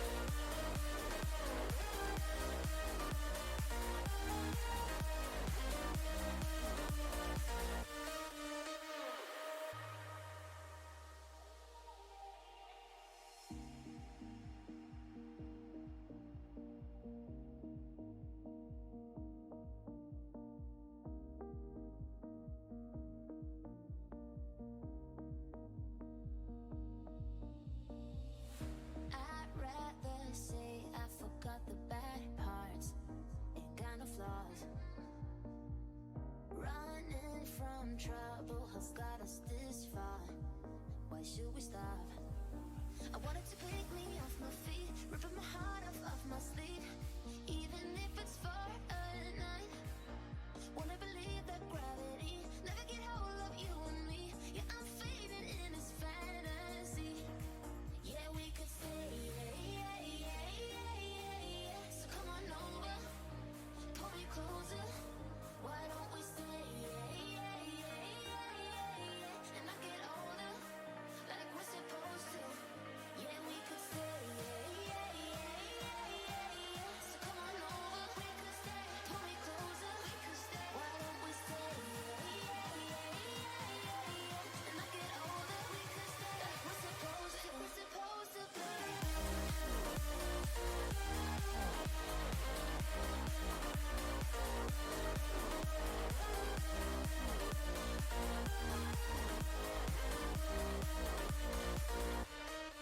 Why don't we stay?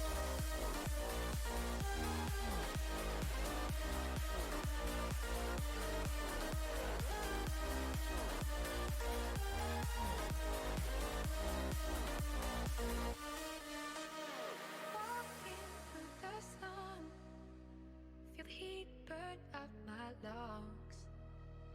Taking one last breath, every step I walk, no rest.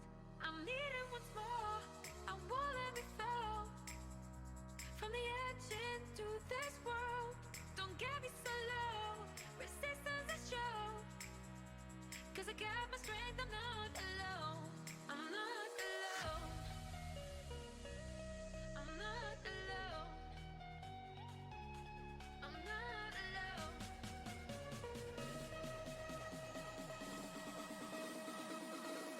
I'm not alone.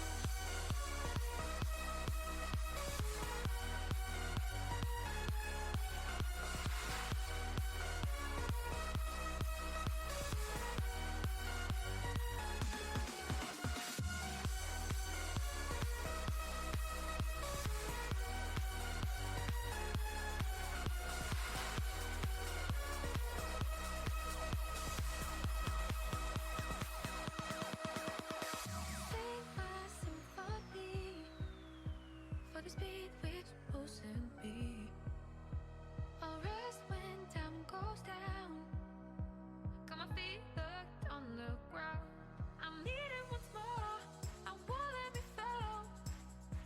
From the edge into this world, don't get me so low.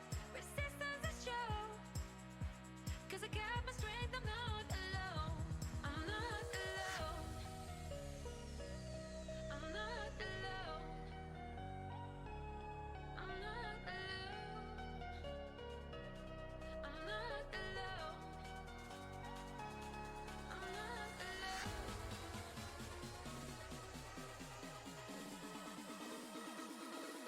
I'm not alone. I'm not alone.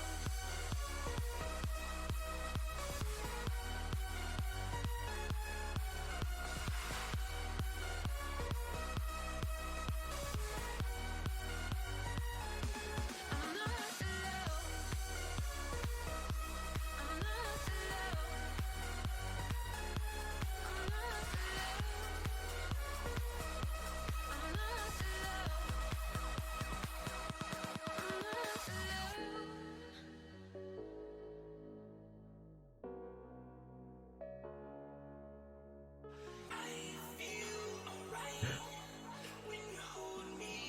Yeah, I'm good to go, mate. Right, guys, welcome back. Grand final time is upon us. Pabs, you got your rage out on Das House. You're ready to go, and we've got two teams that well and truly deserve to be in this grand final here on Europe's finest stage once again. Yeah, absolutely, man. I mean, how could you not watch this level of Call of Duty and then not be inspired to try and recreate it yourself to whatever kind of like wild differences there are between me and anyone else in Call of Duty? I dropped a solid 19 in Das House, so let's not go too far. But yeah, the final is just exactly what it needs to be. You forced me to rage quit early, so I didn't get the opportunities. But yeah, it's just really great to see these two teams get this far. I mean, the thing is, Revenge Tour been here before, so really just proving that they are a team worthy to be spoken of in the same kind of regards as Minnesota ROKKR Academy. But more than anything else, Suki's Bakery finally proven that they stick together as a team of four. They can go all the way and potentially even upset the apple cart by taking this solid side in Denzel, Watson, Mythics and Wardy apart. And Suki's Bakery have done the one thing they haven't been able to do, which is just stay at the same pace and consistency right the way throughout a day of Call of Duty, and they've done it today, so fair play to them. And one thing we have been made up to see again is a resurgent Eric Boom, a resurgent Yakko as well, and it's just been a pleasure to watch. Yeah, so guys, we are going to be ready for our maps very, very shortly, but this is what our map set is going to look like. It's a bit of a mixed bag, Pabs, actually. Double Bocage, Gavutu, Tuscan, and Berlin. So it's one potentially where, I mean, you could pick either side for a lot of these maps, but it's a kind of a mixed one, really. We kind of go from a medium pace map to very, very quick, but it's a search and destroy, to then a much more slower pace match on that Gavutu. Then we're straight in again with some action on a Bocage. So it's kind of got a little bit of everything, this series. Yeah, absolutely. I mean, you got to look. I mean, the Gavutu control's a weird one. Obviously, I think the boys from Revenge Tour very comfortable on it, and I don't think they fancy played Suki's Bakery on a Tuscan control. They've just looked really, really solid on it. And when they've needed to step up the pace in order to get kills, they've gone and done it. And when they've needed to just play for the attacking round, they've been reasonably successful. So it wouldn't surprise me that Gavutu control comes out. Bocage, yes, indeed, though. I mean, why are people doing it to us? But I expect that to be a lot more conventional S&D than we've seen. Saying that, Suki's Bakery do tend to pull out the sniper with super, so this could be just as exciting, and obviously it does lend itself to that performance from kind of Yakko and Eric Boom, so potentially this could be an even set of maps. It's just whether they're weighted maybe in favour of the Spanish lads for the first three, maybe. If you look at the Bocage S&D and the I'm making a liar of myself, Gavutu control, definitely Revenge Tour, so interesting set of maps to say the least. Yeah, so guys, just had a quick restart, as you guys probably just saw. So we'll just get lobbied up and cracking again with map number 1. But you'd expect both teams really to come out firing. Obviously, Revenge Tour, Pablo, they've come through that winners bracket. They've done incredibly well to do so.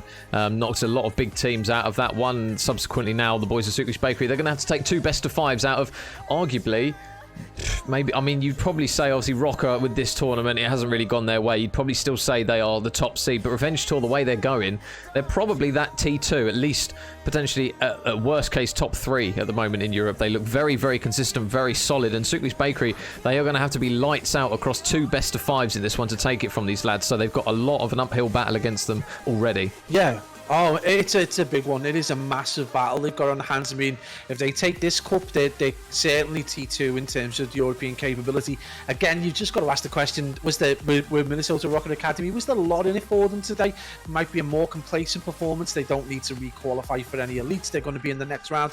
They've already won this week. They might have their feet up and just decided to take an easier weekend. Have an early Sunday, and why not? When you've won 4 cups and an elite quals, probably do deserve it. So on the face of things, again, probably not the kind of ROKKR Academy that you would expect to face when it matters. You still got to beat what's in front of you, so it doesn't really matter.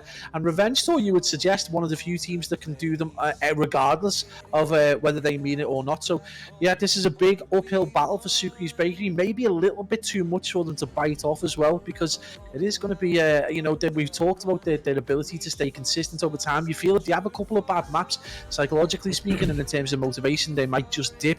And again, this could be the next phase for them. They get to the final and then they maybe get beat, and then the next time we get to a 2K, they might just get to the final and win. So again, we're seeing that development of them. But again, you would say definitely advantage Revenge Tour. Yeah, and a quick shout out as well to Desi, Alvaro, Will, is that Steph, Aka, Maze, and Mr. Denza dropping the follow as well. Thank you very much, guys, for the follows. But we're now getting ready for our grand final. Map number 1, obviously going to be a Tuscan hardpoint, and this is the thing, I think, with Suki's Bakery. I think if they come out firing here, I know we don't like to talk too much about what you come to expect when it's only been, say, a couple of rotations to a couple of hills, but Sukri's Bakery, they definitely seem to be a team that feeds off of a fast start. We saw it obviously in that last hard point in the Berlin. When they started going, Moneyform just couldn't really get a grips on the maps. They're obviously a very, very fast-paced team, and when they hit the ground running on some of these respawns, they do look very good. But then on the flip side, Revenge Tour, we know how consistent on respawns this team is. They look very, very controlled in a hard point. Although they don't throw bodies left, right, and centre, the likes of Mythics, the likes of Denza, they go quiet in some of the maps, and then you look to the scoreboard and they're double positive. It's a team that just somehow seems to pull numbers out left, right, and centre on respawns.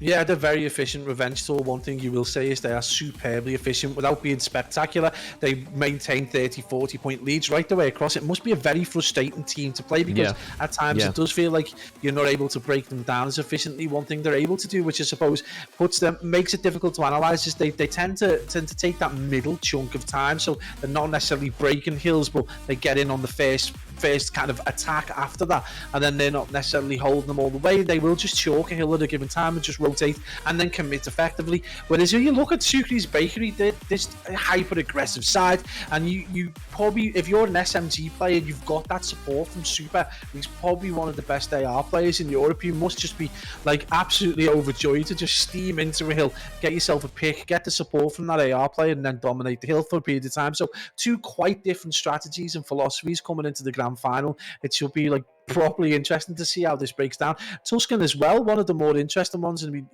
you kind of get these higher strategies when you get the bigger maps like Berlin, but again, this Tuscan should be very interesting, and obviously we know kind of like how effective Sukri's Bakery can be on it, so it should be interesting. Yeah, so we are now in towards our map number 1. Hopefully everything is good, up and running, and it looks as though that is the case. So our grand final here for EU Challengers Cup number 6 is now underway between Revenge Tour and Sukri's Bakery, and we'll start off with the man who the team is named after, Mr. Sukri.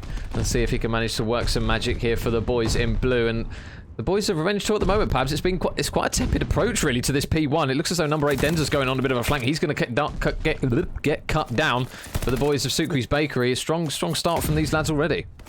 Yeah, absolutely. I mean, really weird start from the guys from Revenge Tour. Almost looked like they were going to start shooting each other and try and reset the game, because they were so kind of overcautious, you would say. They've kind of gifted the boys from Sukri's Bakery and a really easy, uncontested 30 seconds. And again, you would just feel maybe just trying to get a really solid setup to get into P2 and get that kind of rhythm set.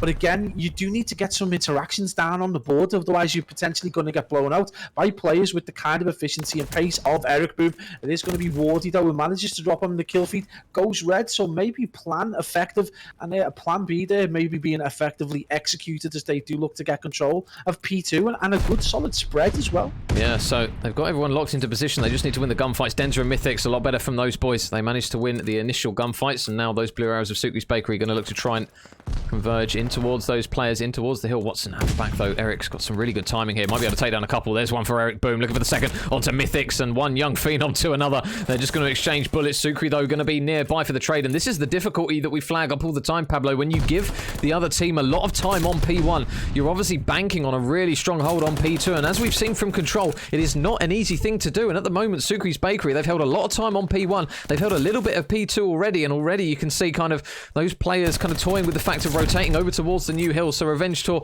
with 13 seconds left of time, will bring it back to around a 20-point deficit, but already those blue arrows are already on the rotation. I'm literally mind blown by that opener. That is one of the weirdest openers we've seen in a while. If Denza doesn't get these kills, I mean, you've got to say what a bad decision it was. I mean, they've taken no time at all over to P1. They tried to get themselves set up effectively for P2, being contested quite easily. The kill feeds blue, and now Sukri's Bakery have not only got a 30-second lead, but they've got themselves control of this water fountain, and they're going to push out. So this is going to come down to about gunfights really, and you don't want to be relying on that at this kind of position. Big kill for Mythics there, but again, it is going to be the team in blue who have that opportunity to get more time from this P3 hill, and you've got to say what is happening for Revenge Tour, because right now they are all at sea. Yeah, the pace of Sukri's Bakery is just seemingly very, very difficult for those lads to deal with. Super, nice snap though to take down Watson. Another one up top as well as he gets a couple of kills. Mythics is still over towards that P1 side. And with 15 seconds left... 15 seconds of time? What are they doing? Yeah, they've already bunned it off, Revenge Tour. They really, really want this rotation over towards the next hill. So in towards Church will go Eric Boom. And he will have Yakko closely behind him, but there are a couple of players from Revenge Tour already in here. Denza being one of them as he looks to hunt down one man here. Is he going to check the corner? Yes, he is. Yakko's going to fall. Nice shots, though, from Denza as he manages to grab those initial kills. They've still got to deal with Eric out the back. We know how difficult and slippery Eric can be sometimes in this SMG role. And holy sensitivity, Denza, he might give us a headache at the moment, the way he's going, but shuts down one, shuts down two. And the man the team is named after, we name it time after time, Pablo. When he goes off, this team is just so difficult to handle.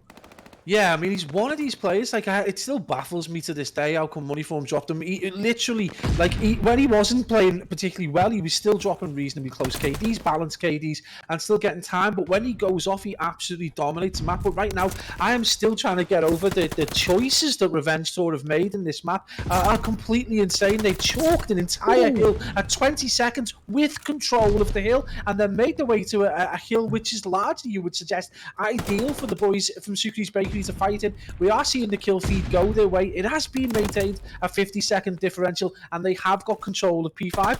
Major, this might be the first rotation that I've ever seen chalked from a team. Insane plays as they look to try and finally make their way back to parity. But again, it's been wild, Major. Yeah, that tile side, we've seen how much more effective teams can be at trading players out. Watson's doing a really good job of just staying alive here, to be perfectly honest. He's managed to grab a kill, and his teammates coming through for the help. Mythics is going to be one of which, who just drops down towards that bottom section just to keep an eye on any players potentially pushing through. The boys of Sucre's Bakery, they have now still got a little bit of a lead, but it's been a really good hold, saying that Revenge Tour have shown a really strong stance here on this P5. Mythics at the moment is really starting to come through to the fruition as he manages to cut down 3. Mr. Mythics, 6 in a row now for him, looking for that glide bomb. Sucre round the corner, can he win it? No, Sucre with an important kill, but the Revenge Tour, they are ready on the next rotation, Pabs, and Watson is already here, ready to go. Yeah, it looks like it's been, and I mean, I'm going to have to eat my words. I mean, they've brought themselves almost back to parity. They're set up on P1. They've got a player ready to cut down Sucre's Bakery. As it happens, a little bit of scrap time going to go the way of Sucre's Bakery, who maintain it very surely, but nothing mythical about these gunfights. He is very much getting them in real life, and these are huge right now, and they've forced to look at that kill feed from Wardy, a massive 3 streak, and they have caused absolute problems for the team in Sucre's Bakery. And not just that, they've turned the lead round. Now got a slender advantage over the team in blue. Oh my goodness.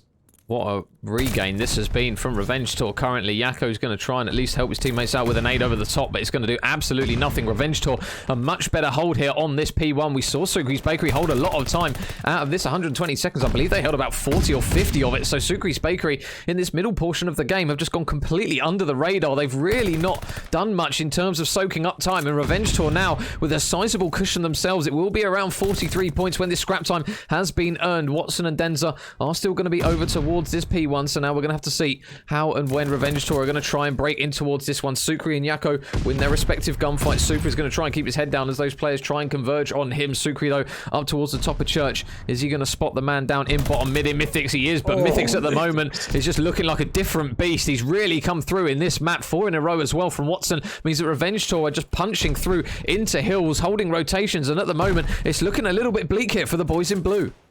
Yeah, and what an absolute turnaround. I mean, this could be the biggest hustling COD that we've seen. A P1 that you would, a first rotation that you would largely write off with, except for maybe the last 2 kills, some crazy decisions from Revenge Tour, but it's worked out. They've got this slender lead, but again, they've made a hearty contest over this P2 on the second rotation, and they've made it really difficult for Sucre's Bakery, and if anything, they've got this 20-second lead, and they look really good for it. Eric Boone finally on the resurgence, but Mythics has taken a grip of this game, along with Denza, that you just did not see coming. But now it is looking good for between P2 and P3 for the team in blue. So now Sucre's all the way out the back. He does have Super near him, but he's going to be a busy lad. There's going to be a couple of players nearby. Number 7 in Mythics is going to spot him out the back. Or is he going to spot his back pocket there? He tags him up, and Mythics with a big kill. But now Eric is going to try and just be a pain out the back, and he's now on a 5 streak himself here, Eric. So if he can potentially get 6, maybe even 7, this will be a huge moment. There's the 6th for Eric Boom. Can he stay alive in the back long enough to potentially regain health and shout for that important 7th kill? He has got the auto in his hands. This is going to make it a hell of a lot easier for him. There's still 30 seconds left on this hill as a grenade is just going to slap him in the face. A strafing run is coming through, but Eric now with 7, trying to keep his head down, trying to keep those players off the point, and him and Sucre at the moment are just doing a really good job as a duo out towards the back. Number 5 in Wardy is still located near towards the hill, but at the moment Sucre's Bakery, it's been a solid hold and a solid rotation from them courtesy of Mr. Eric Boom.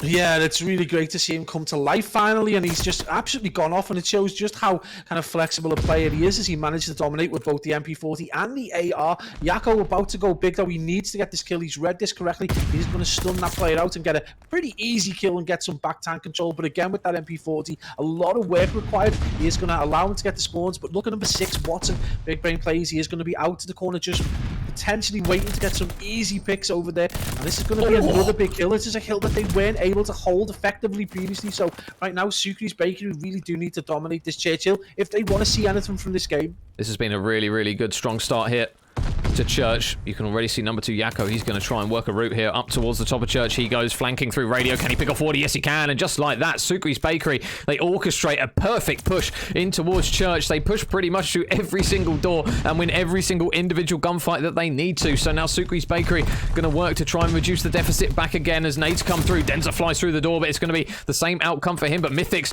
picking up a few. Wardy's going to pick off one as well. And at the moment, it is just back and forth between these two, and Super big gunfight win. But look, Watson ready to go for the next hill. This rotation could be make or break. Watson able to take down one. There's still a few players in front and behind, and he's going to get dropped. They look to try and push their way in. Revenge Tour going to be fighting from that arguably less preferred side, but at the moment they're winning the gunfights, and they're going to do a good job of it for the boys of Sucre's Bakery, even just to break in at this rate.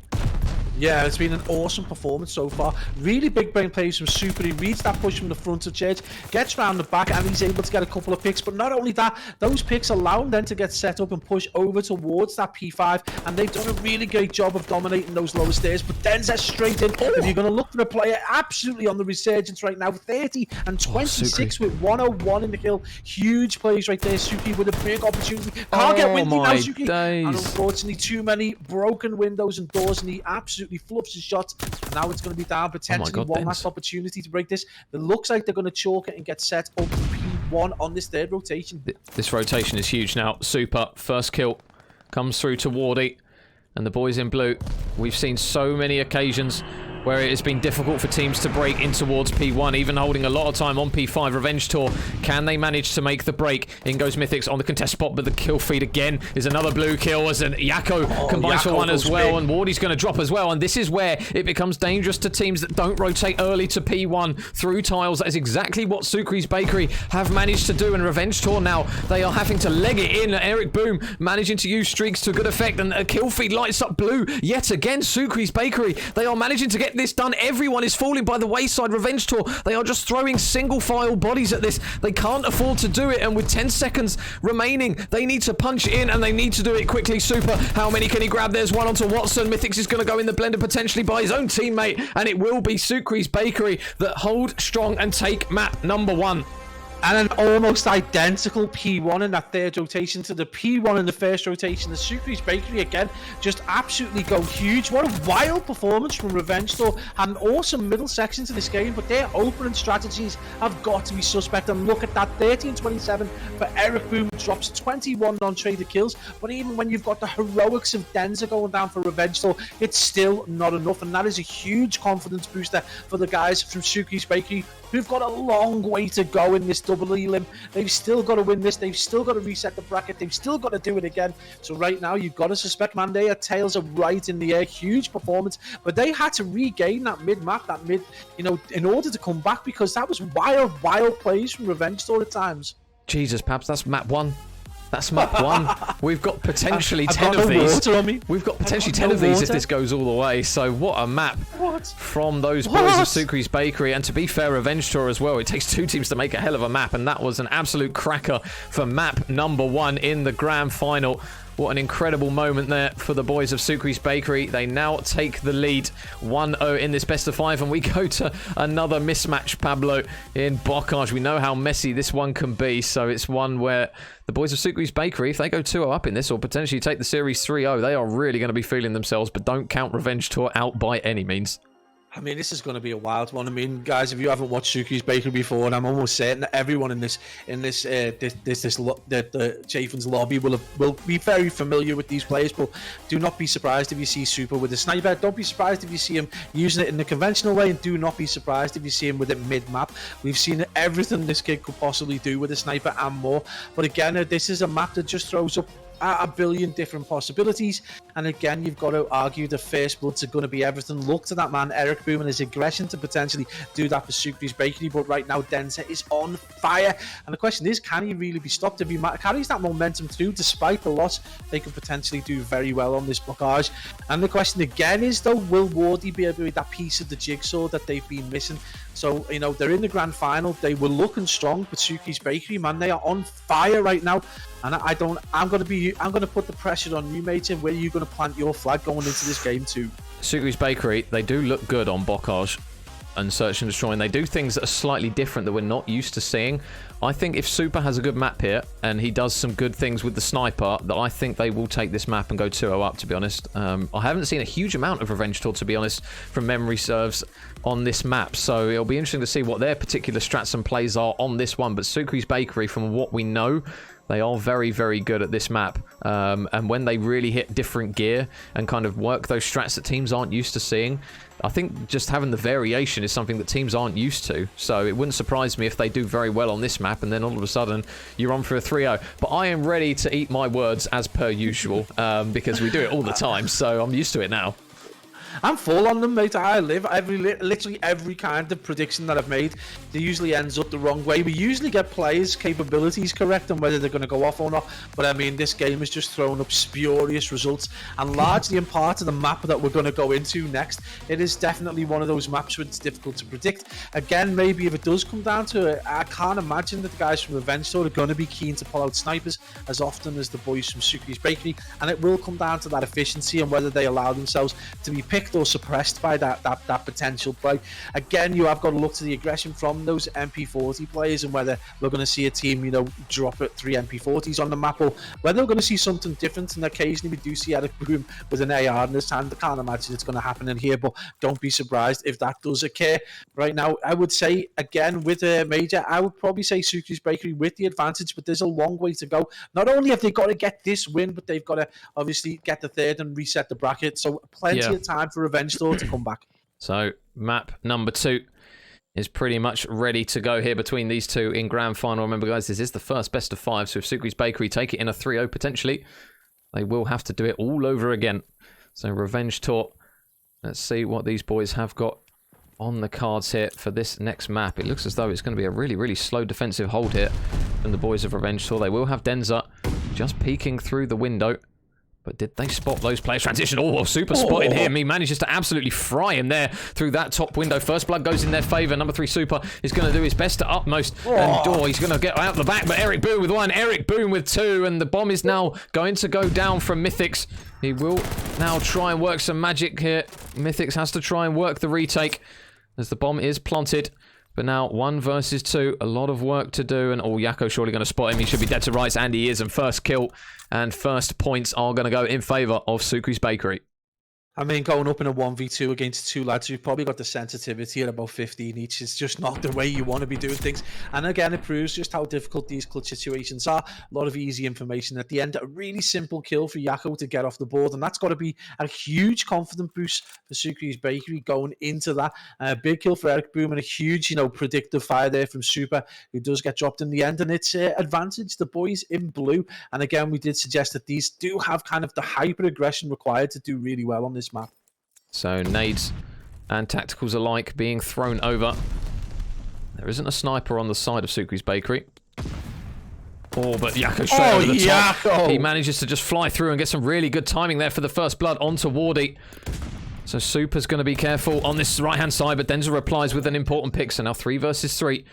Yakko, can he manage to push this left-hand lane out? There's a few players on the side of Revenge Tour just watching over this side, but he's actually managed to slip through the net a little bit here. So if he hits this flank quick enough, he might be able to catch a few of them out here, and there's going to be a few in transition. Oh my goodness, he's going to spot the whole gang. Oh man. Oh, hello. He's right next to the Mythics. He's going to at least be like, oh, hang on a minute. He's not on our team. Takes him down. So now 2 versus 2. Denza has the bomb, and it looks as though the B site is going to be the site of decision. Oh, honestly, Yakko, like a dog in a supermarket, doesn't know which way to turn for the goodies in front of him. And he imagines getting taken down. It's going to be a 2v2 revenge. I have got that Eric Boom again going off, though. So it's going to be a 1v2. Mythic's in a similar situation. He has got Sukri to deal with right now. So Sukri going to potentially want to get this kill. Is that going to be an over for him? He doesn't manage to body him. So it is going to be Sukri, not just with the kill, but with the defuse. And this is very much playing to the kind of performance we thought this might be. Eric Boom maintaining right the way through. And not just that, supported by Yakko, these two very bubbly, effervescent players who are very, very aggressive and right now playing into the hands of Sukri's Bakery, who go 2-0 up. So, good work from Sukri. Clutching up in that situation in the 1 versus 1. And his team now, although it's only 2 rounds on the board, it's 2 important ones here in this map number 2 in the grand final. So, can Sukri's Bakery keep this momentum going? Revenge Tour at the moment, kind of struggling for any sort of momentum. You can see Wardy and Watson, they don't even have a kill between them. So, if they can get off and running here, I suppose the most important part really at this stage, Pabs, is to kind of get that first notch on the board. We talk about it all the time. If teams don't get that initial round on the board and it starts going to 3 and then potentially 4, that's when you start to worry. Yeah, absolutely. And I mean, it's vital that they try and get a first blood, but not just that, play lives, not get traded out. So they've got that man advantage and potentially got that bomb site control. Again, it's very difficult in Bocage. Generally need at least 2 kills before you can get that kind of certain confidence that you're going to be able to get some control. Whether that's a hustle right there, huge place by Mythics. He gets underneath that taxi, and that's going to be an important role there. First blood and manage to play his life. Not just that, second blood goes down. Eric Boom on the kind of more chaotic side, and he's going to be on the chase. Is he going to be baited out? No, he gets taken. Huge shots from Wardy, and that's a great round for Revenge Tour right there. The kind of round they wanted, very dominant. They get the first blood, and they do everything else correct. And big plays from Mythics as well. So it is back to that 1 round parity in terms of difference. And the final kill going the way of Revenge Tour, and that's huge play right there for 2-1.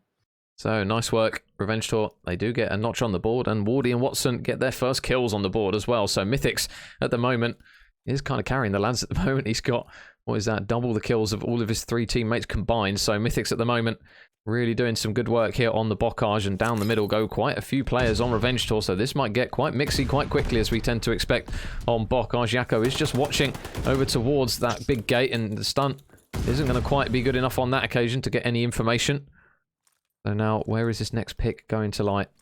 The boys of Sukri's Bakery just playing this passively. They're just waiting for the boys of Revenge Tour to make the first move. But we know as soon as that first engagement comes through, that is when it all starts to fall apart. And there's one for Yakko, there's one for Super. And now all of a sudden, everyone falling by the wayside is going to leave Watson last man up 1 versus 4. And against the boys of Sukri's Bakery on a Bocage, Pablo, I do not envy him.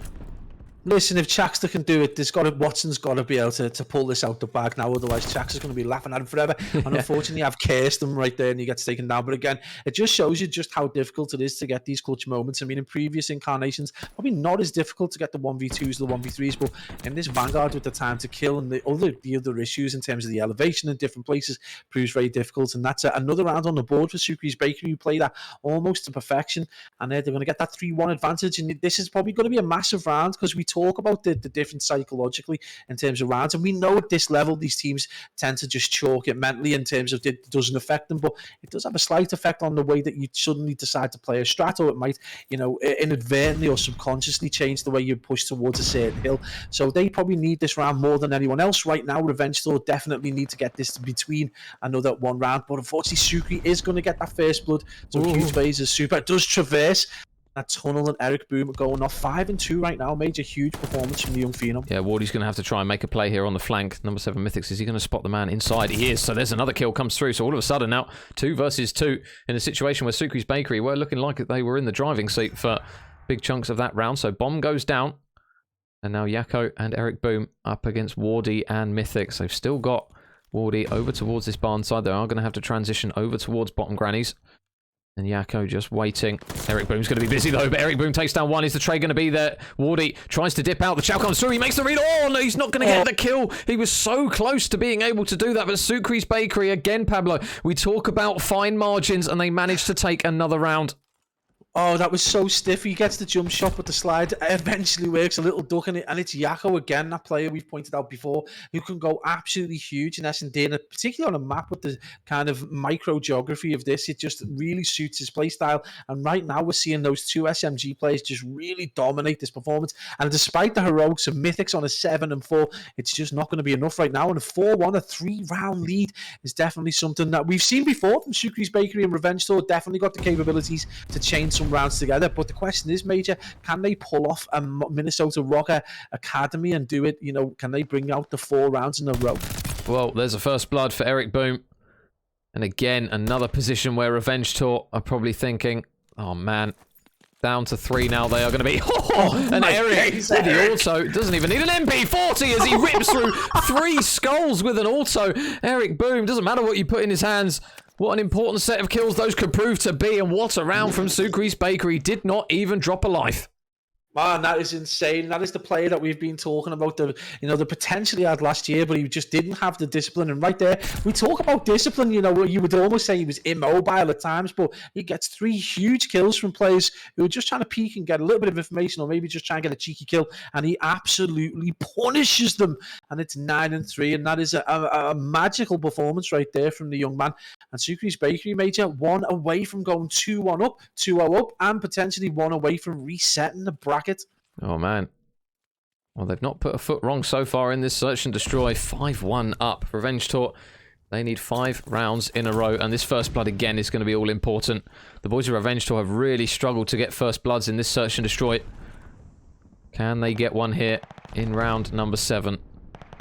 Oh, there's some info coming through from Mythics. He knows there's a lot of players here. He's going to do well to stay alive here. He is going to dip away just at the nick of time, but Wardy a lot better. Gets the first blood. Yako, though, going to be there for the trade. The lads from Spain, again, just so efficient as Wardy gets yet another one. So it looks as though Eric has managed to get his way in towards bottom grannies.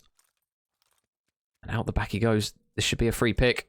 Oh, Mythics surely dead to rights. Yep, so there's one for him. But now Yako, can he manage to finesse his way around a couple of players? Because they are very, very nearby to him.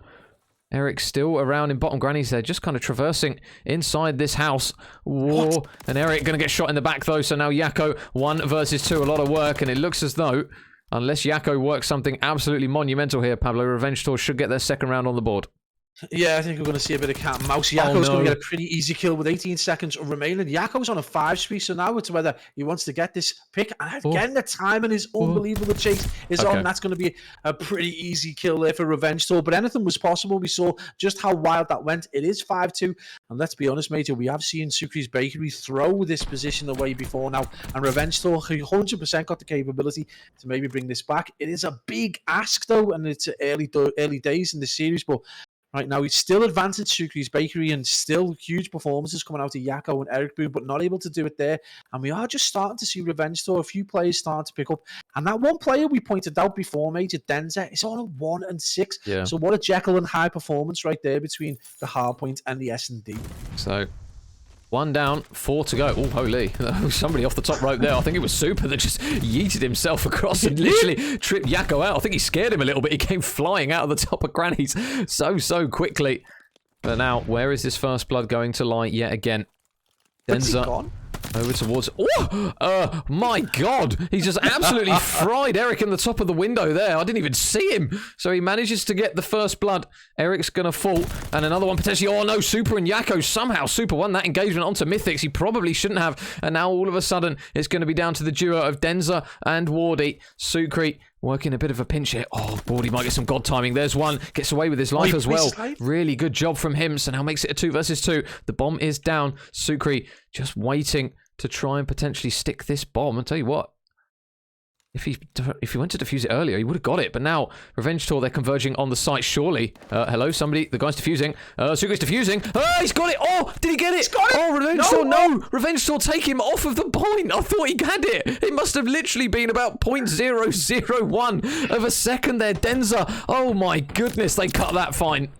Man, I'm telling you right now, the attention to detail in this game is insane. That is definitely, if you're going by the bar, he 100% got that. It must just be off in terms of time, because that is wild right there. Revenge Tour taking it by the finest of margins to go 5-3. And mate, this is a entirely different game. If they take this to 5-4, you've got to say Sucre's Bakery start to get a little bit of doubt in the mind, start to play this game slightly differently. And if they take the aggression out of the team from Spain, this could be problems already for the team in blue. I'll tell you what, though, you guys can't see it on the mini-map, but there are two players working a flank for the side of Revenge. So they are going all the way round the back, one of which is Wardy, and he might be able to grab a few picks here, but First Blood Sucre able to get it. Watson, though, going to reply with one. They are going to try and repinch from the other side of this one here, our Revenge Tour, so we'll see how this one unfolds for them.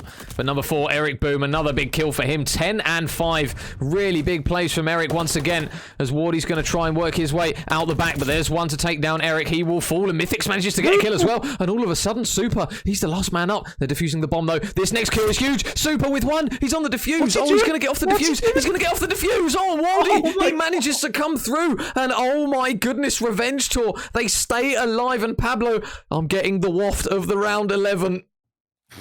My brain is absolutely fried, man. It is absolute chaos over towards this A bomb site for the second round running as these players trade back and forth, and he drops the defuse, decides to pick it up, and what a good decision. He's able to get the kill that he wasn't able to do in the previous rounds, and he's managed to do it. Not just that, manages to get the defuse and brings it back to 1 round from a point where we were 5-2.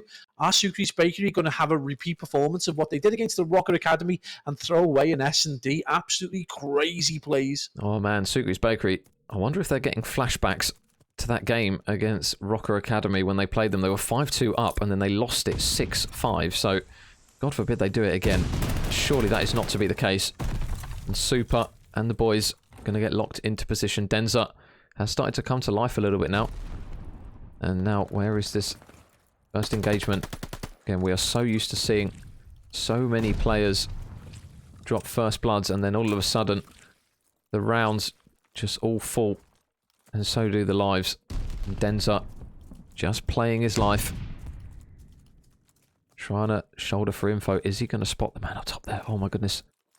Super. Did he get the information that those players are there? That, tell you what, there's a lot of people inside the site, one of which is Yakko. Yakko takes down one. The nade comes through. It's going to make him incredibly weak. He's going to be forced to reposition, but they do get inside the bomb site.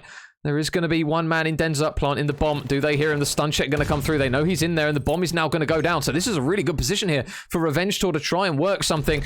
In though goes Eric Boom. Is he just going to try and stick this defuse? You know, there's a man right outside the door. He knows he's there. The shots are coming through, but they're not going to connect. And now one kill. Denza gets one kill. Yakko gets one as well. They're going to try and converge those players in the hill. There's one for Wardy. He still knows there's a man on the site. Surely there's another man lurking, and Yakko's just sticking this. Oh my goodness. He's got to get on the point. He's got to get him off the point. Wardy with one. He's on the bomb. Oh, he's got the kill. And oh my goodness, Revenge Tour. No, he got the defuse. Oh my god, I didn't think he got it. Sucre's Bakery. Oh my god, I didn't think he got it. 6-4, they take it. How on earth has that just happened? I could have sworn he got him off the bomb. Oh my days, what has just happened? Margins in this game, mate, are so fine. Eric Boom 10-7, Yakko 11-6, but Wardy 12-6. Despite those heroics, man, that is wild. The finest of margins twice in a game, and it gets pushed over the line, literally over the line by a hair's breadth in that round 10. Unbelievable plays though, and so close to taking it to that round 11. But huge plays, Sucre's Bakery, man, this is close as you would expect. Go 2-0 up, and they are 1 away from resetting the bracket, but they have got to go major into a Garutu control, which you would suggest is definitely the home of Revenge Tour. Yeah, I was literally just about to say that. I mean, oh my goodness. The end of that round, I still can't even compute what happened. It was just so quick that all those kills and gunfights went down. Obviously, sticking the bomb again, Pablo. We talk about it all the time. Yeah. But my god, that was literally as fine can get. There was obviously that one round before where they managed to kill the man just short of the defuse, but on that occasion they weren't quite able to. And oh my god, did it produce a hell of a map in that one. And now you mentioned we got to go into another map now. It feels like that was the end of the series after that one. Jesus, I'm struggling to think.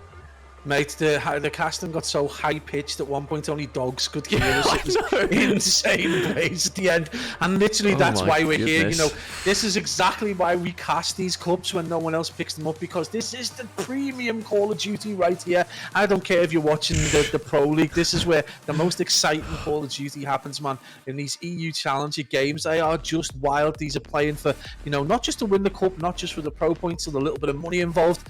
They're playing to potentially to put themselves in the shop window to hit it down the line to try and get into that big league. So this is life's on the line almost, you know, COD lives on the line, and it's wild, and it's margins like that make this game unreal. And you know when it's bad, when we as casters are looking and can't tell who's won and who's lost, but we tell you time and time again, stick the defuse. 100% stick the defuse. It just feels like on this game, if you stick the defuse 9 times out of 10, you're probably going to get it. Especially at this level when players get the pick and then obviously they try and work a route and try and get out. I mean, obviously in Bokkrs, it's not as easy to do it because the map is so small, and normally there's going to be someone there for a trade at least. But oh my goodness, I mean, literally knife's edge, that map. That could have easily have gone to a round 11 where Sukri's Bakery are going to start to get really, really nervous. And after that one, I can only imagine what the comms were like in that one. There was probably a lot of exhaling to see, like, Jesus, thank God we got that one done, because Revenge Tour, they almost managed to cause an incredible upset in that one and completely change, arguably, the script of this first series if they tie it back up to 1 apiece. Yeah, absolutely. I mean, Spanish is a fast language anyway. Can you imagine how hectic the comms are in that final round as they're getting the defuse? It's insane. And I can only imagine you can hear the celebration at the end. But again, still a long way to go. I'd love to hear the comms now in Revenge Tour with the regain that's needed. I know they've got a ton of time maybe to be able to do this over, but realistically speaking, it's not that long since we saw a double Elim retake from ROKKR Academy, 3-0 and 3-0. And right now, I mean, Sukri's Bakery maybe looking to emulate that, because we've seen this Spanish Civil War go back and forth to see who is top dog. And obviously right now ROKKR Academy have got the prestige, they've been signed by the pro team, they've won a handful of cups, but you can bet your bottom dollar that Sukri's Bakery want to be that team that's recognized as the top Spanish lads. And right now they've got that foreman and it looks like a solid foreman, and the question is, can they emulate the performance? Sukri definitely with the heritage, the same as Lucky and Metals and Jenny, and then you've got the young phenoms in Yako and Eric Boom and Super Mr. Consistent. So there is potential for them to maybe do something that the boys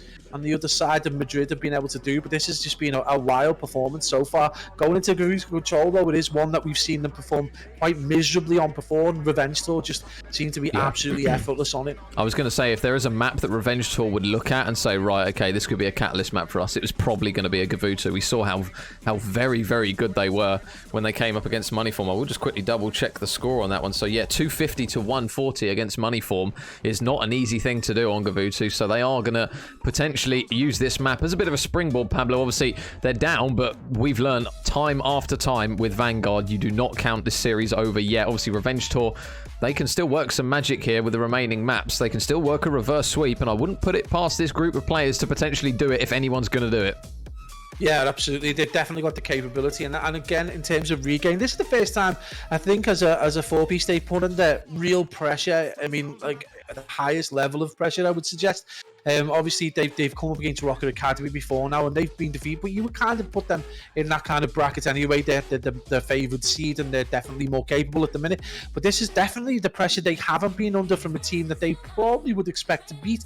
And right now, this is as pressured as it gets. They need to regain. They probably don't want to play another set of brackets. Again, one thing we know from Sukri's Bakery, they do really well, and we talk about this all the time, is that the game can be won and lost before a bullet is fired. Sukri's Bakery choose vetoes really well. They know what maps they're strongest on. They tend to know what maps they're weakest on. You know, we've seen teams pick Tuscan Control or allow them to take Tuscan Control time and time again, and they've prospered on it well. First time we've seen them go into a Gav, so maybe big brain plays from Revenge Tour, but if they don't do it, or they manage to get the bracket reset, again, this could come down to those vetoes going into the second bracket of Elim. So many opportunities, so many stories to tell, and again, Revenge Tour, though, definitely got the opportunity now just to start that reverse sweep in this first of the double Elim. Yeah, and Mr. Crozio wants a major C. Oh no. C! Thank you very much, Crozier. So yeah, I mean, wow, what a first 2 maps this has been so far. If you have missed them, guys, I will just put the graphic back up on the screen. So 250 to 234 and 6-4 on the Search and Destroy. But my goodness, that Search and Destroy, if you missed it, holy, I mean, it was an incredible search. The boys of Revenge Tour almost came back and caused an absolutely immaculate upset in that one. But we get ready for the Gavutu control, and one player, Pablo, that we talk about a lot, obviously Mr. Eric Boom. He's been very, very good in this series so far. He had a very good Search and Destroy just then. He does seem like the key factor at times for this roster, and he's proving it again that sometimes when he's on the top of his game, he is just such a difficult player to stop. But then so too are the other lads of Sukri's Bakery. When they get momentum going and they form as a team and one player goes off, they just seem so difficult to stop sometimes. Yeah, I mean, last year, Jaco was the player that everyone thought from the kind of Spanish side of things was going to do really well. He had a bit of a hit and miss season.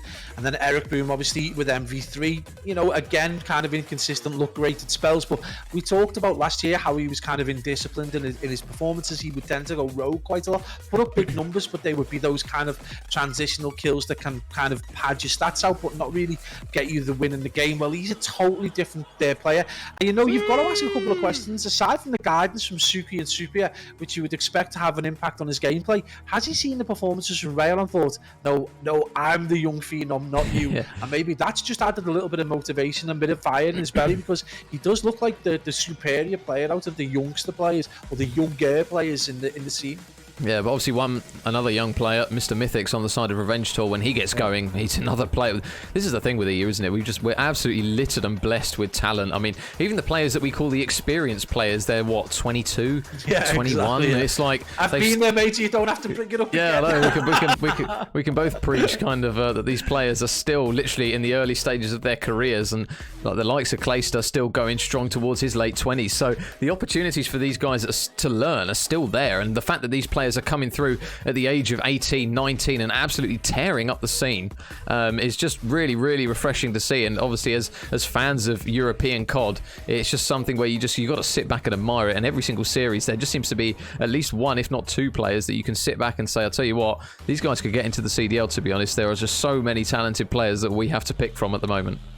Yeah, and I think there's a weird split, kind of, there's an argument to be had that, like, there's a preference maybe for the younger kind of talent that comes through. They're very quick, they tend to be very heavy in gun skill without maybe without the fundamental knowledge, and that is, you know, a problem, especially if you're a player like someone like Steve Vortex, who has been dominant for a large part of the Challenger previous season. He was absolutely dominant, and then you would still suggest he's probably one of the top SMG players right now.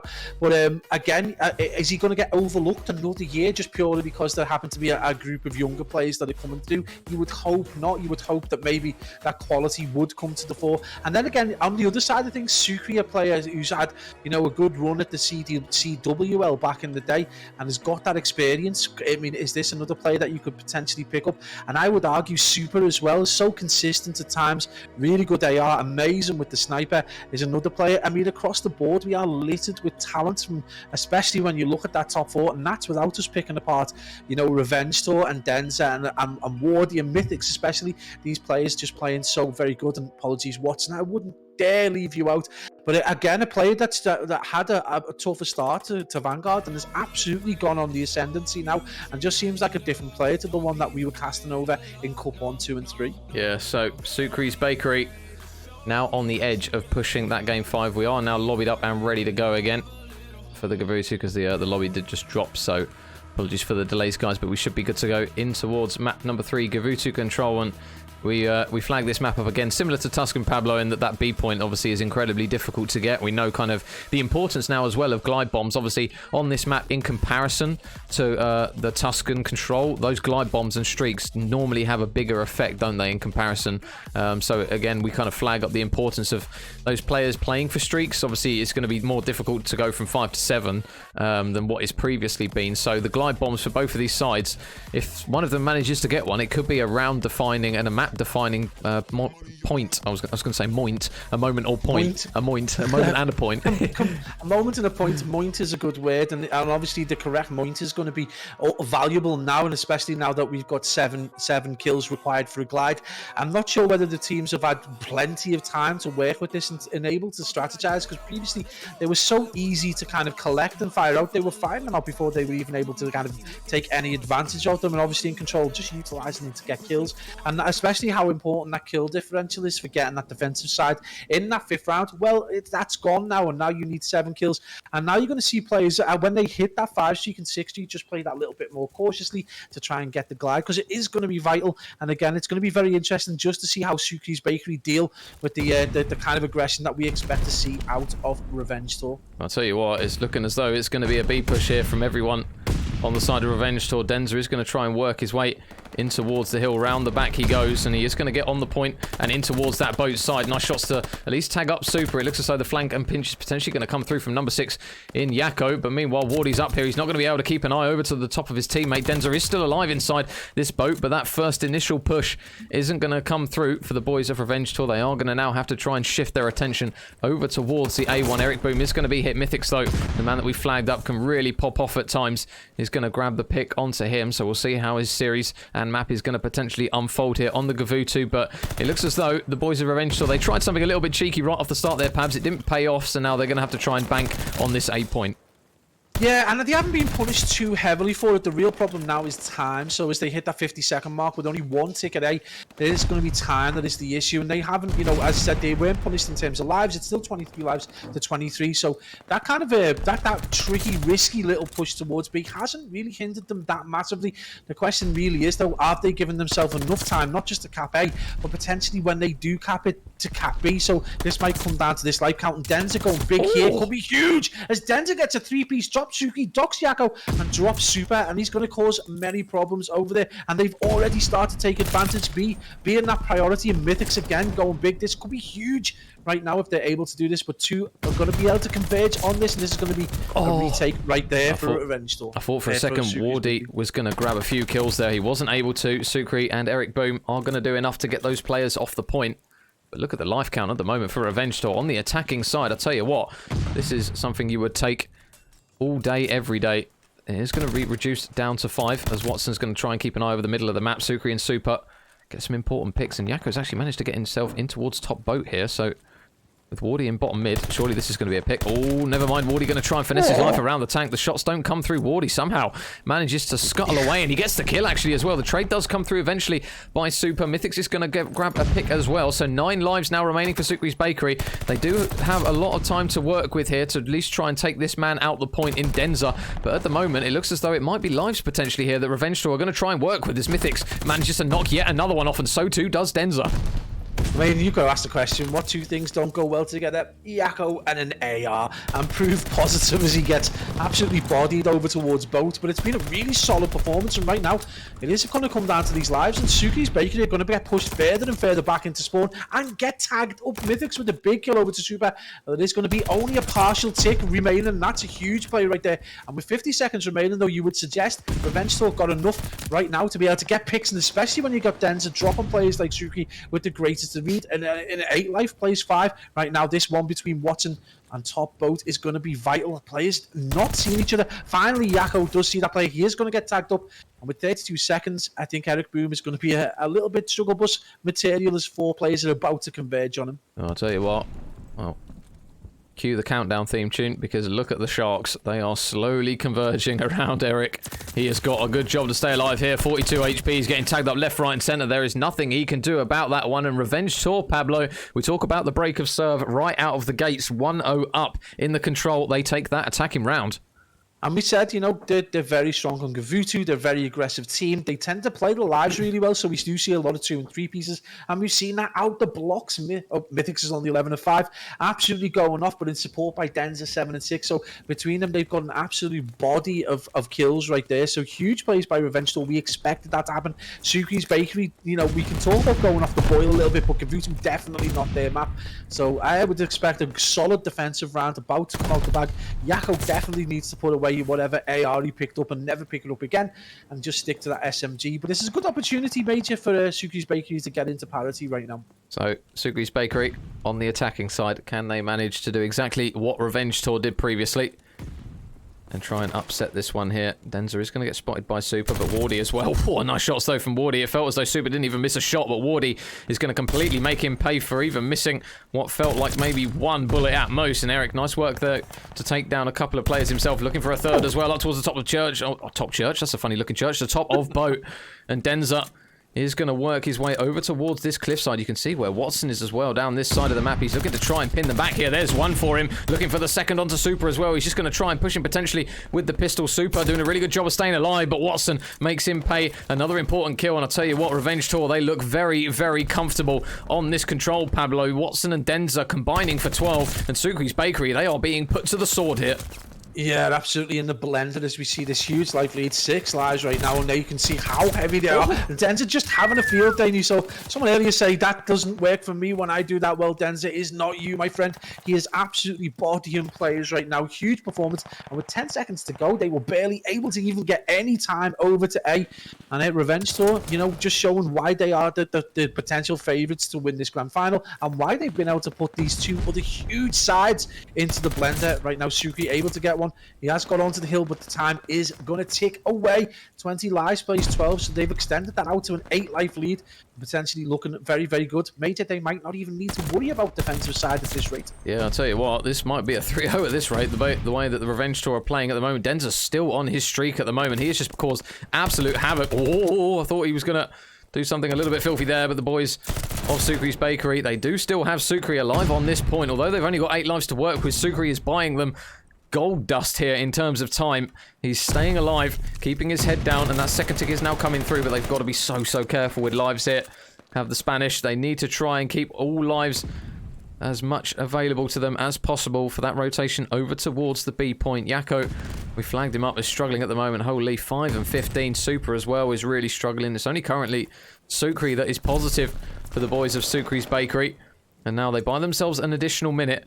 But look at the spread that the boys in red have got, Pablo. They are literally ready for anything, it feels like. Yeah, every lane covered. You've got, you know, potential commute comms about to go down. Number 4, going to watch this triple push across. He might be able to tag one player up, but he's not able to do it. But number 3 is going to spawn out in Mythics. And he gets bodied. That's a huge kill there. And a double piece from Eric Boom as he drops Mythics. And that's huge plays towards the back. This could be a very, very interesting. This could be very, very interesting. With such a huge life difference, Super is going off in the back, Major. They just can't get Eric off the hill. Surely someone's going to... Okay, finally they got him off the point, so now this is where you assume Sukri's Bakery are going to start flooding over. But Super has just been a royal pain in the behind of Revenge Tour here. As there's still players spawning up. Can he make some reads onto some more players coming off spawn? No, the kills come through. I think that is probably going to be all she wrote as 2 lives remain. Sukri and Yako going to be the last 2 up. Can they manage to work a bit of magic here? They've only got 4 seconds to work with. Wardy's going to be dead. They're going to look to try and reduce that life deficit down a little bit. But now Yako, last man up, isn't going to get it done. And Revenge Tour going 2-0 up, Pablo. At the moment, they look very, very solid on this map as expected. Yeah, it's playing to form for us right now. Revenge Tour just, you know, indomitable right now in terms of Gavutu control. And again, it's very difficult. Obviously, when you're doing vetoes, you are limited to exactly what you can do. And this Gavutu control playing to type. Denza's 16 and 7. He's playing so well right now, supported by Watson, who's 17 to 12. And again, those 2 players right the way through this 2K have been absolutely just formidable right there. Sukri, though, gets a 3-piece easy drop. Mythics, Wardy, and Denza, just as I'm eulogizing about them, the Spanish, you know, master, the guy with the history, absolutely goes off. And this is going to be massive. You know, Sukri's Bakery want to be able to reset this from this control. They're going to have to go absolutely huge right now. I would love to know what that angle was from Sukri. That was off spawn. The players literally just ran over towards Cliff and got absolutely fried by him. So God knows where Sukri was on that one. Let's have a peek back, because that was unreal positioning from him to grab 3 players right off the rip. And Sukri is now looking to chop down some more players as he gets yet another one. Sukri, holy moly, final form right when they need him at the moment. 20 and 13. He just needs his teammates to spawn in a little bit here, because the boys of Sukri's Bakery, they are doing a much better job on this defensive round. Denza is going to look to try and get over towards that B point. They don't have a lot of presence over here. It's just going to be Mr. Eric Boom out the back as he gets a lot of information that those players are going to be out there. Watson with an important pick. Eric still lurking nearby, but at the moment they are running out of time, it seems. 25 seconds. Yeah, really passive play over towards the middle of the map from Sucre's Bakery, which has kind of allowed the boys from Revenge Store just to push onto beach. They're relying quite heavily on those close spawns, and you know, this could be a problem, especially if you're going to be able to get the kill. Finally gets dealt with, but there is going to be a player there to deal with that trade, and there is going to be Sucre's Bakery finally being able to push across towards that B, but we see one tick go down with only 15 seconds remaining. This should be a reasonably easy wrap-up for the boys from Sucre's Bakery, but we've seen this prior again, and there was at this point where they were managed to get that A push and get it turned around, but right now a nice spread right the way across, a good hold in Sucre's Bakery. You're going to see it out and get around on the board, and again this could be a resurgent moment. We cannot write any of these teams off at any given point. They could potentially go through the gears, Major, but that could be a defining moment in this game. Yeah, Sucre's Bakery, they need an attacking round though, and it's going to have to start here in round number 4, otherwise Revenge Tour, they are going to force that map number 4. Super at the moment, currently 4 in a row from him, and Revenge Tour on that defensive side, they've looked very, very solid on this one so far up to that round. So can they manage to emulate it once again? Number 1 in Wardy is going to be over towards this boat side alongside Denza, who has got a lot of players nearby Super though. Big important first pick is going to allow those players to get on towards the point. Super's going to get spotted though. Literally bobs up like one of those whack-a-moles as he gets his head cleaned right off. And the boys of Revenge Tour, they will look to try and push their way in towards that A point. But Sucre's Bakery, they've only dropped 1 life at the moment, so this is almost a damn near perfect start from the boys in blue. Yeah, absolutely. They got a bit of patience out of the spawn from the guys in Revenge Store as they realise they're potentially going to get pushed. And you can see number 6, Yakko, just waiting for his opportunity potentially to be able to get round the back. And I think he's been given the green light to do so right now. Mythics with a good opportunity to get a pick. Absolutely bodies Sucre over towards P1. And he's going to make his own way into spawn, so we could potentially see a spawn off right now. It is going to be number 8 though, Eric Boom, making his way and over towards the back. He's going to try and get these spawn kills, and this is going to be a big fight. Is he going to get the kill? Yes, Eric Boom does that. Is it Yakko actually? My mid 6 and 8, the font just baffles me, Major. But huge plays from Yakko nonetheless. Massive fight going down at beach, which appears to go the way of Sucre's Bakery. Yeah, so Yakko, that was pretty much almost as many kills as he's managed to get in the previous 3 rounds combined on that streak. He's still 11 and 21. But he was really, really struggling up to that point, and he's going to try and snap onto another one. There is Super. He's not going to be able to do it, though. He got incredibly close to it as Yakko tries to stay up for the time being. Over towards P1. Watson, though, the head is going to get spotted, but Watson there on the preferred position of the 2, if you're going to pick one, able to grab 1 engagement. And nice shots again from Watson from range as Revenge Tour look to try and put Sucre's Bakery to the sword and get this map completed. It looks as though the boys of Sucre's Bakery are going to try and get a little bit of map control before progressing up, which arguably, Pabs, you would say is probably the smart decision. Yeah, absolutely. I mean, they need to be, well, more than anything else, they need to be able to get through these channels. Right now, it's going to be a big plays, and you can see number 1 causing absolute problems. He does get bodied. That is potentially going to force Revenge Store just to transition, and particularly number 5 there, Sucre, just causing some problems over towards beach. And if they can maintain this kind of back jungle control, it's one of the strategies we saw at the very earliest part of control when Garuti was still kind of being dealt with. And this is going to be a big fight. Number 3 needs to be dealt with. Is number 7 going to be able to see him as Mythics manages to get picks over? He gets that 2-piece. Number 7 in Super has got a huge fight right now. He manages to maintain, and where are the spawns going to come out? You would suggest potentially over towards P5, very close. Super is going to go off right now on a 3-streak. Denza just controlling P1 though, Major, as this fight enters the 32nd phase, and all lives are equal. Yeah, this is going to be difficult. Denza has done such a good job of staying alive in P1 as he just cuts down Sucre's Bakery players left, right, and centre. 4 in a row for him now, and Sucre's Bakery, they are really struggling. There is going to be a glide bomb being called in by Denza, and it looks as though it's going to land right onto the noggin of Mr. Sucre himself, so he's going to fall. Denza now on a 5. It's just glide bomb galore as Yakko, though, can he manage to form a bit of a resurgence here? He is going to try and get on towards this B point, and there is going to be a little bit of a double stack here. Sucre's Bakery, this is an ideal situation, but now Streak's coming through. Can it grab anyone off the point? Yes, Yakko is going to fall. Eric Boom out the back. He's going to drop as well, and that is going to be the map done and dusted. Revenge Tour with a solid performance on the control, Pablo. 3-1, and now only trail the series 2-1. Yeah, absolutely. What a performance. We expected them to do well on the Gavutu control, but this was an absolutely dominant performance at times. And at some point, Sucre's Bakery just looked lost at sea, and particularly on the beach. Get the deck chairs out, get the brollies out, because Revenge Tour are back in this series, and you would suggest this is going to be a hell of a 2 maps that we're going to be facing right now as we enter the latter stages of this first part of the Olymp, and we're going to enter one of the craziest maps in Call of Duty history, ROKKR Hardpoint, a map that is already proven difficult to kind of predict. And again, both teams have been successful on this map when we have previously cast over them, and I just don't know where to go with this one. Revenge Tour have definitely got the capabilities to do really well on it, but you've got to again look to Suki's Bakery with those crazy players in Yakko and Eric Boom. Hot SMGs off the press. Can they take this and reset the bracket? Big question. Zeppelin has just come in. Zeppelin, what are your thoughts, mate? Nope, the fridge is open, Major. Zeppelin not going to give us an interview right now. Huge plays, though, from Revenge Tour to bring this back to within one game, Major. Yeah, I mean, we already saw what the ROKKR Search and Destroy was like between these two, so now going on to a more fast-paced, more action-packed one on the hard point. Revenge Tour haven't seen them on this map for a while, if memory serves me well, so it'll be interesting to see how they get set up on this. Obviously, we know Suki's Bakery are just speed, speed, speed, and more speed when it comes to ROKKR, so it'll be interesting to see whether Revenge Tour try and maybe work that 2AR role. We've seen a couple of teams actually in the CDL, in FaZe, actually run 2 autos on this one, so it's one potentially where if Revenge Tour try and kind of play that more composed controlling role, if they can get it to work on a ROKKR, they might be laughing on this one, because Suki's Bakery, we know how very, very quick they are to throw themselves at the hills. If Revenge Tour can get a bit more of an understanding of, say, the spawns and where those players are coming from, I mean, we could potentially be going into Game 5, arguably, in this one. But Suki's Bakery, we know how good they can be on the ROKKR. I mean, there's probably a strong argument, you take someone like FaZe who they're running 2 ARs and ROKKR. It might simply be because, if you're looking at natural ability, their AR players are superbly strong. You throw an SMG in the hands at that kind of high level, rarefied air kind of players, where its margins, playing an unnatural kind of game can just not really work in your hands. And even on these small maps, I mean, these guys have played small geographical maps before and still know basically how to work, how to support your SMGs, and how to take the right angles. So it wouldn't surprise me if we do see some ARs, but in the hands of ARs. Again, a 3 SMG method is great, but it's only great if you've got the players that can do it.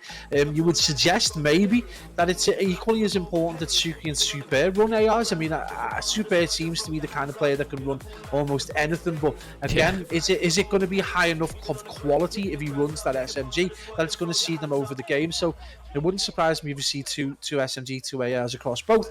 And then again, it wouldn't really surprise me if you saw Super rocking a sniper. I just totally baffle that lad sometimes. But yeah, again, it's horses for courses. And again, really, you've got to ask the question, have you got a strategic or tactical advantage running the 3 SMGs if that player who's running that flex role is like the disparity in skill between his AR capability and his SMG capability is quite wide? So big shout out to Dark Wolf and Ive as well for the follows. Thank you very much, guys. Skills and Theory and 11 as well with the follow. Thank you very much, guys. So we are now pretty much ready to go for the ROKKR Hardpoint. You know what I'm going to ask you, Pabs? With the series we've had so far, are we getting a Game 5? What, in Hardpoint? Oh, Game 5? I'm Game 5. What? No. Are we getting around 11 in the Hardpoint? Man, I'm just gone. Let me take this off. I'm literally, my brain is fried. No, I think Suki's Bakery are going to do this one. I think Eric Boom and Yakko are going to get fired up. I don't think they like having a quiet round. I don't think they like being defeated on control. I don't think they like the taste of defeat. They're so close to being able to reset the bracket that I expect a thorough regain. I think they'll put the pad down, dry the hands a little bit, get some gamer grip on there, and just try and reset and regain. It wouldn't surprise me if we saw an absolute performance coming out of the boys. Yeah.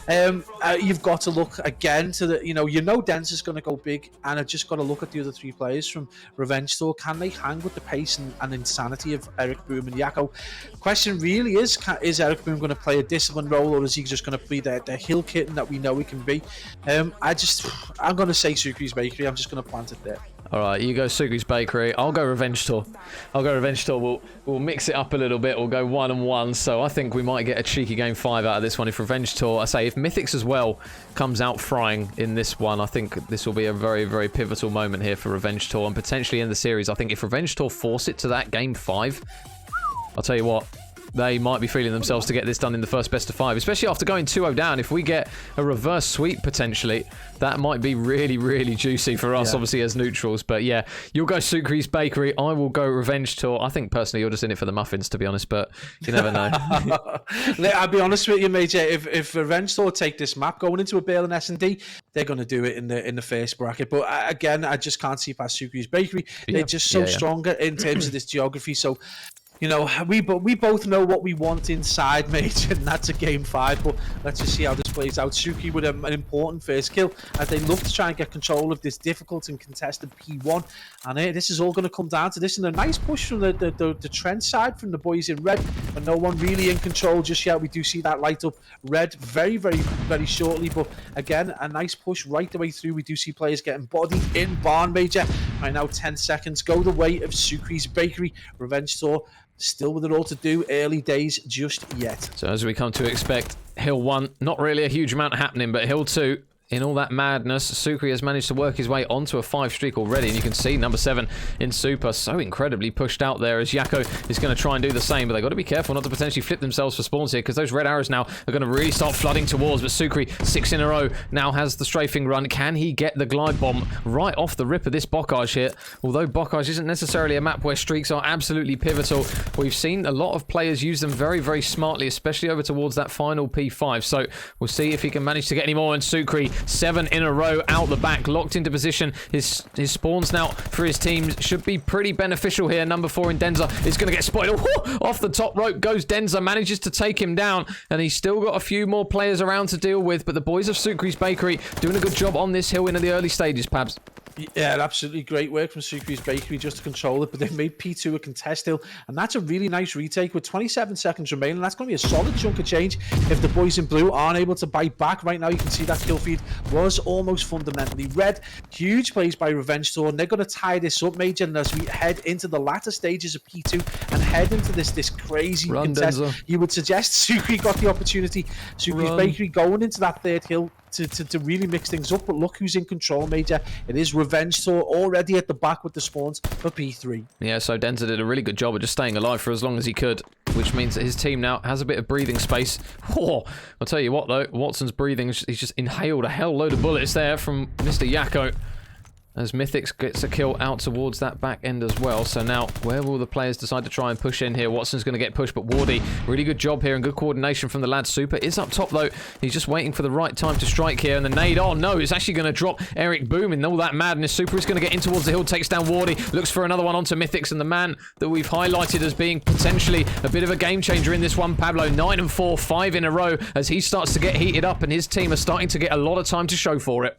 Yeah, absolutely. This is one of the players we highlighted. If he starts going off, you can expect him to dominate maps, and this could be the perfect timing for Revenge Tour as he drops 9 and 4. He's on that 5 streak, potentially about to earn his team the ordnance that Sukri's Bakery have already got, which could be, we could get to see that kind of tennis streaks over towards P5. But this is the kind of performance we want to see out of that young phenom right there. Yakko with a big fight over towards the back as they look to try and get some dominance over towards what is generally a very contested barn hill.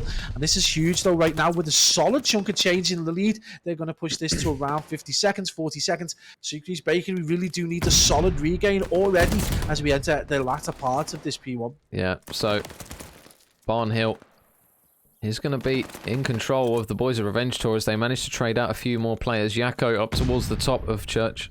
Top of Church, that's a funny looking church. The top of Barn. I'm obsessed with Church. I'm obsessed with Top Church. Tuscan is rent-free in my brain at the moment, as I keep calling it. Everyone's in church. Church everywhere. Top Church, bottom Church. So it will be the boys of Sukri's Bakery just soaking up the remaining scrap time. That deficit will be reduced just by a little bit as Revenge Tour again on the rotation. They're ready to go.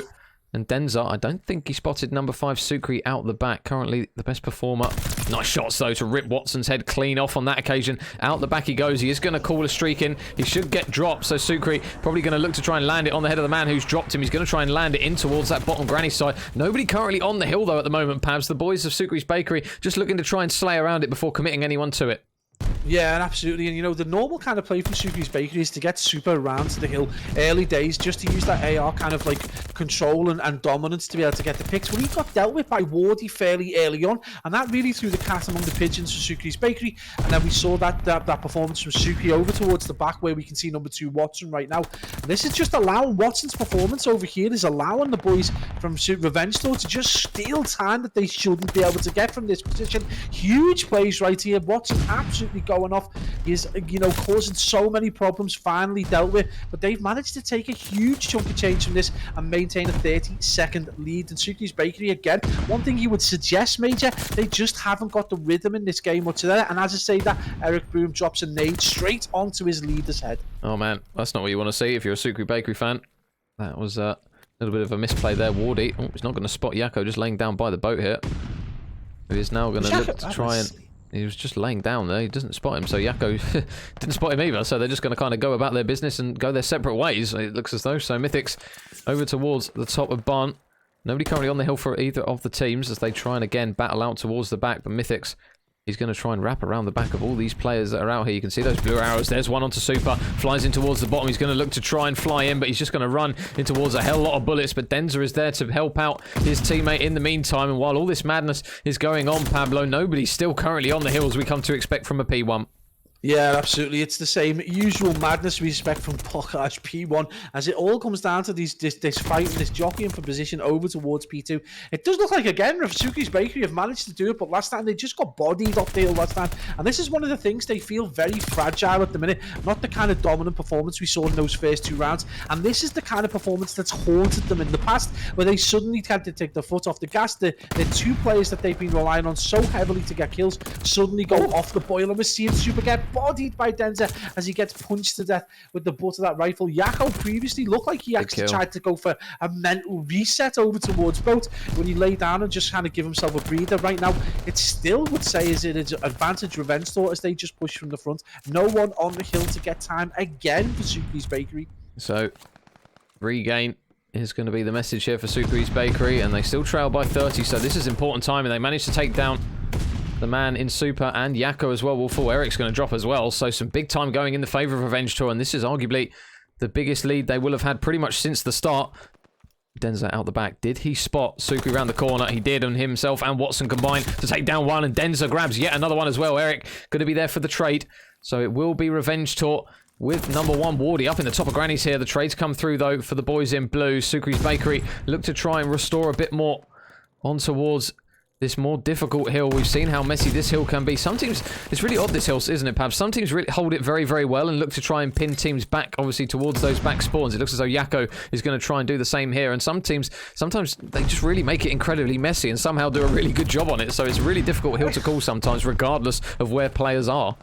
I just sometimes think the comms are slightly off from the boys from Spain. And they've got to play it over towards Shed. You can see that entire run all the way down that taxi route. He sees a player cross, and their comms are just so slow that Mythics is allowed to walk in and get kills. It's fortunately gone the way of Suki's Bakeries. They've managed to get the kill feed blue and get the remainder of the time, brought it back within 20 seconds. And right now, it does look like a resurgence in Suki's Bakery, but they've still got a lot of work to do. And I still feel like they're slightly off the pace and slightly out of rhythm as we see the kill feed go back and forth. One thing I would say is Eric Boom has started to come to life. 24 and 21. We know he's a hill kitten anyway. We know he gets 1 minute 12 and more when he's on hardpoint. Right now, Suki's Bakery, mate, is slowly but surely creeping right the way up.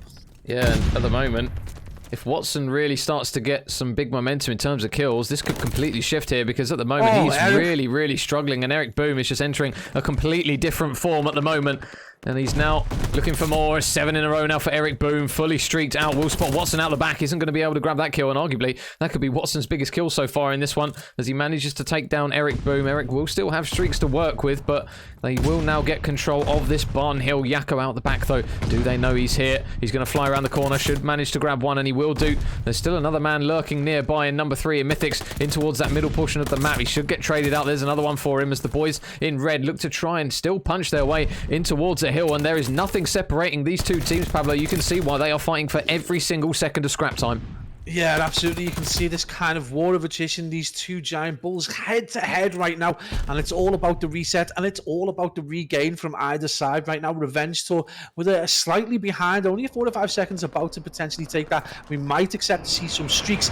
Streaks are going to go out, but again, you invest in a streak where you've got no real opportunity to take advantage of it. You don't tag anyone up, and it's really, you're not used effectively, and you've got to ask questions.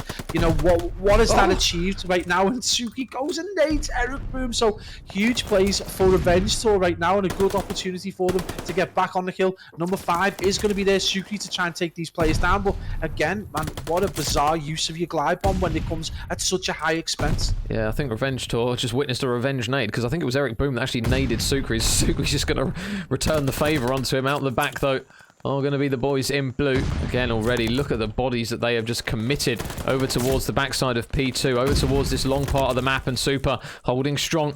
But now, the boys of Revenge Tour, again, really good hold on that more money hill. Is that going to be potentially the one that sees it over the line? Wardy up in towards the top of Granny's. There's 1 kill for him. Sukri and Super combined for 2 now as the players flood in towards this P1. Sukri's Bakery looks as though they're going to try and actually get some bodies on this hill, which is something we don't tend to see a lot of teams do, Pablo, but they're obviously realising the importance of every single second, and they're going to look to try and soak up what looks to appear to be as much time on P1 as humanly possible.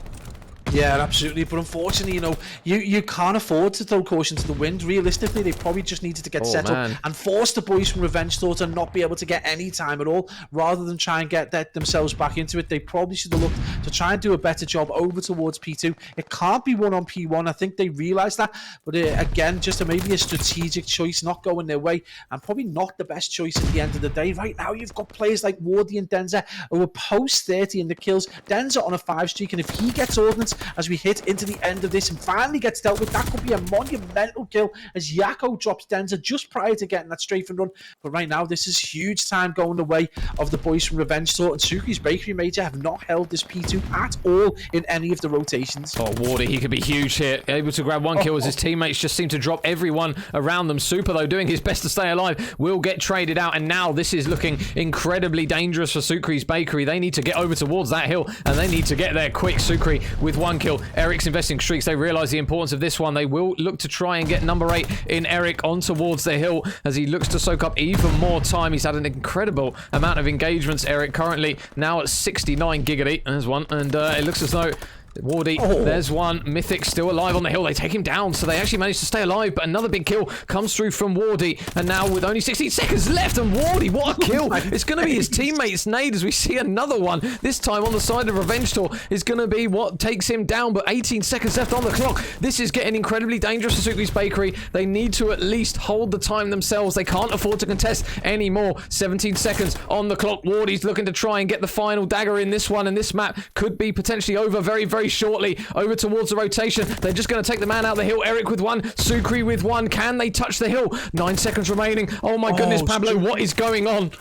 Mate, this is absolutely insane. Sukri's Bakery got 1 player in the kill. He's going to get tagged up. These aren't going to go back and forth. Can they get in? They are kill feeding right now and being absolutely butchered as they throw away their opportunity to potentially take this. No one on the time right now, and it is going to come down to the clock, and Revenge Tour are going to tie this series up 2-2 and take us into that game 5, take us into a Berlin S&D, and you've got to look to those 2 players in Wardy and Denza going absolutely huge in this blockage from a map that I thought Sukri's Bakery would dominate. Well, it's been an absolute show put on there.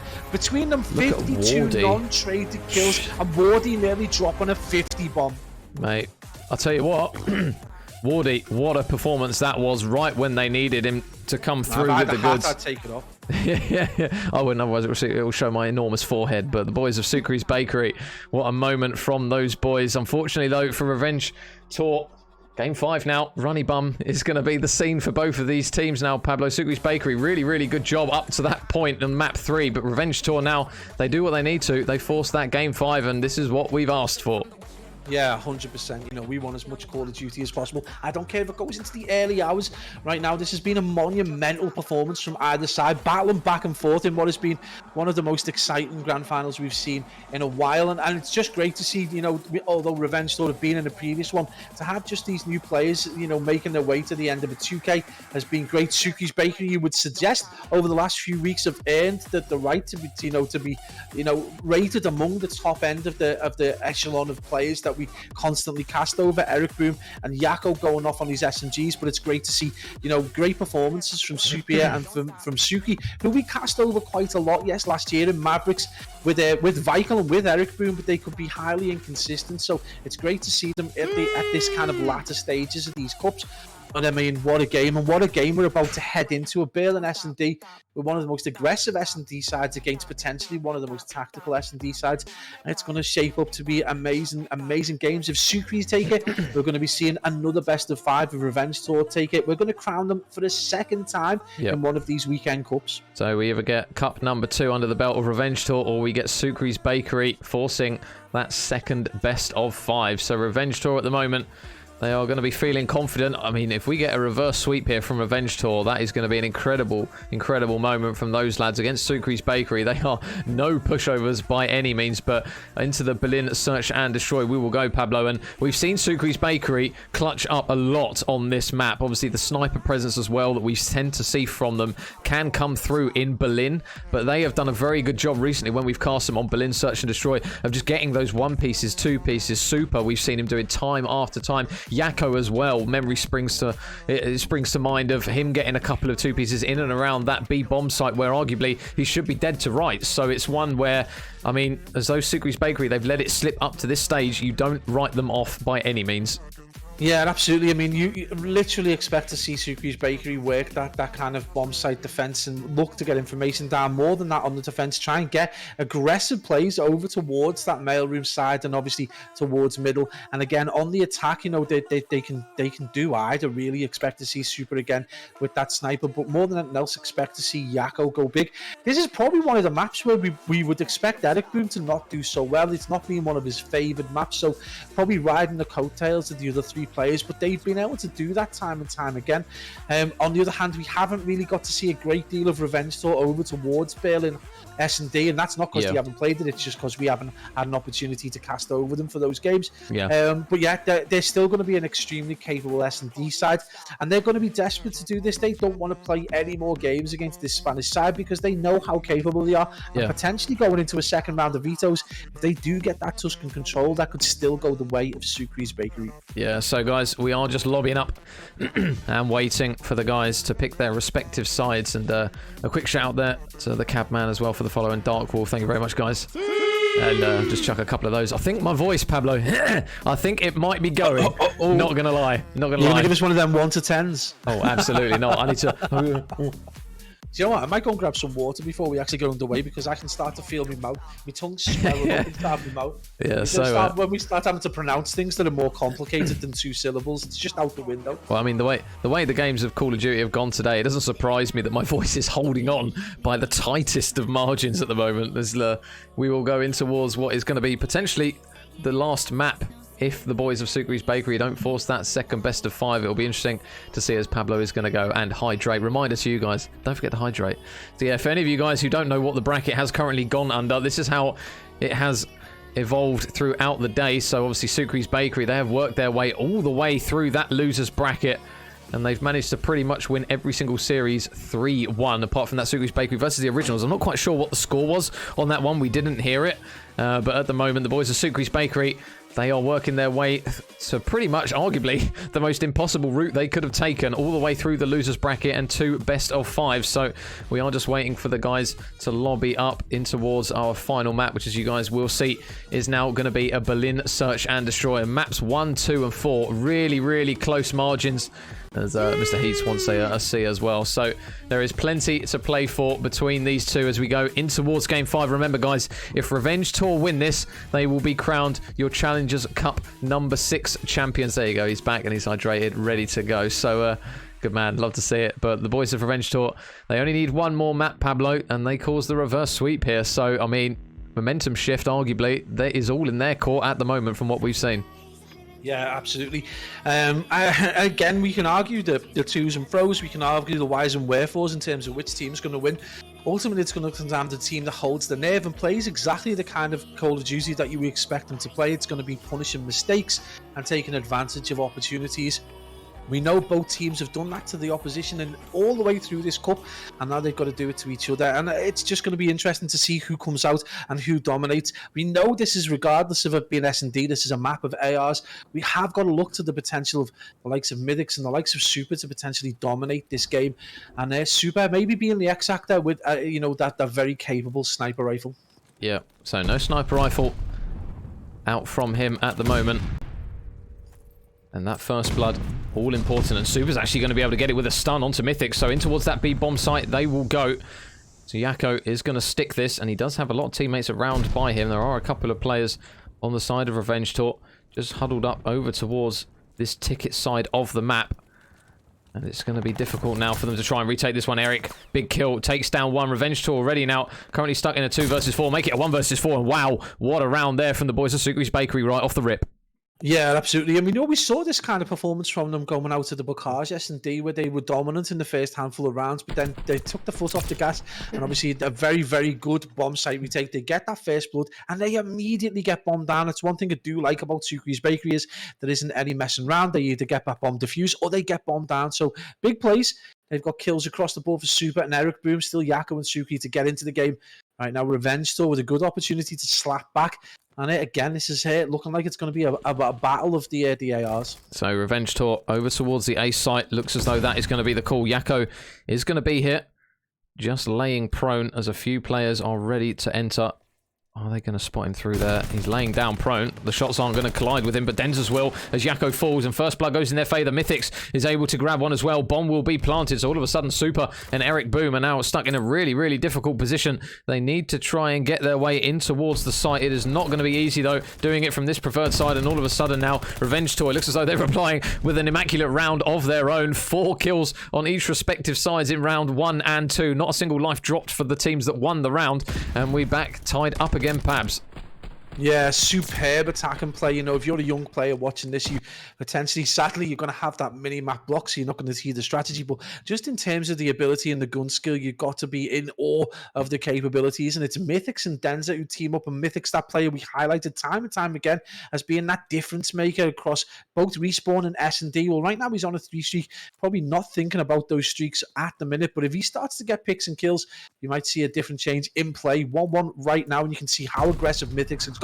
Based on the capabilities of what Sukri's team did in the previous round, the smoke is going to go out, and he's just going to park himself in the corner and wait for that push. Well, there's the first. Yakko, he's going to fall Mythics. 4 in a row now from him. He's going to try and dip out. He wants nothing more to do with that, but the bomb has been dropped over towards that site. As the boys in blue look to try and work another bit of magic here on the attacking round, but it isn't going to go in their favour as Denza takes down Super. So now 2 versus 4 for Sukri and Eric Boom, as they look to try and notch their second attacking round on the board. Mythics is just waiting, and Wardy meanwhile gets a pick onto Sukri, so now all of a sudden Eric Boom, last man up, and at the moment the Revenge Tour train is well and truly going all aboard at the moment, Pabs. It's really, really difficult for Sukri's Bakery to try and work something on this round, but at least Eric Boom does manage to take Mythics off of streaks. Yeah, absolutely. And obviously, if some speculative shots go down the line, I do believe it's going to be Wardy or Watson at the back, probably Watson, trying to get some picks. Eric Boom, I think they know where he is, so they're just going to play for information, play for picks. He gets another kill, though. With only 16 seconds remaining, this is going to be a problem. Bomb not going to be down, and I guess he's probably not going to want to feed that team any more kills. Denza on a 2, so he's miles away from anything. Eric just making his way down to the bomb, maybe going to get that plant down. You can see those 2 players making their way. That's going to be a hurry push in. That's going to be a pretty easy kill, and Major Denza on a 3 now himself. Yeah, Revenge Tour, 2 really clean rounds. Eric doing his utmost there to help the lads out, but Denza with the fleet of foot flies straight in towards the site. Eric didn't really give himself much time to get that bomb down, so it will be a round going in favour of the boys in red. So at the moment, it's difficult to call, isn't it, Pabs? Obviously, Sukri's Bakery, really good first round. Revenge Tour did exactly the same, and now currently see themselves 2-1 up. Apologies, as you mentioned, Denza on a 3 as well. Obviously, he's still got a long way to go before those streaks, but Revenge Tour, after that first round, it was looking like, oh, hang on a minute, Sukri's Bakery might be here to party, but all of a sudden, they're now in the lead. Yeah, absolutely. I mean, this has been a really good, solid performance from the team in red. And again, we've highlighted before, Mythic's doing really well, but Denza again as well. Just being that player, one, you've got to argue probably between him and Eric Boone, the most successful in terms of pickups out of the EU in terms of the reshuffles that happen. So big plays from them. We see Yakko try and get shots down. He does tag a player up, and we see that bomb go down the A, and that's going to be a 4v4 with a 40-second retake on the cards. Watson Major gets first blood. Oh, man. And I was going to say, Wardy had no idea. He was watching the flank, and 2 players managed to slip past him, but this next kill is huge, and Mythics with 1, Mythics with 2, and right when Revenge Tour need him the most, he comes through with an important 2-piece and another important round. Mythics, the man we highlighted, frying both players there in that situation where he arguably probably should only have got 1, but what a moment there for the boys in red, Pablo. That momentum is slowly starting to shift. Yeah, absolutely huge plays, and the player that we've said, and we talk about it time and time again, he kind of has slow starts in this series, but if you get him to a game 3, game 4, game 5, he can go absolutely off. A player that definitely warms up, but right now 6-2, and he's dominating this. And 3-1, this is a position we didn't expect to see potentially Sukri's Bakery in, but Revenge still very capable S&D side, and it's not that surprising. And right now, so close, and with a first blood, this could potentially go the way of Revenge Tour. But Major, it is going to be a 3v3. Oh, this gunfight's huge. Sukri, good work. The trade though from Wardy again is going to be there. Oh my goodness. I'm not sure how that didn't register. Super is going to try and dodge and weave, but his teammate Eric Boom is going to manage to grab a pick there onto Mythics. So now all of a sudden, Wardy, can he work some magic? There's a man right around the corner. Is he going to manage to grab 1? No, he's not. The boys in blue reply with a round of their own. 3-2 now. That deficit has been reduced. There aren't going to be any streaks on the side of Revenge Tour. And just when you think, Pablo, that the boys of Revenge Tour are really starting to get a foothold in this, it's an important round that the boys of Sukri's Bakery managed to put on the scoreboard. Yeah, absolutely. This is one of those times where we talk about don't let the game run away from you. You know, you've got to keep within at least a round pace if you want to do this, especially in these game 5s. You can't let that run away. Yako, probably the player you're going to be looking to right now on the struggle bus. He needs to get him more involved in the game. This isn't his natural game, but we have seen him dominate Berlin S&Ds against top-level players before. Wardy does get tagged up, manages to dip just in time, but we're still going to be at this 4v4, and you would suggest this first blood all important as Wardy able to drop Yako once again, exposing himself, hyper aggressive plays. Someone needs to rein him in, mate, because this is going to be a problem for them going into this next round. Yeah, Sukri and Super now last 2 up. They need this next pick, and they need it now. Nade out from Super. Going to look to try and take 1 man out. He is going to spot 1. Oh, snap straight onto the head of Mythics, but now all of a sudden, he's the last man up. This is a huge round for Revenge Tour if they can get it, and it's going to go in their favour. Revenge Tour, they push the lead out 4-2 now. A 2-round cushion has been restored. Revenge Tour, they are slowly edging their way back towards the reverse sweep here in this best of 5. For any of you guys who are just jumping on board with us, Sukri's Bakery went 2-0 up. So close to being able to push that second best of 5, but Revenge Tour now, Pablo, they are on the precipice and edging ever closer for that reverse sweep and being crowned the champions. Yeah, absolutely. You know, 2 rounds away, and this is going to be a huge moment for them, Super. And the boys are going to need to go big. And this is going to be a massive mental reset that they need right now. And you can see the aggression from Wardy. They want this done and dusted. They know this team will potentially fly out at them. Gets dealt with. We see 3, my days. What a way to introduce yourself into the round. Yako gets a 2-piece. We see Sukri drop Watson, and this is potentially going to be back within a 1 round. Mythics, though, is that player, and he gets dealt with. Huge plays from Sukri's Bakery, Major, as they take that round, not only in style, but in such quick progression. Unbelievable plays right there. Yeah, and Sukri with the final pick there with the sniper. Slaps him straight across the face. And it will be another round. And as soon as we start to set up a narrative of Revenge Tour working something, this is why you got to be careful as a caster what you say, because Sukri's Bakery, that is a huge round for them. And Super with the sniper now, this is where it starts to get a little bit tasty. We know what this lad has got in store for us with the sniper. Can he make those all-important picks and all-important plays? It looks as though Revenge Tour, they are going to be working the bomb over towards this site, and I don't envy anyone that's going to be walking up that lane. But the first blood, Wardy able to grab it. Wardy with 1, Wardy with 2, and he's clearing out players left, right, and centre over towards this A site. Super is still going to be over here. Wardy with the bomb. It looks as though the call might be to wrap this over towards B, and I'll tell you what, Pablo, with Eric Boom and Super kind of keeping an eye over towards this A site, this looks as though if they time this correctly, this could be perfect here for them. Yeah, absolutely. And, you know, we talk about the efficiency of the sniper and sometimes the inefficiency of it. Eric's going to have sight on 3 players, though. Is he going to be able to tag anyone up? Realizes he needs to dip. He's got the information, though, Major. And that, more than anything else, could be vital right now. Is Super going to have picked up? Oh, my days. Watson, you dirty, dirty boy, as he gets a massive kill. Eric Boom now in the 1v3, Major. Eric Boom, he needs to hit final form now. He's not going to be able to. He's going to drop, and Revenge Tour, now they are right on the edge of taking this series 5-3. They now lead Sukri's Bakery at the moment. They just really, really struggle at times to get those picks. That is something that Revenge Tour, Pablo, they have just done so well. It feels like first bloods every single round, apart from maybe a couple, have gone in their favour. Yeah, absolutely. I mean, this is the one thing we particularly in Berlin, we talk about all the time. You know, that first blood gives you the massive advantage geographically. You're able to take up the space of the player that you've just dominated. Trades tend to be less efficient on this map and map size, and that is entirely played into Revenge Tour. You play this so well. But again, you've got to look towards the Mythics. 7-4 and 9-6 have played this so perfectly so far. Sukri's Bakery, though, still within touching distance, so we can't write them off just yet in this game. Is going to be all important. They need to take this round, or they are going home early this evening and put their Spanish feet up. Oh my goodness, round the back, Denza. Can he make the play? There's so many players around here. There's one for the... Oh no, Super won the gunfight. How Super won that one? Mythics inside the site. He's going to fall as well. Eric Boom is going to stay strong inside the site. So now Wardy and Watson, 2 versus 4. They know where Watson is. He'll do well to stay alive here. He's not going to be able to. Wardy in towards the top here. Should be able to get a pick onto the mantelpiece, and he does manage to do it. So now 1 versus 3 is required. And with the 4 streak at the moment that he has got, it will surprise me. Oh, he got another one. That's 5. That is a pick that they probably should not give him. He's just going to dip out and try and play his life, because if he gets another 2 picks, Pablo, or another 1 pick at that, he'll have a strafing run. But another 2 picks, he'll have a glide bomb to work with. Yeah, absolutely. And I mean, it's going to be, you know, fairly standard play. He's going to let that go to a 5-4 and try and regain for this next map and not feed any more kills to Sukri's Bakery. It's going to go 5-4 Major. You know, Sukri's just 1 round away from tying this up, and this could be absolutely monumental. Question is, this is going to be such a difficult round. You're going to see potentially...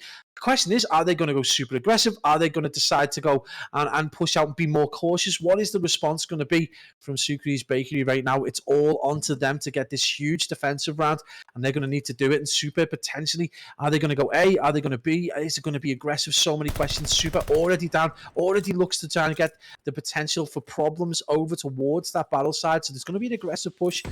Mythics gets that down. Oh my days, able to nade Super. First blood, Eric Boom, you need to play your life, takes down 1. There is still going to be another man in Mythics, just located just outside. But that first blood was big, but Eric Boom with an enormous kill.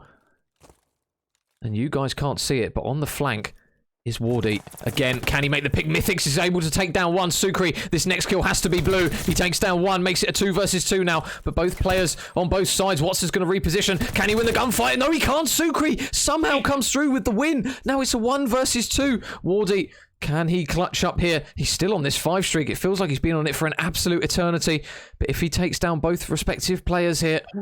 Oh my goodness. They're not turning around. Both looking the wrong Wardy. way. Oh, but there's the 6th. He now makes it a 1 versus 1 up against Sukri. Is Sukri going to make the read here? Wardy is right underneath him. 25 seconds. He spots him. Sukri's now probably going to make the move to go. Wardy's only got 20 seconds left to work with here. And that bomb is still down inside the site. Is Sukri going to spot him? He does. He spots him inside. Can Wardy get bombed down? Can Wardy get bombed down? He's just going up and down, bobbing up and down. Bomb goes down. In the corner he goes. This is a huge gunfight. Sukri has to win it. Shuts the door. Oh my goodness. Hearts are pounding, and Sukri wins the gunfight. He pushes it to the round 11. Sukri's Bakery, Pablo, they will not go down.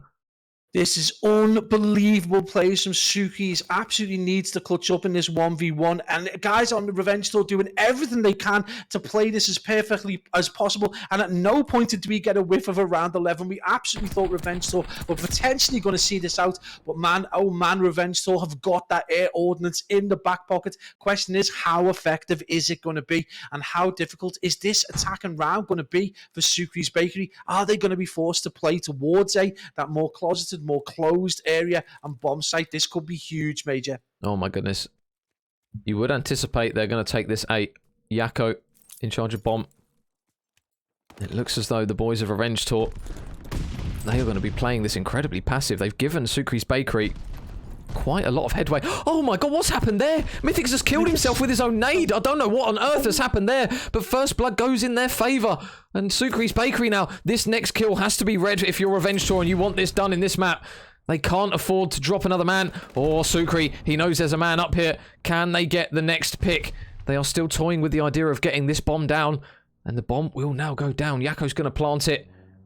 And the streak's going to come through now. Can it pick anyone off? No, the streak is going to do absolutely nothing. Everyone on the side of Sukri's Bakery going to retreat inside. Can they force the retake? Oh my goodness. Every gunfight now is going to be enormous. Denza, in he goes. There's a man right on the outside lane. Oh my goodness, Eric Boom gets one. They get the third and the fourth. And Sukri's Bakery in round 11 force the second best of 5. What a setup at the end of that round 11. That is insane plays. They dropped 3 players in a millisecond. Huge plays and areas. The man himself, Eric Boom, goes absolutely off at the end of that map. And they, oh my days, my brain is fried. Despite the heroics of Wardy and Mythics with combined 20 in that S&D, it's still not enough. And they've reset the brackets. Oh my days, their brains have gone off melted. I want to hear the comms from Revenge Store right now. Oh my goodness. The Spanish lads, they just refuse to move. They refuse to give up at times, and they've done the exact same thing again here. The confirmation there on your screen, guys. We will get that second best of 5 here in Challengers Cup number 6. My voice is like, no, please. But we're going to get it regardless. The show goes on. The boys from Spain, they managed to do arguably the impossible there. It looked as though Revenge Tour at times, they were in the driving seat. They were the favourite, but they are not going to be able to get that first best of 5 done. Sukri's Bakery, they will not give up, and they will force the second best of 5. All the Vamoses in the chat there, and a Madre Mia from Luton. Madre de Dios. Oh, Mamma Mia, indeed. So, Sukri's Bakery forced the second best of 5. We are going to have to cut to a quick break, guys, while we sort out all the relative vetoes, but don't go anywhere, guys. Challengers Cup number 6 is going to go right down to the wire, and more importantly, that second best of 5. So, we'll quickly cut it back to a break, and we will see you guys in just a second for the next series. Cool, you're out.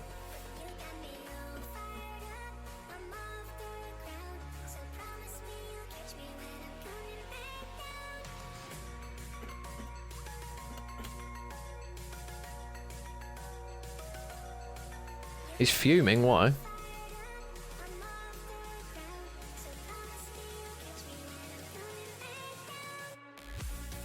Oh my god, I've just pressed the wrong button. Apologies. There you go. Yeah, go on.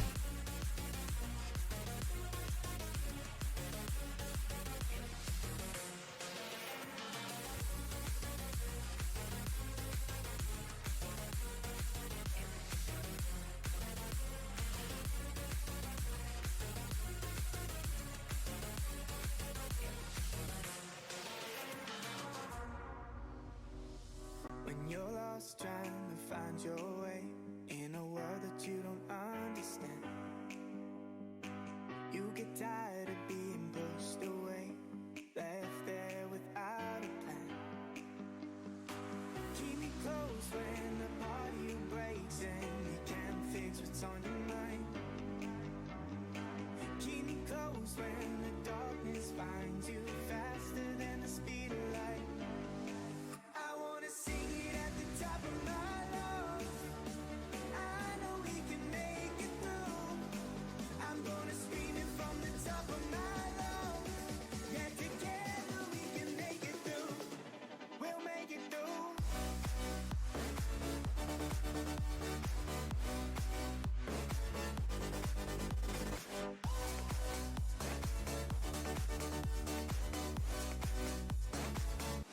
We'll make it through.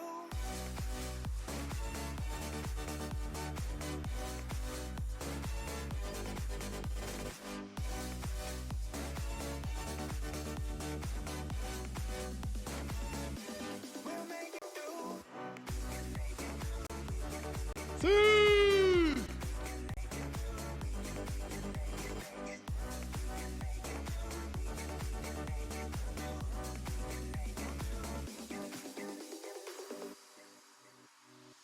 You came to me with your heart on your sleeve, bags packed, you ready to leave.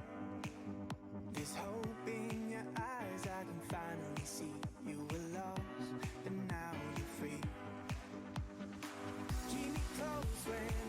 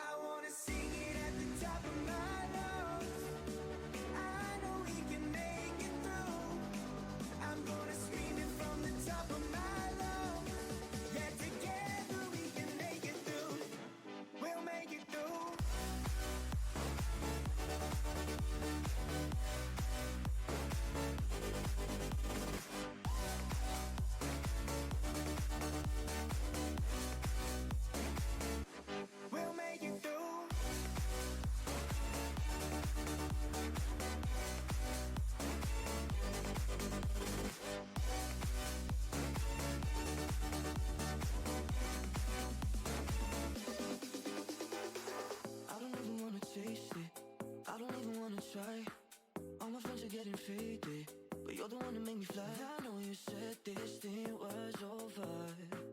I know you said I should get wild. I could go hard if I wanted to.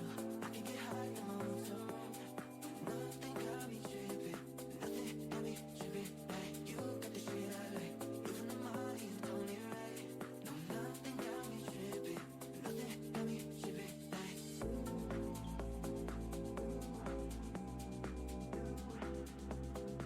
nothing got me tripping. Like I can get high in my mind. Nothing got me tripping.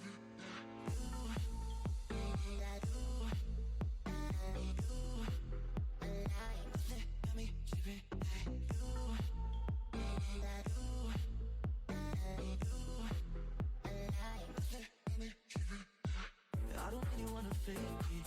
I don't really wanna die. And all my friends are getting shaky.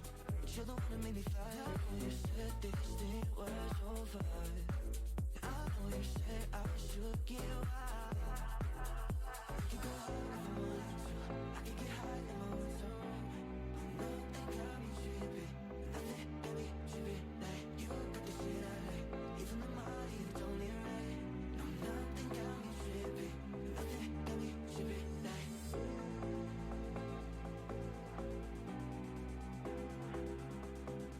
nothing got me tripping. Like I could get high in my own. Nothing got me tripping.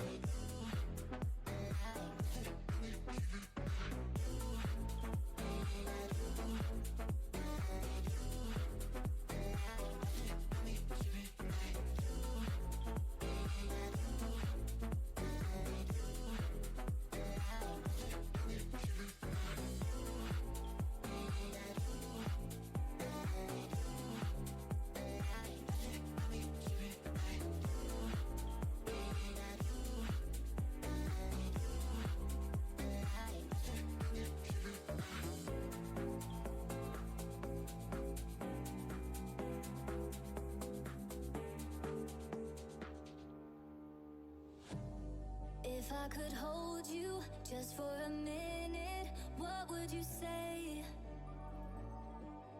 I should have told you from the beginning I couldn't stay. You've been hurting, but it ain't my fault. Ain't my fault. No, it ain't my fault. And I've been hoping you could break my fall. Baby, break my fall. What do I need to say? It's too late, turn back. I can stand your pain. Please go far, far away. What do I need to say? It's too late, turn back. I can stand your pain. Please go far, far away.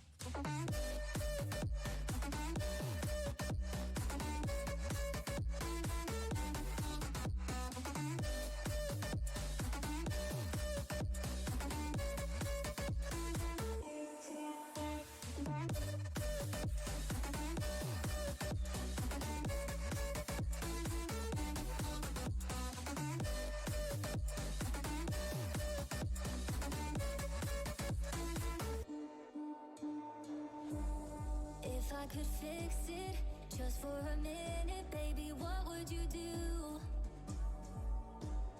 My head is spinning, this isn't finished. Are you missing me too? You've been hurting, but it ain't my fault. Ain't my fault. No, it ain't my fault. And I've been hoping you could break my fall. Baby, break my fall. What do I need to say? It's too late, turn back. I can stand your pain. Please go far, far away. What do I need to say? It's too late, turn back. I can stand your pain. Please go far, far away.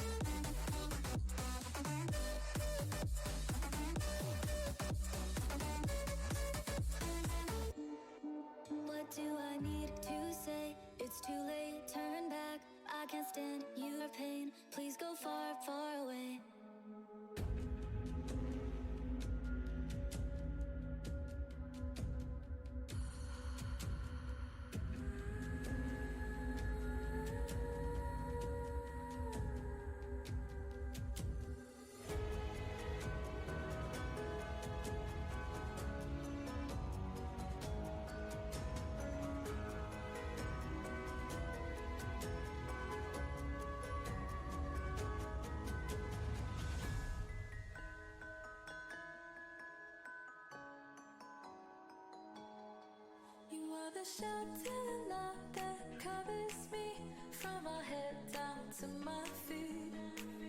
Brought the only light in my darkest day. You are my run away. You are the shelter and love that covers me from my head down to my feet. Brought the only light in my darkest day. You are my run away.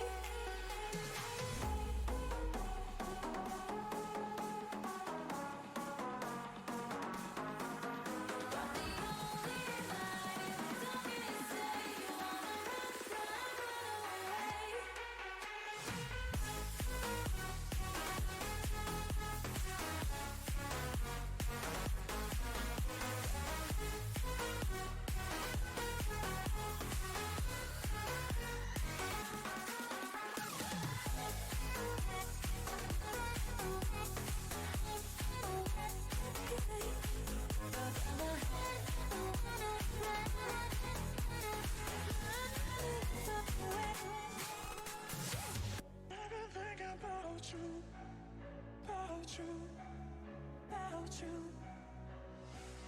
Everything about you, about you, about you. Everything about you, everything about you, everything about you, about you, about you.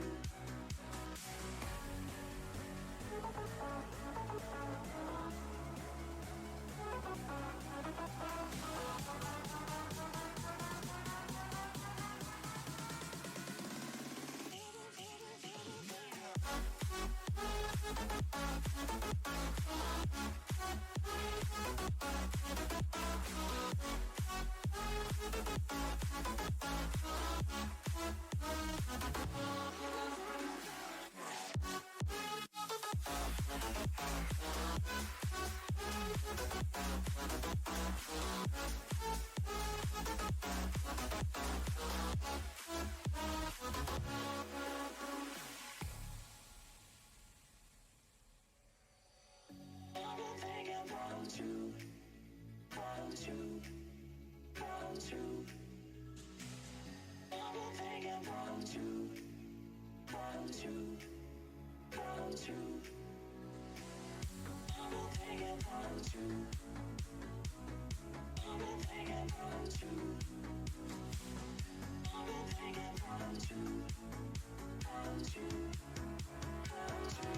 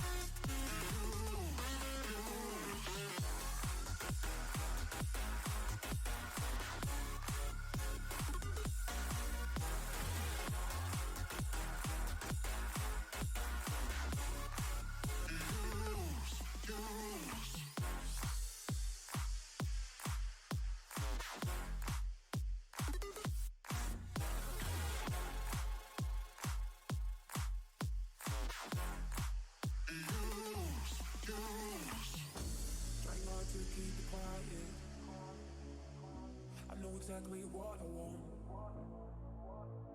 It's even worse when I start to fight it, 'cause I'm loving what you got me on. I could never ever be without you, 'cause I need you in my veins. I keep telling everybody there is nothing like your taste. Mama, so be careful what you do. Now I got nothing left, I spend it all on you.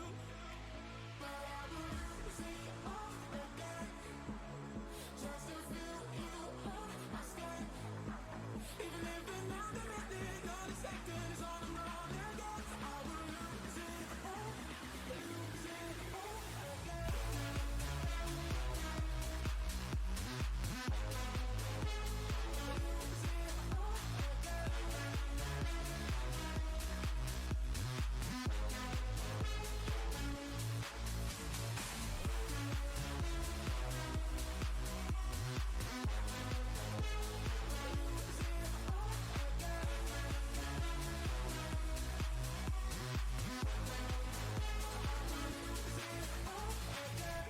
I try going a week without you,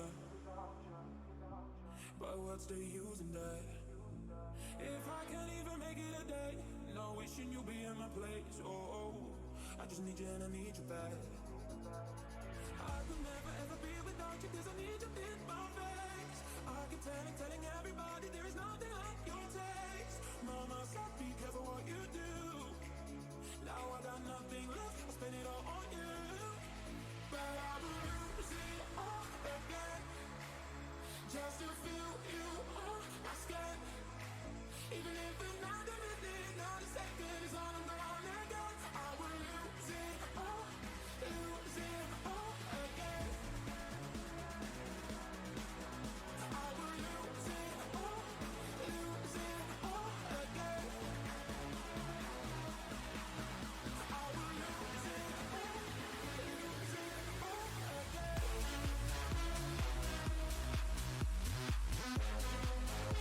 Oh shit, I've got an olive in my hand. Well, there you go. The stream caught that one. Pabs, you didn't get away with that one. I muted you too soon. There you go. Everyone's caught Pablo with an olive in his hand. So, guys, welcome back to EU Challengers Cup number 6. Second best of 5 in the grand final is now ready to go between Sucre's Bakery and Revenge Tour. And Pabs, I tell you what, if the people missed the last one, my God, did they miss a series. Bloody hell, man. I mean, at the end of the day, we were hoarse. We couldn't even keep up with some of the action at times. It was absolutely wild. I mean, the S&D alone, the first S&D with the diffusers and the margins between these players, we couldn't even read them at the end. We were shouting, oh, they've diffused. They hadn't got the diffuse. And then when they had, we were reading it the other way. It was so close. And then we come into the final S&D, and it is literally like play by play. It's insane. Sucre's Bakery, in the end, doing just enough despite going into a round 11 against Ordnance, no less, with one of the best A-bomb site setups that you're likely to see, dropping 3 players in the space of a millisecond to take and reset the bracket in what has been probably the best performance out of Eric Boom and Yako, Super and Suki that we've seen in the last 18 months. Huge props to their progression over the last couple of weeks, and again, this is just a big opportunity for them to do something special. Yeah, so we'll have a quick peek at the maps that we've got, and we've got a double Gavutu in here, Pabs, which both of us were kind of quite surprised, actually. Obviously, the boys of Revenge Tour, they are very good at Gavutu. So it's surprising to see that Sucre's Bakery have kind of allowed a double Gavutu in this one, knowing how esteemed they are on it. Mate, I'm not going to lie, you ask me to plant my flag all the time at the most inopportune moments, but that is going to go Revenge Tour, Sucre's Bakery, Revenge Tour, Sucre's Bakery, and then we're going to get to the game 5 and not be able to predict it, because that is wild, how Sucre's Bakery have allowed them to pick both of those Gavutus, and knowing full well how strong Revenge Tour are on it. But then again, because S&D has been a staple for Sucre's Bakery, and you would even go as far as to suggest Tuscan Hardpoint is definitely the preferred map for the team in blue, but they nearly threw it away in map 1. I mean, it wasn't a dominant performance, and you would argue some really weird plays going out to P1 really lent them the opportunity to go into the lead. Gavutu, though, weird one, and you would suspect that Revenge Tour got it enough in the bank. Game fuel's down. Time to reset, regain, and get the show on the road. Yeah, insert energy drinks company here will be the motto, I would assume, for a lot of these players. And in towards the second best of 5 we will go here between these two absolute titans in the EU scene. Super and his boys, can they manage to do the impossible in 2 best of 5s? God forbid it goes to round 11. I won't mention it just in case, because I don't want to jinx it early doors. But, I mean, the boys of Sugri's Bakery, we know how esteemed Revenge Tour are on this map, so they're going to have to look to try and keep the likes of Watson, the likes of Denza very, very quiet on a map that we know they are very, very good on. Yeah, and it already looks like it's been an impossible mission to keep Denza quiet. He's 3 and 2, 5 interactions out the blocks.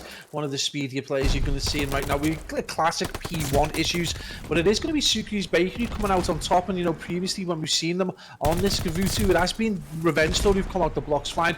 Well, Sugri's Bakery, one team we do know assimilate information and are able to effectively act on that once they do assimilate it. So huge plays from Sugri's Bakery to take a small lead. But again, big moment right now as they do try and get control of this P2. Nearly loses Eric Boom with some windies. Nearly manages to drop the shot, but it's going to be a kind of ascendancy moment right here for Sugri's Bakery as they take a slender lead.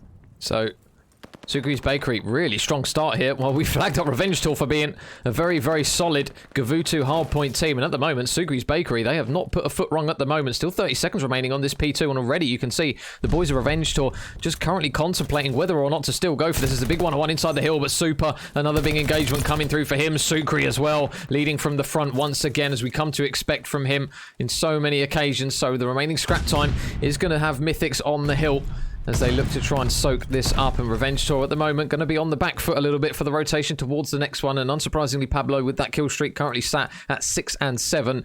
Neither team have anything to work with here, so Sugri's Bakery in a good position to hold a lot of time here. Yeah, absolutely, and this could be a monumental. Eric Boom really needs to go off, and he's proved himself really reasonably decent with the AR. So big moment right now as a player just pushes his way through, manages to tag him up. Big kills on Mythics from young Eric Boom there, and that's one thing, you know, we don't want to see in the hands of Yako. We did see in the previous round was there some AR work coming out of the young man, but right now Sugri's Bakery looking solid and major, you know, a reversal of fortune. They've managed to get themselves about a 40-second lead right now, putting the boys from Revenge Tour on the struggle bus, and this has been a hearty hold over towards this P3. So Sugri's Bakery, their final man in and around the hill, will finally drop. Yako is still nearby actually, but he's got a lot of engagements potentially here. He does have his teammate in Super right next to him. Wardy is just keeping an eye on this outer lane, as there's still quite a lot of presence over towards P1, but number 7 Mythics, he's managed to sneak his way all the way around the back. I don't know if Sugri has seen him or not. He did like just have a double back.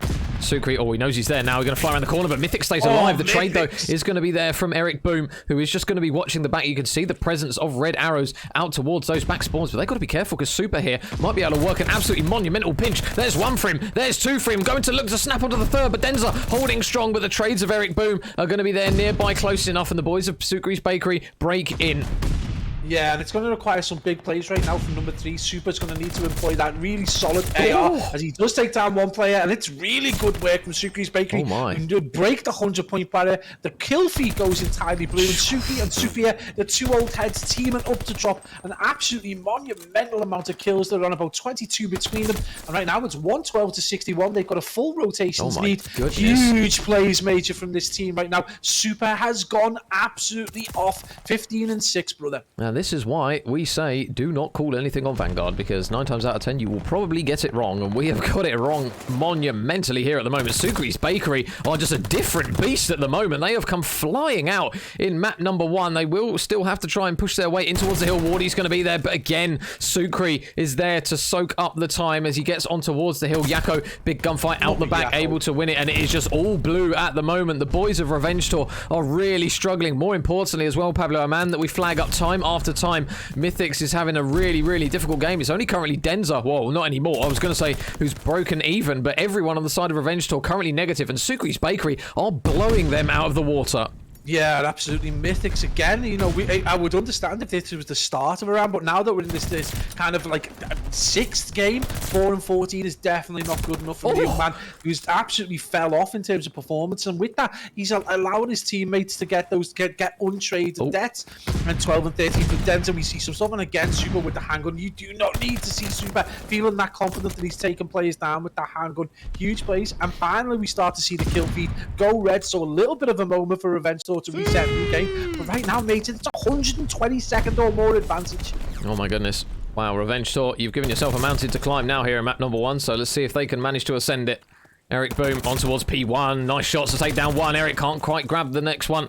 On towards Mythics, who does a good job to stay alive, and he'll do well to stay alive again as he's got another man in Super. Just ring around the roses they go as we tend to see back and forth. Can he get the bonk out? No, Super is able to do it himself as Wardy is going to try and punch his way in, but the boys in blue, again, they just always seem to have one man at least standing on the hill. Denza is doing his utmost here to try and drag the lads through this one, but at the moment, I mean, what is that, 23 kills between the three of them? Super has got that himself alone, so Sukri's Bakery at the moment in a really, really commanding position. Yeah, this has been an awesome performance, and what a statement to make in map 1, knowing that you're going into potentially your strongest map 2. It's still not over yet, as we see Revenge Tour do get the majority of the time over towards this P1. They've managed to get kills across the Sukri's Bakery, so this is going to become a war of attrition over towards this boat. But the big kills on the ladder, Yako finally going off 12 and 12. He does get dealt with, but still it is going to be the boys in blue who managed to take boat control. But watch out for number 8. I do believe it is Denza over towards P1. Maybe going to be able to get some picks across. Looks to retransition though, so watch out for that outlier player. Don't know whether number 1 Suki's seen him. Denza able to get big picks. They drop Suki. He's going to force himself in. Eric Boom is going to get that kill though. Really nice hold so far as they push that 210 mark. Right now, Major, it is all guns blazing for Suki's Bakery. It is just single file at the moment. Eric Boom's put himself out on a 5. They are just pushing this one at a time, and they cannot afford to do this Revenge Tour. This is an incredible map on the side of Sukri's Bakery, but Revenge Tour are just really not helping themselves as they chow single file time after time after time, and they can't win off this point, Sukri's Bakery, but they can get so incredibly close. And Yako out the back, can he work a route here? He's just going to try and disrupt some potential spawns. There's going to be a few players around. Mythics is dead. There's one for him. He's going to get in towards that boat as well. And number 6 Watson's got a lot of work to do up top here in ring. Takes down one. Yako. Denza's going to try and fly into at least take Yako off the point. But the kills just keep going blue time after time after time. And Sukri's Bakery, I'll tell you what, it looks as though it's not going to be a 100 point, but it's going to be pretty much as damn close as you could possibly want at the moment. They are absolutely battering Revenge Tour at the moment in this first map in the second best of 5. They finally managed to hit the regain, but they get back on the point, but they managed to get it done regardless. And Sukri's Bakery 250 to 104. What a start in this second best of 5. Mate, that is a fat-handed slap right across the face of Revenge Tour. A Sukri's Bakery, not just win, but that is a statement win right there. 250 to 104. And they're telling Revenge Tour, man, we have reset the bracket and we're going to reset this cup because we want it so bad. And look at that performance. 31 kills right there. Huge plays from Super. We tell you time and time again, this is one of the most consistent players in the EU. He's absolutely been monumental for Mavericks in the previous year. And right now, he has flown as part of this this superb Sukri's Bakery side, and right now he has cooked up a fat donor for the boys in Revenge Tour, and they've taken it home. Jesus, what a start to the series. That was, I mean, well, that was the map that I flagged up as being Revenge Tour's catapult back. So if anything, it's just shot them in the wrong direction, because that was an absolute battering from Sukri's Bakery. 250 to 104 on a map that we know Revenge Tour are very, very good at. So they have just come out and hit final form in that one. I mean, Pabs, how do you call it at this stage? I mean, Revenge Tour, they are really on the back foot now, but shock horror, it wouldn't surprise me if all of a sudden it goes to 1 apiece. Mate, I planted that flag nice and early, said Revenge Tour would take the first one, and it would be Sukri's on second, and then it would be the same kind of motif until we get to that game 5. Well, I mean, how many times have we both been wrong in this kind of circumstance? Vanguard throwing the cat among the pigeons for casters as well as players. And we're going to head into a ROKKR, which you would suggest. I mean, we've said this so many times.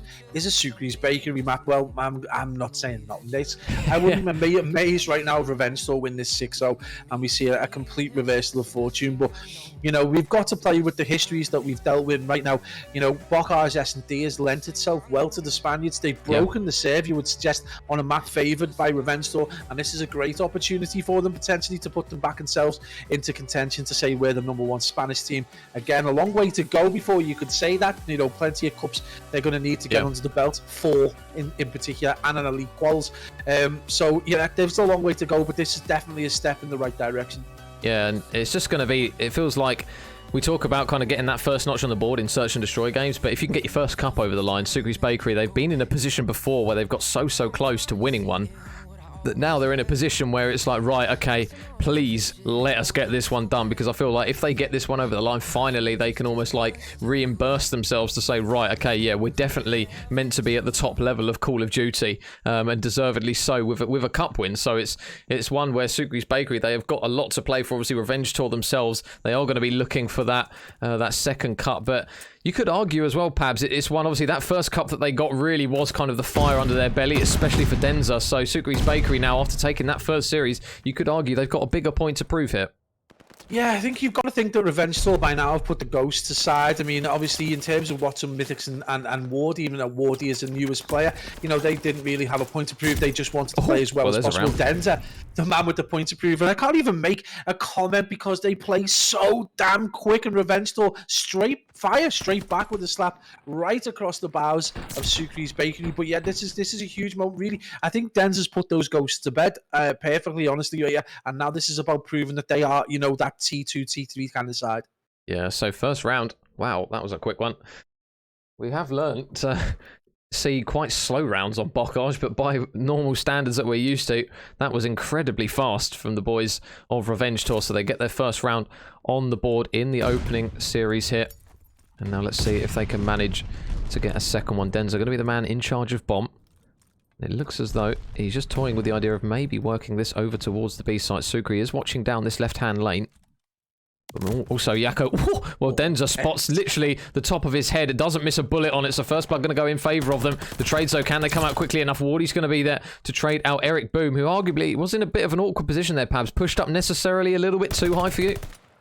He's a very aggressive player, though, and this is one of the things he does like to take up high geography, but he does tend, again, a little bit of indiscipline, and he leaves himself exposed, and that's going to be advantage over to Revenge Tour to potentially go 2-0 up. Super is going to try and get a kill, but he's going to get tagged in tunnel, and Revenge Tour are going to go 2-0 up. We talked about it previously. Eric Boom, you know, last year, he was very kind of rogue with how he played his life. Again, just a little bit of that slipping in, and when you get tired and when you've been concentrating all day, you do tend to slip in that kind of natural role that you play, and again, the hyper aggression really costing his side in the end. Yeah, so second round on the board here.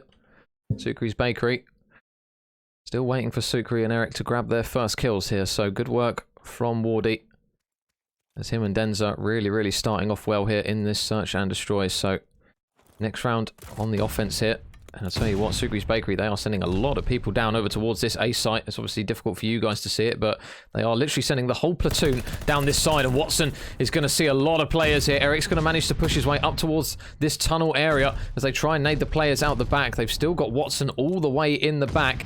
And Sukri just watching over his respective lane as those players try and work their way through. Eric is going to try and reposition over towards this A site. But now, where is this next pick going to lie? There it is. Mythics able to grab the first blood. Another move for Revenge Tour to go in their favour, Pabs. And at the moment, they are playing this pretty faultlessly.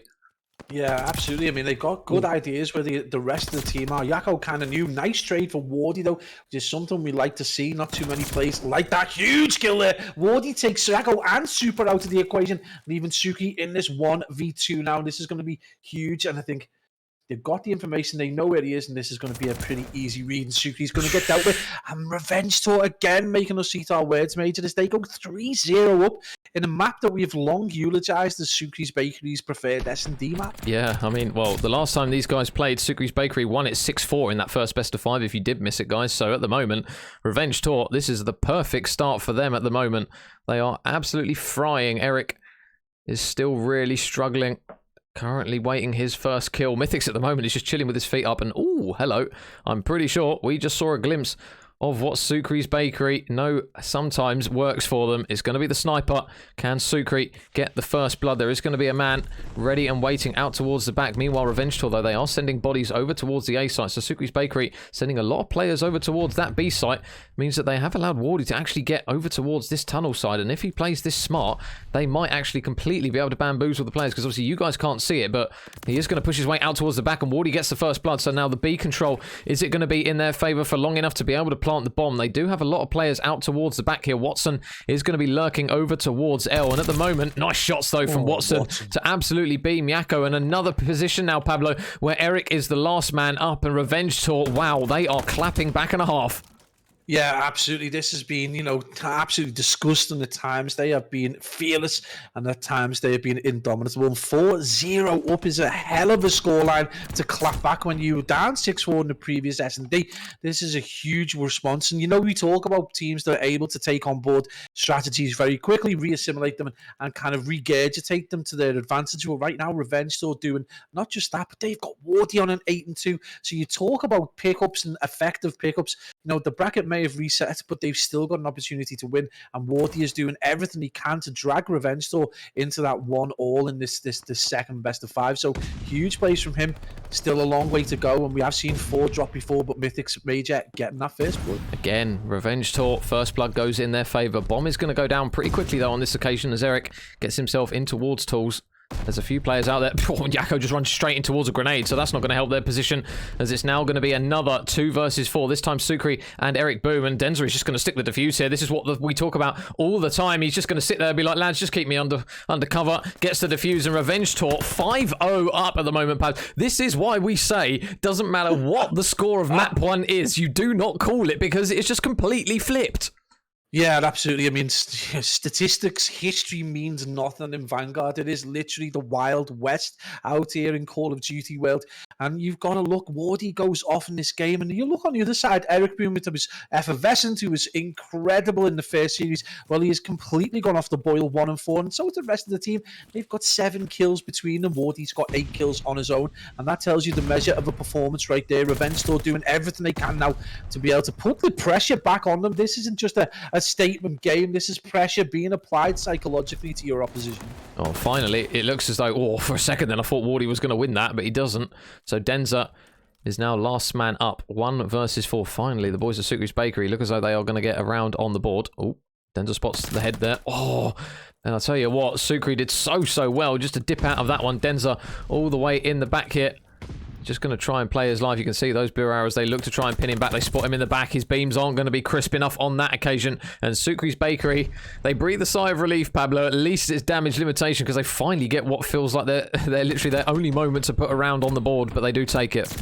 Yeah, absolutely. I mean, they've been so off the pace. They've been so slow in terms of the reactions to these big moments. And they finally do get one on the board. But there is so much work to do. You've got to consider that this is definitely going to be a round for Revenge Tour. And, 5-1, we've seen regains, massive regains before, but never 5 on the bounce. And especially against the team with the quality and perseverance of Revenge Tour. So we're going to see these well-aimed ordnance go out from Denzer and Wardy in support. So no one gets tagged up though, Major, and it's still a 4v4 as Super is going to be rocking around this bottom granny's area. And we've got Denzer just trying to get picks across. He's going to make his way through though, and this is going to be still a big war of attrition. No first blood yet. Wardy does drop them though, Major. It was just an absolute Hail Mary from Sukri's Bakery. It felt they just threw themselves at this one, and that round is going to end in a blistering explosion. Revenge Tour, they take map number 2, 6-1. And after that, map 1, Pablo, we are back to exactly where we were before. We have no idea how to call this one. Map 1 so one-sided to one team. Map 2 so one-sided to the other. But this is the beauty of Call of Duty that we all know and love.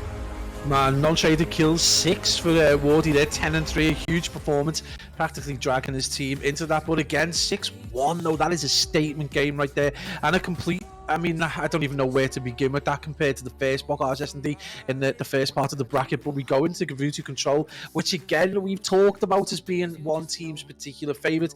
It has been Revenge Tours. They've done really well on it. It was pretty close last time. It went down to the 3-2 previously, so this could be massive right now. And again, I'm just a little fearful to call it, because previously we have been, quite wrong in the way we've called these, especially this second set, which have gone completely against type. So, I mean, Major, if they're going to go just off this set, I mean, this could potentially be a Sukri's Bakery round. I wouldn't like to call that. I would probably plant me frag still with Revenge Tour. But at some point, someone's going to play to the stats at some point. Oh, man, you just feel surely we can get some sort of idea of what we're actually going to see on this one. So, yeah, the boys of Sukri's Bakery, obviously, they dropped this map last time in a 3-1 fashion. Revenge Tour managing to come out on top of that one, but I mean, to be fair, it wouldn't surprise me if Sukri's Bakery come out and win it 3-1 themselves now, to be honest, because we've just had a map 1 where we thought Sukri's Bakery, they're probably going to be the favourites, and then we had a map 2 where we said Sukri's Bakery, are they the Revenge Tour favourites map 1, they lost it. Sukri's Bakery favourites map 2, they lost it, and they didn't just lose it by like a small margin. Both teams got absolutely destroyed on the respective maps, so they're literally trading blow for blow at the moment. It doesn't seem as though any team has managed to get a foothold in this second best of 5 yet. Mate, Revenge sort of just pulled Sukri's Bakery's pants down and smacked him straight on the cheeks, because that was about as embarrassing as it gets for an S&D at this kind of level. So, I mean, it's crazy performance, and I don't know what to expect going into this Gavutu Control. You know, one thing we do have noticed though is Eric Boone does seem to have just gone off the boil a little bit. It's been a long day. Again, we talk about it last season being slightly indisciplined. I am going to choke to death, by the way. It's all right, mate. It's been a long old day at COD. Don't worry. I say my voice is right on the ropes at the moment, so we're down to. You know me so well. We're down to. You know that I've been snaffling olives during the game, and it's finally come to pass that the one olive went down the wrong way. Yeah, I just wanted to say, Eric Boone, just again, we talked about, he seemed to have got over this hiccup of being kind of ill-disciplined in his play, and one thing that we have noticed is on these kind of drawn-out days, he does tend to struggle a little bit. So big regain needed from the young man. I think if they want to see Sukri's Bakery win this, you're going to need to see Eric Boone. He's one of their major assets in terms of firepower, and if he doesn't have a good game, Sukri's Bakery tend not to have a great game. So big moment for him, really, on a personal level, to just really start to regain, get some of that game fuel down here, and just come back strong if we want to see that game 5. I think if he stays off the boil, Revenge Tour might end up dominating the next 2 games quite heavily. Yeah, so guys, map number 3 is going to be a Gavutu Control between these two. Obviously, the remaining maps, if we are going to need them, God forbid it goes all the way to the 5th as well, they are going to be Gavutu Control, Tuscan Hardpoint, and Berlin Search and Destroy. And I won't do the dirty on you, Pablo, and ask you who's going to take this one, because to be honest, take your pick, flip a coin. From what we've seen so far, if we're going on stats though, Revenge Tour obviously did very well on this last time. They looked very, very comfortable on it. So if you're looking at it that way, you're probably going to say, right, okay, those are the boys that you're going to favourite. But, I mean, either way, if Revenge Tour don't come out swinging in this one and Sukri's Bakery hit that gear that we saw in that map number 1, you might start to worry for Revenge Tour. And obviously the doubt then starts to come through. Second best of 5. Are we going to drop this one as well? We dropped the first one. So, who knows? Who knows? Yeah, I mean, this is the question. We know, I honestly feel like Revenge Tour are going to come out strong regardless. They just seem to have that kind of mentality where the day doesn't get to them. Sukri's Bakery, on the other hand, obviously Sukri and Superior expect big things from them. Yako usually gets better as the series wear on. I just fear for Eric Boone a little bit. Really hope that he comes out flying, gets the first couple of kills that he needs under his belt to get into the rhythm of the game, and then we might actually see a match. I'm fearful that if he's not able to do that, Revenge Tour potentially just going to take a really good strong hold. And the player that we've pointed out before is Mythics. You know, this could be a huge map for him, and if they take this map going into Tuscan, Mythics could dominate this series almost individually. Yeah. So, you know, with the support from Wardy and that S&D, with support from Denzer, the way he's been playing in respawn modes, this could be huge for Revenge Tour. And if anything, that you just solidifies the fact that cup previously was not a fluke. These are very much a genuine side here to do business. Yeah, and Green Verde saying, when's the next Challengers tournament, the Cup 7 or the Open number 1? So the next one, I believe, Pablo, is Elite Qualifiers, isn't it? For the next stage of Elite Chows. So yeah, the Elite Qualifiers is going to be, oh my god, I got another dev error. You love to see it, but yeah, Saturday the 26th. Yeah, so it's going to be the Challengers Elite Qualifiers. So for those boys looking at, it's the Elite Open, I think. So everyone who's got the right amount of PP is obviously open to enter and try and start that, and that includes, bizarrely enough, money form. Yeah, so it's a weird position saying that they've got to re-qualify for a tournament where you feel they are pretty much almost part of the furniture in that one. Obviously, in this tournament, they've got through to top 3. They weren't quite able to push through into the grand final, but it's one where you would anticipate they would qualify even after kind of the stumble that they've had on this cup, potentially, if you call it that.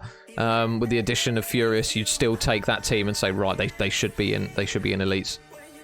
Steve Vortex feeling in regain mood. He just posted on Twitter that it's starting to, I think he was feeling a bit down because of the way things have gone, but he is definitely focused and in the mood for a regain, and you just wouldn't put it past him. The guys, everyone knows what he did last year, but he's been doing this for an awfully long time and doing it at the highest level as well. Don't forget, he was part of the furniture at the very highest level of World War II and beyond. So just a really consummate professional and someone with a great deal of discipline who will look to take advantage of mistakes that people make, and he'll look to try and get his team into the strongest position. So don't write him off. Expect to see him there in the next set of elite quals once we get there. So, deep breath. Here we go. I'm praying my voice holds up for this one because I have a feeling it could be a little bit mixy here between these two in the Gavutu control, and it looks as though the boys of Revenge Tour, they are instantly going to make a push over towards this B point. Sukri is going to be trying his best to keep his head down, and his teammate in Super is going to be nearby to lend him a helping hand as they look to try and push in towards the hill, and they might finally get at least close to it, but Yako going to cut down a couple of players. Denza still nearby is going to use this opportunity to try and get on this point, and this is kind of the beauty of having control back in it, Pablo. It's kind of that in-between, I suppose you would argue, between Search and Destroy and Hardpoint, obviously with it being a respawn, but it's a lot more patient in terms of the gameplay and game modes, and at the moment, Revenge Tour, they're probably looking to this one to be like, right, okay, if we can take the searches and we can take the control, obviously, we're going to win the series, so it's good to have it back as a game mode.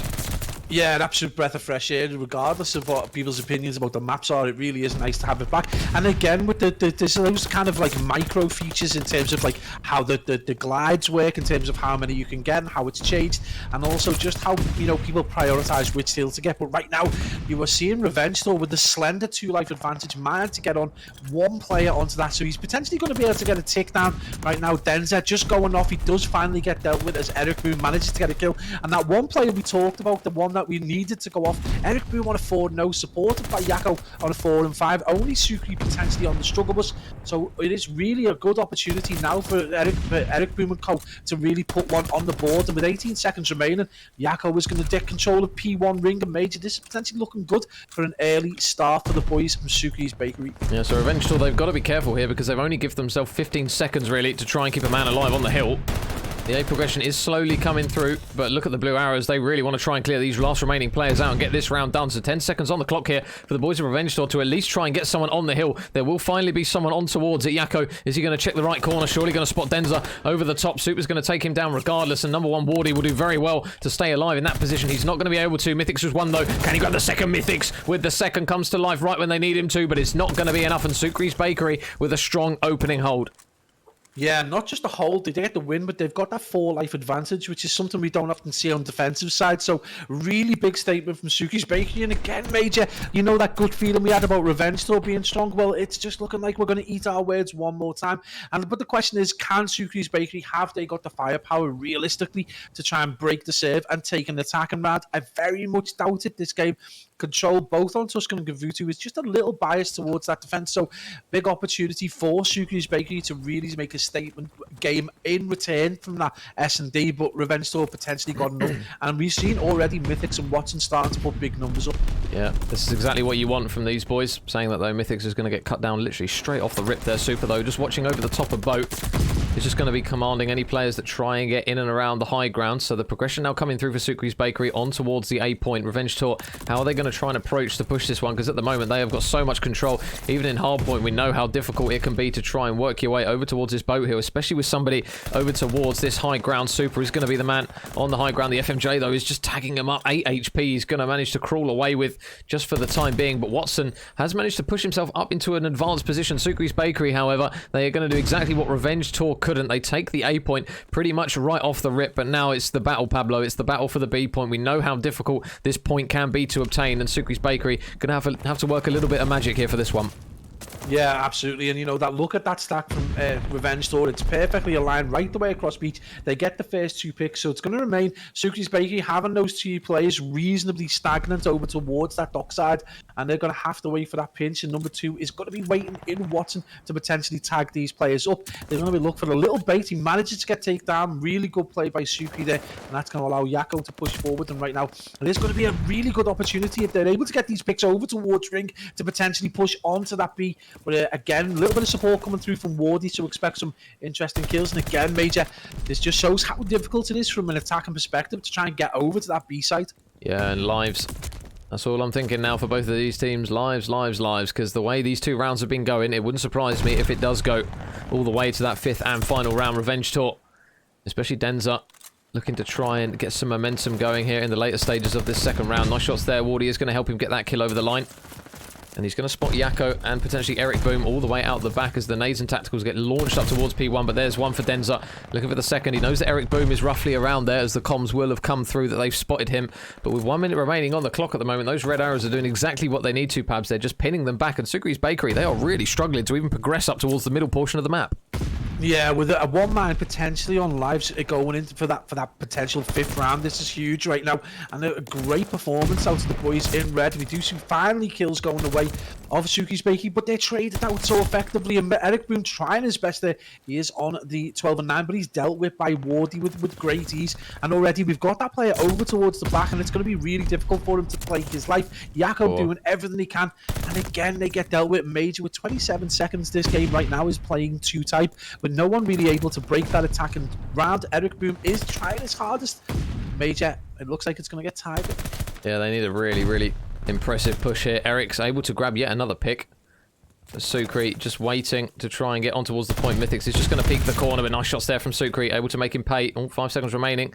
Going to try and get on towards the point just on the corner. Going to try and keep his head down, but you can see the bullets just clatter him in the side of the skull as he tries to slide in towards that boat for the protection. So Revenge Tour going to tie it back up to 1 apiece. And 2 not really surprising rounds, I suppose, Pablo. Both teams holding pretty well on their respective sides when they've needed to.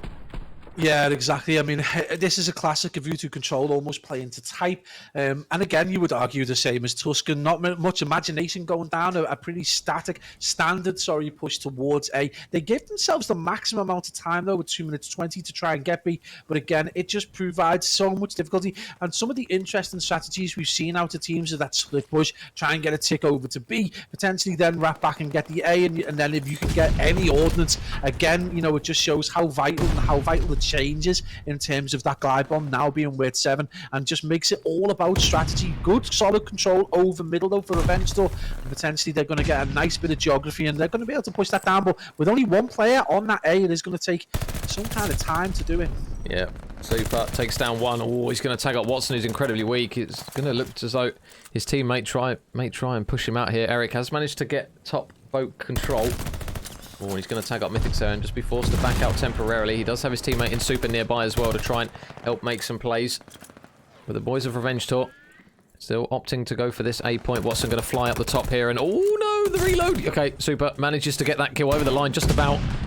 And he does manage to just get a couple of panic shots onto his own teammate. Denza is still lurking outside, and you definitely feel if Denza can really start to get up to steam here, Pablo, he might be able to be a bit of a game changer. A lot better job there from him to take down 1, but he's definitely going under the radar in this one, and it's quite surprising considering the performances that we've seen from him previously. Yeah, absolutely, and this is the kind of conversation we used to have when we were watching Moneyform, where he would be this massive Jekyll and Hyde character. Sometimes he would go off, and sometimes he would just, you know, absolutely disappear, like go off like milk. Right now, 7 and 12, but one thing he is doing is he is getting the time. Right now, it is Denza just capping A right now, which is vital for them if they potentially want to see. But more importantly, you know, he's not getting bodied too often. He's just still on around 12 deaths, and it's going to be a healthy lead in terms of lives going into potentially the end of this round, which could play dividends, especially in terms of that round 5 if it gets that far. So don't be surprised though if Denza just starts to pick up kills. Again, he's one of these players that can suddenly just go on fire and turn up at any given point. Yeah, Mythics trying to stay alive up in top mid here. Super's going to spot him though. He is going to get a couple of shots into him, and nice work there from the boys in red. And now this is the point where they can really look to converge on this B point. This is the best opportunity they have had so far out of both teams by a country mile. But Yakko and Super out the back, they win some important gunfights as they try and stop those players from getting the progression. Sukri wide peeking left's going to get taken down. Wardy going to try and do his best to stay alive. He's not going to be able to, but that first tick has now come through. And Mythics, good job to try and stay alive, but that is the difficulty of Gavutu Control, and Gavutu Control on that B point. Watson is going to manage to work a lane all the way out the back, and if he manages to take Super down, he knows he's there. He's just going to try and reposition all the way out the back here. I'm not sure. He might get spotted though. There's a couple of players. Spots Eric. Nice shots to take down 1, and now they know he's in the back. Number 7 Super's going to have to go absolutely huge. There's 1 for him. Looks to try and snap onto Denza, who knows he's there. But now, can they manage to push him out the back here? He's being really, really awkward. He does get spotted, but he takes down one with him, at least for the time being. Flies out. Oh, I thought he was going to get another one there. And meanwhile, throughout all the madness here, Pablo, Revenge Tour, in terms of lives, have just been so efficient. The Sucre's Bakery now, they've only got 2 to work with. Make it 1. Oh, make it 1.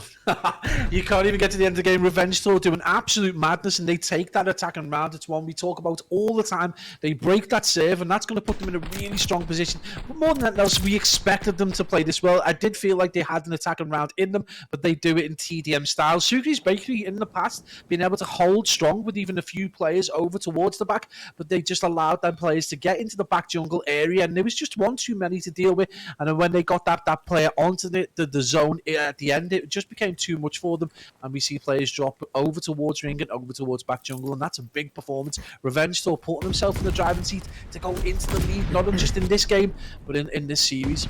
Yeah, and I spoke about Denza. If he came to life a little bit, it really might help his team. Watson is having an incredible map himself, and Denza looking to try and redeem himself a little bit as he's going to just reposition out towards this middle portion of the map. Wardy, though, just doing a really good job of watching over the top of him. Denza just re-peeks from mid, manages to take down the players, and now an instant 4-man wipe comes through. That first tick hasn't been completed. Denza is just going to be reducing the ticks. He knows there's a few players down here. Stuns coming through. Sucre, peekaboo, there he goes. There's one for Denza.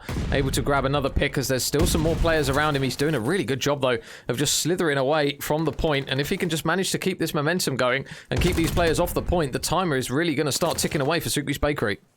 Yeah, some monumental plays out of Denton. At one point, there was at least a 9 streak across the board. Watson, though, on a 5. A rarefied there for this player. He's usually a very static player. He does get dropped a kind of nosebleed territory for a player like Watson, but he manages to do a great job.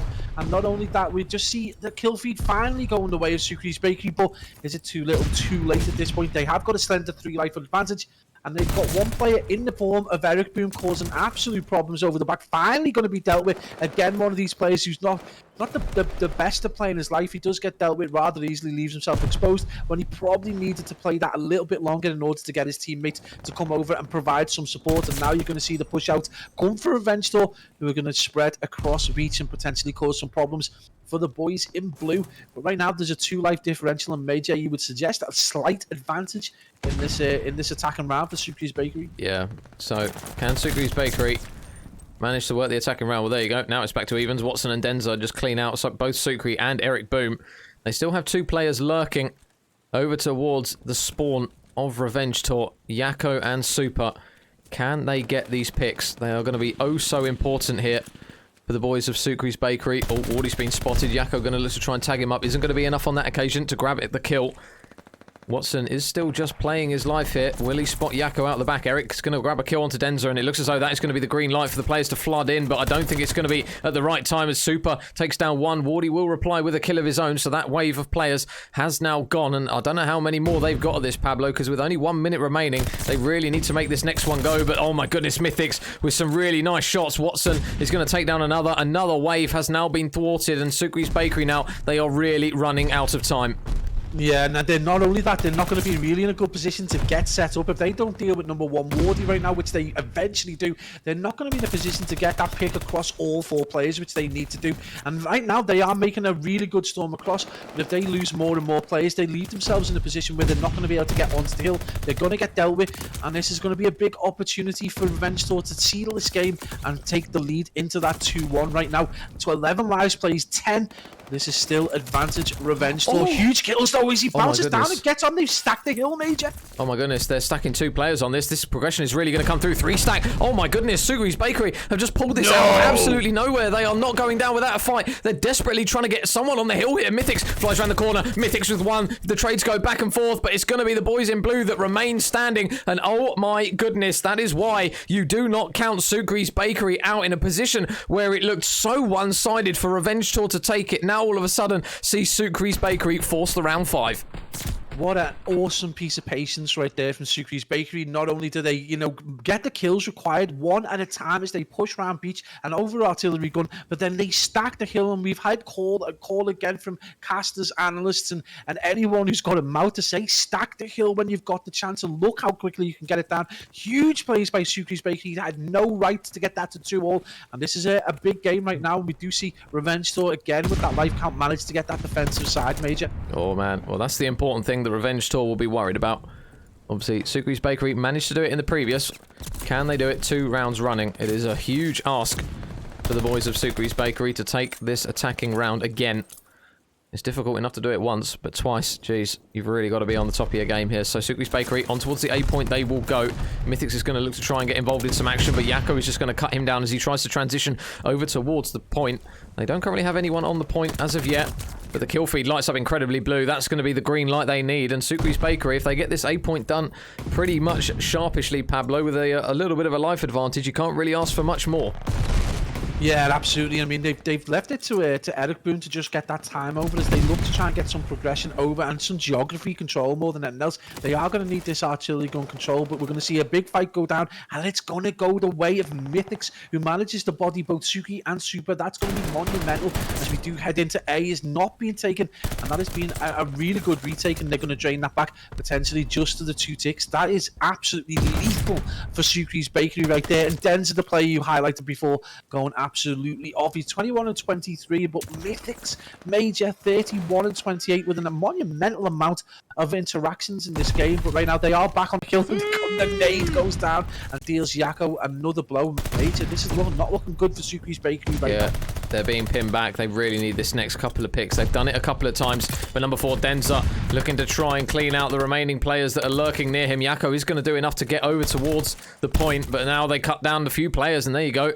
They now will buy themselves an additional minute with the progression coming through from number 5, Sukri. So now all the action going to unfold over towards the B point. Bodies and players alike going to be dropping left, right, and center, and Yakko on the flank here. Oh my goodness, can he get some timing? He's going to try and slip through the net. He's not going to be able to. Wardy manages to snip him up on that occasion. And now Super, can he get the picks that he needs to? No, he's going to drop. They will manage to take down 1, but Wardy with 1, Wardy with 2, and I think he gets the 3rd as well. He does, so really good work there from Wardy. 1 minute left on the clock. The life count still relatively close as well, Pablo, and now this is the point where Sukri's Bakery, they really need to contemplate how on earth they take this point. Yeah, and again, they've been allowed to get through to back jungle time and time again, with the boys in red being very, very much favouring that beachside control, and whether these are going to be able to take advantage of that and get more players into that position. Number 7 is reasonably exposed here, so this could be another big moment. Expect him to drop. The shots go down, but they look windy so far. He is dealt with over towards artillery gun, so again, another solid performance in the shots from Revenge Tour. With 26 seconds remaining, it's going to require something entirely special from the team in blue if they want to take this map. So now this next gunfight is going to be huge. Denza with 1. Denza, can he get the second? No, Yakko will trade him out. Wardy, though, still lurking by P1, but Super gets the kill. And number 6, Yakko, on towards the point he goes. It's going to be Mythics all the way out the back at the moment. Can they manage to get this working? Oh my goodness, there's bodies inside the hill, but they managed to nade Yakko out. 10 seconds remaining. Super needs to at least touch this hill. In he goes. He's trying his best to dodge and weave. He's not going to be able to do it enough. Eric Boom is going to fall as well, and I think that is going to be all she wrote for map number 3. Revenge Tour holding strong once again, managing to take it 3-2, and now they take the lead, Pablo. Man, that is wild performance right there. A little bit of a worry. Sukri in the back. He had a great opportunity to potentially surprise 3 players. Played it a little passively, gets dealt with, and that is game over for Sukri's Bakery as the Revenge Tour go 2-1 up. And again, a game we suggested they would be able to win, but look at that performance between Watson and Mythics. You know, Watson is a player that pointed out time and time again over the last few weeks who just started to just ramp up his performance bit by bit, and over time just do really well. And right now he has proven that proof in the pudding right there on the beach as he digs a castle and hides behind it and absolutely bodies the boys from Sukri's Bakery. And we head into a map which can go either way. It was a matter of a measure of only 30 or 40 points in the previous Tuscan Hardpoint. This is going to be a monumental game, you would suggest. Oh my goodness. Well, map number 4 now, Revenge Tour. They are 1 map away from taking this second best of 5 and potentially sparing themselves the blushes of dropping 2 best of 5s in this grand final. As mentioned, guys, they are the team coming through the bracket on the winner's side. And you can see how they've managed to progress there, obviously knocking out the Originals and Moneyform to get their way through to this grand final. But I mean, again, Pablo, we're in a situation where Revenge Tour 2-1 up, but it's too early to call it, it feels like at times. Yeah, absolutely. I mean, we've already seen the first brackets. We've seen these guys play each other before. It's always too early to call. You just don't know what team is going to turn up, particularly from Sucre's Bakery in this Tuscan Hardpoint. And we know the likes of Eric Boom and Yako absolutely love the kind of kills involved in this P1. They did so well on both rotations in the previous one. They love Churchill. Question is, Revenge Tour just look absolutely awesome at the minute, and that player we pointed out, well, two players we pointed out in Mythics and Watson, absolutely going off. They've got solid support from a player that's only just come into the team in Wardy's, just slipped right in. They're in a final. They're battling for their lives as it is, but they are in the final. So that's you've got to give a huge shout out to that player right there for being absolutely awesome. And again, Denzer, that player that we've talked about time and time again, he had an absolutely slow start, and then just from a great resurgence. And it's one thing we've been accused of before when he could be inconsistent. Well, he is Mr. Consistent right now. Revenge Tour 1 round away, potentially 1 game away from taking Cup 6.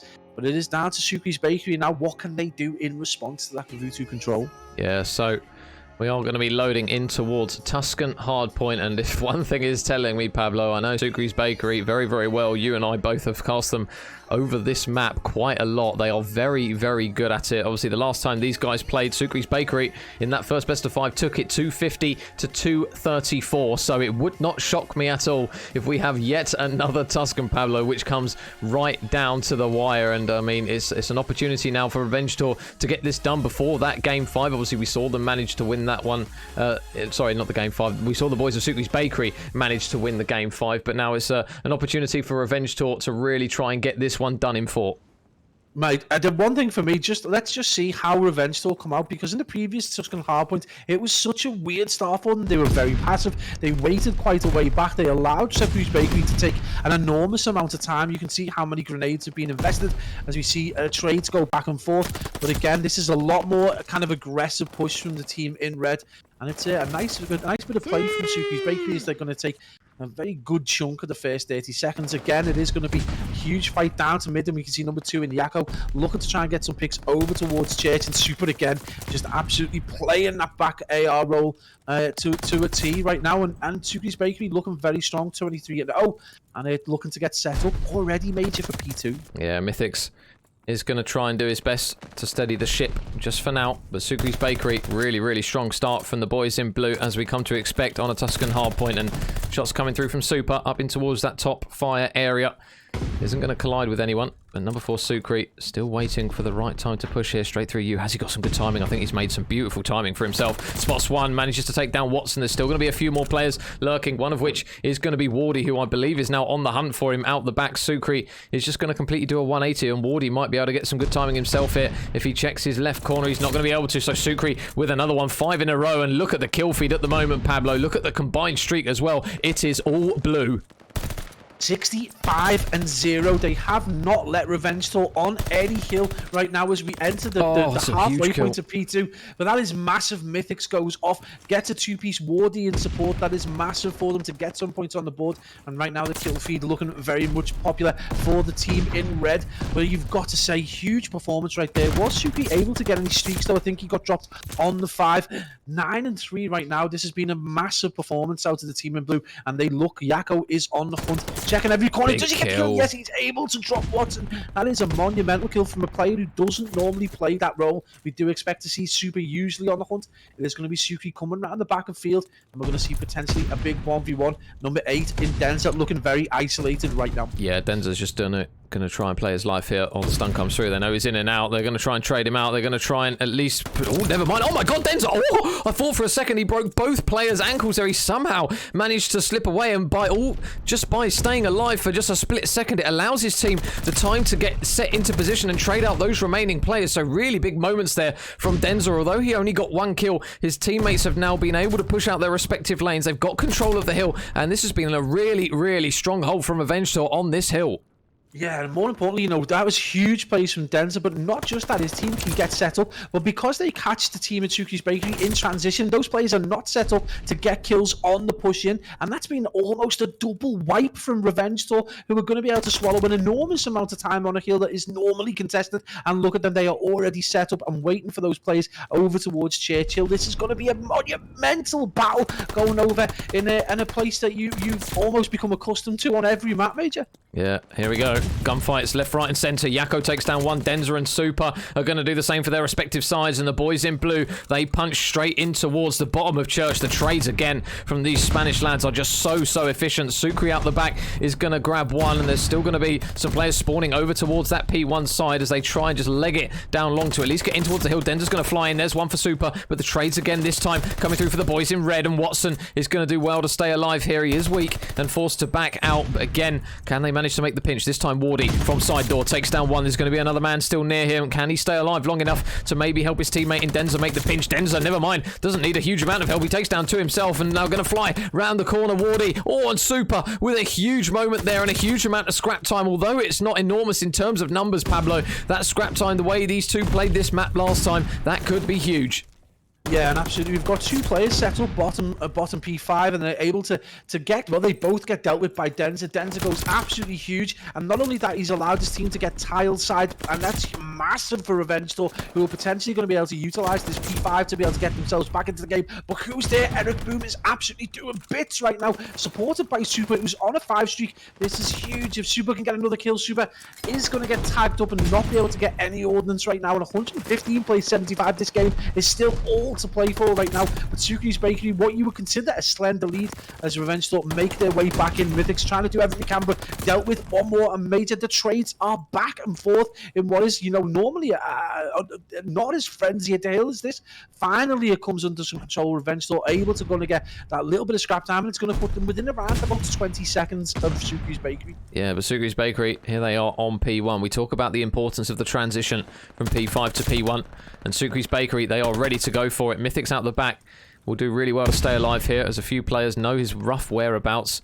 And those arrows now spawning up on him. Can they manage to make the play? Flies around the corner. Super manages to take him down. And Super gets a second as well through all that madness. So Sukri's Bakery put themselves in a prime position to hold a lot of time on this hill now. They are locked into position. Revenge Tour will do very well to punch in towards this one because they are watching all the respective lanes that they need to. Watson's going to fly around the corner. Eric Boom there for the trade. Can Eric Boom grab the second? No, Wardy. That's a monumental kill to at least secure his team what could be potentially an enormous 30 seconds. If Sukri's Bakery hold that hill for the rest of the time, they are really going to be in a lot of trouble. But the boys in blue, here they come back again. One kill comes through for Eric Boom. Yakko's going to get on the time, at least for now. Watson, though, with another important kill. The boys in red will not give up that P1, but Sukri's Bakery, they are ready to go for P2.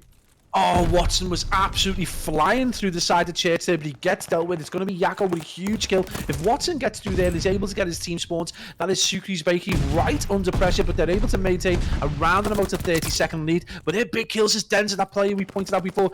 Timing is immaculate as he vaults over a player from Sukri's Bakery. Huge fight to go down, but they managed to retain his number 2 in the form of Yakko, going to be able to do anything. I think he's going to get dealt with fairly early, but this is huge plays by Revenge Storm mates, and they brought it back within 20 seconds, and that kill feed made it time and time again is going the way of Revenge Storm. Yakko, there you go. Yakko's arrived. 2 big kills to secure his team inside the spawn, and there's 3 from Yakko coming to life right when his team need him to. So the Church spawn's going to come through now for Revenge Tour. There's another one for Yakko, looking to snap onto as many players as he possibly can. He is going to finally fall, but Sukri's Bakery have him to thank for some important time on this hill. Eric Boom off the top rope, but the boys in red, they will not give up any seconds. And now Wardy out the back. That is an enormous kill in the grander scheme of things for Revenge Tour. If he can stay alive in the back for long enough to allow his team to reinforce him, this is going to be a huge moment. They're going to try and stun him out and nade him out. Super around the back, sniffs him, grabs him and bags him, and that is going to be another important kill coming through this time for the boys of Sukri's Bakery. And at the moment, Pablo,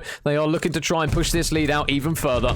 Yeah, huge kill. Eric Boom drops Denza towards the back tiles, and that was absolutely huge. They needed that in order to maintain that first wave of kills. But again, look at that. Round the back of tiles, we've got 2 players, and that's going to require a strong hold. Number 1 in Sukri. He's got a lead to body them. Look at that. Sukri goes on a 3-piece, and when you've got your in-game leader flying like that, Sukri has gone absolutely ham right now on a 5 streak and bodying, and it's 190 to 144, and Sukri's Bakery are looking absolutely gold for their money right now. Oh my goodness, Yakko and the boys, they just seem to be winning every single engagement, but Wardy with 1, Wardy with 2, not quite able to win that one, and it looks as though Mythics is realizing the importance of this next engagement. A nice nade though from Watson to land it right on the face of Yakko, but now Revenge Tour, this hill is going to be make or break for them over towards Church. Can they manage to do it? Super just watching clap as he gets shots into one. Eric Boom's going to try and push through to help his teammates out, but he's not going to be able to do it. So Sukri's Bakery on the initial, but look at the control. Oh, but the pinch from Super. This might be perfect. Grabs one. Sukri grabs one as well. Those red arrows are flooding in, but they are getting chopped down left, right, and center. Denza going to lob a nade. He's going to get slapped in the face with some pistol bullets for his trouble. And now Sukri's Bakery, they are in the driving seat. This is looking like a game 5. Absolute control as well. Look at that, right the way across. They can read field, they can read front shirts. They've got absolutely every angle covered. This could be huge right now. They only need a handful of seconds, and when you've got Yakko dropping bodies like that, it is still control and still advantage Sukri's Bakery. Only 20 seconds needed, 24 on the clock. They've still got plenty of time. Revenge still needs something big now, Major, if they're going to get the challenge in. And who's there? But it's Mythics again going off, but he gets bodied. They can still win. 15. They can still win off this, Major. This is huge. Oh my goodness, Denza, can you go absolutely enormous here? There are so many bodies in that hill. He's going to fly around. Gunfights left, right, and center. But Yakko is going to cut down 3. Yakko's going to cut down 4. And he, single-handedly, at the end of the game, is going to grant his team the Game 5. Sukri's Bakery, 250 to 155 in map number 4. Pablo, we have got some deja vu. If they win, Sukri's Bakery win this map 5, man, Yakko, stand up and take a bow right there in church, because you have been the priest, the pastor, and you have dominated the altar right there and come out all guns blazing, 25 and 19. But some of those kills were absolutely huge, and they do it in church and take us again to a wild game 5. Man, this game never lets up. We have had a reset bracket, and now we are back at a round, man. We think we'd be here nearly 12 o'clock? We did kind of think we'd be here at this time, but Tuscan Hardpoint never lets us down, and right now these two teams are about as matched up as it's possible to get. But we're going to go into a Berlin S&D. It's the same round 5 that we saw previously. Which way is it going to go, Major? Oh, my goodness. Is it going to go? It went round 11 last time, to anyone who doesn't know. So, oh my goodness. I mean, take your pick, flip a coin. We say it time after time. The way these guys have been playing, it has just been tit for tat between these guys, back and forth, and it sees it rounded out in, ideally, Pablo, for us, the most poetic end to what has been an incredible cup here in this game 5. I mean, Sukri's Bakery, obviously they managed to just slip away with the win on this one in the first best of 5. I mean, boy, can they do it again? Oh man, this is a wild one. Berlin S&D. I mean, I hate to put the responsibility on the young shoulders of Eric Boom, but he's had a monumental performance. He's been really peerless at times, and sometimes he's fell off. But Berlin S&D is a horrible map for him. But one thing he's proven, and this is something I've been really impressed by, his AR performances this season, this series, and especially in this cup, have been brilliant. They've been really, really good. So maybe if he can make use of that and provide that little bit more long-range firepower in support of Super and support of Sukri, let Yakko do his thing, and then we could see an absolute game from Sukri's Bakery. You couldn't write either side off. It's been a long day, and who are going to hold their nerve? I mean, no one really got the answer. Revenge Tour have taken broke serve at times when we thought they shouldn't win, and then Sukri's Bakery have slapped right back. Yeah, so both of these teams, fair play to them, to be able to push both series out to the wire. There is nothing separating these two at the moment, and if anyone is going to have a jab at who they think is going to take this one, feel free, because myself and Pabs, we are going to sit back and just let the Call of Duty happen, because the way these guys have been going, it is either teams for the taking here. Even though Sukri's Bakery took it last time, you know what the boys of Revenge Tour can offer. They are very, very good. They took that map too, Pablo, 6-1 on a map that they dropped last time, so it's a particular one where Revenge Tour, it wouldn't shock us at all if they all of a sudden come out on this one and win this one 6-1. Yeah, absolutely. Just wouldn't surprise me whatsoever. I think hopefully you're going to see this play to type. We're going to see some good plays from Super. Is he going to have the big cojones to be able to don the sniper? That's the thing. This is the perfect map for a player of that quality. The last time we saw him play on this S&D, he did not pull it out. He was very AR heavy. And in fact, I think it was Suki in the end that pulled it out. But I guess this is going to come down to fine margins one more time.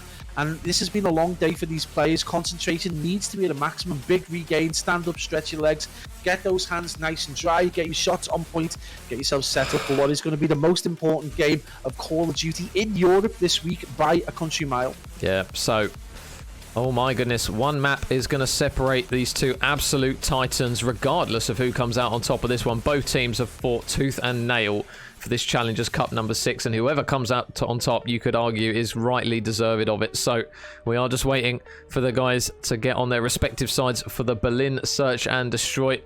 And, oh my goodness, yeah. Either way, I mean, we've had a possibility of 10 maps in this grand final, Pablo, and we're in the 10th of them. So EU Challengers COD, once again, is just providing time after time. Yeah, I mean, we've been through some cups and the back and forth of it, Major. The last one, Cup 5, providing some extreme entertainment, and then we saw that go to type as the Young Galactics at the time, and now Minnesota ROKKR Academy proven to be triumphant for the 4th time. But this time it's going to be a different winner. Potentially going to see Revenge Tour get their 2nd and probably their most hard-fought cup out of every game we've seen them play. Yeah. Or we're going to see Sucre's Bakery finally just make that push over the edge and get a cup they probably do deserve in the scheme of things. But either way, it's going to come down to these fine margins and big plays from these players after a long day of Call of Duty. And Major, this has been exemplary from start to finish. Absolutely huge games, and at no point has it really disappointed. And with the stories that we come out of each cup, it really sets the pace up for the elite opens, and not just that, the elite quals when they come round. Yeah, so the precedent that this cup has set, obviously more storylines coming through time after time with obviously the team changes and the previous history in some of the cups and the matchups. It just seems like every single cup, regardless of which teams go through, you always end up with an exciting game in EU. There are just so many good teams, and obviously any academy teams of CDL that are like, well, we need 4 players to fill in. I mean, look no further than the teams we've got in the grand final here, for example. Look no further than Moneyform. They have just got so many teams to potentially choose from if they do decide to pick another one up. Obviously, ROKKR Academy was incredibly refreshing to see, and hopefully they realise how good the EU Challenger teams are at the moment, because they are just demonstrating it in 4K for everyone once again. That's a big chess move by Minnesota ROKKR, though, to pick them up early in the season. I think they've seen the kind of performances coming out of the Challenger players this season. So we've seen obviously big plays from Nasty and Gizmo and Hixie. We've seen big plays coming out of the NA players like Sib, and we've seen APAC players like Pred dominate. So it's not really that stupid a move. Minnesota ROKKR have just thought, well, hang on, these have won 5 cups. They're the elite qual champions, and let's be perfectly honest, they're the best EU players right now. Well, why are we waiting for champs? Why are we waiting to pick them up? Let's get them now. Let's solidify that side. Let's get the potential best subs and best fill-ins in Europe in our game. And I wouldn't surprise me over the course of the next few months if you saw similar things and similar contracts going out on Twitter. It would not surprise me at all. I'm waiting for the gifs of "It's official," the ones that we see all the time on Twitter. Yeah, of course. It's got to be. We've got to see some more coming out from both respective sides. But we are now loading in towards a game 5 here between these two in the second best of 5 in this EU Challengers Cup number 6. And as mentioned, Pablo, regardless of who comes out on top of this one, both teams can afford to take an absolute bow because they have been absolutely phenomenal throughout. Yeah, absolutely. I mean, at the end of the day, there is going to be one winner and one loser, and I'm sure they're going to be entirely deflated. But they have, brought their A games, both of them, to this game, and it's been an unreal performance between Sucre's Bakery and Revenge Tour. They can both be very proud of the kind of improvements as well, not just about this series, but just going forward. And it's testament to just holding on to those 4 players and getting them as good. And we're going to see first we'll go the weight of Wardy with an absolutely timed Kobe nade onto Eric Boom's head, and it's going to be 3v4 in this first round. The Sucre's Bakery look to try and get the bomb down. Oh, and I tell you what, they might have actually baited out a few players. Oh, Sucre. Oh no, he's not going to get a kill. He's going to get taken down, and now those blue arrows are going to try and transition over, and the kill comes through for Watson. So now it's going to be Yakko, last man standing. Needs a 1 versus 4. He does have the bomb in his hands, and he hears one player, so there's one pick for Yakko. He's going to get traded out surely, yeah, and he will. So first blood is going to go in favor of Revenge Tour. They pumped the first round on the board, Pablo, but oh my goodness, I mean, what's one round between these two? Yeah, absolutely. I mean, we could expect this to go all the way to around 11. It could potentially just go 6 rounds. But again, a really weird round. Unfortunate for Suki, just too much to choose from. Not able to get the picks on the player by tank. Gets taken down by the player from top fire. And it's just unfortunate. You get to pick there. It's a different game.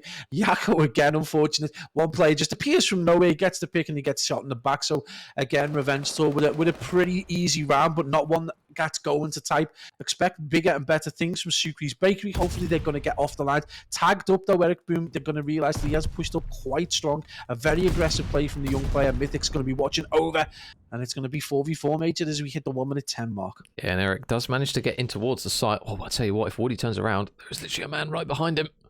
Obviously, he doesn't get the beauty of the X-ray as it gets a little bit messy over towards the B site. Eric going to get some shots into one particular player as they go round and round, but Watson just watching over his teammate, able to pick off one. They know Super's here as well, and it looks as now surely number 5 Wardy is going to strike any second because his teammates at the moment, they are in and thick in the action at the moment as gunfights go down. Sukri able to take down one, but now here comes Wardy. Spots 2 players on the outside, is tagging them up left, right, and centre. There's one head onto Super. Denza's going to crack open the other as now Sukri, last man up, 1 versus 3. Bomb is going to go down over towards the B side, but Pablo, he has got a lot of work to do. Yeah, 1v3, and they've got the information. They're going to tag him up in Revenge Tour. Again, they're going to go 2 open major. This is totally worrying if you're Sucre's Bakery or a Spanish fan at all, because this is starting to look very, very much like the Picard S&D. They just look so good. Mythic's not missing, Den's not missing, the trade's going out, Wardy going on a flank. This is huge right now, and Revenge Tour taken and a monumental lead, 2-0. And right now, Sucre's Bakery, you would suggest on the form of the previous S&D, desperately need a round. So Wardy, 4 in a row. Can he manage to grab his 6th and 7th? And it looks as though the bomb in the hands of Yakko is going to be headed over towards the B site. But Super with the sniper, first blood. We know what he can do with it. Yakko is going to combine for kills. And wow, this round has come through very, very quickly for the Spanish boys. And whew, well, there's a round. If you want to clap back, that is exactly how you do it. Sucre's Bakery cut them down in what felt 10 seconds flat. And on the back of a Super first blood. And was that with the sniper? I believe it might have been with the sniper. And this is what we want to see. Super, you know, at his best in S&D with a sniper in his hand, getting information, getting picks, causing suppression, causing teams to transition to different areas. And that's a huge play. And right now, they desperately needed that. You know, and potentially we could be seeing this ping-pong performance as we see Sucre's Bakery potentially now in a position where they can tie things up. But again, Revenge Tour, you've got that player in Wardy playing absolutely monumental S&D. Did it previously. He dropped 8 in the previous one, and this could be a massive moment for Revenge Tour. But Super, again, do you want to peek that major at all? Oh my goodness, well, they're brave. They've peeked it twice, so the shots aren't actually going to connect either side. Are going to get some shots, but Eric Boom, first blood, manages to take down Mythic, so now Bomb is going down. But however, look at the positioning from Yakko. He's managed to get himself all the way out the back. And now can they retake this site here?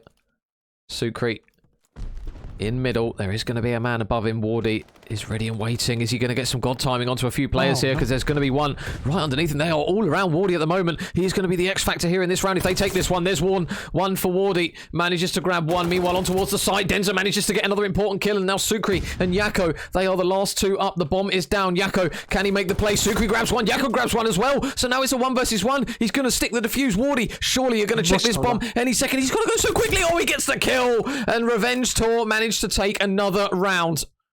Insane plays, and we talk about sticking the bomb all the time. Well, it finally looks like they've got a player close enough to deal with that, and it's going to be a huge win for Revenge Tour. But what a slap in the face for Sucre's Bakery. They look like they had the ascendancy in that round, but it just was not enough. And Wardy, again, you know, the dog in the supermarket, too many choices, 3 players around him, gets 1 pick, but it's still just enough for Revenge Tour to take that lead 3-1. And again, this 2-round deficit in the hands of the team in red.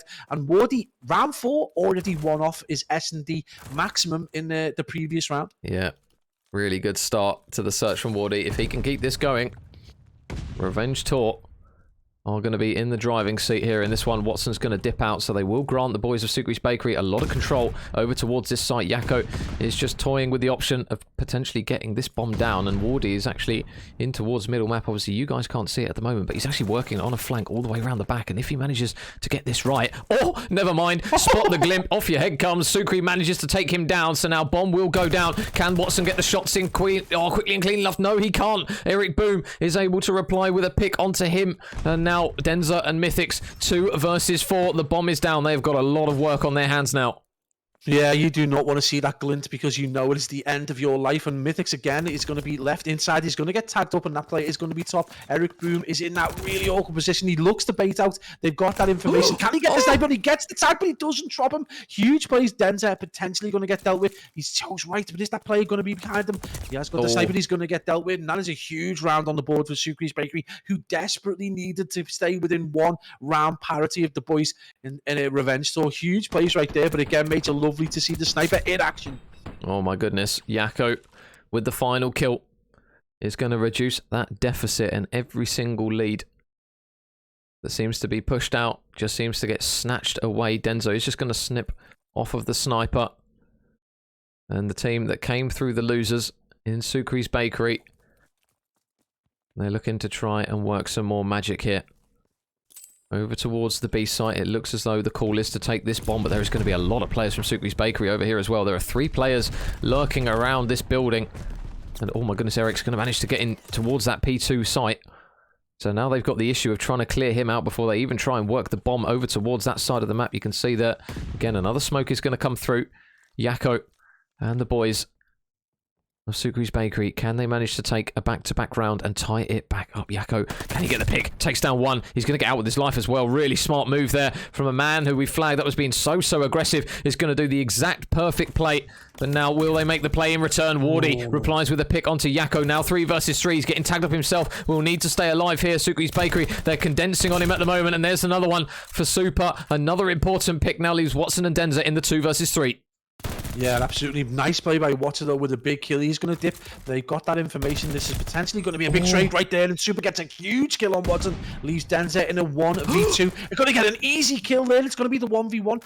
Is the aggression going to come out from the player in blue? We do see him. He's got that information. He knows where he is. He's sticking the defuse. The question is, he's just going to stay pro. The defuse is going out. No, he's decided to dip. 13 seconds. He needs to get this kill. Oh my god, he's absolutely fluffed it. Has he got time, though? He's going to come back on the hill. Denza, is he going to get the kill? Yes, it's huge as we see Sukri finally get it, but it's not going to be enough as Denza absolutely plays him for time, and Revenge Storm, mate, are going to get that 2-round lead one more time, mate. My mind is blown at this point. Denza just makes the big brain heads up play once again for Revenge Tour in the 1 versus 1, just toying with his food but playing the time oh so well, and it's going to put his team again in the driving seat in this search and destroy. Sukri's Bakery trail by 2 once again. Wardy still going strong at the moment. Mythics hasn't really come into the map at the moment, currently 1 and 4, but Wardy carrying the boys at the moment, 8 and 3 from him, and with 4 rounds on the card now for Revenge Tour. They are only 2 away from being crowned Challengers Cup champions number 6, but do not write the boys off. But that's a huge first blood. Watson able to open up the round. Super's going really aggressively here.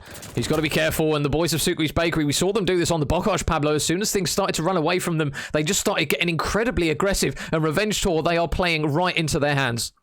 And this is not the map to get that kind of aggression on, especially Super with an MP40, not playing his natural role, is going to get exposed and he's going to get dealt with. You can see the patience out of Revenge Tour right now.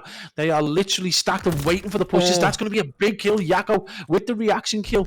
It's going to force the players in red back, and this is going to be a 2v3. And again, though, the position for Sukri's Bakery is a disadvantageous one.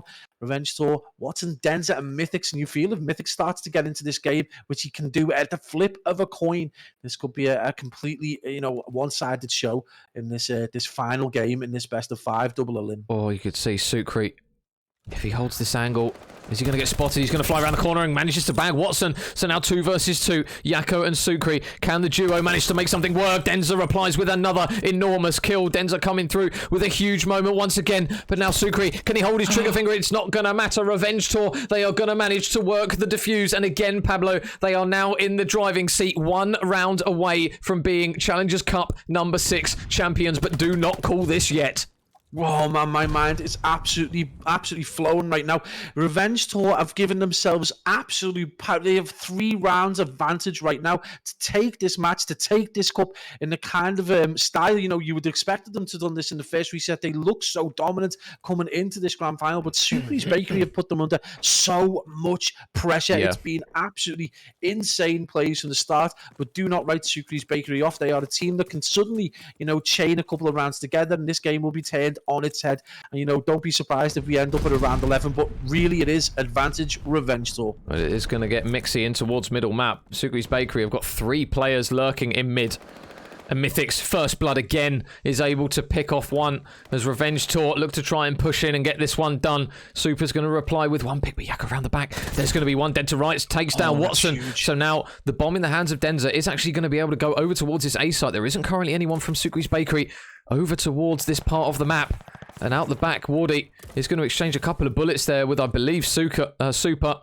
And now bomb goes down. Revenge Tour. Wardy and Denza, can they work some magic? 3 versus 2. Oh my goodness. Do not breathe. Do not blink. You might miss it. Eric Boom, Super and Yakko. They need to try and work this. It looks as though they're going to try and push it from one side as a group, and they take Wardy down, so now it's all on Denza. Denza's just hiding inside. Oh my goodness, surely not. Surely not. Surely somebody's going to spot it. Yes, Yakko has absolutely none of that, and he's going to get caught on his stomach. They get the defuse, and Sucre's Bakery, they take another round, Pablo, but they've still got 3 more to go. Why are my hands clammy, Major? My hands are clammy and I'm not playing. This is insane plays for Sucre's Bakery, who managed to take that in the kind of style we've not seen them do. The kind of caution, the kind of like slow play. They get the picks, and it's something they needed to do from the outset. They've been dominated in this S&D because of their hyper aggression. If they can just play like that for a handful more rounds, we're going to get that round 11. Right now, it is still advantage Revenge Store. You've got that 2-round deficit, but this is absolutely crazy plays from Sucre's Bakery. And Yakko, the player we highlighted as being one that can dominate a Berlin S&D, presently on 8-5, joint in the lead with Wardy, who's on 8-5 as well.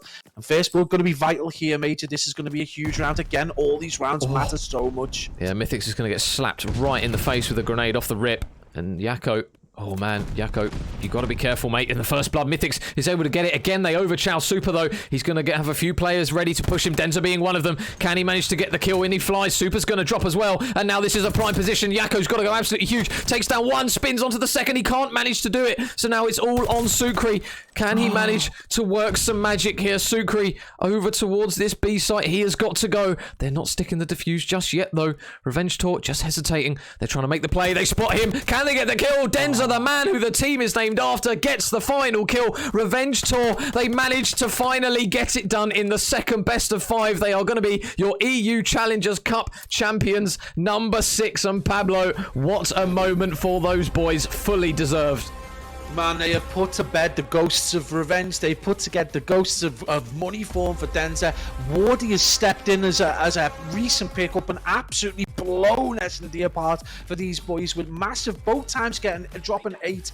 Denza has looked like a completely different player. That was a huge performance right there, and they have put away a Spanish side who were on the ascendancy with some of the hottest talent in Europe right now. What a performance there from the boys from Revenge Store. Need to change their name now, because they don't need revenge. They are 2 times cup champions right now. Cup 4, Cup 6 go the way of Revenge Store, and you know that is a long way away for Denza from the start of this Vanguard. Huge performance. So, congratulations there to Revenge Tour. They are your champions of Cup number 6. They take it in the second best of 5. A huge shout out to those lads. They have come through the bracket from that winner's side, and they managed to get it done. Rightly, deservedly so. I mean, you could have picked either of those teams, Pablo, to come through and get it done, but Revenge Tour, you've got to let the lads take a bow. They were brilliant pretty much all day long. They came through that winner's bracket. Sucre's Bakery, though, commiserations to them. It takes 2 incredible teams to make an incredible series.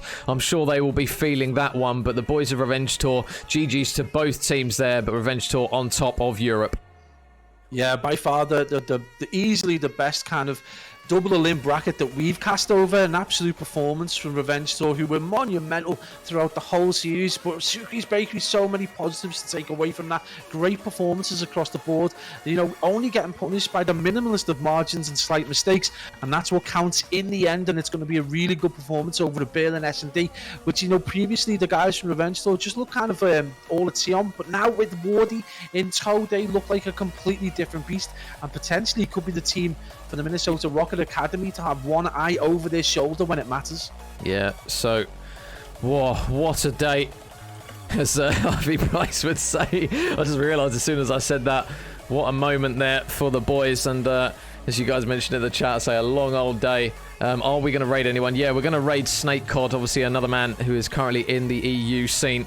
We'll show Snake a bit of love. He's currently doing, what is he doing? He is doing some 3v3 chows. So if you can go ahead and drop Snake Cod a bit of love, that will be very much appreciated, guys. Go over there, drop him a follow, say hello from the whole of the EU scene, because it is an absolute pleasure to be casting over these kind of quality players. Revenge Tour, though, they are going to be your champions of EU Challengers Cup number 6. I've got to say a huge thank you to everyone who's dropped by, and obviously Mr. Pablo, man, thank you very much, buddy, for covering the action with me as per usual.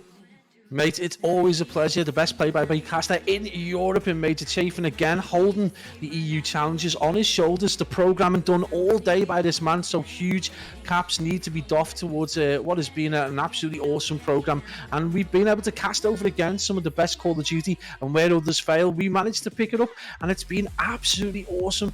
And every team that's been involved in today, nice big thank you for letting us cast over you guys. Yeah. Big shout out to MLG James and the rest of the guys in the CDL Discord. So big shout out to those guys for letting us do that.